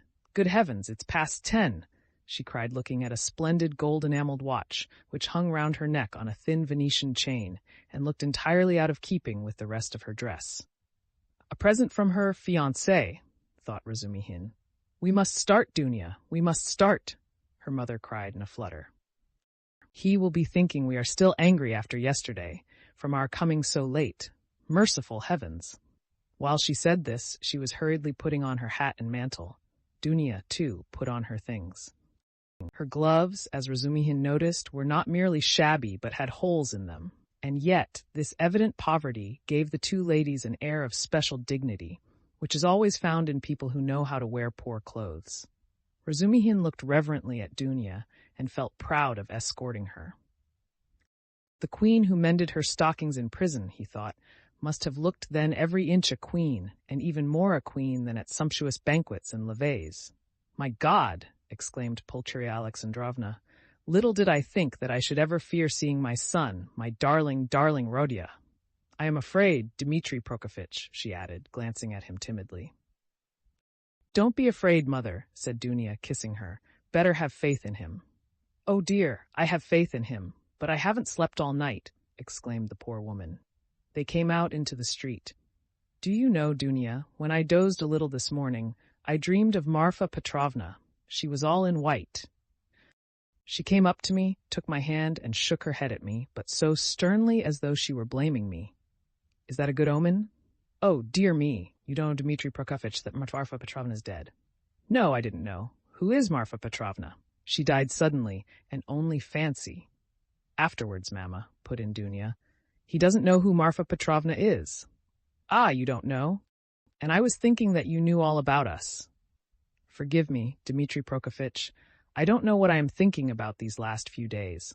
I look upon you really as a providence for us, and so I took it for granted that you knew all about us. I look on you as a relation. Don't be angry with me for saying so. Dear me, what's the matter with your right hand? Have you knocked it? Yes, I bruised it, muttered Razumihin, overjoyed. I sometimes speak too much from the heart, so that Dunya finds fault with me. But dear me, what a cupboard he lives in. I wonder whether he is awake. Does this woman, his landlady, consider it a room? Listen, you say he does not like to show his feelings, so perhaps I shall annoy him with my weaknesses? Do advise me, Dmitri Prokofitch. How am I to treat him? I feel quite distracted, you know? Don't question him too much about anything if you see him frown. Don't ask him too much about his health. He doesn't like that. Ah, Dmitri Prokofitch, how hard it is to be a mother. But here are the stairs. What an awful staircase. Mother, you are quite pale. Don't distress yourself, darling, said Dunya, caressing her. Then with flashing eyes she added, he ought to be happy at seeing you, and you are tormenting yourself so. Wait, I'll peep in and see whether he has waked up. The ladies slowly followed Razumihin, who went on before, and when they reached the landlady's door on the 4th story, they noticed that her door was a tiny crack open, and that 2 keen black eyes were watching them from the darkness within. When their eyes met, the door was suddenly shut with such a slam that Pulcheria Alexandrovna almost cried out. Chapter 3. He is well, quite well, Zosimov cried cheerfully as they entered. He had come in 10 minutes earlier and was sitting in the same place as before, on the sofa. Raskolnikov was sitting in the opposite corner, fully dressed and carefully washed and combed, as he had not been for some time past. The room was immediately crowded, yet Nastasia managed to follow the visitors in and stayed to listen. Raskolnikov really was almost well, as compared with his condition the day before, but he was still pale, listless, and somber. He looked like a wounded man or one who has undergone some terrible physical suffering. His brows were knitted, his lips compressed, his eyes feverish. He spoke little and reluctantly, as though performing a duty, and there was a restlessness in his movements. He only wanted a sling on his arm or a bandage on his finger to complete the impression of a man with a painful abscess or a broken arm. The pale, somber face lighted up for a moment when his mother and sister entered, but this only gave it a look of more intense suffering, in place of its listless dejection. The light soon died away, but the look of suffering remained, and Zossimov, watching and studying his patient with all the zest of a young doctor beginning to practice, noticed in him no joy at the arrival of his mother and sister, but a sort of bitter, hidden determination to bear another hour or two of inevitable torture. He saw later that almost every word of the following conversation seemed to touch on some sore place and irritate it. But at the same time, he marveled at the power of controlling himself and hiding his feelings in a patient who the previous day had, like a monomaniac, fallen into a frenzy at the slightest word. "Yes, I see myself now that I am almost well," said Raskolnikov, giving his mother and sister a kiss of welcome, which made Pulcheria Alexandrovna radiant at once. "And I don't say this as I did yesterday," he said, addressing Razumihin, with a friendly pressure of his hand. "Yes, indeed, I am quite surprised at him today," began Zossimov, much delighted at the lady's entrance, for he had not succeeded in keeping up a conversation with his patient for 10 minutes. "In another 3 or 4 days, if he goes on like this, he will be just as before, that is, as he was a month ago, or 2, or perhaps even 3. This has been coming on for a long while. Eh? Confess, now, that it has been perhaps your own fault," he added, with a tentative smile, as though still afraid of irritating him. "It is very possible," answered Raskolnikov coldly. "I should say, too," continued Zossimov with zest, "that your complete recovery depends solely on yourself.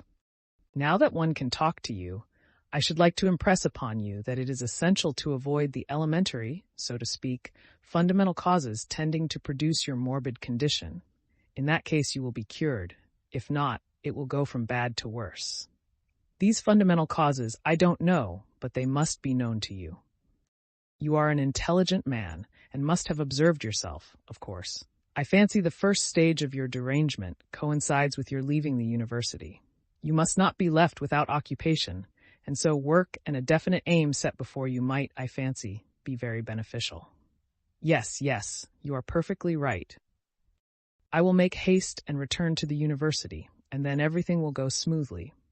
Zossimov, who had begun his sage advice partly to make an effect before the ladies, was certainly somewhat mystified when, glancing at his patient, he observed unmistakable mockery on his face. This lasted an instant, however.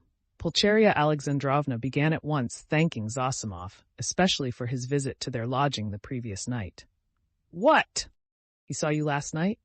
Raskolnikov asked, as though startled. "Then you have not slept either after your journey." "Ah, Rodya, that was only till 2 o'clock.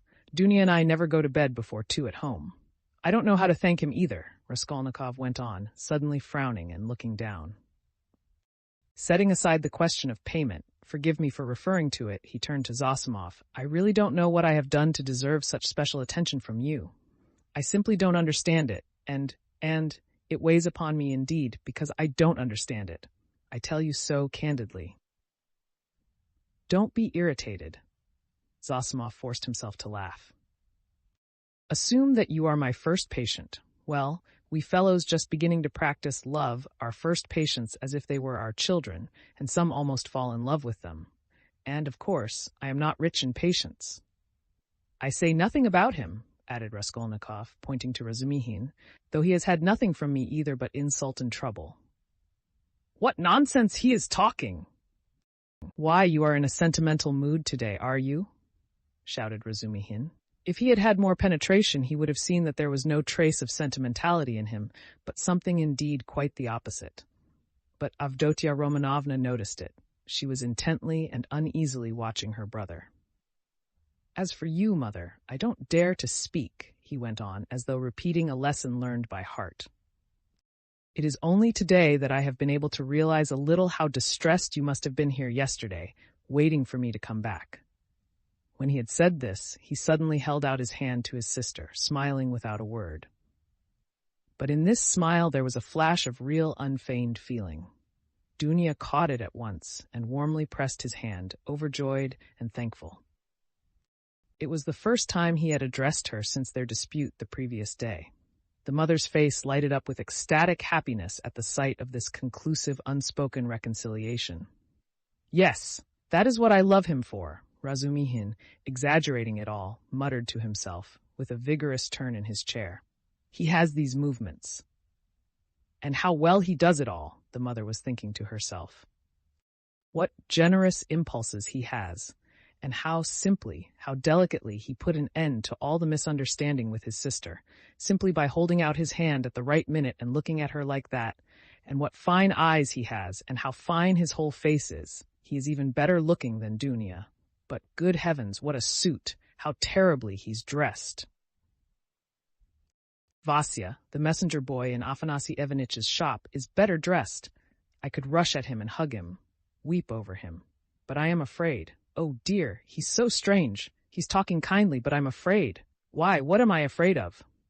"Oh, Rodya, you wouldn't believe," she began suddenly in haste to answer his words to her, "how unhappy Dunia and I were yesterday. Now that it's all over and done with, and we are quite happy again, I can tell you. Fancy, we ran here almost straight from the train to embrace you, and that woman. Ah, here she is. Good morning, Nastasia. She told us at once that you were lying in a high fever and had just run away from the doctor in delirium, and they were looking for you in the streets. You can't imagine how we felt. I couldn't help thinking of the tragic end of Lieutenant Potonchikov, a friend of your father's. You can't remember him, Rodya, who ran out in the same way in a high fever and fell into the well in the courtyard, and they couldn't pull him out till next day. Of course, we exaggerated things. We were on the point of rushing to find Fyodor Petrovitch to ask him to help, because we were alone, utterly alone," she said plaintively, and stopped short, suddenly recollecting it was still somewhat dangerous to speak of Fyodor Petrovitch, although we are quite happy again. Yes. Of course, it's very annoying," Raskolnikov muttered in reply, but with such a preoccupied and inattentive air that Dunia gazed at him in perplexity. "What else was it I wanted to say?" he went on, trying to recollect. "Oh yes, mother, and you too, Dunia. Please don't think that I didn't mean to come and see you today and was waiting for you to come first." "What are you saying, Rodya?" cried Pulcheria Alexandrovna. She too was surprised. "Is he answering us as a duty?" Dunia wondered. "Is he being reconciled and asking forgiveness as though he were performing a rite or repeating a lesson? I've only just waked up and wanted to go to you, but was delayed owing to my clothes. I forgot yesterday to ask her, Nastasia, to wash out the blood. I've only just dressed." "Blood? What blood?" Pulcheria Alexandrovna asked in alarm. "Oh, nothing. Don't be uneasy. It was when I was wandering about yesterday, rather delirious, I chanced upon a man who had been run over. A clerk." "Delirious? But you remember everything," Razumihin interrupted. "That's true," Raskolnikov answered with special carefulness. "I remember everything, even to the slightest detail. And yet, why I did that and went there and said that, I can't clearly explain now." "A familiar phenomenon," interposed Zosimov. "Actions are sometimes performed in a masterly and most cunning way, while the direction of the actions is deranged and dependent on various morbid impressions. It's like a dream." "Perhaps it's a good thing really that he should think me almost a madman," thought Raskolnikov. "Why, people in perfect health act in the same way too," observed Dunia, looking uneasily at Zosimov. "There is some truth in your observation," the latter replied. "In that sense we are certainly all not infrequently like madmen, but with the slight difference that the deranged are somewhat madder, for we must draw a line. A normal man, it is true, hardly exists. Among dozens, perhaps hundreds of thousands, hardly one is to be met with." At the word madman, carelessly dropped by Zosimov in his chatter on his favorite subject, Everyone frowned. Raskolnikov sat seeming not to pay attention, plunged in thought with a strange smile on his pale lips. He was still meditating on something. "Well, what about the man who was run over? I interrupted you," Razumihin cried hastily. "What?" Raskolnikov seemed to wake up. "Oh, I got spattered with blood helping to carry him to his lodging. By the way, Mama, I did an unpardonable thing yesterday. I was literally out of my mind. I gave away all the money you sent me to his wife for the funeral. She's a widow now, in consumption, a poor creature, 3 little children, starving, nothing in the house. There's a daughter, too. Perhaps you'd have given it yourself if you'd seen them. But I had no right to do it, I admit, especially as I knew how you needed the money yourself. To help others, one must have the right to do it, or else crevez chien si vous n'êtes pas contente." He laughed. "That's right, isn't it, Dunya?" "No, it's not," answered Dunya firmly. "Bah! You, too, have ideals," he muttered, looking at her almost with hatred and smiling sarcastically. "I ought to have considered that. Well, that's praiseworthy, and it's better for you. And if you reach a line you won't overstep, you will be unhappy. And if you overstep it, maybe you will be still unhappier. But all that's nonsense," he added irritably, vexed at being carried away. "I only meant to say that I beg your forgiveness, Mother," he concluded shortly and abruptly. "That's enough, Radia. I am sure that everything you do is very good," said his mother, delighted. "Don't be too sure," he answered, twisting his mouth into a smile. A silence followed. There was a certain constraint in all this conversation, and in the silence, and in the reconciliation, and in the forgiveness, and all were feeling it. "It is as though they were afraid of me," Raskolnikov was thinking to himself, looking askance at his mother and sister. Pulcheria Alexandrovna was indeed growing more timid the longer she kept silent. "Yet in their absence I seem to love them so much," flashed through his mind. "Do you know, Rodia, Marfa Petrovna is dead," Pulcheria Alexandrovna suddenly blurted out. "What Marfa Petrovna?" "Oh, mercy on us, Marfa Petrovna Svidrigilov. I wrote you so much about her." "Ah, yes, I remember. So she's dead. Oh, really?" He roused himself suddenly, as if waking up. "What did she die of?" "Only imagine, quite suddenly," Pulcheria Alexandrovna answered hurriedly, encouraged by his curiosity. "On the very day I was sending you that letter.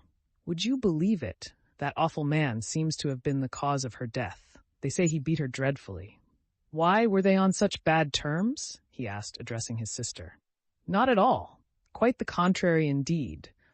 With her, he was always very patient, considerate even. In fact, all those 7 years of their married life, he gave way to her, too much so indeed, in many cases. All of a sudden, he seems to have lost patience." "Then he could not have been so awful if he controlled himself for 7 years? You seem to be defending him, Dunya." No, he's an awful man." "I can imagine nothing more awful," Dunya answered, almost with a shudder, knitting her brows and sinking into thought. "That had happened in the morning," Pulcheria Alexandrovna went on hurriedly. "And directly afterwards, she ordered the horses to be harnessed to drive to the town immediately after dinner. She always used to drive to the town in such cases. She ate a very good dinner, I am told. After the beating? That was always her habit. And immediately after dinner, so as not to be late in starting, she went to the bathhouse. You see, she was undergoing some treatment with baths. They have a cold spring there, and she used to bathe in it regularly every day, and no sooner had she got into the water when she suddenly had a stroke." "I should think so," said Zossimov. "And did he beat her badly?" "What does that matter?" put in Dunya. But I don't know why you want to tell us such gossip, Mother," said Raskolnikov irritably, as it were, in spite of himself. "Ah, my dear, I don't know what to talk about," broke from Pulcheria Alexandrovna. "Why, are you all afraid of me?" he asked, with a constrained smile. "That's certainly true," said Dunya, looking directly and sternly at her brother. Mother was crossing herself with terror as she came up the stairs. His face worked, as though in convulsion. "Ah, what are you saying, Dunya?" "Don't be angry, please, Radia." "Why did you say that, Dunya?" Pulcheria Alexandrovna began, overwhelmed. "You see, coming here, I was dreaming all the way in the train how we should meet, how we should talk over everything together. And I was so happy I did not notice the journey. But what am I saying? I am happy now. You should not, Dunya. I am happy now, simply in seeing you, Rodya. Hush, mother, he muttered in confusion, not looking at her but pressing her hand. We shall have time to speak freely of everything. As he said this, he was suddenly overwhelmed with confusion and turned pale. Again that awful sensation he had known of late passed with deadly chill over his soul. Again, it became suddenly plain and perceptible to him that he had just told a fearful lie, that he would never now be able to speak freely of everything, that he would never again be able to speak of anything to anyone. The anguish of this thought was such that for a moment he almost forgot himself. He got up from his seat and, not looking at anyone, walked towards the door. "What are you about?" cried Razumihin, clutching him by the arm. He sat down again and began looking about him, in silence. They were all looking at him in perplexity. "But what are you all so dull for?" he shouted, suddenly and quite unexpectedly. "Do say something. What's the use of sitting like this? Come, do speak. Let us talk. We meet together and sit in silence. Come, anything." "Thank God, I was afraid the same thing as yesterday was beginning again," said Pulcheria Alexandrovna, crossing herself. "What is the matter, Rodya?" asked Avdotya Romanovna, distrustfully. "Oh, nothing. I remembered something," he answered, and suddenly laughed. "Well, if you remembered something, that's all right. I was beginning to think," muttered Zossimov, getting up from the sofa. "It is time for me to be off. I will look in again, perhaps, if I can." He made his bows and went out. "What an excellent man," observed Pulcheria Alexandrovna. "Yes, excellent, splendid, well-educated, intelligent," Raskolnikov began, suddenly speaking with surprising rapidity and a liveliness he had not shown till then. "I can't remember where I met him before my illness. I believe I have met him somewhere. And this is a good man, too," he nodded at Razumihin.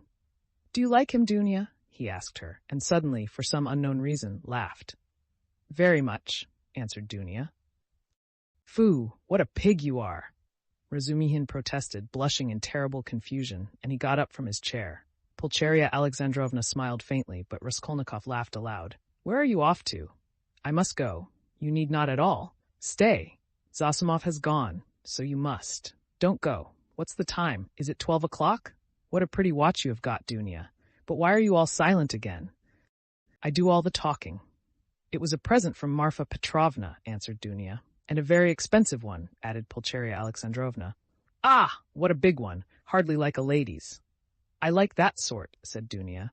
"So it is not a present from her fiancé," thought Razumihin, and was unreasonably delighted. "I thought it was Luzhin's present," observed Raskolnikov. "No, he has not made Dunya any presents yet." "Ah! And do you remember, mother, I was in love and wanted to get married?" he said suddenly, looking at his mother, who was disconcerted by the sudden change of subject and the way he spoke of it. "Oh, yes, my dear." Pulcheria Alexandrovna exchanged glances with Dunya and Razumihin. Yes, what shall I tell you? I don't remember much indeed." "She was such a sickly girl," he went on, growing dreamy and looking down again. "Quite an invalid. She was fond of giving alms to the poor, and was always dreaming of a nunnery, and once she burst into tears when she began talking to me about it. Yes, I remember. I remember very well. She was an ugly little thing. I really don't know what drew me to her then. I think it was because she was always ill. If she had been lame or hunchback, I believe I should have liked her better still," he smiled dreamily. "Yes, it was a sort of spring delirium." "No, it was not only spring delirium," said Dunya, with warm feeling. He fixed a strained, intent look on his sister, but did not hear or did not understand her words. Then, completely lost in thought, he got up, went up to his mother, kissed her, went back to his place, and sat down. "You love her even now?" said Pulcheria Alexandrovna, touched. "Her? Now? Oh, yes. You ask about her? No, that's all now, as it were in another world. And so long ago. And indeed, everything happening here seems somehow far away." He looked attentively at them. "You, now? I seem to be looking at you from 1,000 miles away. But goodness knows why we are talking of that. And what's the use of asking about it?" he added with annoyance, and biting his nails, fell into dreamy silence again. "What a wretched lodging you have, Rodya." "It's like a tomb," said Pulcheria Alexandrovna, suddenly breaking the oppressive silence. I am sure it's quite half through your lodging you have become so melancholy. My lodging, he answered listlessly. Yes, the lodging had a great deal to do with it. I thought that too. If only you knew, though, what a strange thing you said just now, mother, he said, laughing strangely. A little more, and their companionship, this mother and this sister, with him after 3 years' absence, this intimate tone of conversation, in face of the utter impossibility of really speaking about anything, would have been beyond his power of endurance. But there was one urgent matter which must be settled one way or the other that day, so he had decided when he woke. Now he was glad to remember it as a means of escape. Listen, Dunya, he began, gravely and dryly. Of course I beg your pardon for yesterday, but I consider it my duty to tell you again that I do not withdraw from my chief point. It is me or Luzhin. If I am a scoundrel, you must not be. One is enough. If you marry Luzhin, I cease at once to look on you as a sister. Rodya, Rodya, it is the same as yesterday again, Pulcheria Alexandrovna cried mournfully. And why do you call yourself a scoundrel? I can't bear it. You said the same yesterday. Brother, Dunya answered firmly and with the same dryness. In all this there is a mistake on your part. I thought it over at night and found out the mistake. It is all because you seem to fancy I am sacrificing myself to someone and for someone. That is not the case at all. I am simply marrying for my own sake, because things are hard for me. Though, of course, I shall be glad if I succeed in being useful to my family. But that is not the chief motive for my decision. She is lying, he thought to himself, biting his nails vindictively. Proud creature. She won't admit she wants to do it out of charity. Too haughty. Oh, base characters. They even love as though they hate. Oh, how I hate them all. In fact, continued Dunya, I am marrying Fyodor Petrovitch because of two evils I choose the less. I intend to do honestly all he expects of me, so I am not deceiving him. Why did you smile just now? She, too, flushed, and there was a gleam of anger in her eyes. All, he asked, with a malignant grin. Within certain limits. Both the manner and form of Fyodor Petrovitch's courtship showed me at once what he wanted. He may, of course, think too well of himself, but I hope he esteems me, too. Why are you laughing again? And why are you blushing again? You are lying, sister. You are intentionally lying, simply from feminine obstinacy, simply to hold your own against me. You cannot respect Luzhin. I have seen him and talked with him. So you are selling yourself for money, and so in any case you are acting basely, and I am glad at least that you can blush for it. It is not true. I am not lying, cried Dunya, losing her composure. I would not marry him if I were not convinced that he esteems me and thinks highly of me. I would not marry him if I were not firmly convinced that I can respect him. Fortunately, I can have convincing proof of it this very day. And such a marriage is not a vileness, as you say. And even if you were right, if I really had determined on a vile action, is it not merciless on your part to speak to me like that? Why do you demand of me a heroism that perhaps you have not either? It is despotism. It is tyranny. If I ruin anyone, it is only myself. I am not committing a murder. Why do you look at me like that? Why are you so pale? Rodya, darling, what's the matter? Good heavens, you have made him faint, cried Pulcheria Alexandrovna. No, nonsense. It's nothing. A little giddiness, not fainting. You have fainting on the brain. Yes, what was I saying? Oh, yes. In what way will you get convincing proof today that you can respect him, and that he esteems you, as you said? I think you said today? Mother, show Rodya Fyodor Petrovitch's letter, said Dunya. With trembling hands, Pulcheria Alexandrovna gave him the letter. He took it with great interest, but, before opening it, he suddenly looked with a sort of wonder at Dunya. It is strange, he said slowly, as though struck by a new idea. What am I making such a fuss for? What is it all about? Marry whom you like. He said this as though to himself, but said it aloud and looked for some time at his sister, as though puzzled. He opened the letter at last, still with the same look of strange wonder on his face. Then, slowly and attentively, he began reading, and read it through twice. Pulcheria Alexandrovna showed marked anxiety, and all indeed expected something particular. What surprises me, he began, after a short pause, handing the letter to his mother, but not addressing anyone in particular, is that he is a businessman, a lawyer, and his conversation is pretentious indeed, and yet he writes such an uneducated letter. They all started. They had expected something quite different. But they all write like that, you know, Razumihin observed abruptly. Have you read it? Yes. We showed him, Radia. We consulted him just now. Pulcheria Alexandrovna began, embarrassed. That's just the jargon of the courts, Razumihin put in. Legal documents are written like that to this day. Legal? Yes, it's just legal, business language, not so very uneducated, and not quite educated, business language. Pyotr Petrovitch makes no secret of the fact that he had a cheap education. He is proud indeed of having made his own way, Avdotia Romanovna observed, somewhat offended by her brother's tone. Well, if he's proud of it, he has reason, I don't deny it. You seem to be offended, sister, at my making only such a frivolous criticism on the letter, and to think that I speak of such trifling matters on purpose to annoy you. It is quite the contrary. An observation apropos of the style occurred to me that is by no means irrelevant as things stand. There is one expression, blame yourselves, put in very significantly and plainly, and there is besides a threat that he will go away at once if I am present. That threat to go away is equivalent to a threat to abandon you both if you are disobedient, and to abandon you now after summoning you to Petersburg. Well, what do you think?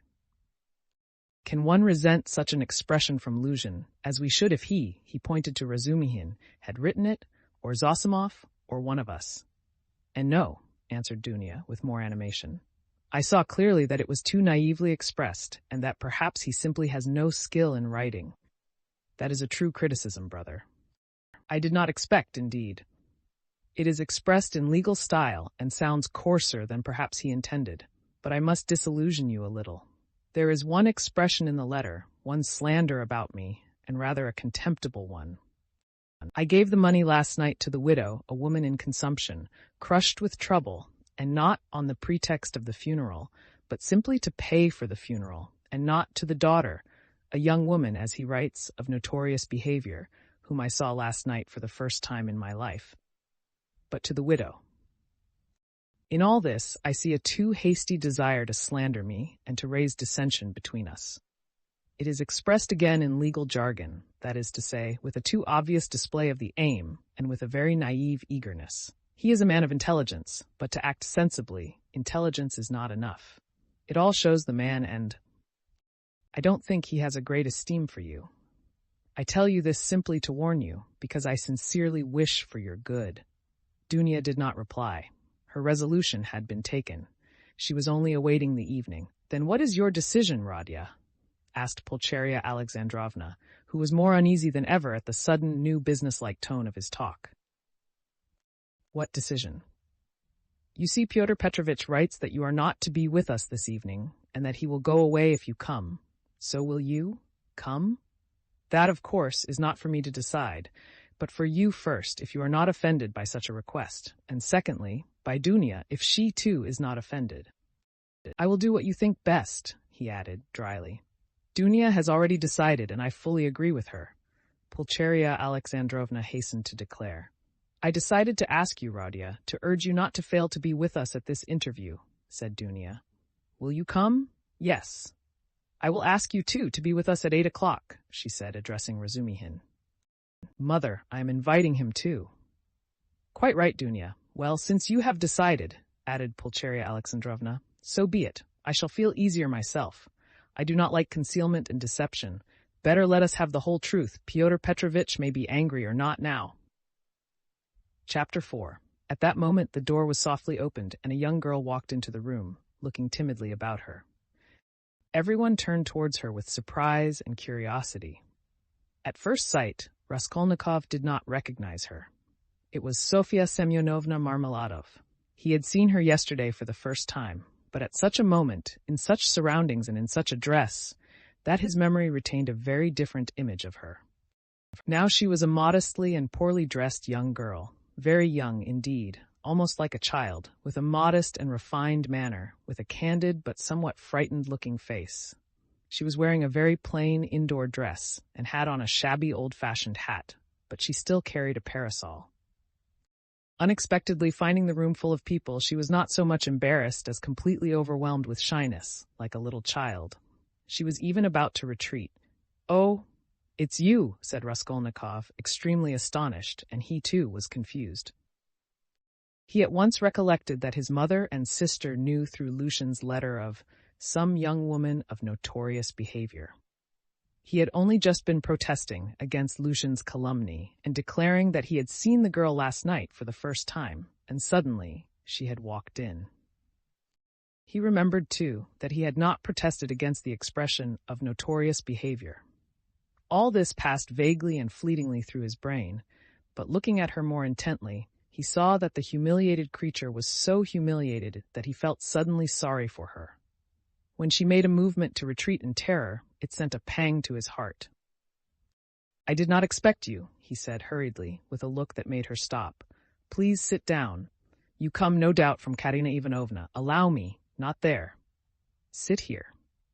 At Sonia's entrance, Razumihin, who had been sitting on one of Raskolnikov's 3 chairs close to the door, got up to allow her to enter. Raskolnikov had at first shown her the place on the sofa where Zosimov had been sitting, but feeling that the sofa, which served him as a bed, was too familiar a place, he hurriedly motioned her to Razumihin's chair. "You sit here," he said to Razumihin, putting him on the sofa. Sonia sat down, almost shaking with terror, and looked timidly at the 2 ladies.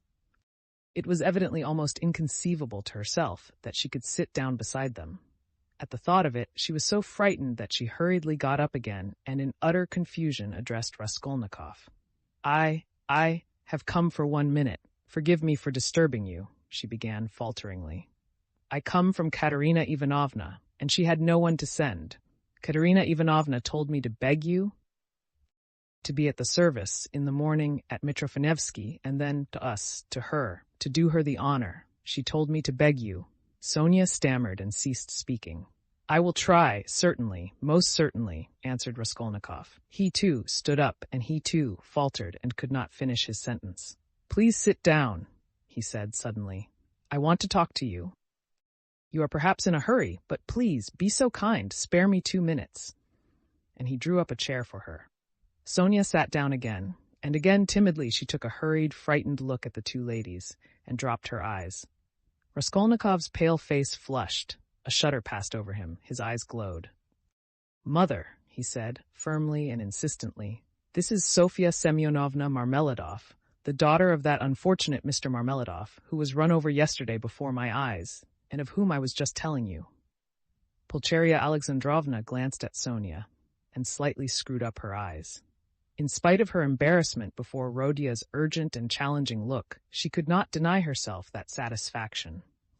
Dunya gazed gravely and intently into the poor girl's face and scrutinized her with perplexity. Sonia, hearing herself introduced, tried to raise her eyes again, but was more embarrassed than ever.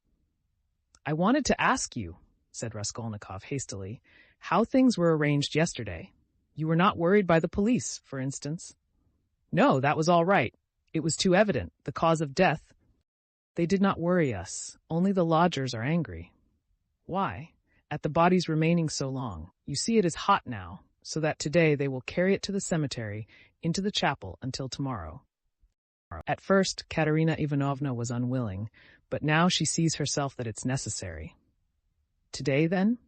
She begs you to do us the honor to be in the church tomorrow for the service, and then to be present at the funeral lunch." "She is giving a funeral lunch?" "Yes, just a little. She told me to thank you very much for helping us yesterday. But for you, we should have had nothing for the funeral." All at once her lips and chin began trembling, but with an effort she controlled herself, looking down again. During the conversation, Raskolnikov watched her carefully. She had a thin, very thin, pale little face, rather irregular and angular, with a sharp little nose and chin. She could not have been called pretty, but her blue eyes were so clear, and when they lighted up, there was such a kindliness and simplicity in her expression that one could not help being attracted. Her face, and her whole figure indeed, had another peculiar characteristic. In spite of her 18 years, she looked almost a little girl, almost a child. And in some of her gestures, this childishness seemed almost absurd. But has Katerina Ivanovna been able to manage with such small means?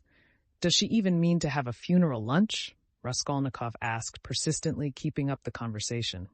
The coffin will be plain, of course, and everything will be plain, so it won't cost much. Katerina Ivanovna and I have reckoned it all out so that there will be enough left. And Katerina Ivanovna was very anxious it should be so. One can't, it's a comfort to her. She is like that, I understand. Of course. Why do you look at my room like that? My mother has just said it is like a tomb. You gave us everything yesterday, Sonia said suddenly in reply in a loud, rapid whisper, and again she looked down in confusion. Her lips and chin were trembling once more. She had been struck at once by Raskolnikov's poor surroundings, and now these words broke out spontaneously. A silence followed. There was a light in Dunia's eyes, and even Pulcheria Alexandrovna looked kindly at Sonia. "Rodia," she said, getting up, "we shall have dinner together, of course. Come, Dunia. And you, Rodia, had better go for a little walk and then rest and lie down before you come to see us. I am afraid we have exhausted you." Yes, I'll come," he answered, getting up fussily. "But I have something to see to." "But surely you will have dinner together?" cried Razumihin, looking in surprise at Raskolnikov. "What do you mean?" Yes, I am coming. Of course. And you stay a minute. You do not want him just now, do you, mother? Or perhaps I am taking him from you."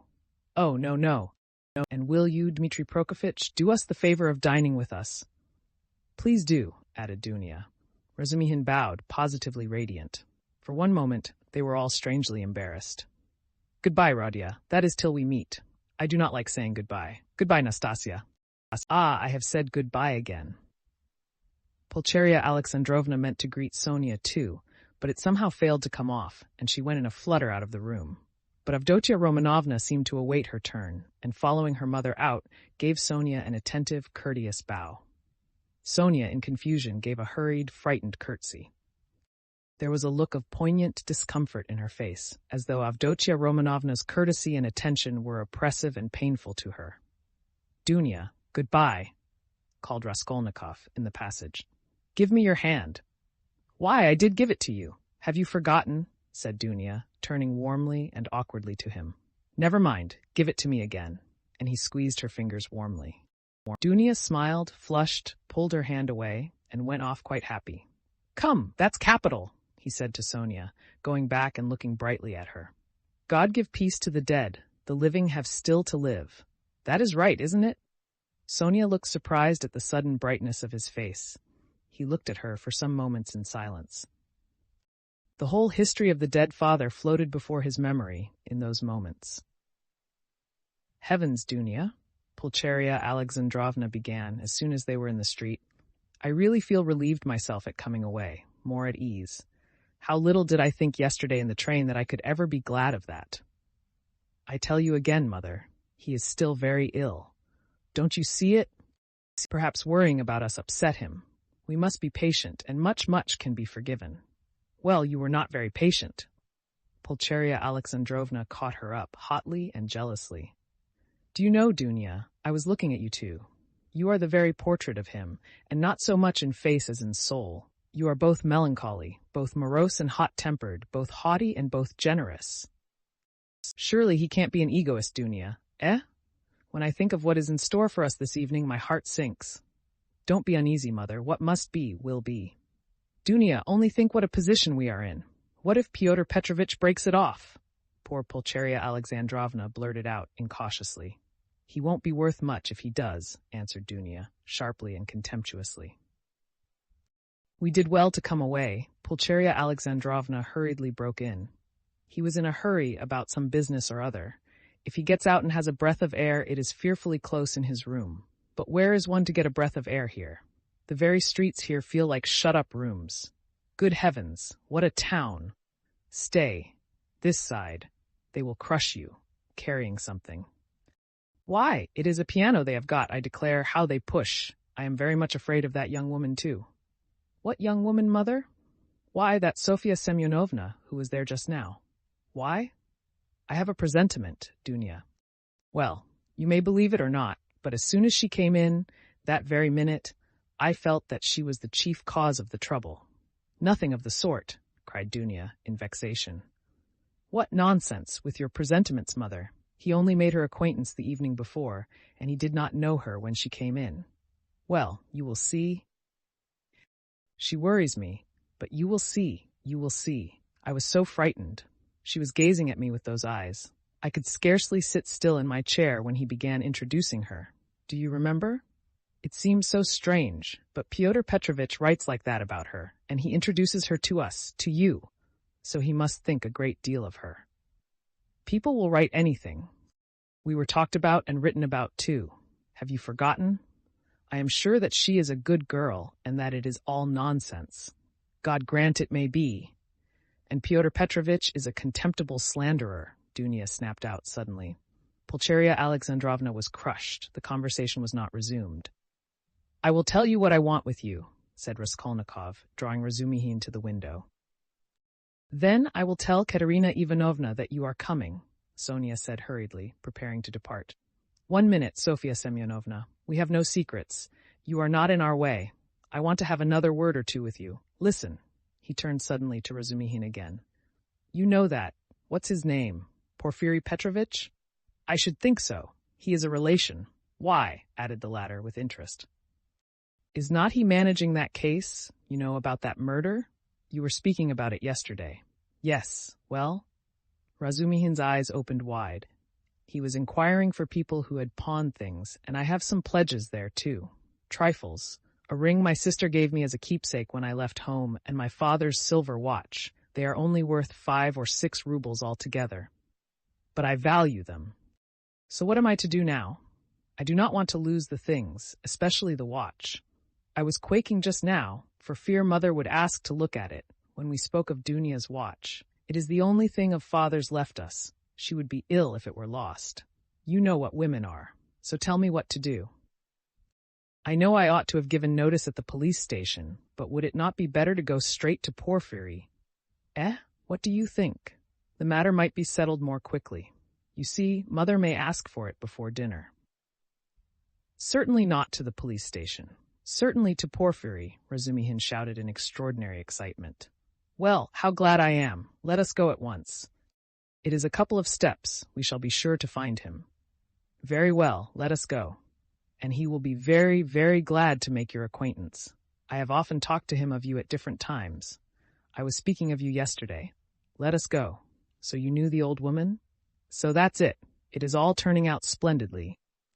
Oh yes, Sofia Ivanovna.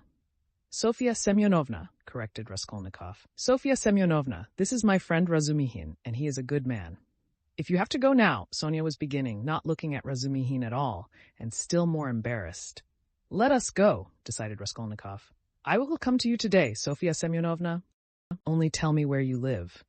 He was not exactly ill at ease, but seemed hurried, and avoided her eyes. Sonia gave her address and flushed as she did so. They all went out together. Don't you lock up? Asked Razumihin, following him onto the stairs. Never, answered Raskolnikov. I have been meaning to buy a lock for these 2 years. People are happy who have no need of locks, he said, laughing to Sonia. They stood still in the gateway. Do you go to the right, Sofia Semyonovna? How did you find me, by the way? He added, as though he wanted to say something quite different. He wanted to look at her soft, clear eyes, but this was not easy. Why, you gave your address to Polenka yesterday. Polenka? Oh yes, Polenka, that is the little girl. She is your sister? Did I give her the address? Why, had you forgotten? No, I remember. I had heard my father speak of you, only I did not know your name, and he did not know it. And now I came. And as I had learnt your name, I asked today, where does Mr. Raskolnikov live? I did not know you had only a room too. Goodbye, I will tell Katerina Ivanovna. She was extremely glad to escape at last. She went away looking down, hurrying to get out of sight as soon as possible, to walk the 20 steps to the turning on the right, and to be at last alone, and then moving rapidly along, looking at no one, noticing nothing, to think, to remember, to meditate on every word, every detail. Never, never had she felt anything like this. Dimly and unconsciously, a whole new world was opening before her. She remembered suddenly that Raskolnikov meant to come to her that day, perhaps at once. Only not today, please. Not today, she kept muttering with a sinking heart as though entreating someone, like a frightened child. Mercy. To me. To that room. He will see. Oh, dear. She was not capable at that instant of noticing an unknown gentleman who was watching her and following at her heels. He had accompanied her from the gateway. At the moment when Razumihin, Raskolnikov, and she stood still at parting on the pavement, this gentleman, who was just passing, started on hearing Sonia's words. And I asked where Mr. Raskolnikov lived? He turned a rapid but attentive look upon all three, especially upon Raskolnikov, to whom Sonia was speaking, then looked back and noted the house. All this was done in an instant as he passed, and trying not to betray his interest, he walked on more slowly as though waiting for something. He was waiting for Sonia. He saw that they were parting, and that Sonia was going home. Home? Where? I've seen that face somewhere, he thought. I must find out. At the turning he crossed over, looked round, and saw Sonia coming the same way, noticing nothing. She turned the corner. He followed her on the other side. After about 50 paces he crossed over again, overtook her, and kept 2 or 3 yards behind her. He was a man about 50, rather tall and thickly set, with broad high shoulders, which made him look as though he stooped a little. He wore good and fashionable clothes, and looked like a gentleman of position. He carried a handsome cane, which he tapped on the pavement at each step. His gloves were spotless. He had a broad, rather pleasant face, with high cheekbones and a fresh color, not often seen in Petersburg. His flaxen hair was still abundant, and only touched here and there with gray, and his thick, square beard was even lighter than his hair. His eyes were blue and had a cold and thoughtful look. His lips were crimson. He was a remarkably well-preserved man, and looked much younger than his years. When Sonia came out on the canal bank, they were the only 2 persons on the pavement. He observed her dreaminess and preoccupation. On reaching the house where she lodged, Sonia turned in at the gate. He followed her, seeming rather surprised. In the courtyard, she turned to the right corner. "Bah!" muttered the unknown gentleman, and mounted the stairs behind her. Only then Sonia noticed him. She reached the 3rd story, turned down the passage, and rang at number 9. On the door was inscribed in chalk, "Kapernaumov, tailor." "Bah!" the stranger repeated again, wondering at the strange coincidence, and he rang next door, at number 8. The doors were 2 or 3 yards apart. "You lodge at Kapernaumov's," he said, looking at Sonia and laughing. "He altered a waistcoat for me yesterday. I am staying close here at Madame Reslick's. How odd!" Sonia looked at him attentively. "We are neighbors," he went on gaily. "I only came to town the day before yesterday. Goodbye for the present." Sonia made no reply. The door opened and she slipped in. She felt for some reason ashamed and uneasy. On the way to Porfiry's, Razumihin was obviously excited. "That's capital, brother," he repeated several times, "and I am glad. I am glad." "What are you glad about?" Raskolnikov thought to himself. "I didn't know that you pledged things at the old woman's too, and was it long ago? I mean, was it long since you were there? What a simple-hearted fool he is! When was it?" Raskolnikov stopped still to recollect. 2 or 3 days before her death it must have been. "But I am not going to redeem the things now," he put in with a sort of hurried and conspicuous solicitude about the things. "I've not more than a silver ruble left." After last night's accursed delirium. He laid special emphasis on the delirium. Yes, yes, Razumihin hastened to agree with what was not clear. "Then that's why you were stuck, partly. You know, in your delirium you were continually mentioning some rings or chains. Yes, yes, that's clear. It's all clear now. Hullo, how that idea must have got about among them. Here this man will go to the stake for me, and I find him delighted at having it cleared up, why I spoke of rings in my delirium. What a hold the idea must have on all of them. Shall we find him?" he asked suddenly. "Oh, yes," Razumihin answered quickly. "He is a nice fellow, you will see, brother. Rather clumsy, that is to say, he is a man of polished manners, but I mean clumsy in a different sense. He is an intelligent fellow, very much so indeed, but he has his own range of ideas. He is incredulous, skeptical, cynical. He likes to impose on people, or rather to make fun of them. His is the old circumstantial method, but he understands his work thoroughly. Last year he cleared up a case of murder in which the police had hardly a clue. He is very, very anxious to make your acquaintance. On what grounds is he so anxious? Oh, it's not exactly. You see, since you've been ill, I happen to have mentioned you several times. So, when he heard about you, about your being a law student and not able to finish your studies, he said, "What a pity." And so I concluded, from everything together, not only that, yesterday Zamatov, Radya, I talked some nonsense on the way home to you yesterday, when I was drunk. I am afraid, brother, of your exaggerating it, you see. What? That they think I am a madman?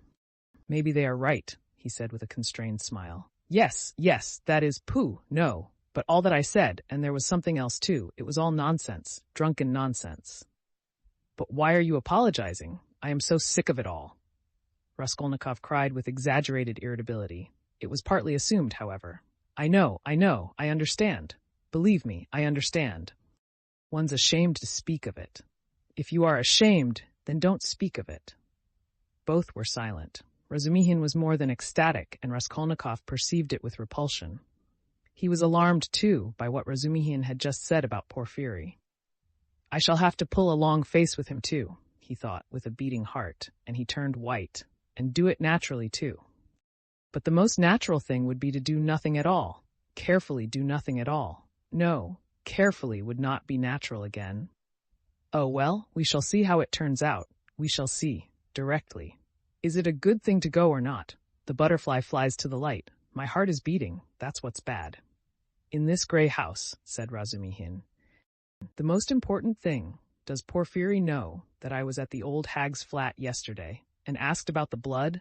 I must find that out instantly, as soon as I go in, find out from his face. Otherwise, I'll find out if it's my ruin.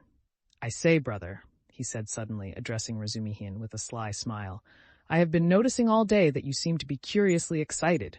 Isn't it so? Excited? Not a bit of it, said Razumihin, stung to the quick. Yes, brother, I assure you it's noticeable. Why, you sat on your chair in a way you never do sit, on the edge somehow, and you seemed to be writhing all the time. You kept jumping up for nothing. One moment you were angry, and the next your face looked like a sweetmeat. You even blushed, especially when you were invited to dinner. You blushed awfully. Nothing of the sort. Nonsense. What do you mean? But why are you wriggling out of it like a schoolboy? By Jove, there he's blushing again. What a pig you are. But why are you so shamefaced about it? Romeo, stay. I'll tell of you today. Ha ha ha! I'll make mother laugh and someone else too. Listen. This is serious. What next, you fiend? Razumihin was utterly overwhelmed, turning cold with horror. What will you tell them? Come, brother. Phoo! What a pig you are. You are like a summer rose, and if only you knew how it suits you. A Romeo over 6 foot high. And how you've washed today. You cleaned your nails, I declare. Eh? That's something unheard of. Why, I do believe you've got pomatum on your hair. Bend down. Pig. Raskolnikov laughed as though he could not restrain himself. So laughing, they entered Porfiry Petrovitch's flat. This is what Raskolnikov wanted. From within they could be heard laughing as they came in, still guffawing in the passage. Not a word here, or I'll brain you, Razumihin whispered furiously, seizing Raskolnikov by the shoulder. Chapter 5. Raskolnikov was already entering the room. He came in looking as though he had the utmost difficulty not to burst out laughing again. Behind him, Razumihin strode in, gawky and awkward, shamefaced and red as a peony, with an utterly crestfallen and ferocious expression. His face and whole figure really were ridiculous at that moment, and amply justified Raskolnikov's laughter. Raskolnikov, not waiting for an introduction, bowed to Porfiry Petrovitch, who stood in the middle of the room looking inquiringly at them. He held out his hand and shook hands, still apparently making desperate efforts to subdue his mirth and utter a few words to introduce himself. But he had no sooner succeeded in assuming a serious air and muttering something when he suddenly glanced again as though accidentally at Razumihin, and could no longer control himself. His stifled laughter broke out the more irresistibly, the more he tried to restrain it. The extraordinary ferocity with which Razumihin received this spontaneous mirth gave the whole scene the appearance of most genuine fun and naturalness. Razumihin strengthened this impression as though on purpose. "Fool, you fiend," he roared, waving his arm, which at once struck a little round table with an empty glass on it.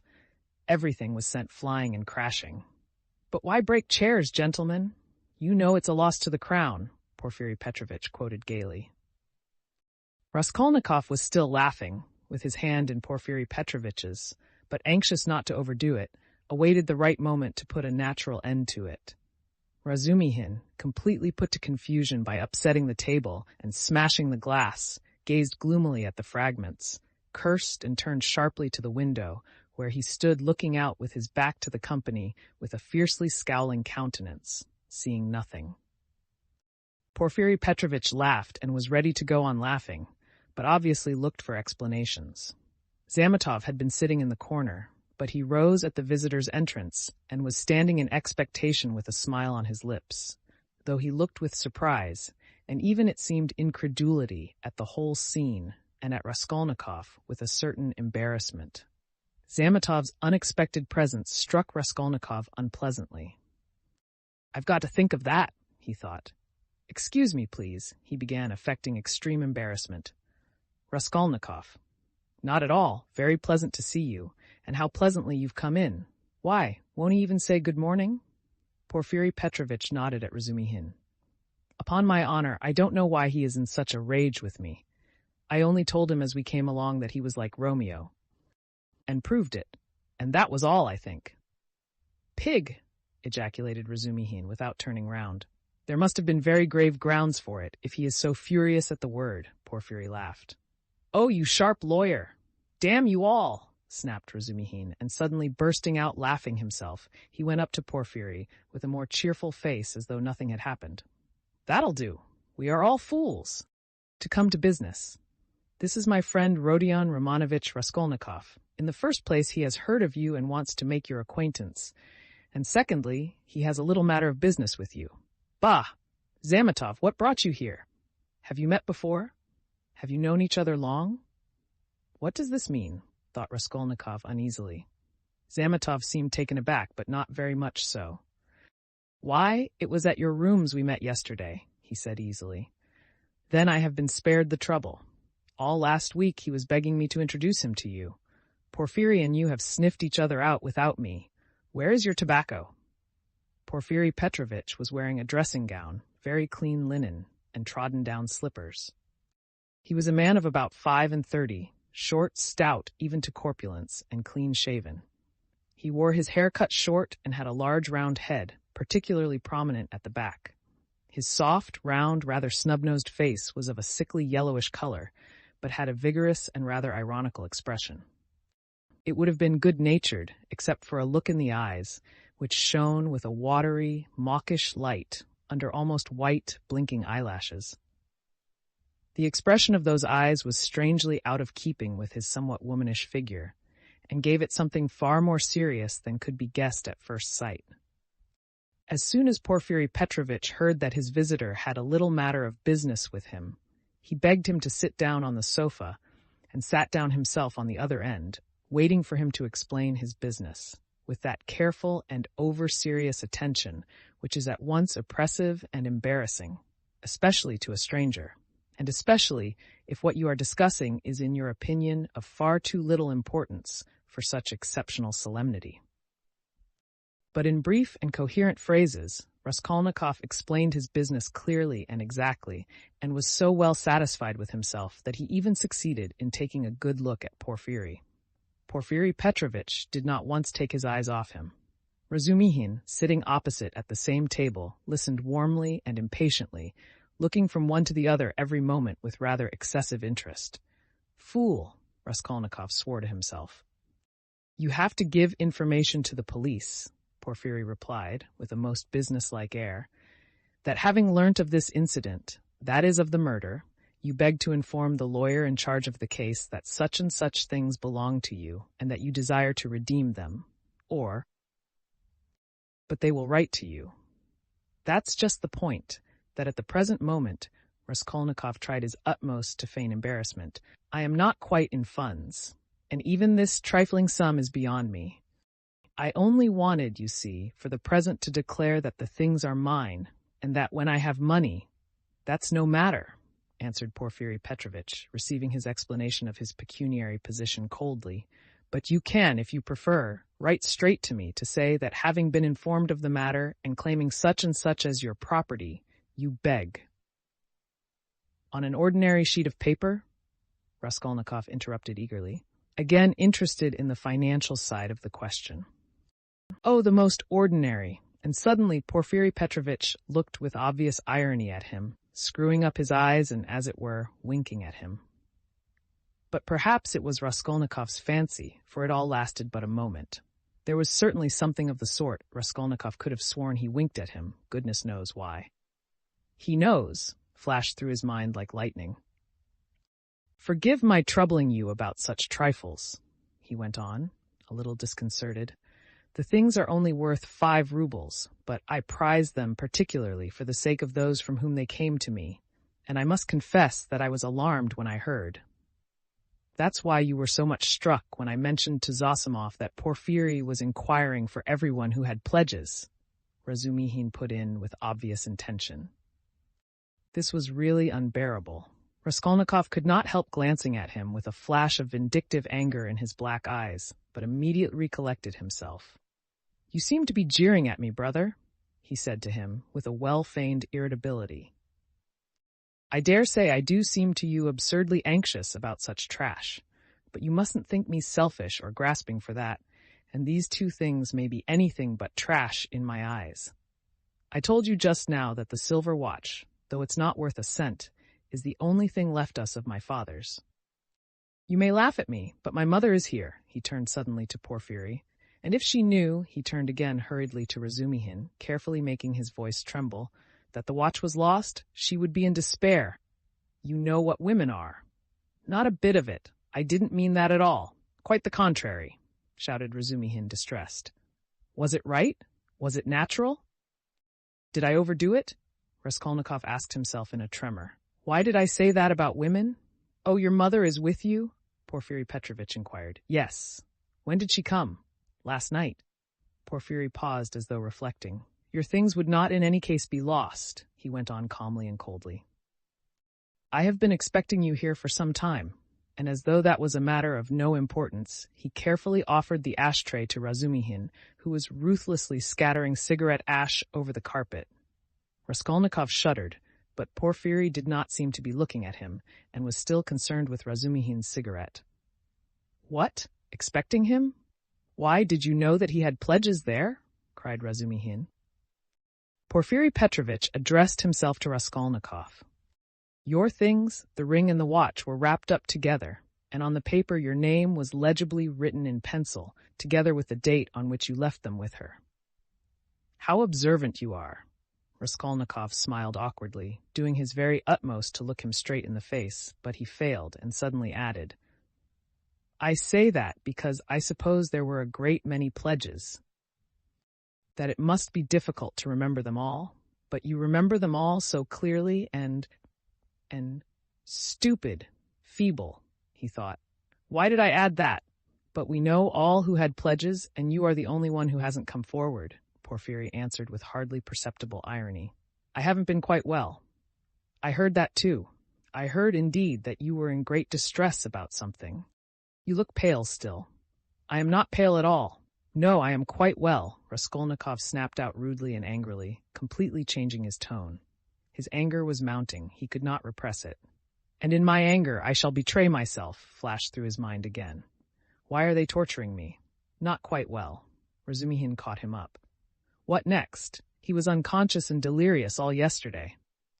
Would you believe, Porfiry, as soon as our backs were turned, he dressed, though he could hardly stand, and gave us the slip and went off on a spree somewhere till midnight, delirious all the time. Would you believe it? Extraordinary. Really delirious? You don't say so. Porfiry shook his head in a womanish way. Nonsense! Don't you believe it? But you don't believe it anyway, Raskolnikov let slip in his anger. But Porfiry Petrovitch did not seem to catch those strange words. But how could you have gone out if you hadn't been delirious? Razumihin got hot suddenly. What did you go out for? What was the object of it? And why on the sly? Were you in your senses when you did it? Now that all danger is over, I can speak plainly. I was awfully sick of them yesterday. Raskolnikov addressed Porfiry suddenly with a smile of insolent defiance. I ran away from them to take lodgings where they wouldn't find me, and took a lot of money with me. Mr. Zametov there saw it. I say, Mr. Zametov, was I sensible or delirious yesterday? Settle our dispute. He could have strangled Zametov at that moment, so hateful were his expression and his silence to him. In my opinion, you talked sensibly and even artfully, but you were extremely irritable, Zametov pronounced dryly. And Nikodym Fomitch was telling me today, put in Porfiry Petrovitch, that he met you very late last night in the lodging of a man who had been run over. And there, said Razumihin, weren't you mad then? You gave your last penny to the widow for the funeral. If you wanted to help, give 15 or 20 even, but keep 3 rubles for yourself at least. But he flung away all the 25 at once. Maybe I found a treasure somewhere, and you know nothing of it? So that's why I was liberal yesterday. Mr. Zametov knows I've found a treasure. Excuse us, please, for disturbing you for half an hour with such trivialities, he said, turning to Porfiry Petrovitch with trembling lips. We are boring you, aren't we? Oh no, quite the contrary, quite the contrary. If only you knew how you interest me. It's interesting to look on and listen. And I am really glad you have come forward at last. But you might give us some tea. My throat's dry, cried Razumihin. Capital idea. Perhaps we will all keep you company. Wouldn't you like something more essential before tea? Get along with you. Porfiry Petrovitch went out to order tea. Raskolnikov's thoughts were in a whirl. He was in terrible exasperation. The worst of it is they don't disguise it. They don't care to stand on ceremony. And how if you didn't know me at all? Did you come to talk to Nikodym Fomitch about me? So they don't care to hide that they are tracking me like a pack of dogs. They simply spit in my face. He was shaking with rage. Come, strike me openly. Don't play with me like a cat with a mouse. It's hardly civil, Porfiry Petrovitch, but perhaps I won't allow it. I shall get up and throw the whole truth in your ugly faces, and you'll see how I despise you. He could hardly breathe. And what if it's only my fancy? What if I am mistaken, and through inexperience I get angry and don't keep up my nasty part? Perhaps it's all unintentional. All their phrases are the usual ones, but there is something about them. It all might be said, but there is something. Why did he say bluntly, with her? Why did Zametov add that I spoke artfully? Why do they speak in that tone? Yes, the tone. Razumihin is sitting here. Why does he see nothing? That innocent blockhead never does see anything. Feverish again. Did Porfiry wink at me just now? Of course it's nonsense. What could he wink for? Are they trying to upset my nerves, or are they teasing me? Either it's ill fancy or they know. Even Zametov is rude. Is Zametov rude? Zametov has changed his mind. I foresaw he would change his mind. He is at home here, while it's my first visit. Porfiry does not consider him a visitor. Sits with his back to him. They're as thick as thieves, no doubt, over me. Not a doubt they were talking about me before we came. Do they know about the flat? If only they'd make haste. When I said that I ran away to take a flat, he let it pass. I put that in cleverly about a flat. It may be of use afterwards. Delirious indeed? Ha ha ha. He knows all about last night. He didn't know of my mother's arrival. The hag had written the date on in pencil. You are wrong, you won't catch me. There are no facts, it's all supposition. You produce facts. The flat even isn't a fact, but delirium. I know what to say to them. Do they know about the flat? I won't go without finding out. What did I come for? But my being angry now, maybe is a fact. Fool, how irritable I am. Perhaps that's right, to play the invalid. He is feeling me. He will try to catch me. Why did I come? All this flashed like lightning through his mind. Porfiry Petrovitch returned quickly. He became suddenly more jovial. Your party yesterday, brother, has left my head rather, and I am out of sorts altogether, he began in quite a different tone, laughing to Razumihin. Was it interesting? I left you yesterday at the most interesting point. Who got the best of it? Oh, no one, of course. They got on to everlasting questions, floated off into space. Only fancy, Radia, what we got on to yesterday. Whether there is such a thing as crime. I told you that we talked our heads off. What is there strange? It's an everyday social question, Raskolnikov answered casually. The question wasn't put quite like that, observed Porfiry. Not quite, that's true, Razumihin agreed at once, getting warm and hurried as usual. Listen, Rodion, and tell us your opinion. I want to hear it. I was fighting tooth and nail with them and wanted you to help me. I told them you were coming. It began with the socialist doctrine. You know their doctrine. Crime is a protest against the abnormality of the social organization, and nothing more, and nothing more. No other causes admitted. You are wrong there, cried Porfiry Petrovitch. He was noticeably animated and kept laughing as he looked at Razumihin, which made him more excited than ever. Nothing is admitted, Razumihin interrupted with heat. I am not wrong. I'll show you their pamphlets. Everything with them is the influence of environment and nothing else. Their favorite phrase, from which it follows that if society is normally organized, all crime will cease at once, since there will be nothing to protest against, and all men will become righteous in one instant. Human nature is not taken into account. It is excluded. It's not supposed to exist. They don't recognize that humanity, developing by a historical living process, will become at last a normal society, but they believe that a social system that has come out of some mathematical brain is going to organize all humanity at once and make it just and sinless in an instant, quicker than any living process. That's why they instinctively dislike history, nothing but ugliness and stupidity in it, and they explain it all as stupidity. That's why they so dislike the living process of life. They don't want a living soul. The living soul demands life. The soul won't obey the rules of mechanics. The soul is an object of suspicion. The soul is retrograde. But what they want, though, it smells of death and can be made of India rubber, at least is not alive, has no will, is servile, and won't revolt. And it comes in the end to their reducing everything to the building of walls and the planning of rooms and passages in a phalanstery. The phalanstery is ready, indeed, but your human nature is not ready for the phalanstery. It wants life. It hasn't completed its vital process. It's too soon for the graveyard. You can't skip over nature by logic. Logic presupposes 3 possibilities, but there are millions. Cut away a million and reduce it all to the question of comfort. That's the easiest solution of the problem. It's seductively clear, and you mustn't think about it. That's the great thing. You mustn't think. The whole secret of life in 2 pages of print. Now he is off, beating the drum. Catch hold of him, do, laughed Porfiry.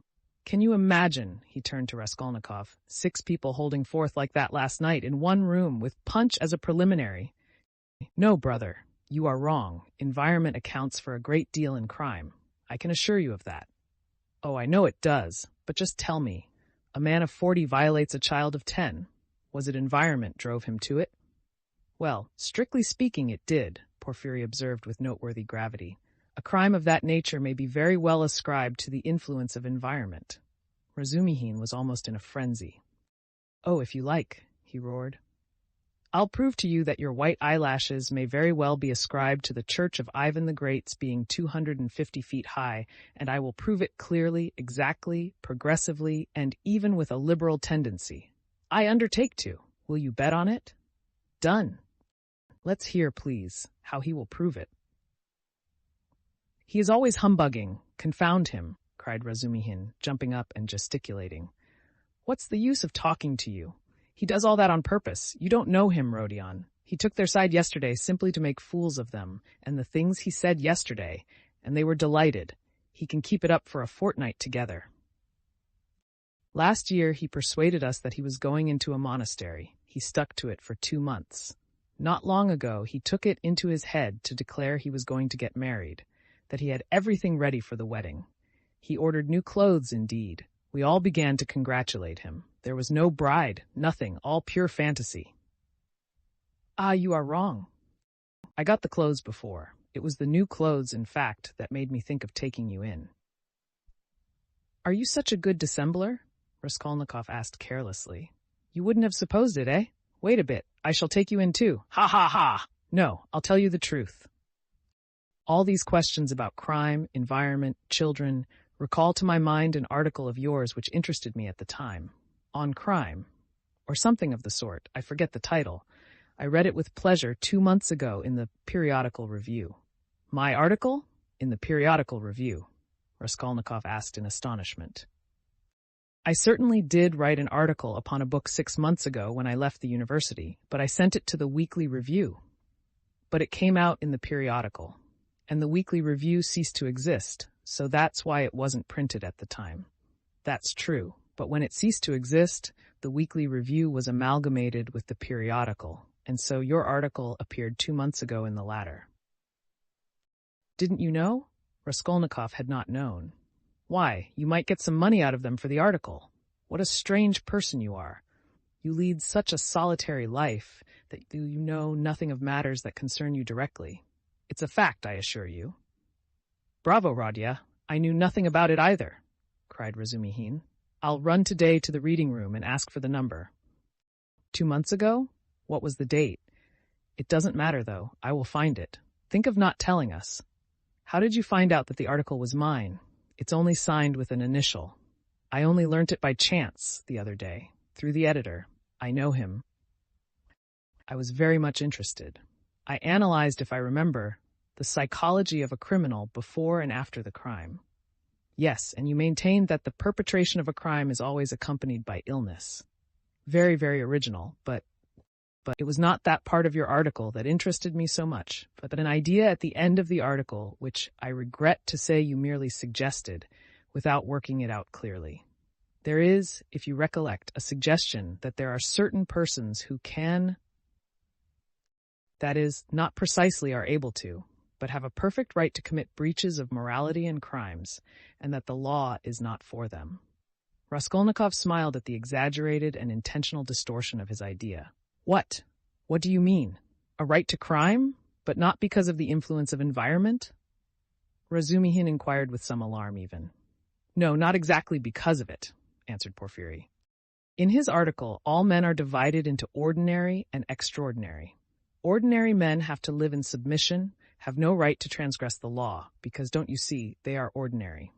But extraordinary men have a right to commit any crime and to transgress the law in any way, just because they are extraordinary. That was your idea, if I'm not mistaken.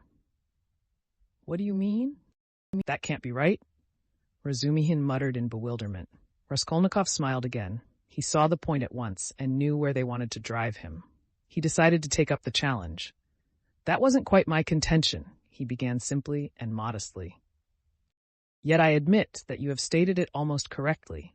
Perhaps, if you like, perfectly so. It almost gave him pleasure to admit this. The only difference is that I don't contend that extraordinary people are always bound to commit breaches of morals, as you call it. In fact, I doubt whether such an argument could be published. I simply hinted that an extraordinary man has the right. That is not an official right, but an inner right to decide in his own conscience to overstep certain obstacles, and only in case it is essential for the practical fulfillment of his idea, sometimes perhaps of benefit to the whole of humanity. You say that my article isn't definite. I am ready to make it as clear as I can. Perhaps I am right in thinking you want me to. Very well.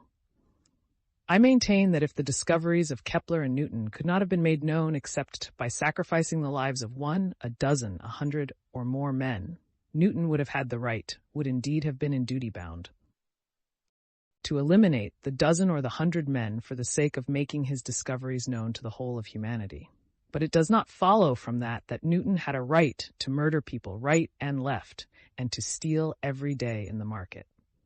Then, I remember, I maintain in my article that all, legislators and leaders of men, such as Lycurgus, Solon, Mahomet, Napoleon, and so on, were all without exception criminals, from the very fact that, making a new law, they transgressed the ancient one, handed down from their ancestors and held sacred by the people.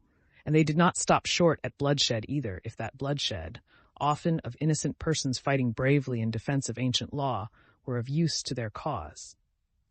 It's remarkable, in fact, that the majority, indeed, of these benefactors and leaders of humanity were guilty of terrible carnage.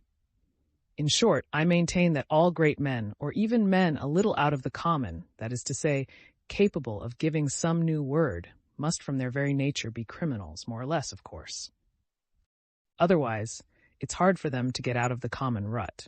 And to remain in the common rut is what they can't submit to from their very nature again, and to my mind they ought not indeed to submit to it. You see that there is nothing particularly new in all that. The same thing has been printed and read 1,000 times before. As for my division of people into ordinary and extraordinary, I acknowledge that it's somewhat arbitrary, but I don't insist upon exact numbers. I only believe in my leading idea that men are, in general, divided by a law of nature into two categories: inferior, ordinary, that is, so to say, material that serves only to reproduce its kind, and men who have the gift or the talent to utter a new word. There are, of course, innumerable subdivisions, but the distinguishing features of both categories are fairly well marked. The first category, generally speaking, are men conservative in temperament and law-abiding. They live under control and love to be controlled. To my thinking, it is their duty to be controlled, because that's their vocation, and there is nothing humiliating in it for them. The second category, all transgress the law.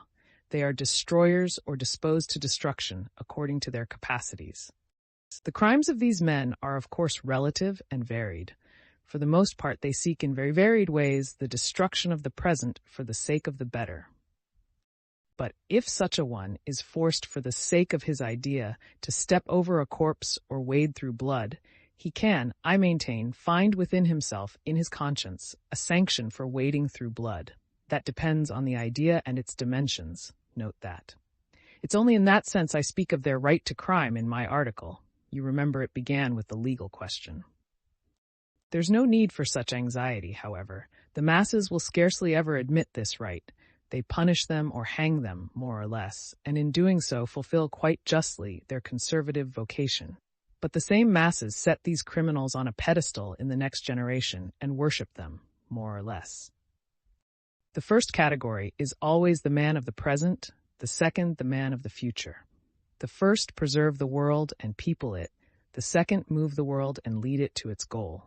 Each class has an equal right to exist. In fact, all have equal rights with me, and vive la guerre éternelle, till the New Jerusalem, of course. Then you believe in the New Jerusalem, do you? I do, Raskolnikov answered firmly. As he said these words, and during the whole preceding tirade, he kept his eyes on one spot on the carpet. And do you believe in God? Excuse my curiosity. I do, repeated Raskolnikov, raising his eyes to Porfiry. And do you believe in Lazarus rising from the dead? I do. Why do you ask all this? You believe it literally? Literally. You don't say so. I asked from curiosity. Excuse me, but let us go back to the question. They are not always executed. Some, on the contrary, triumph in their lifetime? Oh yes, some attain their ends in this life and then they begin executing other people? If it's necessary, indeed, for the most part they do. Your remark is very witty. Thank you. But tell me this, how do you distinguish those extraordinary people from the ordinary ones? Are there signs at their birth? I feel there ought to be more exactitude, more external definition. And excuse the natural anxiety of a practical law-abiding citizen, but couldn't they adopt a special uniform, for instance? Couldn't they wear something, be branded in some way? For you know, if confusion arises and a member of one category imagines that he belongs to the other, begins to eliminate obstacles, as you so happily expressed it, then, oh, that very often happens. That remark is wittier than the other. Thank you. No reason to, but take note that the mistake can only arise in the first category, that is among the ordinary people, as I perhaps unfortunately called them. In spite of their predisposition to obedience, very many of them, through a playfulness of nature, sometimes vouchsafed even to the cow, like to imagine themselves advanced people, destroyers, and to push themselves into the new movement, and this quite sincerely. Meanwhile, the really new people are very often unobserved by them, or even despised as reactionaries of groveling tendencies. But I don't think there's any considerable danger here, and you really need not be uneasy, for they never go very far. Of course, they might have a thrashing sometimes for letting their fancy run away with them and to teach them their place, but no more. In fact, even this isn't necessary, as they castigate themselves, for they are very conscientious. Some perform this service for one another, and others chastise themselves with their own hands. They will impose various public acts of penitence upon themselves with a beautiful and edifying effect. In fact, you've nothing to be uneasy about. It's a law of nature. Well, you have certainly set my mind more at rest on that score. But there's another thing worries me. Tell me, please, are there many people who have the right to kill others? These extraordinary people?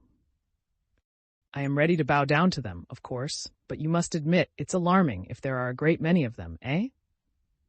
Oh, you needn't worry about that either, Raskolnikov went on in the same tone. People with new ideas, people with the faintest capacity for saying something new, are extremely few in number, extraordinarily so, in fact.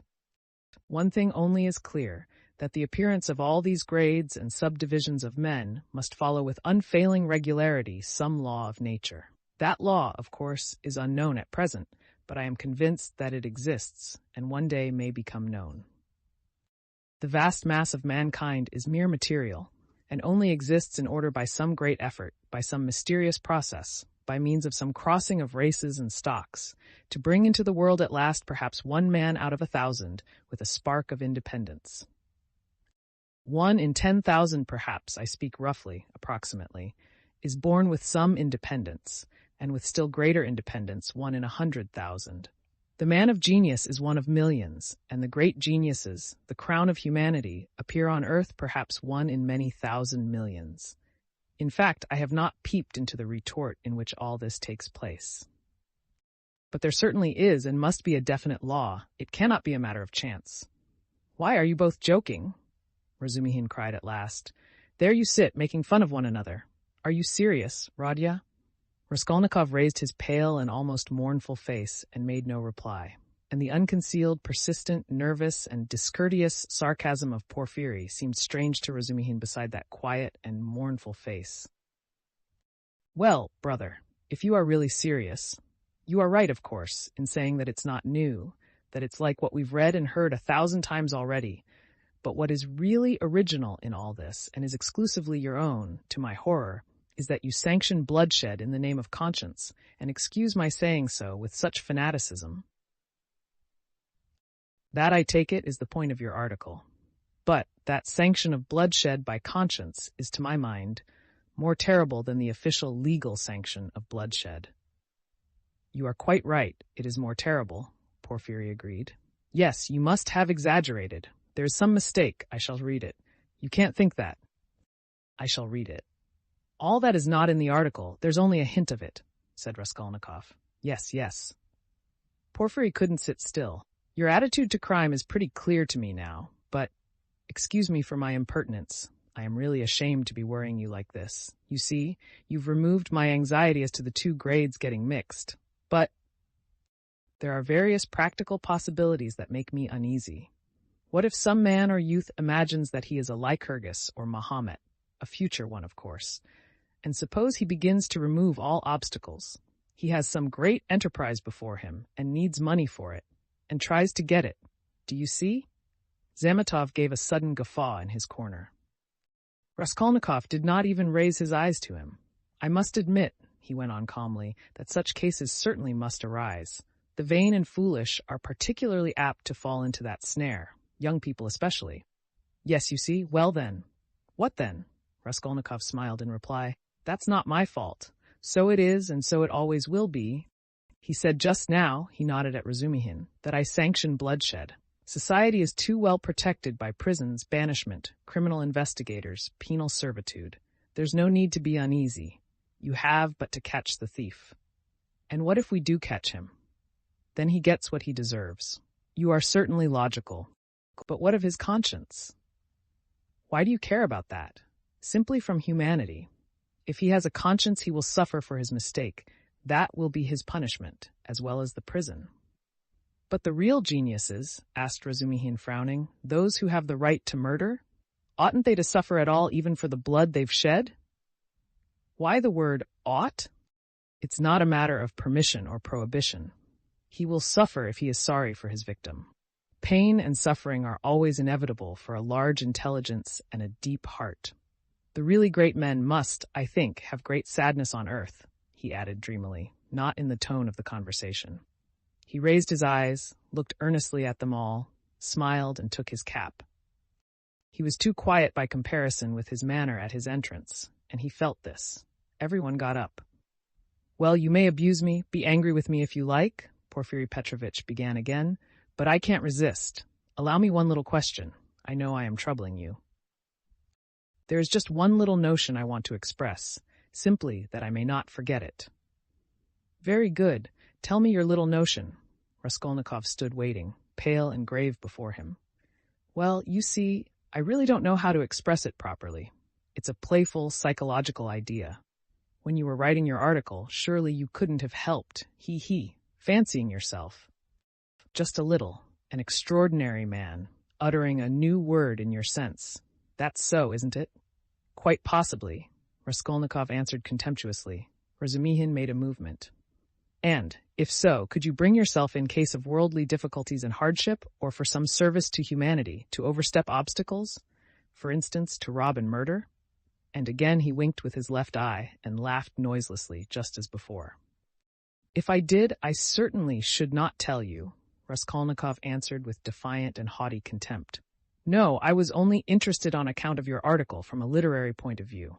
"Phoo, how obvious and insolent that is," Raskolnikov thought with repulsion. "Allow me to observe," he answered dryly, "that I don't consider myself a Mahomet or a Napoleon, nor any personage of that kind, and not being one of them, I cannot tell you how I should act."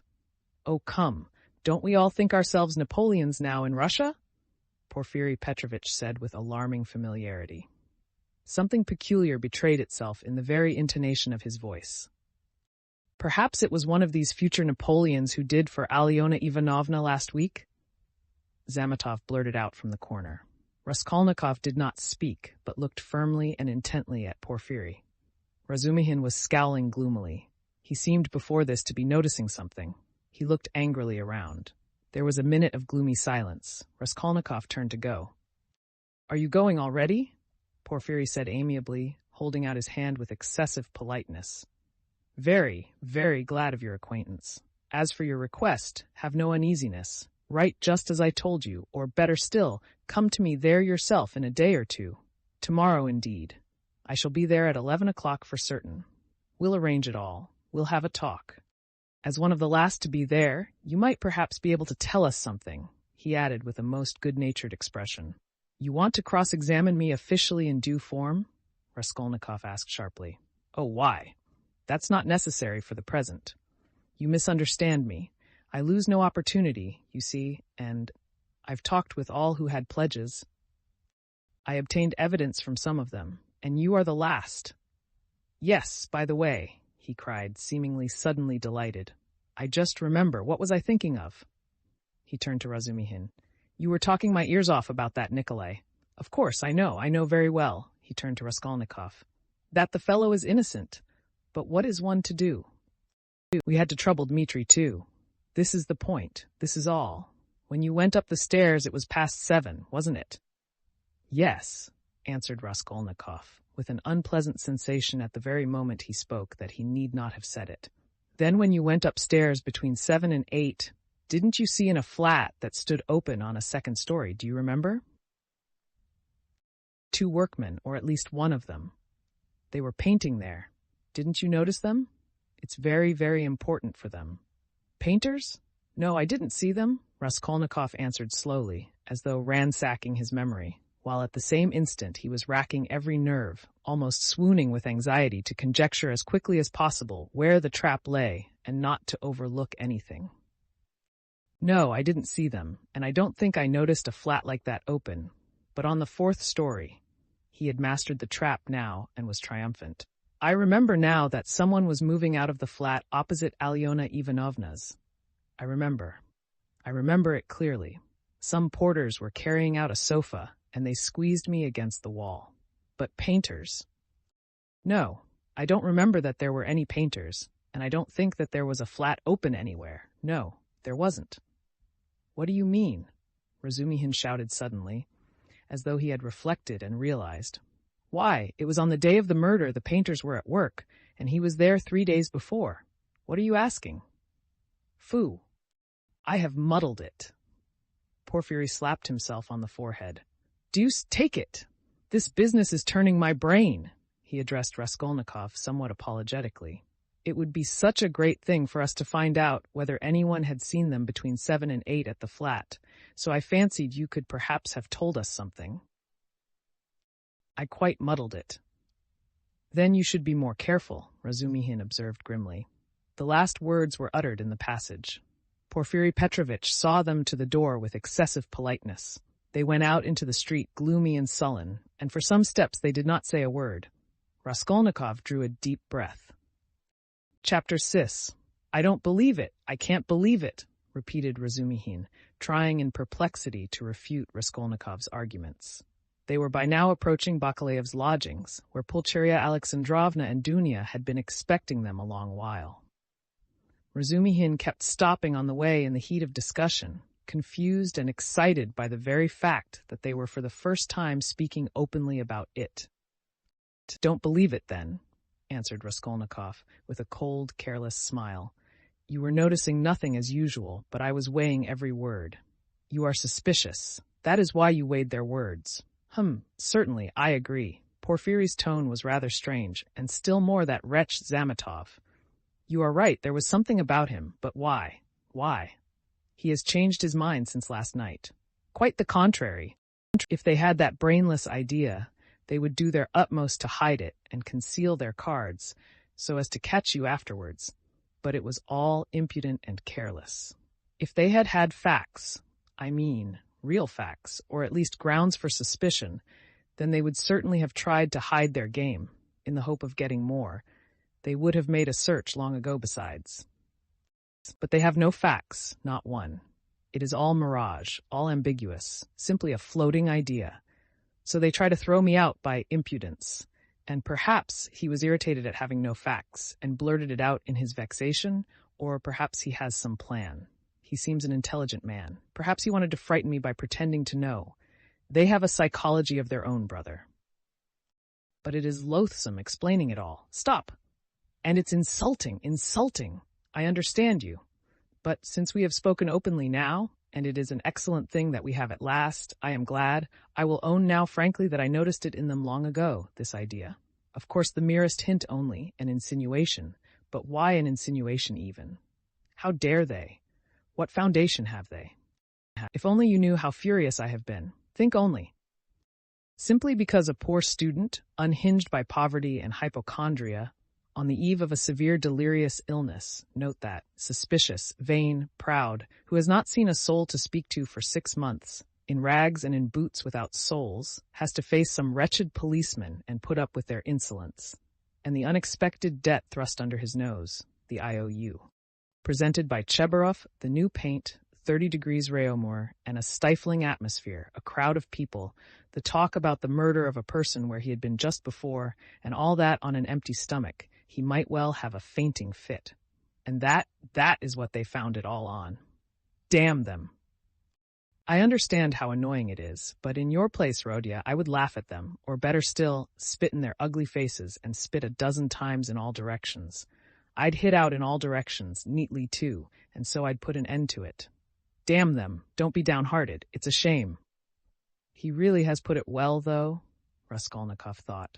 Damn them? But the cross-examination again, tomorrow? He said with bitterness. Must I really enter into explanations with them? I feel vexed as it is, that I condescended to speak to Zametov yesterday in the restaurant. Damn it, I will go myself to Porfiry. I will squeeze it out of him as one of the family. He must let me know the ins and outs of it all.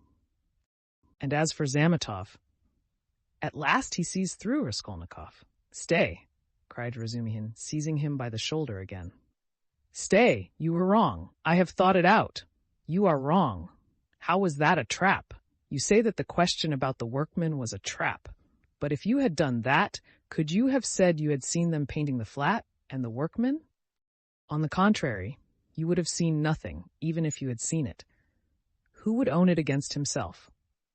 If I had done that thing, I should certainly have said that I had seen the workmen and the flat, Raskolnikov answered, with reluctance and obvious disgust. But why speak against yourself? because only peasants or the most inexperienced novices deny everything flatly at examinations. If a man is ever so little developed and experienced, he will certainly try to admit all the external facts that can't be avoided, but will seek other explanations of them, will introduce some special unexpected turn that will give them another significance and put them in another light. Porphyry might well reckon that I should be sure to answer so, and say I had seen them to give an air of truth, and then make some explanation. But he would have told you at once that the workman could not have been there 2 days before, and that therefore you must have been there on the day of the murder at 8 o'clock. And so he would have caught you over a detail. Yes, that is what he was reckoning on, that I should not have time to reflect, and should be in a hurry to make the most likely answer, and so would forget that the workman could not have been there 2 days before. But how could you forget it? Nothing easier. It is in just such stupid things clever people are most easily caught. The more cunning a man is, the less he suspects that he will be caught in a simple thing. The more cunning a man is, the simpler the trap he must be caught in. Porphyry is not such a fool as you think.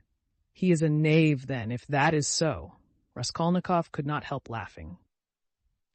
But at the very moment, he was struck by the strangeness of his own frankness, and the eagerness with which he had made this explanation, though he had kept up all the preceding conversation with gloomy repulsion, obviously with a motive from necessity. I am getting a relish for certain aspects, he thought to himself. But almost at the same instant he became suddenly uneasy, as though an unexpected and alarming idea had occurred to him. His uneasiness kept on increasing. They had just reached the entrance to Bakalaev's. Go in alone, said Raskolnikov suddenly. I will be back directly. Where are you going? Why, we are just here. I can't help it. I will come in half an hour. Tell them. Say what you like, I will come with you. You, too, want to torture me, he screamed with such bitter irritation, such despair in his eyes that Razumihin's hands dropped. He stood for some time on the steps, looking gloomily at Raskolnikov striding rapidly away in the direction of his lodging. At last, gritting his teeth and clenching his fist, he swore he would squeeze Porphyry like a lemon that very day, and went up the stairs to reassure Pulcheria Alexandrovna, who was by now alarmed at their long absence. When Raskolnikov got home, his hair was soaked with sweat and he was breathing heavily. He went rapidly up the stairs, walked into his unlocked room, and at once fastened the latch. Then in senseless terror he rushed to the corner, to that hole under the paper where he had put the things, put his hand in, and for some minutes felt carefully in the hole, in every crack and fold of the paper. Finding nothing, he got up and drew a deep breath. As he was reaching the steps of Bakalaev's, he suddenly fancied that something, a chain, a stud, or even a bit of paper in which they had been wrapped with the old woman's handwriting on it, might somehow have slipped out and been lost in some crack, and then might suddenly turn up as unexpected, conclusive evidence against him. He stood as though lost in thought, and a strange, humiliated, half-senseless smile strayed on his lips. He took his cap at last and went quietly out of the room. His ideas were all tangled. He went dreamily through the gateway. Here he is himself, shouted a loud voice. He raised his head. The porter was standing at the door of his little room and was pointing him out to a short man who looked like an artisan, wearing a long coat and a waistcoat, and looking at a distance remarkably like a woman. He stooped, and his head in a greasy cap hung forward. From his wrinkled, flabby face, he looked over 50. His little eyes were lost in fat, and they looked out grimly, sternly, and discontentedly. What is it? Raskolnikov asked, going up to the porter. The man stole a look at him from under his brows, and he looked at him attentively, deliberately. Then he turned slowly and went out of the gate into the street without saying a word. What is it? Cried Raskolnikov. Why, he there was asking whether a student lived here, mentioned your name and whom you lodged with. I saw you coming and pointed you out, and he went away. It's funny. The porter, too, seemed rather puzzled, but not much so, and after wondering for a moment, he turned and went back to his room.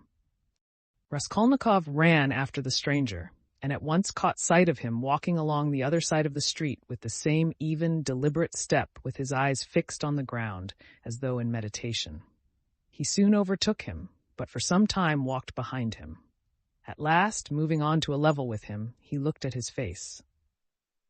The man noticed him at once, looked at him quickly, but dropped his eyes again, and so they walked for a minute side by side without uttering a word. "You were inquiring for me of the porter?" Raskolnikov said at last, but in a curiously quiet voice. The man made no answer. He didn't even look at him. Again they were both silent. "Why do you come and ask for me, and say nothing? What's the meaning of it?" Raskolnikov's voice broke, and he seemed unable to articulate the words clearly. The man raised his eyes this time and turned a gloomy, sinister look at Raskolnikov. "Murderer!" he said suddenly in a quiet but clear and distinct voice. Raskolnikov went on walking beside him. His legs felt suddenly weak, a cold shiver ran down his spine, and his heart seemed to stand still for a moment, then suddenly began throbbing as though it were set free. So they walked for about 100 paces, side by side in silence. The man did not look at him. "What do you mean? Who is a murderer?" muttered Raskolnikov, hardly audibly. "You are a murderer," the man answered still more articulately and emphatically, with a smile of triumphant hatred, and again he looked straight into Raskolnikov's pale face and stricken eyes. They had just reached the crossroads. The man turned to the left without looking behind him. Raskolnikov remained standing, gazing after him. He saw him turn round 50 paces away and look back at him still standing there. Raskolnikov could not see clearly, but he fancied that he was again smiling the same smile of cold hatred and triumph. With slow, faltering steps, with shaking knees, Raskolnikov made his way back to his little garret, feeling chilled all over. He took off his cap and put it on the table, and for 10 minutes he stood without moving. Then he sank exhausted on the sofa, and with a weak moan of pain he stretched himself on it. So he lay for half an hour. He thought of nothing. Some thoughts or fragments of thoughts, some images without order or coherence floated before his mind, faces of people he had seen in his childhood or met somewhere once, whom he would never have recalled, the belfry of the church at V, the billiard table in a restaurant, and some officers playing billiards, the smell of cigars in some underground tobacco shop, a tavern room, a back staircase quite dark, all sloppy with dirty water and strewn with eggshells, and the Sunday bells floating in from somewhere. The images followed one another, whirling like a hurricane. Some of them he liked and tried to clutch at, but they faded, and all the while there was an oppression within him. But it was not overwhelming. Sometimes it was even pleasant. The slight shivering still persisted, but that too was an almost pleasant sensation. He heard the hurried footsteps of Razumihin. He closed his eyes and pretended to be asleep. Razumihin opened the door and stood for some time in the doorway, as though hesitating. Then he stepped softly into the room and went cautiously to the sofa. Raskolnikov heard Nastasia's whisper. "Don't disturb him. Let him sleep. He can have his dinner later." "Quite so," answered Razumihin. Both withdrew carefully and closed the door. Another half-hour passed. Raskolnikov opened his eyes, turned on his back again, clasping his hands behind his head. Who is he? Who is that man who sprang out of the earth? Where was he? What did he see? He has seen it all, that's clear. Where was he then? And from where did he see? Why has he only now sprung out of the earth? And how could he see? Is it possible? Continued Raskolnikov, turning cold and shivering. And the jewel case Nikolay found behind the door, was that possible? A clue? You miss an infinitesimal line, and you can build it into a pyramid of evidence. A fly flew by and saw it. Is it possible? He felt with sudden loathing how weak, how physically weak he had become. I ought to have known it, he thought with a bitter smile. And how dared I, knowing myself, knowing how I should be, take up an axe and shed blood? I ought to have known beforehand. Ah, but I did know, he whispered in despair. At times he came to a standstill at some thought. No, those men are not made so. The real master to whom all is permitted storms Toulon, makes a massacre in Paris, forgets an army in Egypt, wastes 500,000 men in the Moscow expedition, and gets off with a jest at Vilna. And altars are set up to him after his death, and so all is permitted. No, such people, it seems, are not of flesh but of bronze. One sudden irrelevant idea almost made him laugh. Napoleon, the pyramids, Waterloo, and a wretched skinny old woman, a pawnbroker with a red trunk under her bed. It's a nice hash for Porfiry Petrovitch to digest. How can they digest it? It's too inartistic. A Napoleon creep under an old woman's bed. Ugh, how loathsome. At moments he felt he was raving. He sank into a state of feverish excitement. The old woman is of no consequence, he thought, hotly and incoherently. The old woman was a mistake, perhaps, but she is not what matters. The old woman was only an illness. I was in a hurry to overstep. I didn't kill a human being, but a principle. I killed the principle, but I didn't overstep. I stopped on this side. I was only capable of killing, and it seems I wasn't even capable of that. Principle? Why was that fool Razumihin abusing the socialists? They are industrious, commercial people. The happiness of all is their case. No, life is only given to me once, and I shall never have it again. I don't want to wait for the happiness of all. I want to live myself, or else better not live at all. I simply couldn't pass by my mother starving, keeping my ruble in my pocket while I waited for the happiness of all. I am putting my little brick into the happiness of all, and so my heart is at peace. Ha ha! Why have you let me slip? I only live once. I too want. Eck, I am an aesthetic louse and nothing more, he added suddenly, laughing like a madman. Yes, I am certainly a louse, he went on, clutching at the idea, gloating over it and playing with it with vindictive pleasure.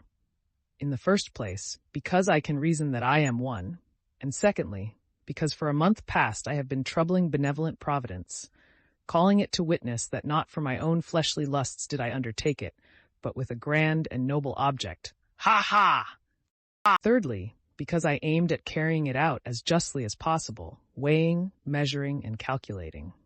Of all the lice I picked out the most useless one and proposed to take from her only as much as I needed for the first step, no more nor less, so the rest would have gone to a monastery, according to her will. Ha ha! And what shows that I am utterly a louse, he added, grinding his teeth, is that I am perhaps viler and more loathsome than the louse I killed, and I felt beforehand that I should tell myself so after killing her. Can anything be compared with the horror of that? The vulgarity, the abjectness.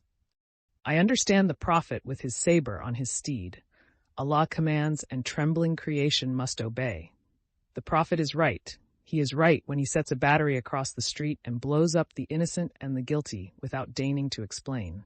It's for you to obey, trembling creation, and not to have desires, for that's not for you. I shall never, never forgive the old woman. His hair was soaked with sweat, his quivering lips were parched, his eyes were fixed on the ceiling. Mother, sister, how I loved them! Why do I hate them now? Yes, I hate them. I feel a physical hatred for them. I can't bear them near me. I went up to my mother and kissed her, I remember.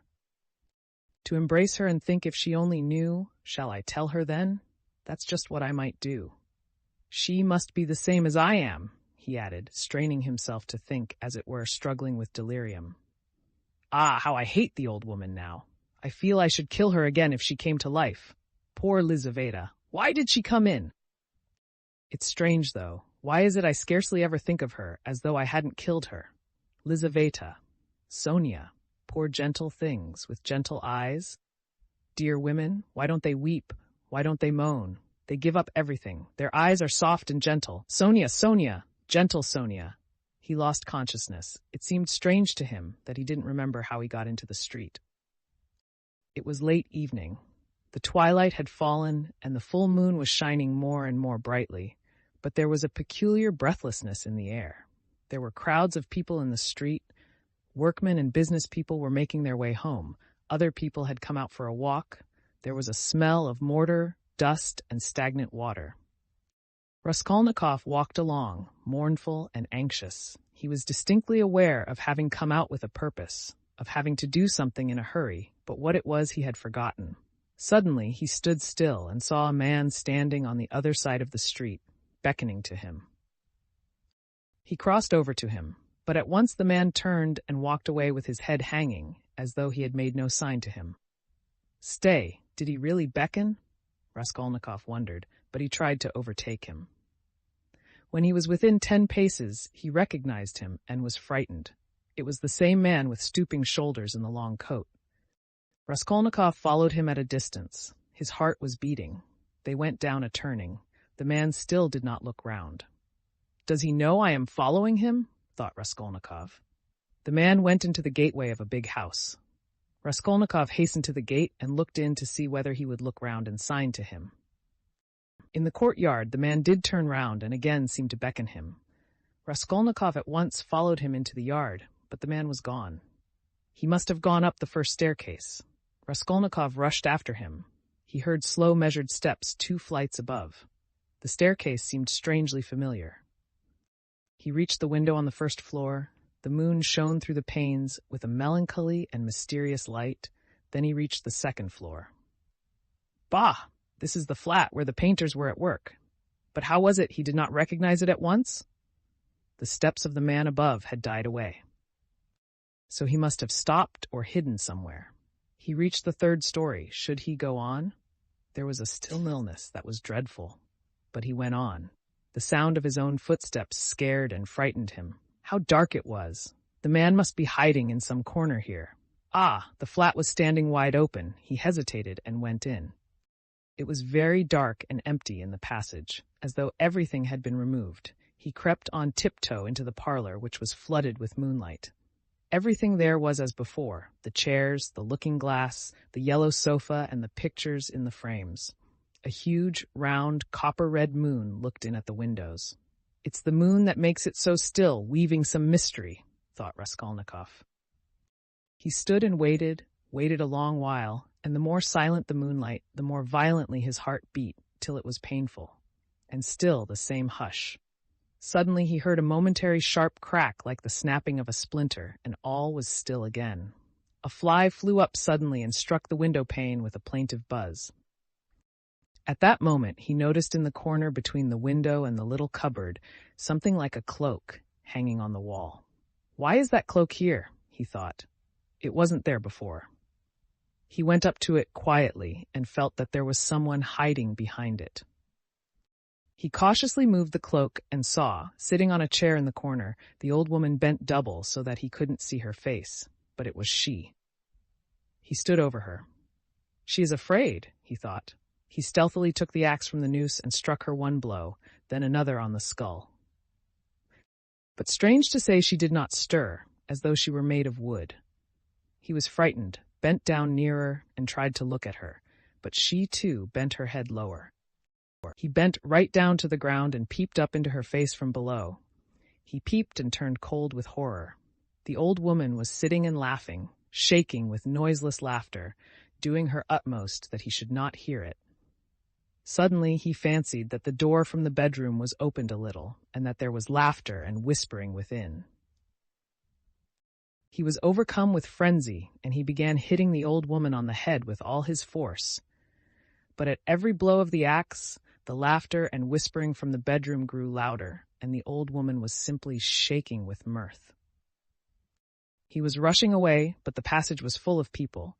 The doors of the flat stood open, and on the landing, on the stairs, and everywhere below there were people, rows of heads, all looking, but huddled together in silence and expectation. Something gripped his heart. His legs were rooted to the spot. They would not move. He tried to scream and woke up. He drew a deep breath, but his dream seemed strangely to persist. His door was flung open, and a man whom he had never seen stood in the doorway watching him intently.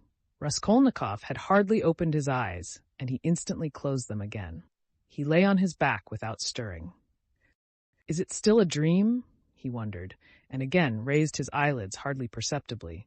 The stranger was standing in the same place, still watching him. He stepped cautiously into the room, carefully closing the door after him, went up to the table, paused a moment, still keeping his eyes on Raskolnikov, and noiselessly seated himself on the chair by the sofa. He put his hat on the floor beside him and leaned his hands on his cane and his chin on his hands. It was evident that he was prepared to wait indefinitely. As far as Raskolnikov could make out from his stolen glances, he was a man no longer young, stout, with a full, fair, almost whitish beard. 10 minutes passed. It was still light, but beginning to get dusk. There was complete stillness in the room. Not a sound came from the stairs. Only a big fly buzzed and fluttered against the window pane. It was unbearable at last. Raskolnikov suddenly got up and sat on the sofa. "Come, tell me what you want." "I knew you were not asleep, but only pretending," the stranger answered oddly, laughing calmly. "Arkady Ivanovitch Svidrigailov, allow me to introduce myself." Part 4, Chapter 1. Can this be still a dream? Raskolnikov thought once more. He looked carefully and suspiciously at the unexpected visitor. "Svidrigailov, what nonsense!" "It can't be," he said at last aloud in bewilderment. His visitor did not seem at all surprised at this exclamation. "I've come to you for 2 reasons. In the first place, I wanted to make your personal acquaintance, as I have already heard a great deal about you that is interesting and flattering. Secondly, I cherish the hope that you may not refuse to assist me in a matter directly concerning the welfare of your sister, Avdotia Romanovna. For without your support she might not let me come near her now, for she is prejudiced against me, but with your assistance I reckon on." "You reckon wrongly," interrupted Raskolnikov. "They only arrived yesterday. May I ask you?" Raskolnikov made no reply. "It was yesterday, I know. I only arrived myself the day before." "Well, let me tell you this, Rodion Romanovitch, I don't consider it necessary to justify myself, but kindly tell me what was there particularly criminal on my part in all this business, speaking without prejudice, with common sense?" Raskolnikov continued to look at him in silence. "That in my own house I persecuted a defenseless girl and insulted her with my infamous proposals. Is that it? I am anticipating you. But you've only to assume that I, too, am a man et nihil humanum. In a word, that I am capable of being attracted and falling in love, which does not depend on our will, then everything can be explained in the most natural manner. The question is, am I a monster, or am I myself a victim? And what if I am a victim? In proposing to the object of my passion to elope with me to America or Switzerland, I may have cherished the deepest respect for her and may have thought that I was promoting our mutual happiness. Reason is the slave of passion, you know. Why, probably, I was doing more harm to myself than anyone. But that's not the point," Raskolnikov interrupted with disgust. "It's simply that whether you are right or wrong, we dislike you. We don't want to have anything to do with you. We show you the door. Go out." Svidrigailov broke into a sudden laugh. But there's no getting round you," he said, laughing in the frankest way. "I hoped to get round you, but you took up the right line at once. But you are trying to get round me still." "What of it? What of it?" cried Svidrigailov, laughing openly. "But this is what the French call bonne guerre, and the most innocent form of deception. But still you have interrupted me. One way or another, I repeat again, there would never have been any unpleasantness except for what happened in the garden. Marfa Petrovna." "You have got rid of Marfa Petrovna too, so they say?" Raskolnikov interrupted rudely. "Oh, you've heard that too, then? You'd be sure to, though. But as for your question, I really don't know what to say, though my own conscience is quite at rest on that score. Don't suppose that I am in any apprehension about it. All was regular and in order. The medical inquiry diagnosed apoplexy due to bathing immediately after a heavy dinner and a bottle of wine, and indeed it could have proved nothing else. But I'll tell you what I have been thinking to myself of late, on my way here in the train especially. Didn't I contribute to all that calamity, morally in a way, by irritation or something of the sort? But I came to the conclusion that that, too, was quite out of the question." Raskolnikov laughed. "I wonder you trouble yourself about it. But what are you laughing at? Only consider. I struck her just twice with a switch. There were no marks even. Don't regard me as a cynic, please. I am perfectly aware how atrocious it was of me and all that, but I know for certain, too, that Marfa Petrovna was very likely pleased at my, so to say, warmth. The story of your sister had been wrung out to the last drop. For the last 3 days, Marfa Petrovna had been forced to sit at home. She had nothing to show herself with in the town. Besides, she had bored them so with that letter. You heard about her reading the letter. And all of a sudden, those 2 switches fell from heaven. Her first act was to order the carriage to be got out. Not to speak of the fact that there are cases when women are very, very glad to be insulted in spite of all their show of indignation. There are instances of it with everyone. Human beings in general, indeed, greatly love to be insulted. Have you noticed that? But it's particularly so with women. One might even say it's their only amusement. At one time, Raskolnikov thought of getting up and walking out, and so finishing the interview. But some curiosity and even a sort of prudence made him linger for a moment. "You are fond of fighting?" he asked carelessly. "No, not very," Svidrigailov answered calmly. "And Marfa Petrovna and I scarcely ever fought. We lived very harmoniously, and she was always pleased with me. I only used the whip twice in all our 7 years, not counting a third occasion of a very ambiguous character. The first time, 2 months after our marriage, immediately after we arrived in the country, and the last time was that of which we are speaking. Did you suppose I was such a monster, such a reactionary, such a slave driver? Ha, ha!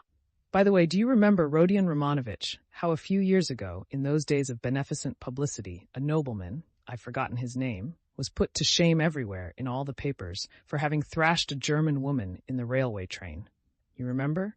It was in those days, that very year, I believe, the disgraceful action of the age took place. You know, the Egyptian Nights, that public reading, you remember? The dark eyes, you know. Ah, the golden days of our youth, where are they? Well, as for the gentleman who thrashed the German, I feel no sympathy with him, because after all, what needs there for sympathy? But I must say that there are sometimes such provoking Germans that I don't believe there is a progressive who could quite answer for himself. No one looked at the subject from that point of view then, but that's the truly humane point of view, I assure you." After saying this, Svidrigailov broke into a sudden laugh again. Raskolnikov saw clearly that this was a man with a firm purpose in his mind and able to keep it to himself. "I expect you've not talked to anyone for some days?" he asked. "Scarcely anyone." "I suppose you are wondering at my being such an adaptable man?" "No, I am only wondering at your being too adaptable a man. Because I am not offended at the rudeness of your questions? Is that it? But why take offense? As you asked, so I answered," he replied, with a surprising expression of simplicity. "You know, there's hardly anything I take interest in," he went on, as it were dreamily. "Especially now, I've nothing to do. You are quite at liberty to imagine, though, that I am making up to you with a motive, particularly as I told you I want to see your sister about something. But I'll confess frankly, I am very much bored. The last 3 days especially, so I am delighted to see you. Don't be angry, Rodion Romanovich, but you seem to be somehow awfully strange yourself. Say what you like, there's something wrong with you. And now, too, not this very minute, I mean. But now, generally, well, I won't. Don't scowl. I am not such a bear, you know, as you think." Raskolnikov looked gloomily at him.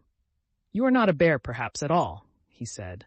"I fancy indeed that you are a man of very good breeding, or at least know how on occasion to behave like one."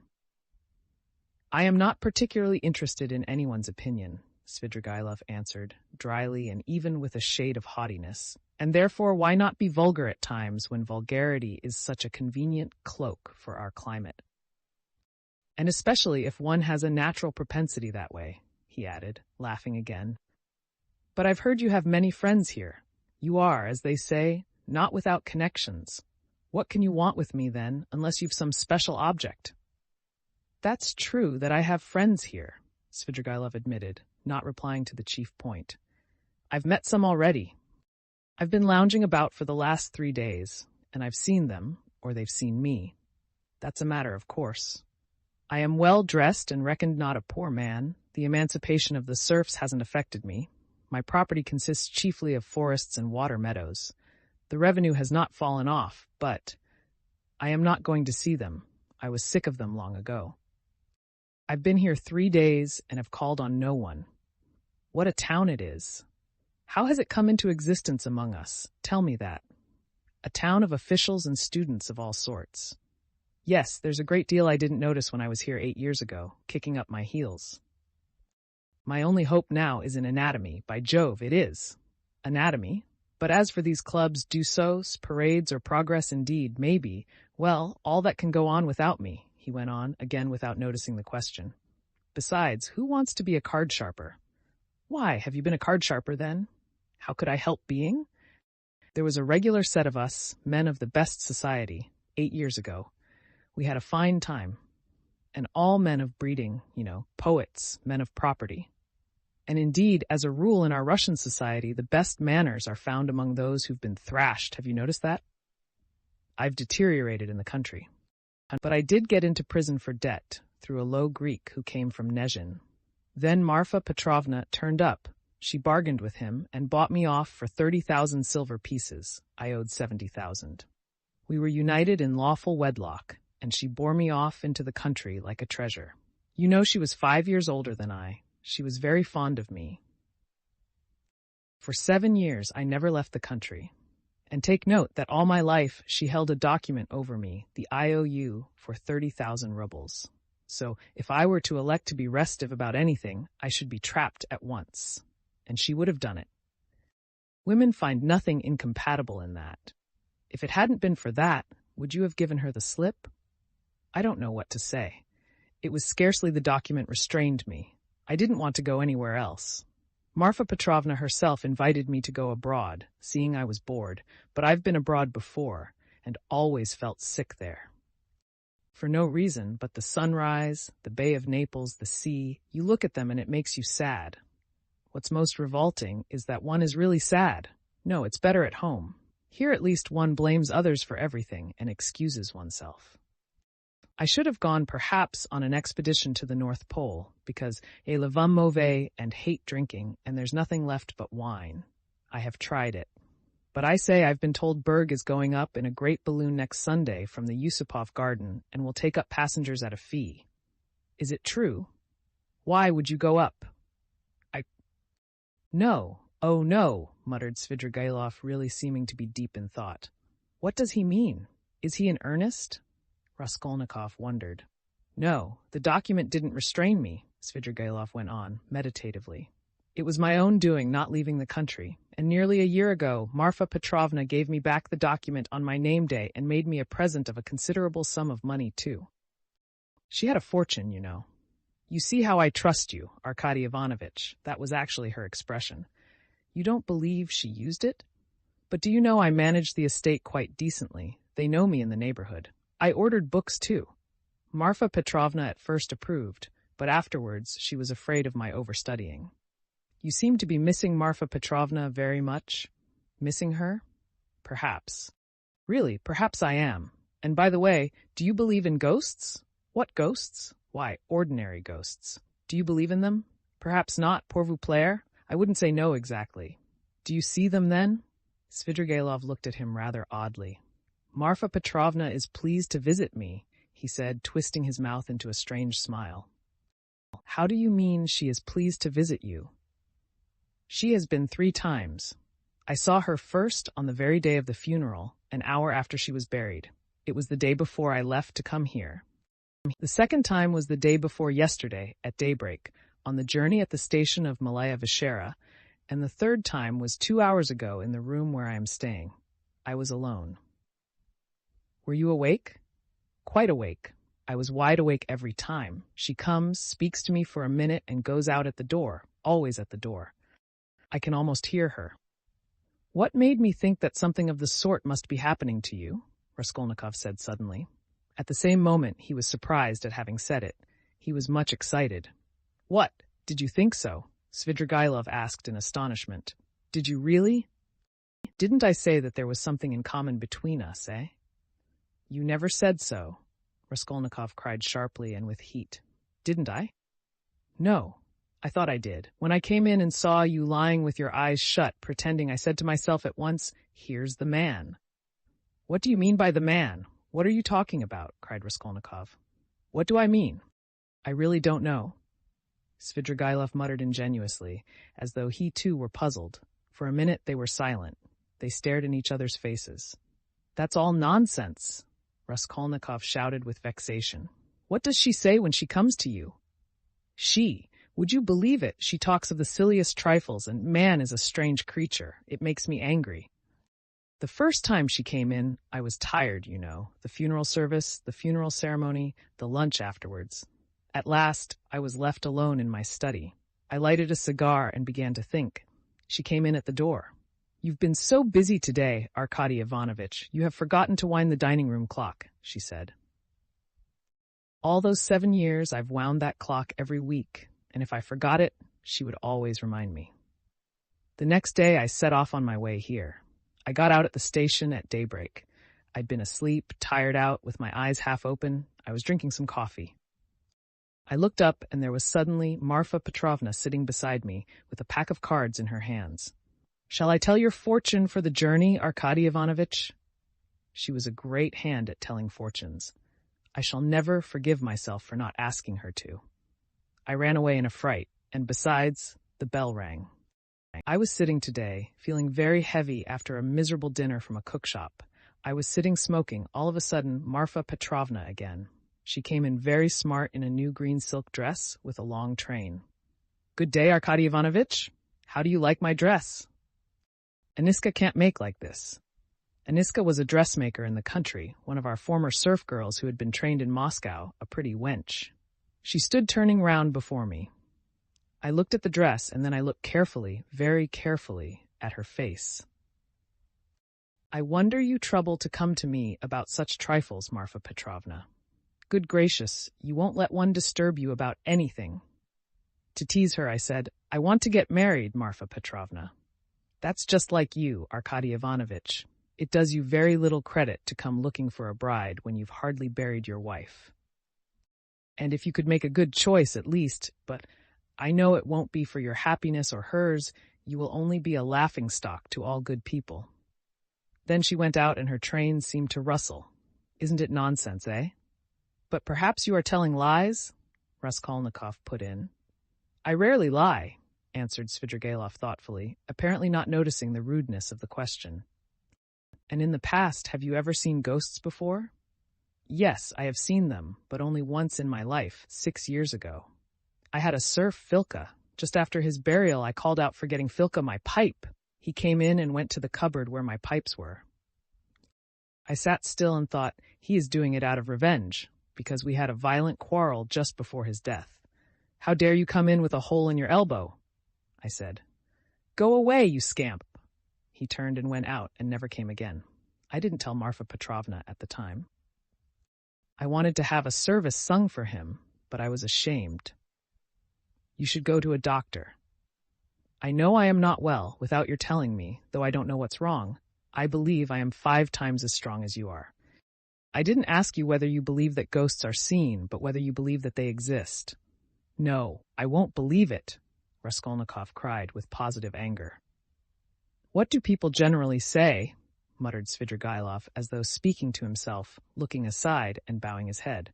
They say, you are ill, so what appears to you is only unreal fantasy. But that's not strictly logical.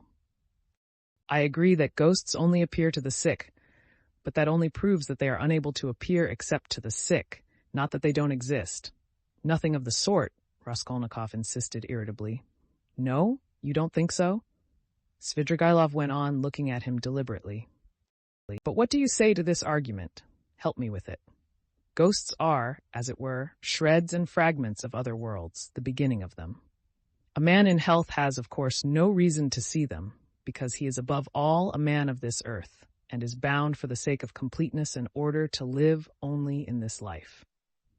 But as soon as one is ill, as soon as the normal earthly order of the organism is broken, one begins to realize the possibility of another world. And the more seriously ill one is, the closer becomes one's contact with that other world, so that as soon as the man dies, he steps straight into that world. I thought of that long ago. If you believe in a future life, you could believe in that too. I don't believe in a future life, said Raskolnikov. Svidrigailov sat lost in thought. And what if there are only spiders there, or something of that sort, he said suddenly. He is a madman, thought Raskolnikov. We always imagine eternity as something beyond our conception, something vast, vast. But why must it be vast? Instead of all that, what if it's one little room, like a bathhouse in the country, black and grimy and spiders in every corner, and that's all eternity is? I sometimes fancy it like that. Can it be you can imagine nothing juster and more comforting than that? Raskolnikov cried with a feeling of anguish. Juster? And how can we tell? Perhaps that is just, and do you know it's what I would certainly have made it, answered Svidrigailov with a vague smile. This horrible answer sent a cold chill through Raskolnikov. Svidrigailov raised his head, looked at him, and suddenly began laughing. Only think, he cried. Half an hour ago we had never seen each other. We regarded each other as enemies.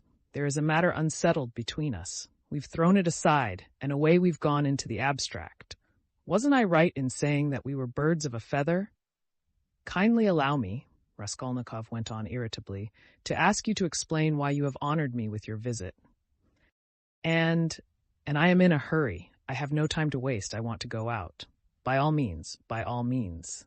Your sister, Avdotia Romanovna, is going to be married to Mr. Luzhin, Pyotr Petrovitch? Can you refrain from any question about my sister and from mentioning her name? I can't understand how you dare utter her name in my presence, if you really are Svidrigailov. Why, but I've come here to speak about her. How can I avoid mentioning her? Very good. Speak, but make haste.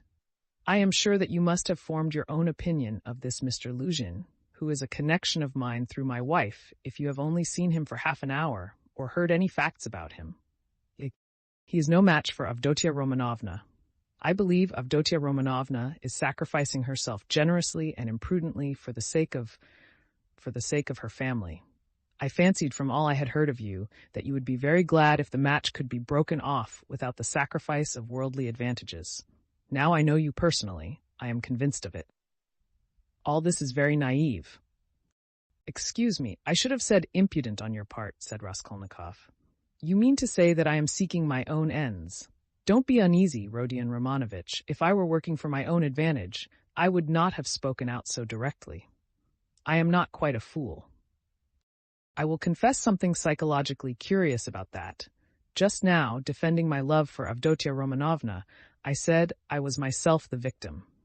Well, let me tell you that I've no feeling of love now, not the slightest, so that I wonder myself indeed, for I really did feel something. Through idleness and depravity, Raskolnikov put in. I certainly am idle and depraved, but your sister has such qualities that even I could not help being impressed by them. But that's all nonsense, as I see myself now. Have you seen that long? I began to be aware of it before, but was only perfectly sure of it the day before yesterday, almost at the moment I arrived in Petersburg. I still fancied in Moscow, though, that I was coming to try to get Avdotia Romanovna's hand and to cut out Mr. Luzhin.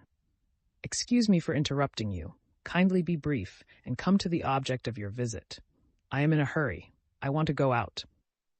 With the greatest pleasure. On arriving here and determining on a certain journey, I should like to make some necessary preliminary arrangements. I left my children with an aunt. They are well provided for, and they have no need of me personally. And a nice father I should make, too. I have taken nothing but what Marfa Petrovna gave me a year ago. That's enough for me. Excuse me, I am just coming to the point. Before the journey which may come off, I want to settle Mr. Luzhin, too. It's not that I detest him so much, but it was through him I quarreled with Marfa Petrovna when I learned that she had dished up this marriage.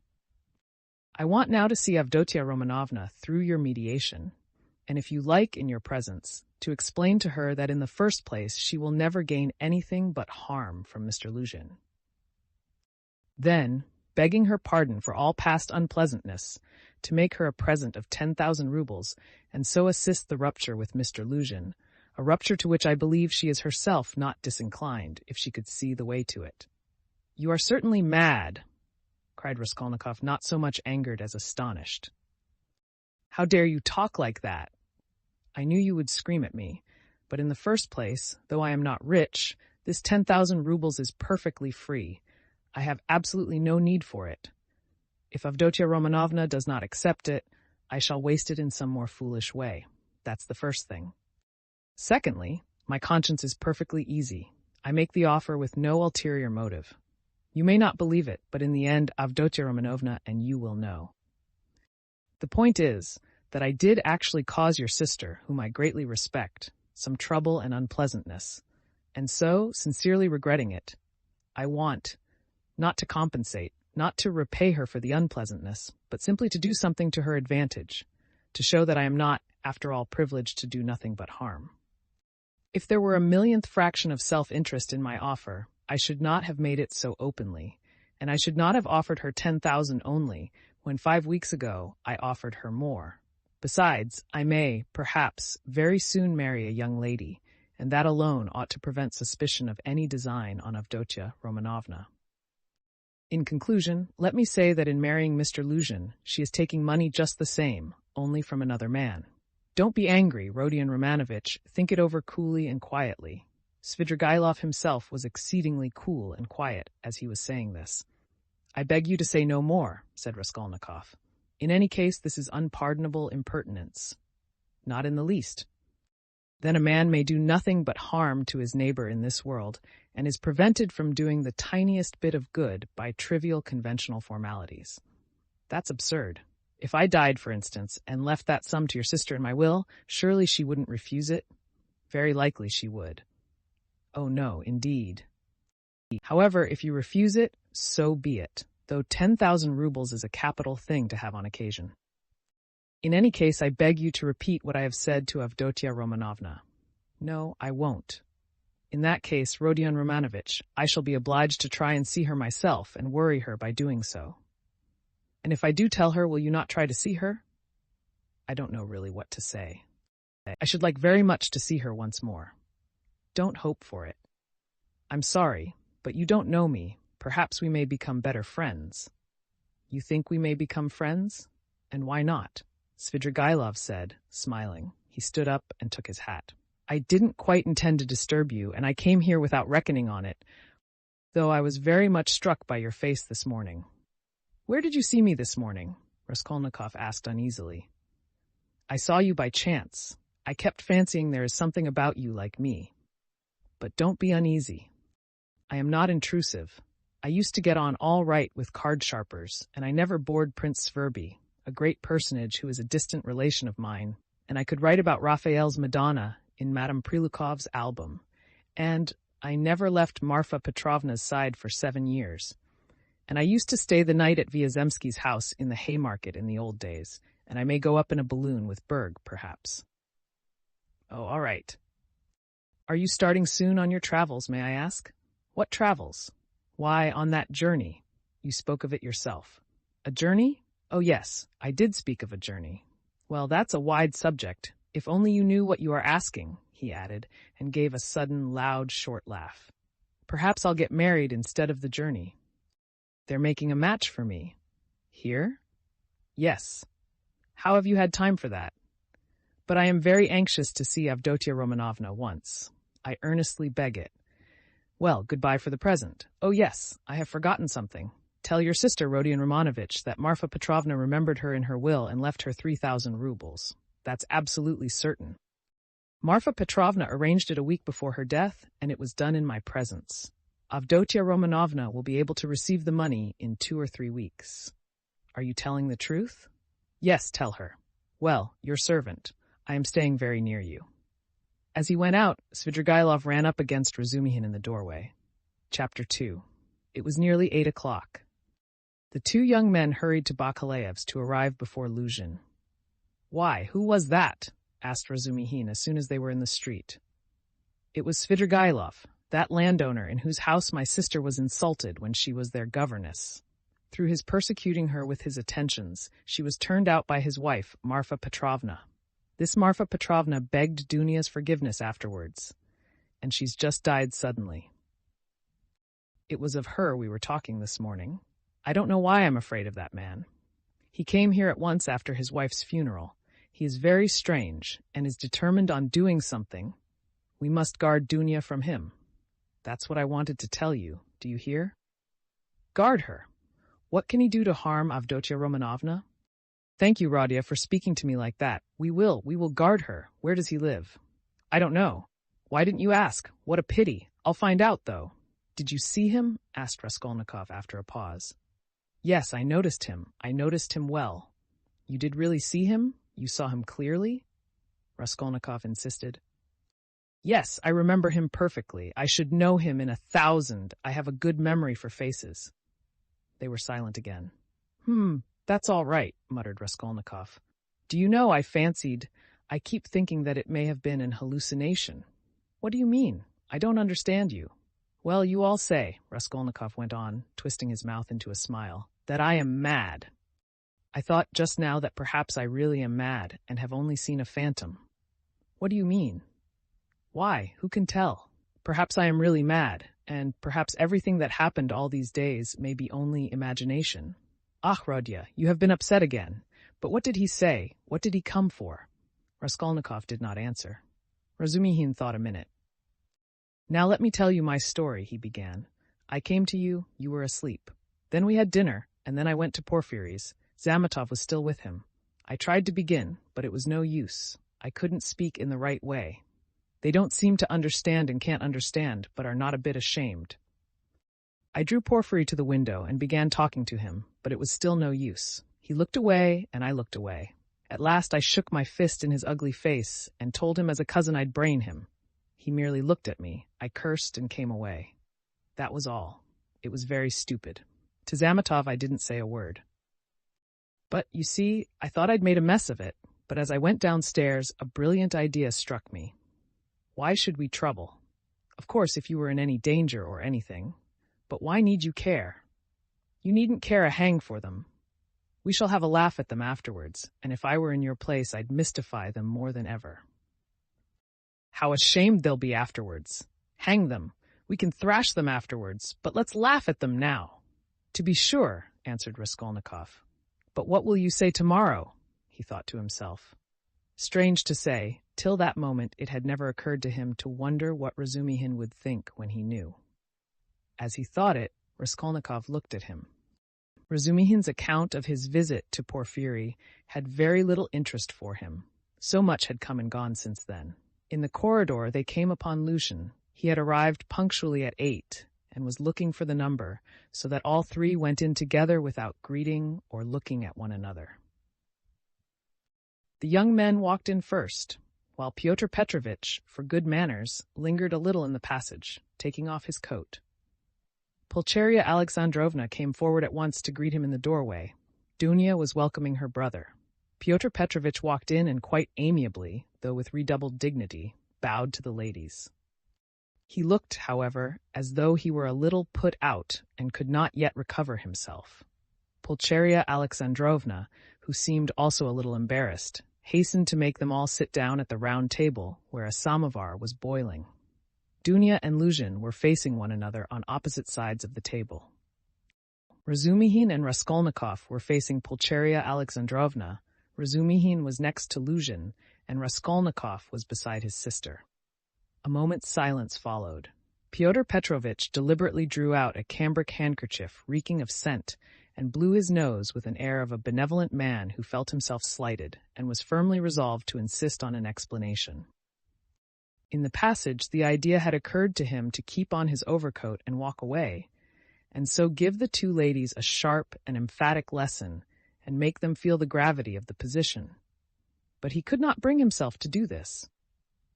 Besides, he could not endure uncertainty, and he wanted an explanation. If his request had been so openly disobeyed, there was something behind it, and in that case it was better to find it out beforehand. It rested with him to punish them, and there would always be time for that. I trust you had a favorable journey, he inquired officially of Pulcheria Alexandrovna. Oh, very, Pyotr Petrovitch.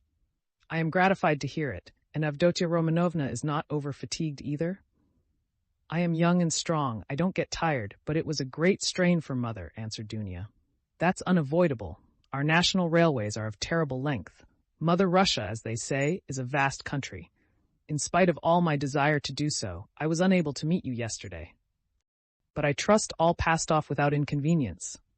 Oh no, Pyotr Petrovitch, it was all terribly disheartening, Pulcheria Alexandrovna hastened to declare with peculiar intonation. And if Dmitri Prokofitch had not been sent us, I really believe by God himself we should have been utterly lost. Here he is, Dmitri Prokofitch Razumihin. she added, introducing him to Luzhin. I had the pleasure. Yesterday, muttered Pyotr Petrovitch with a hostile glance sidelong at Razumihin. Then he scowled and was silent. Pyotr Petrovitch belonged to that class of persons, on the surface very polite in society, who make a great point of punctiliousness, but who, directly they are crossed in anything, are completely disconcerted and become more like sacks of flour than elegant and lively men of society. Again, all was silent. Raskolnikov was obstinately mute. Avdotya Romanovna was unwilling to open the conversation too soon. Razumihin had nothing to say, so Pulcheria Alexandrovna was anxious again. Marfa Petrovna is dead, have you heard? She began, having recourse to her leading item of conversation. To be sure, I heard so. I was immediately informed, and I have come to make you acquainted with the fact that Arkady Ivanovitch Svidrigailov set off in haste for Petersburg immediately after his wife's funeral. So at least I have excellent authority for believing. To Petersburg, here? Dunya asked in alarm and looked at her mother.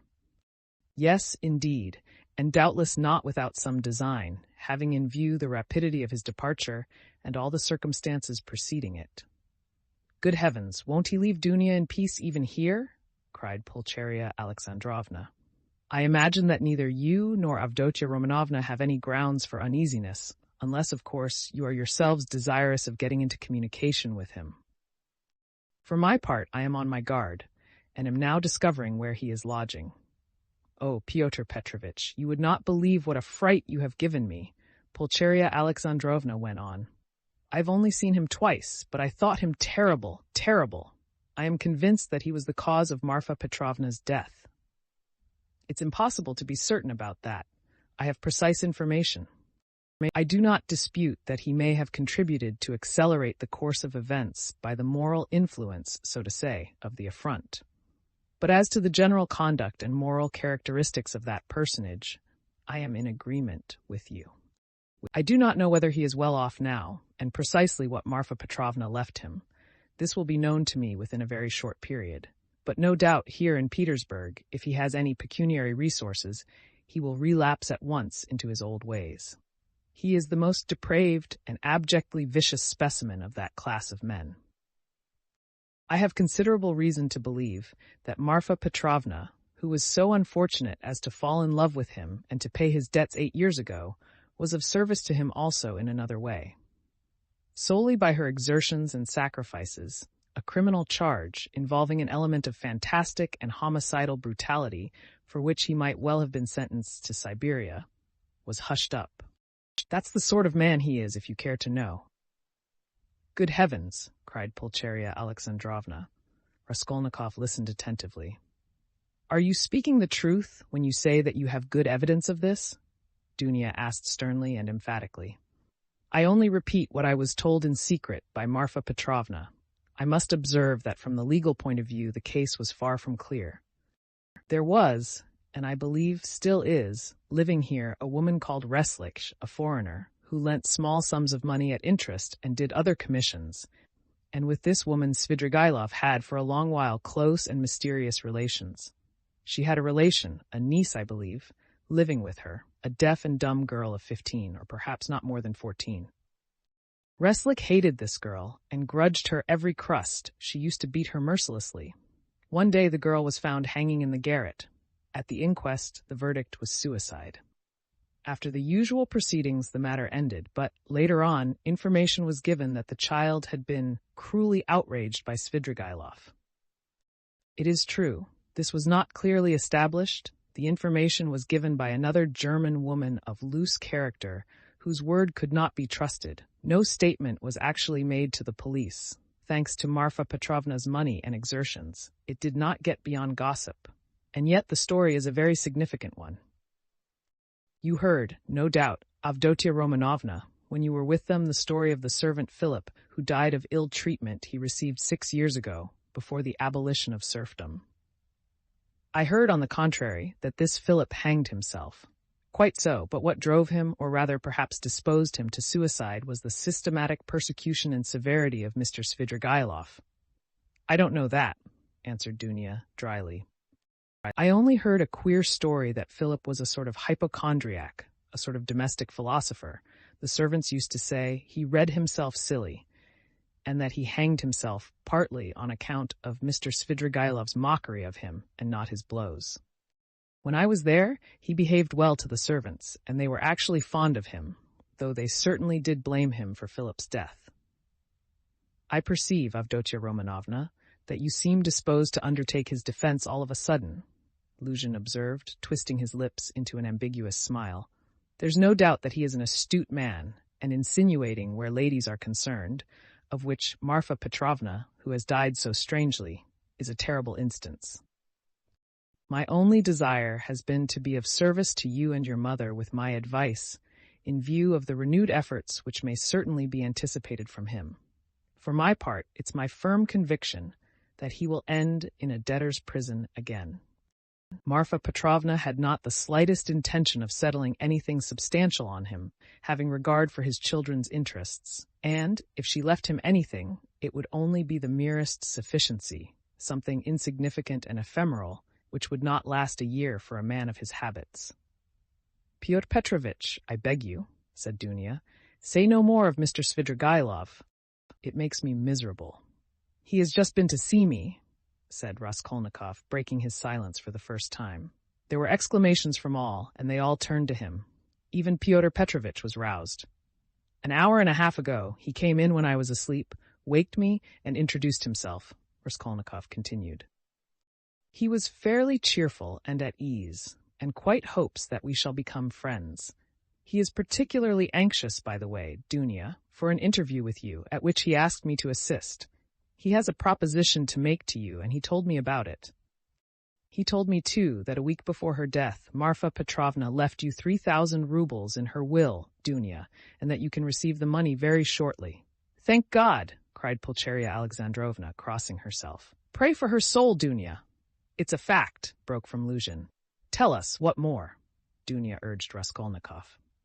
Then he said that he wasn't rich, and all the estate was left to his children, who are now with an aunt. Then that he was staying somewhere not far from me, but where, I don't know. I didn't ask. But what? What does he want to propose to Dunya? Cried Pulcheria Alexandrovna in a fright. Did he tell you? Yes. What was it? I'll tell you afterwards. Raskolnikov ceased speaking and turned his attention to his tea. Pyotr Petrovitch looked at his watch. I am compelled to keep a business engagement, and so I shall not be in your way, he added with an air of some pique, and he began getting up. Don't go, Pyotr Petrovitch, said Dunya. You intended to spend the evening. Besides, you wrote yourself that you wanted to have an explanation with Mother. Precisely so, Avdotia Romanovna, Pyotr Petrovitch answered impressively, sitting down again, but still holding his hat. I certainly desired an explanation with you and your honored mother upon a very important point indeed. But as your brother cannot speak openly in my presence of some proposals of Mr. Svidrigailov, I, too, do not desire and am not able to speak openly, in the presence of others, of certain matters of the greatest gravity. Moreover, my most weighty and urgent request has been disregarded. Assuming an aggrieved air, Luzhin relapsed into dignified silence. Your request that my brother should not be present at our meeting was disregarded solely at my insistence, said Dunya. You wrote that you had been insulted by my brother. I think that this must be explained at once, and you must be reconciled. And if Radia really has insulted you, then he should and will apologize. Pyotr Petrovitch took a stronger line. There are insults, Avdotia Romanovna, which no goodwill can make us forget. There is a line in everything which it is dangerous to overstep, and when it has been overstepped, there is no return. That wasn't what I was speaking of exactly, Pyotr Petrovitch, Dunya interrupted with some impatience. Please understand that our whole future depends now on whether all this is explained and set right as soon as possible. I tell you frankly at the start that I cannot look at it in any other light, and if you have the least regard for me, all this business must be ended today, however hard that may be. I repeat that if my brother is to blame, he will ask your forgiveness. I am surprised at your putting the question like that, said Luzhin, getting more and more irritated. Esteeming, and so to say adoring you, I may at the same time very well indeed be able to dislike some member of your family. Though I lay claim to the happiness of your hand, I cannot accept duties incompatible with— Ah, don't be so ready to take offense, Pyotr Petrovitch, Dunya interrupted with feeling, and be the sensible and generous man I have always considered, and wish to consider, you to be. I've given you a great promise. I am your betrothed. Trust me in this matter, and believe me, I shall be capable of judging impartially. My assuming the part of judge is as much a surprise for my brother as for you. When I insisted on his coming to our interview today after your letter, I told him nothing of what I meant to do. Understand that, if you are not reconciled, I must choose between you. It must be either you or he. That is how the question rests on your side and on his. I don't want to be mistaken in my choice, and I must not be. For your sake, I must break off with my brother. For my brother's sake, I must break off with you. I can find out for certain now whether he is a brother to me, and I want to know it, and of you, whether I am dear to you, whether you esteem me, whether you are the husband for me. Avdotia Romanovna, Luzhin declared huffily, your words are of too much consequence to me. I will say more. They are offensive in view of the position I have the honor to occupy in relation to you. To say nothing of your strange and offensive setting me on a level with an impertinent boy, you admit the possibility of breaking your promise to me. You say, you or he, showing thereby of how little consequence I am in your eyes. I cannot let this pass considering the relationship and the obligations existing between us. What? Cried Dunya, flushing. I set your interest beside all that has hitherto been most precious in my life, what has made up the whole of my life, and here you are offended at my making too little account of you. Raskolnikov smiled sarcastically, Razumihin fidgeted, but Pyotr Petrovitch did not accept the reproof. On the contrary, at every word he became more persistent and irritable, as though he relished it. Love for the future partner of your life, for your husband, ought to outweigh your love for your brother, he pronounced sententiously, and in any case, I cannot be put on the same level. Although I said so emphatically that I would not speak openly in your brother's presence, nevertheless, I intend now to ask your honored mother for a necessary explanation on a point of great importance closely affecting my dignity. Your son, he turned to Pulcheria Alexandrovna, yesterday in the presence of Mr. Rasudkin, or I think that's it? Excuse me, I have forgotten your surname, he bowed politely to Razumihin. Insulted me by misrepresenting the idea I expressed to you in a private conversation, drinking coffee, that is, that marriage with a poor girl who has had experience of trouble is more advantageous from the conjugal point of view than with one who has lived in luxury, since it is more profitable for the moral character. Your son intentionally exaggerated the significance of my words and made them ridiculous, accusing me of malicious intentions, and, as far as I could see, relied upon your correspondence with him. I shall consider myself happy, Pulcheria Alexandrovna, if it is possible for you to convince me of an opposite conclusion, and thereby considerately reassure me. Kindly let me know in what terms precisely you repeated my words in your letter to Rodion Romanovitch. I don't remember, faltered Pulcheria Alexandrovna. I repeated them as I understood them. I don't know how Rodya repeated them to you, perhaps he exaggerated. He could not have exaggerated them, except at your instigation. Pyotr Petrovitch, Pulcheria Alexandrovna declared with dignity, the proof that Dunya and I did not take your words in a very bad sense is the fact that we are here. Good, mother, said Dunya approvingly. Then this is my fault again, said Luzhin, aggrieved. Well, Pyotr Petrovitch, you keep blaming Rodion, but you yourself have just written what was false about him, Pulcheria Alexandrovna added, gaining courage. I don't remember writing anything false. You wrote, Raskolnikov said sharply, not turning to Luzhin, that I gave money yesterday not to the widow of the man who was killed, as was the fact, but to his daughter, whom I had never seen till yesterday. You wrote this to make dissension between me and my family, and for that object added coarse expressions about the conduct of a girl whom you don't know. All that is mean slander. Excuse me, sir, said Luzhin, quivering with fury. I enlarged upon your qualities and conduct in my letter solely in response to your sister's and mother's inquiries, how I found you, and what impression you made on me. As for what you've alluded to in my letter, be so good as to point out one word of falsehood. Show, that is, that you didn't throw away your money and that there are not worthless persons in that family, however unfortunate. To my thinking, you, with all your virtues, are not worth the little finger of that unfortunate girl at whom you throw stones. Would you go so far, then, as to let her associate with your mother and sister? I have done so already, if you care to know. I made her sit down today with mother and Dunya. Rodya, cried Pulcheria Alexandrovna. Dunya crimsoned. Razumihin knitted his brows. Luzhin smiled with lofty sarcasm. You may see for yourself, Avdotya Romanovna, he said, whether it is possible for us to agree. I hope now that this question is at an end, once and for all. I will withdraw, that I may not hinder the pleasures of family intimacy and the discussion of secrets. He got up from his chair and took his hat. But in withdrawing, I venture to request that for the future I may be spared similar meetings, and, so to say, compromises. I appeal particularly to you, honored Pulcheria Alexandrovna, on this subject, the more as my letter was addressed to you and to no one else. Pulcheria Alexandrovna was a little offended.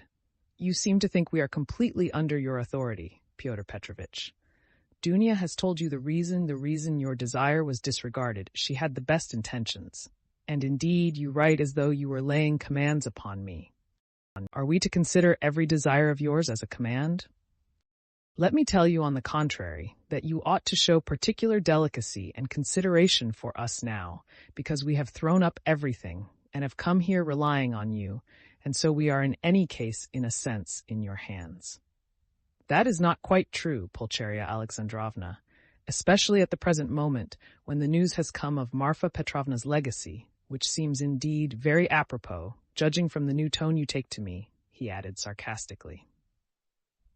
Judging from that remark, we may certainly presume that you were reckoning on our helplessness, Dunya observed irritably. But now, in any case, I cannot reckon on it, and I particularly desire not to hinder your discussion of the secret proposals of Arkady Ivanovitch Svidrigailov, which he has entrusted to your brother, and which have, I perceive, a great and possibly a very agreeable interest for you. Good heavens! Cried Pulcheria Alexandrovna. Razumihin could not sit still on his chair. Aren't you ashamed now, sister? Asked Raskolnikov. I am ashamed, Rodya, said Dunya. Fyodor Petrovitch, go away, she turned to him, white with anger. Fyodor Petrovitch had apparently not at all expected such a conclusion.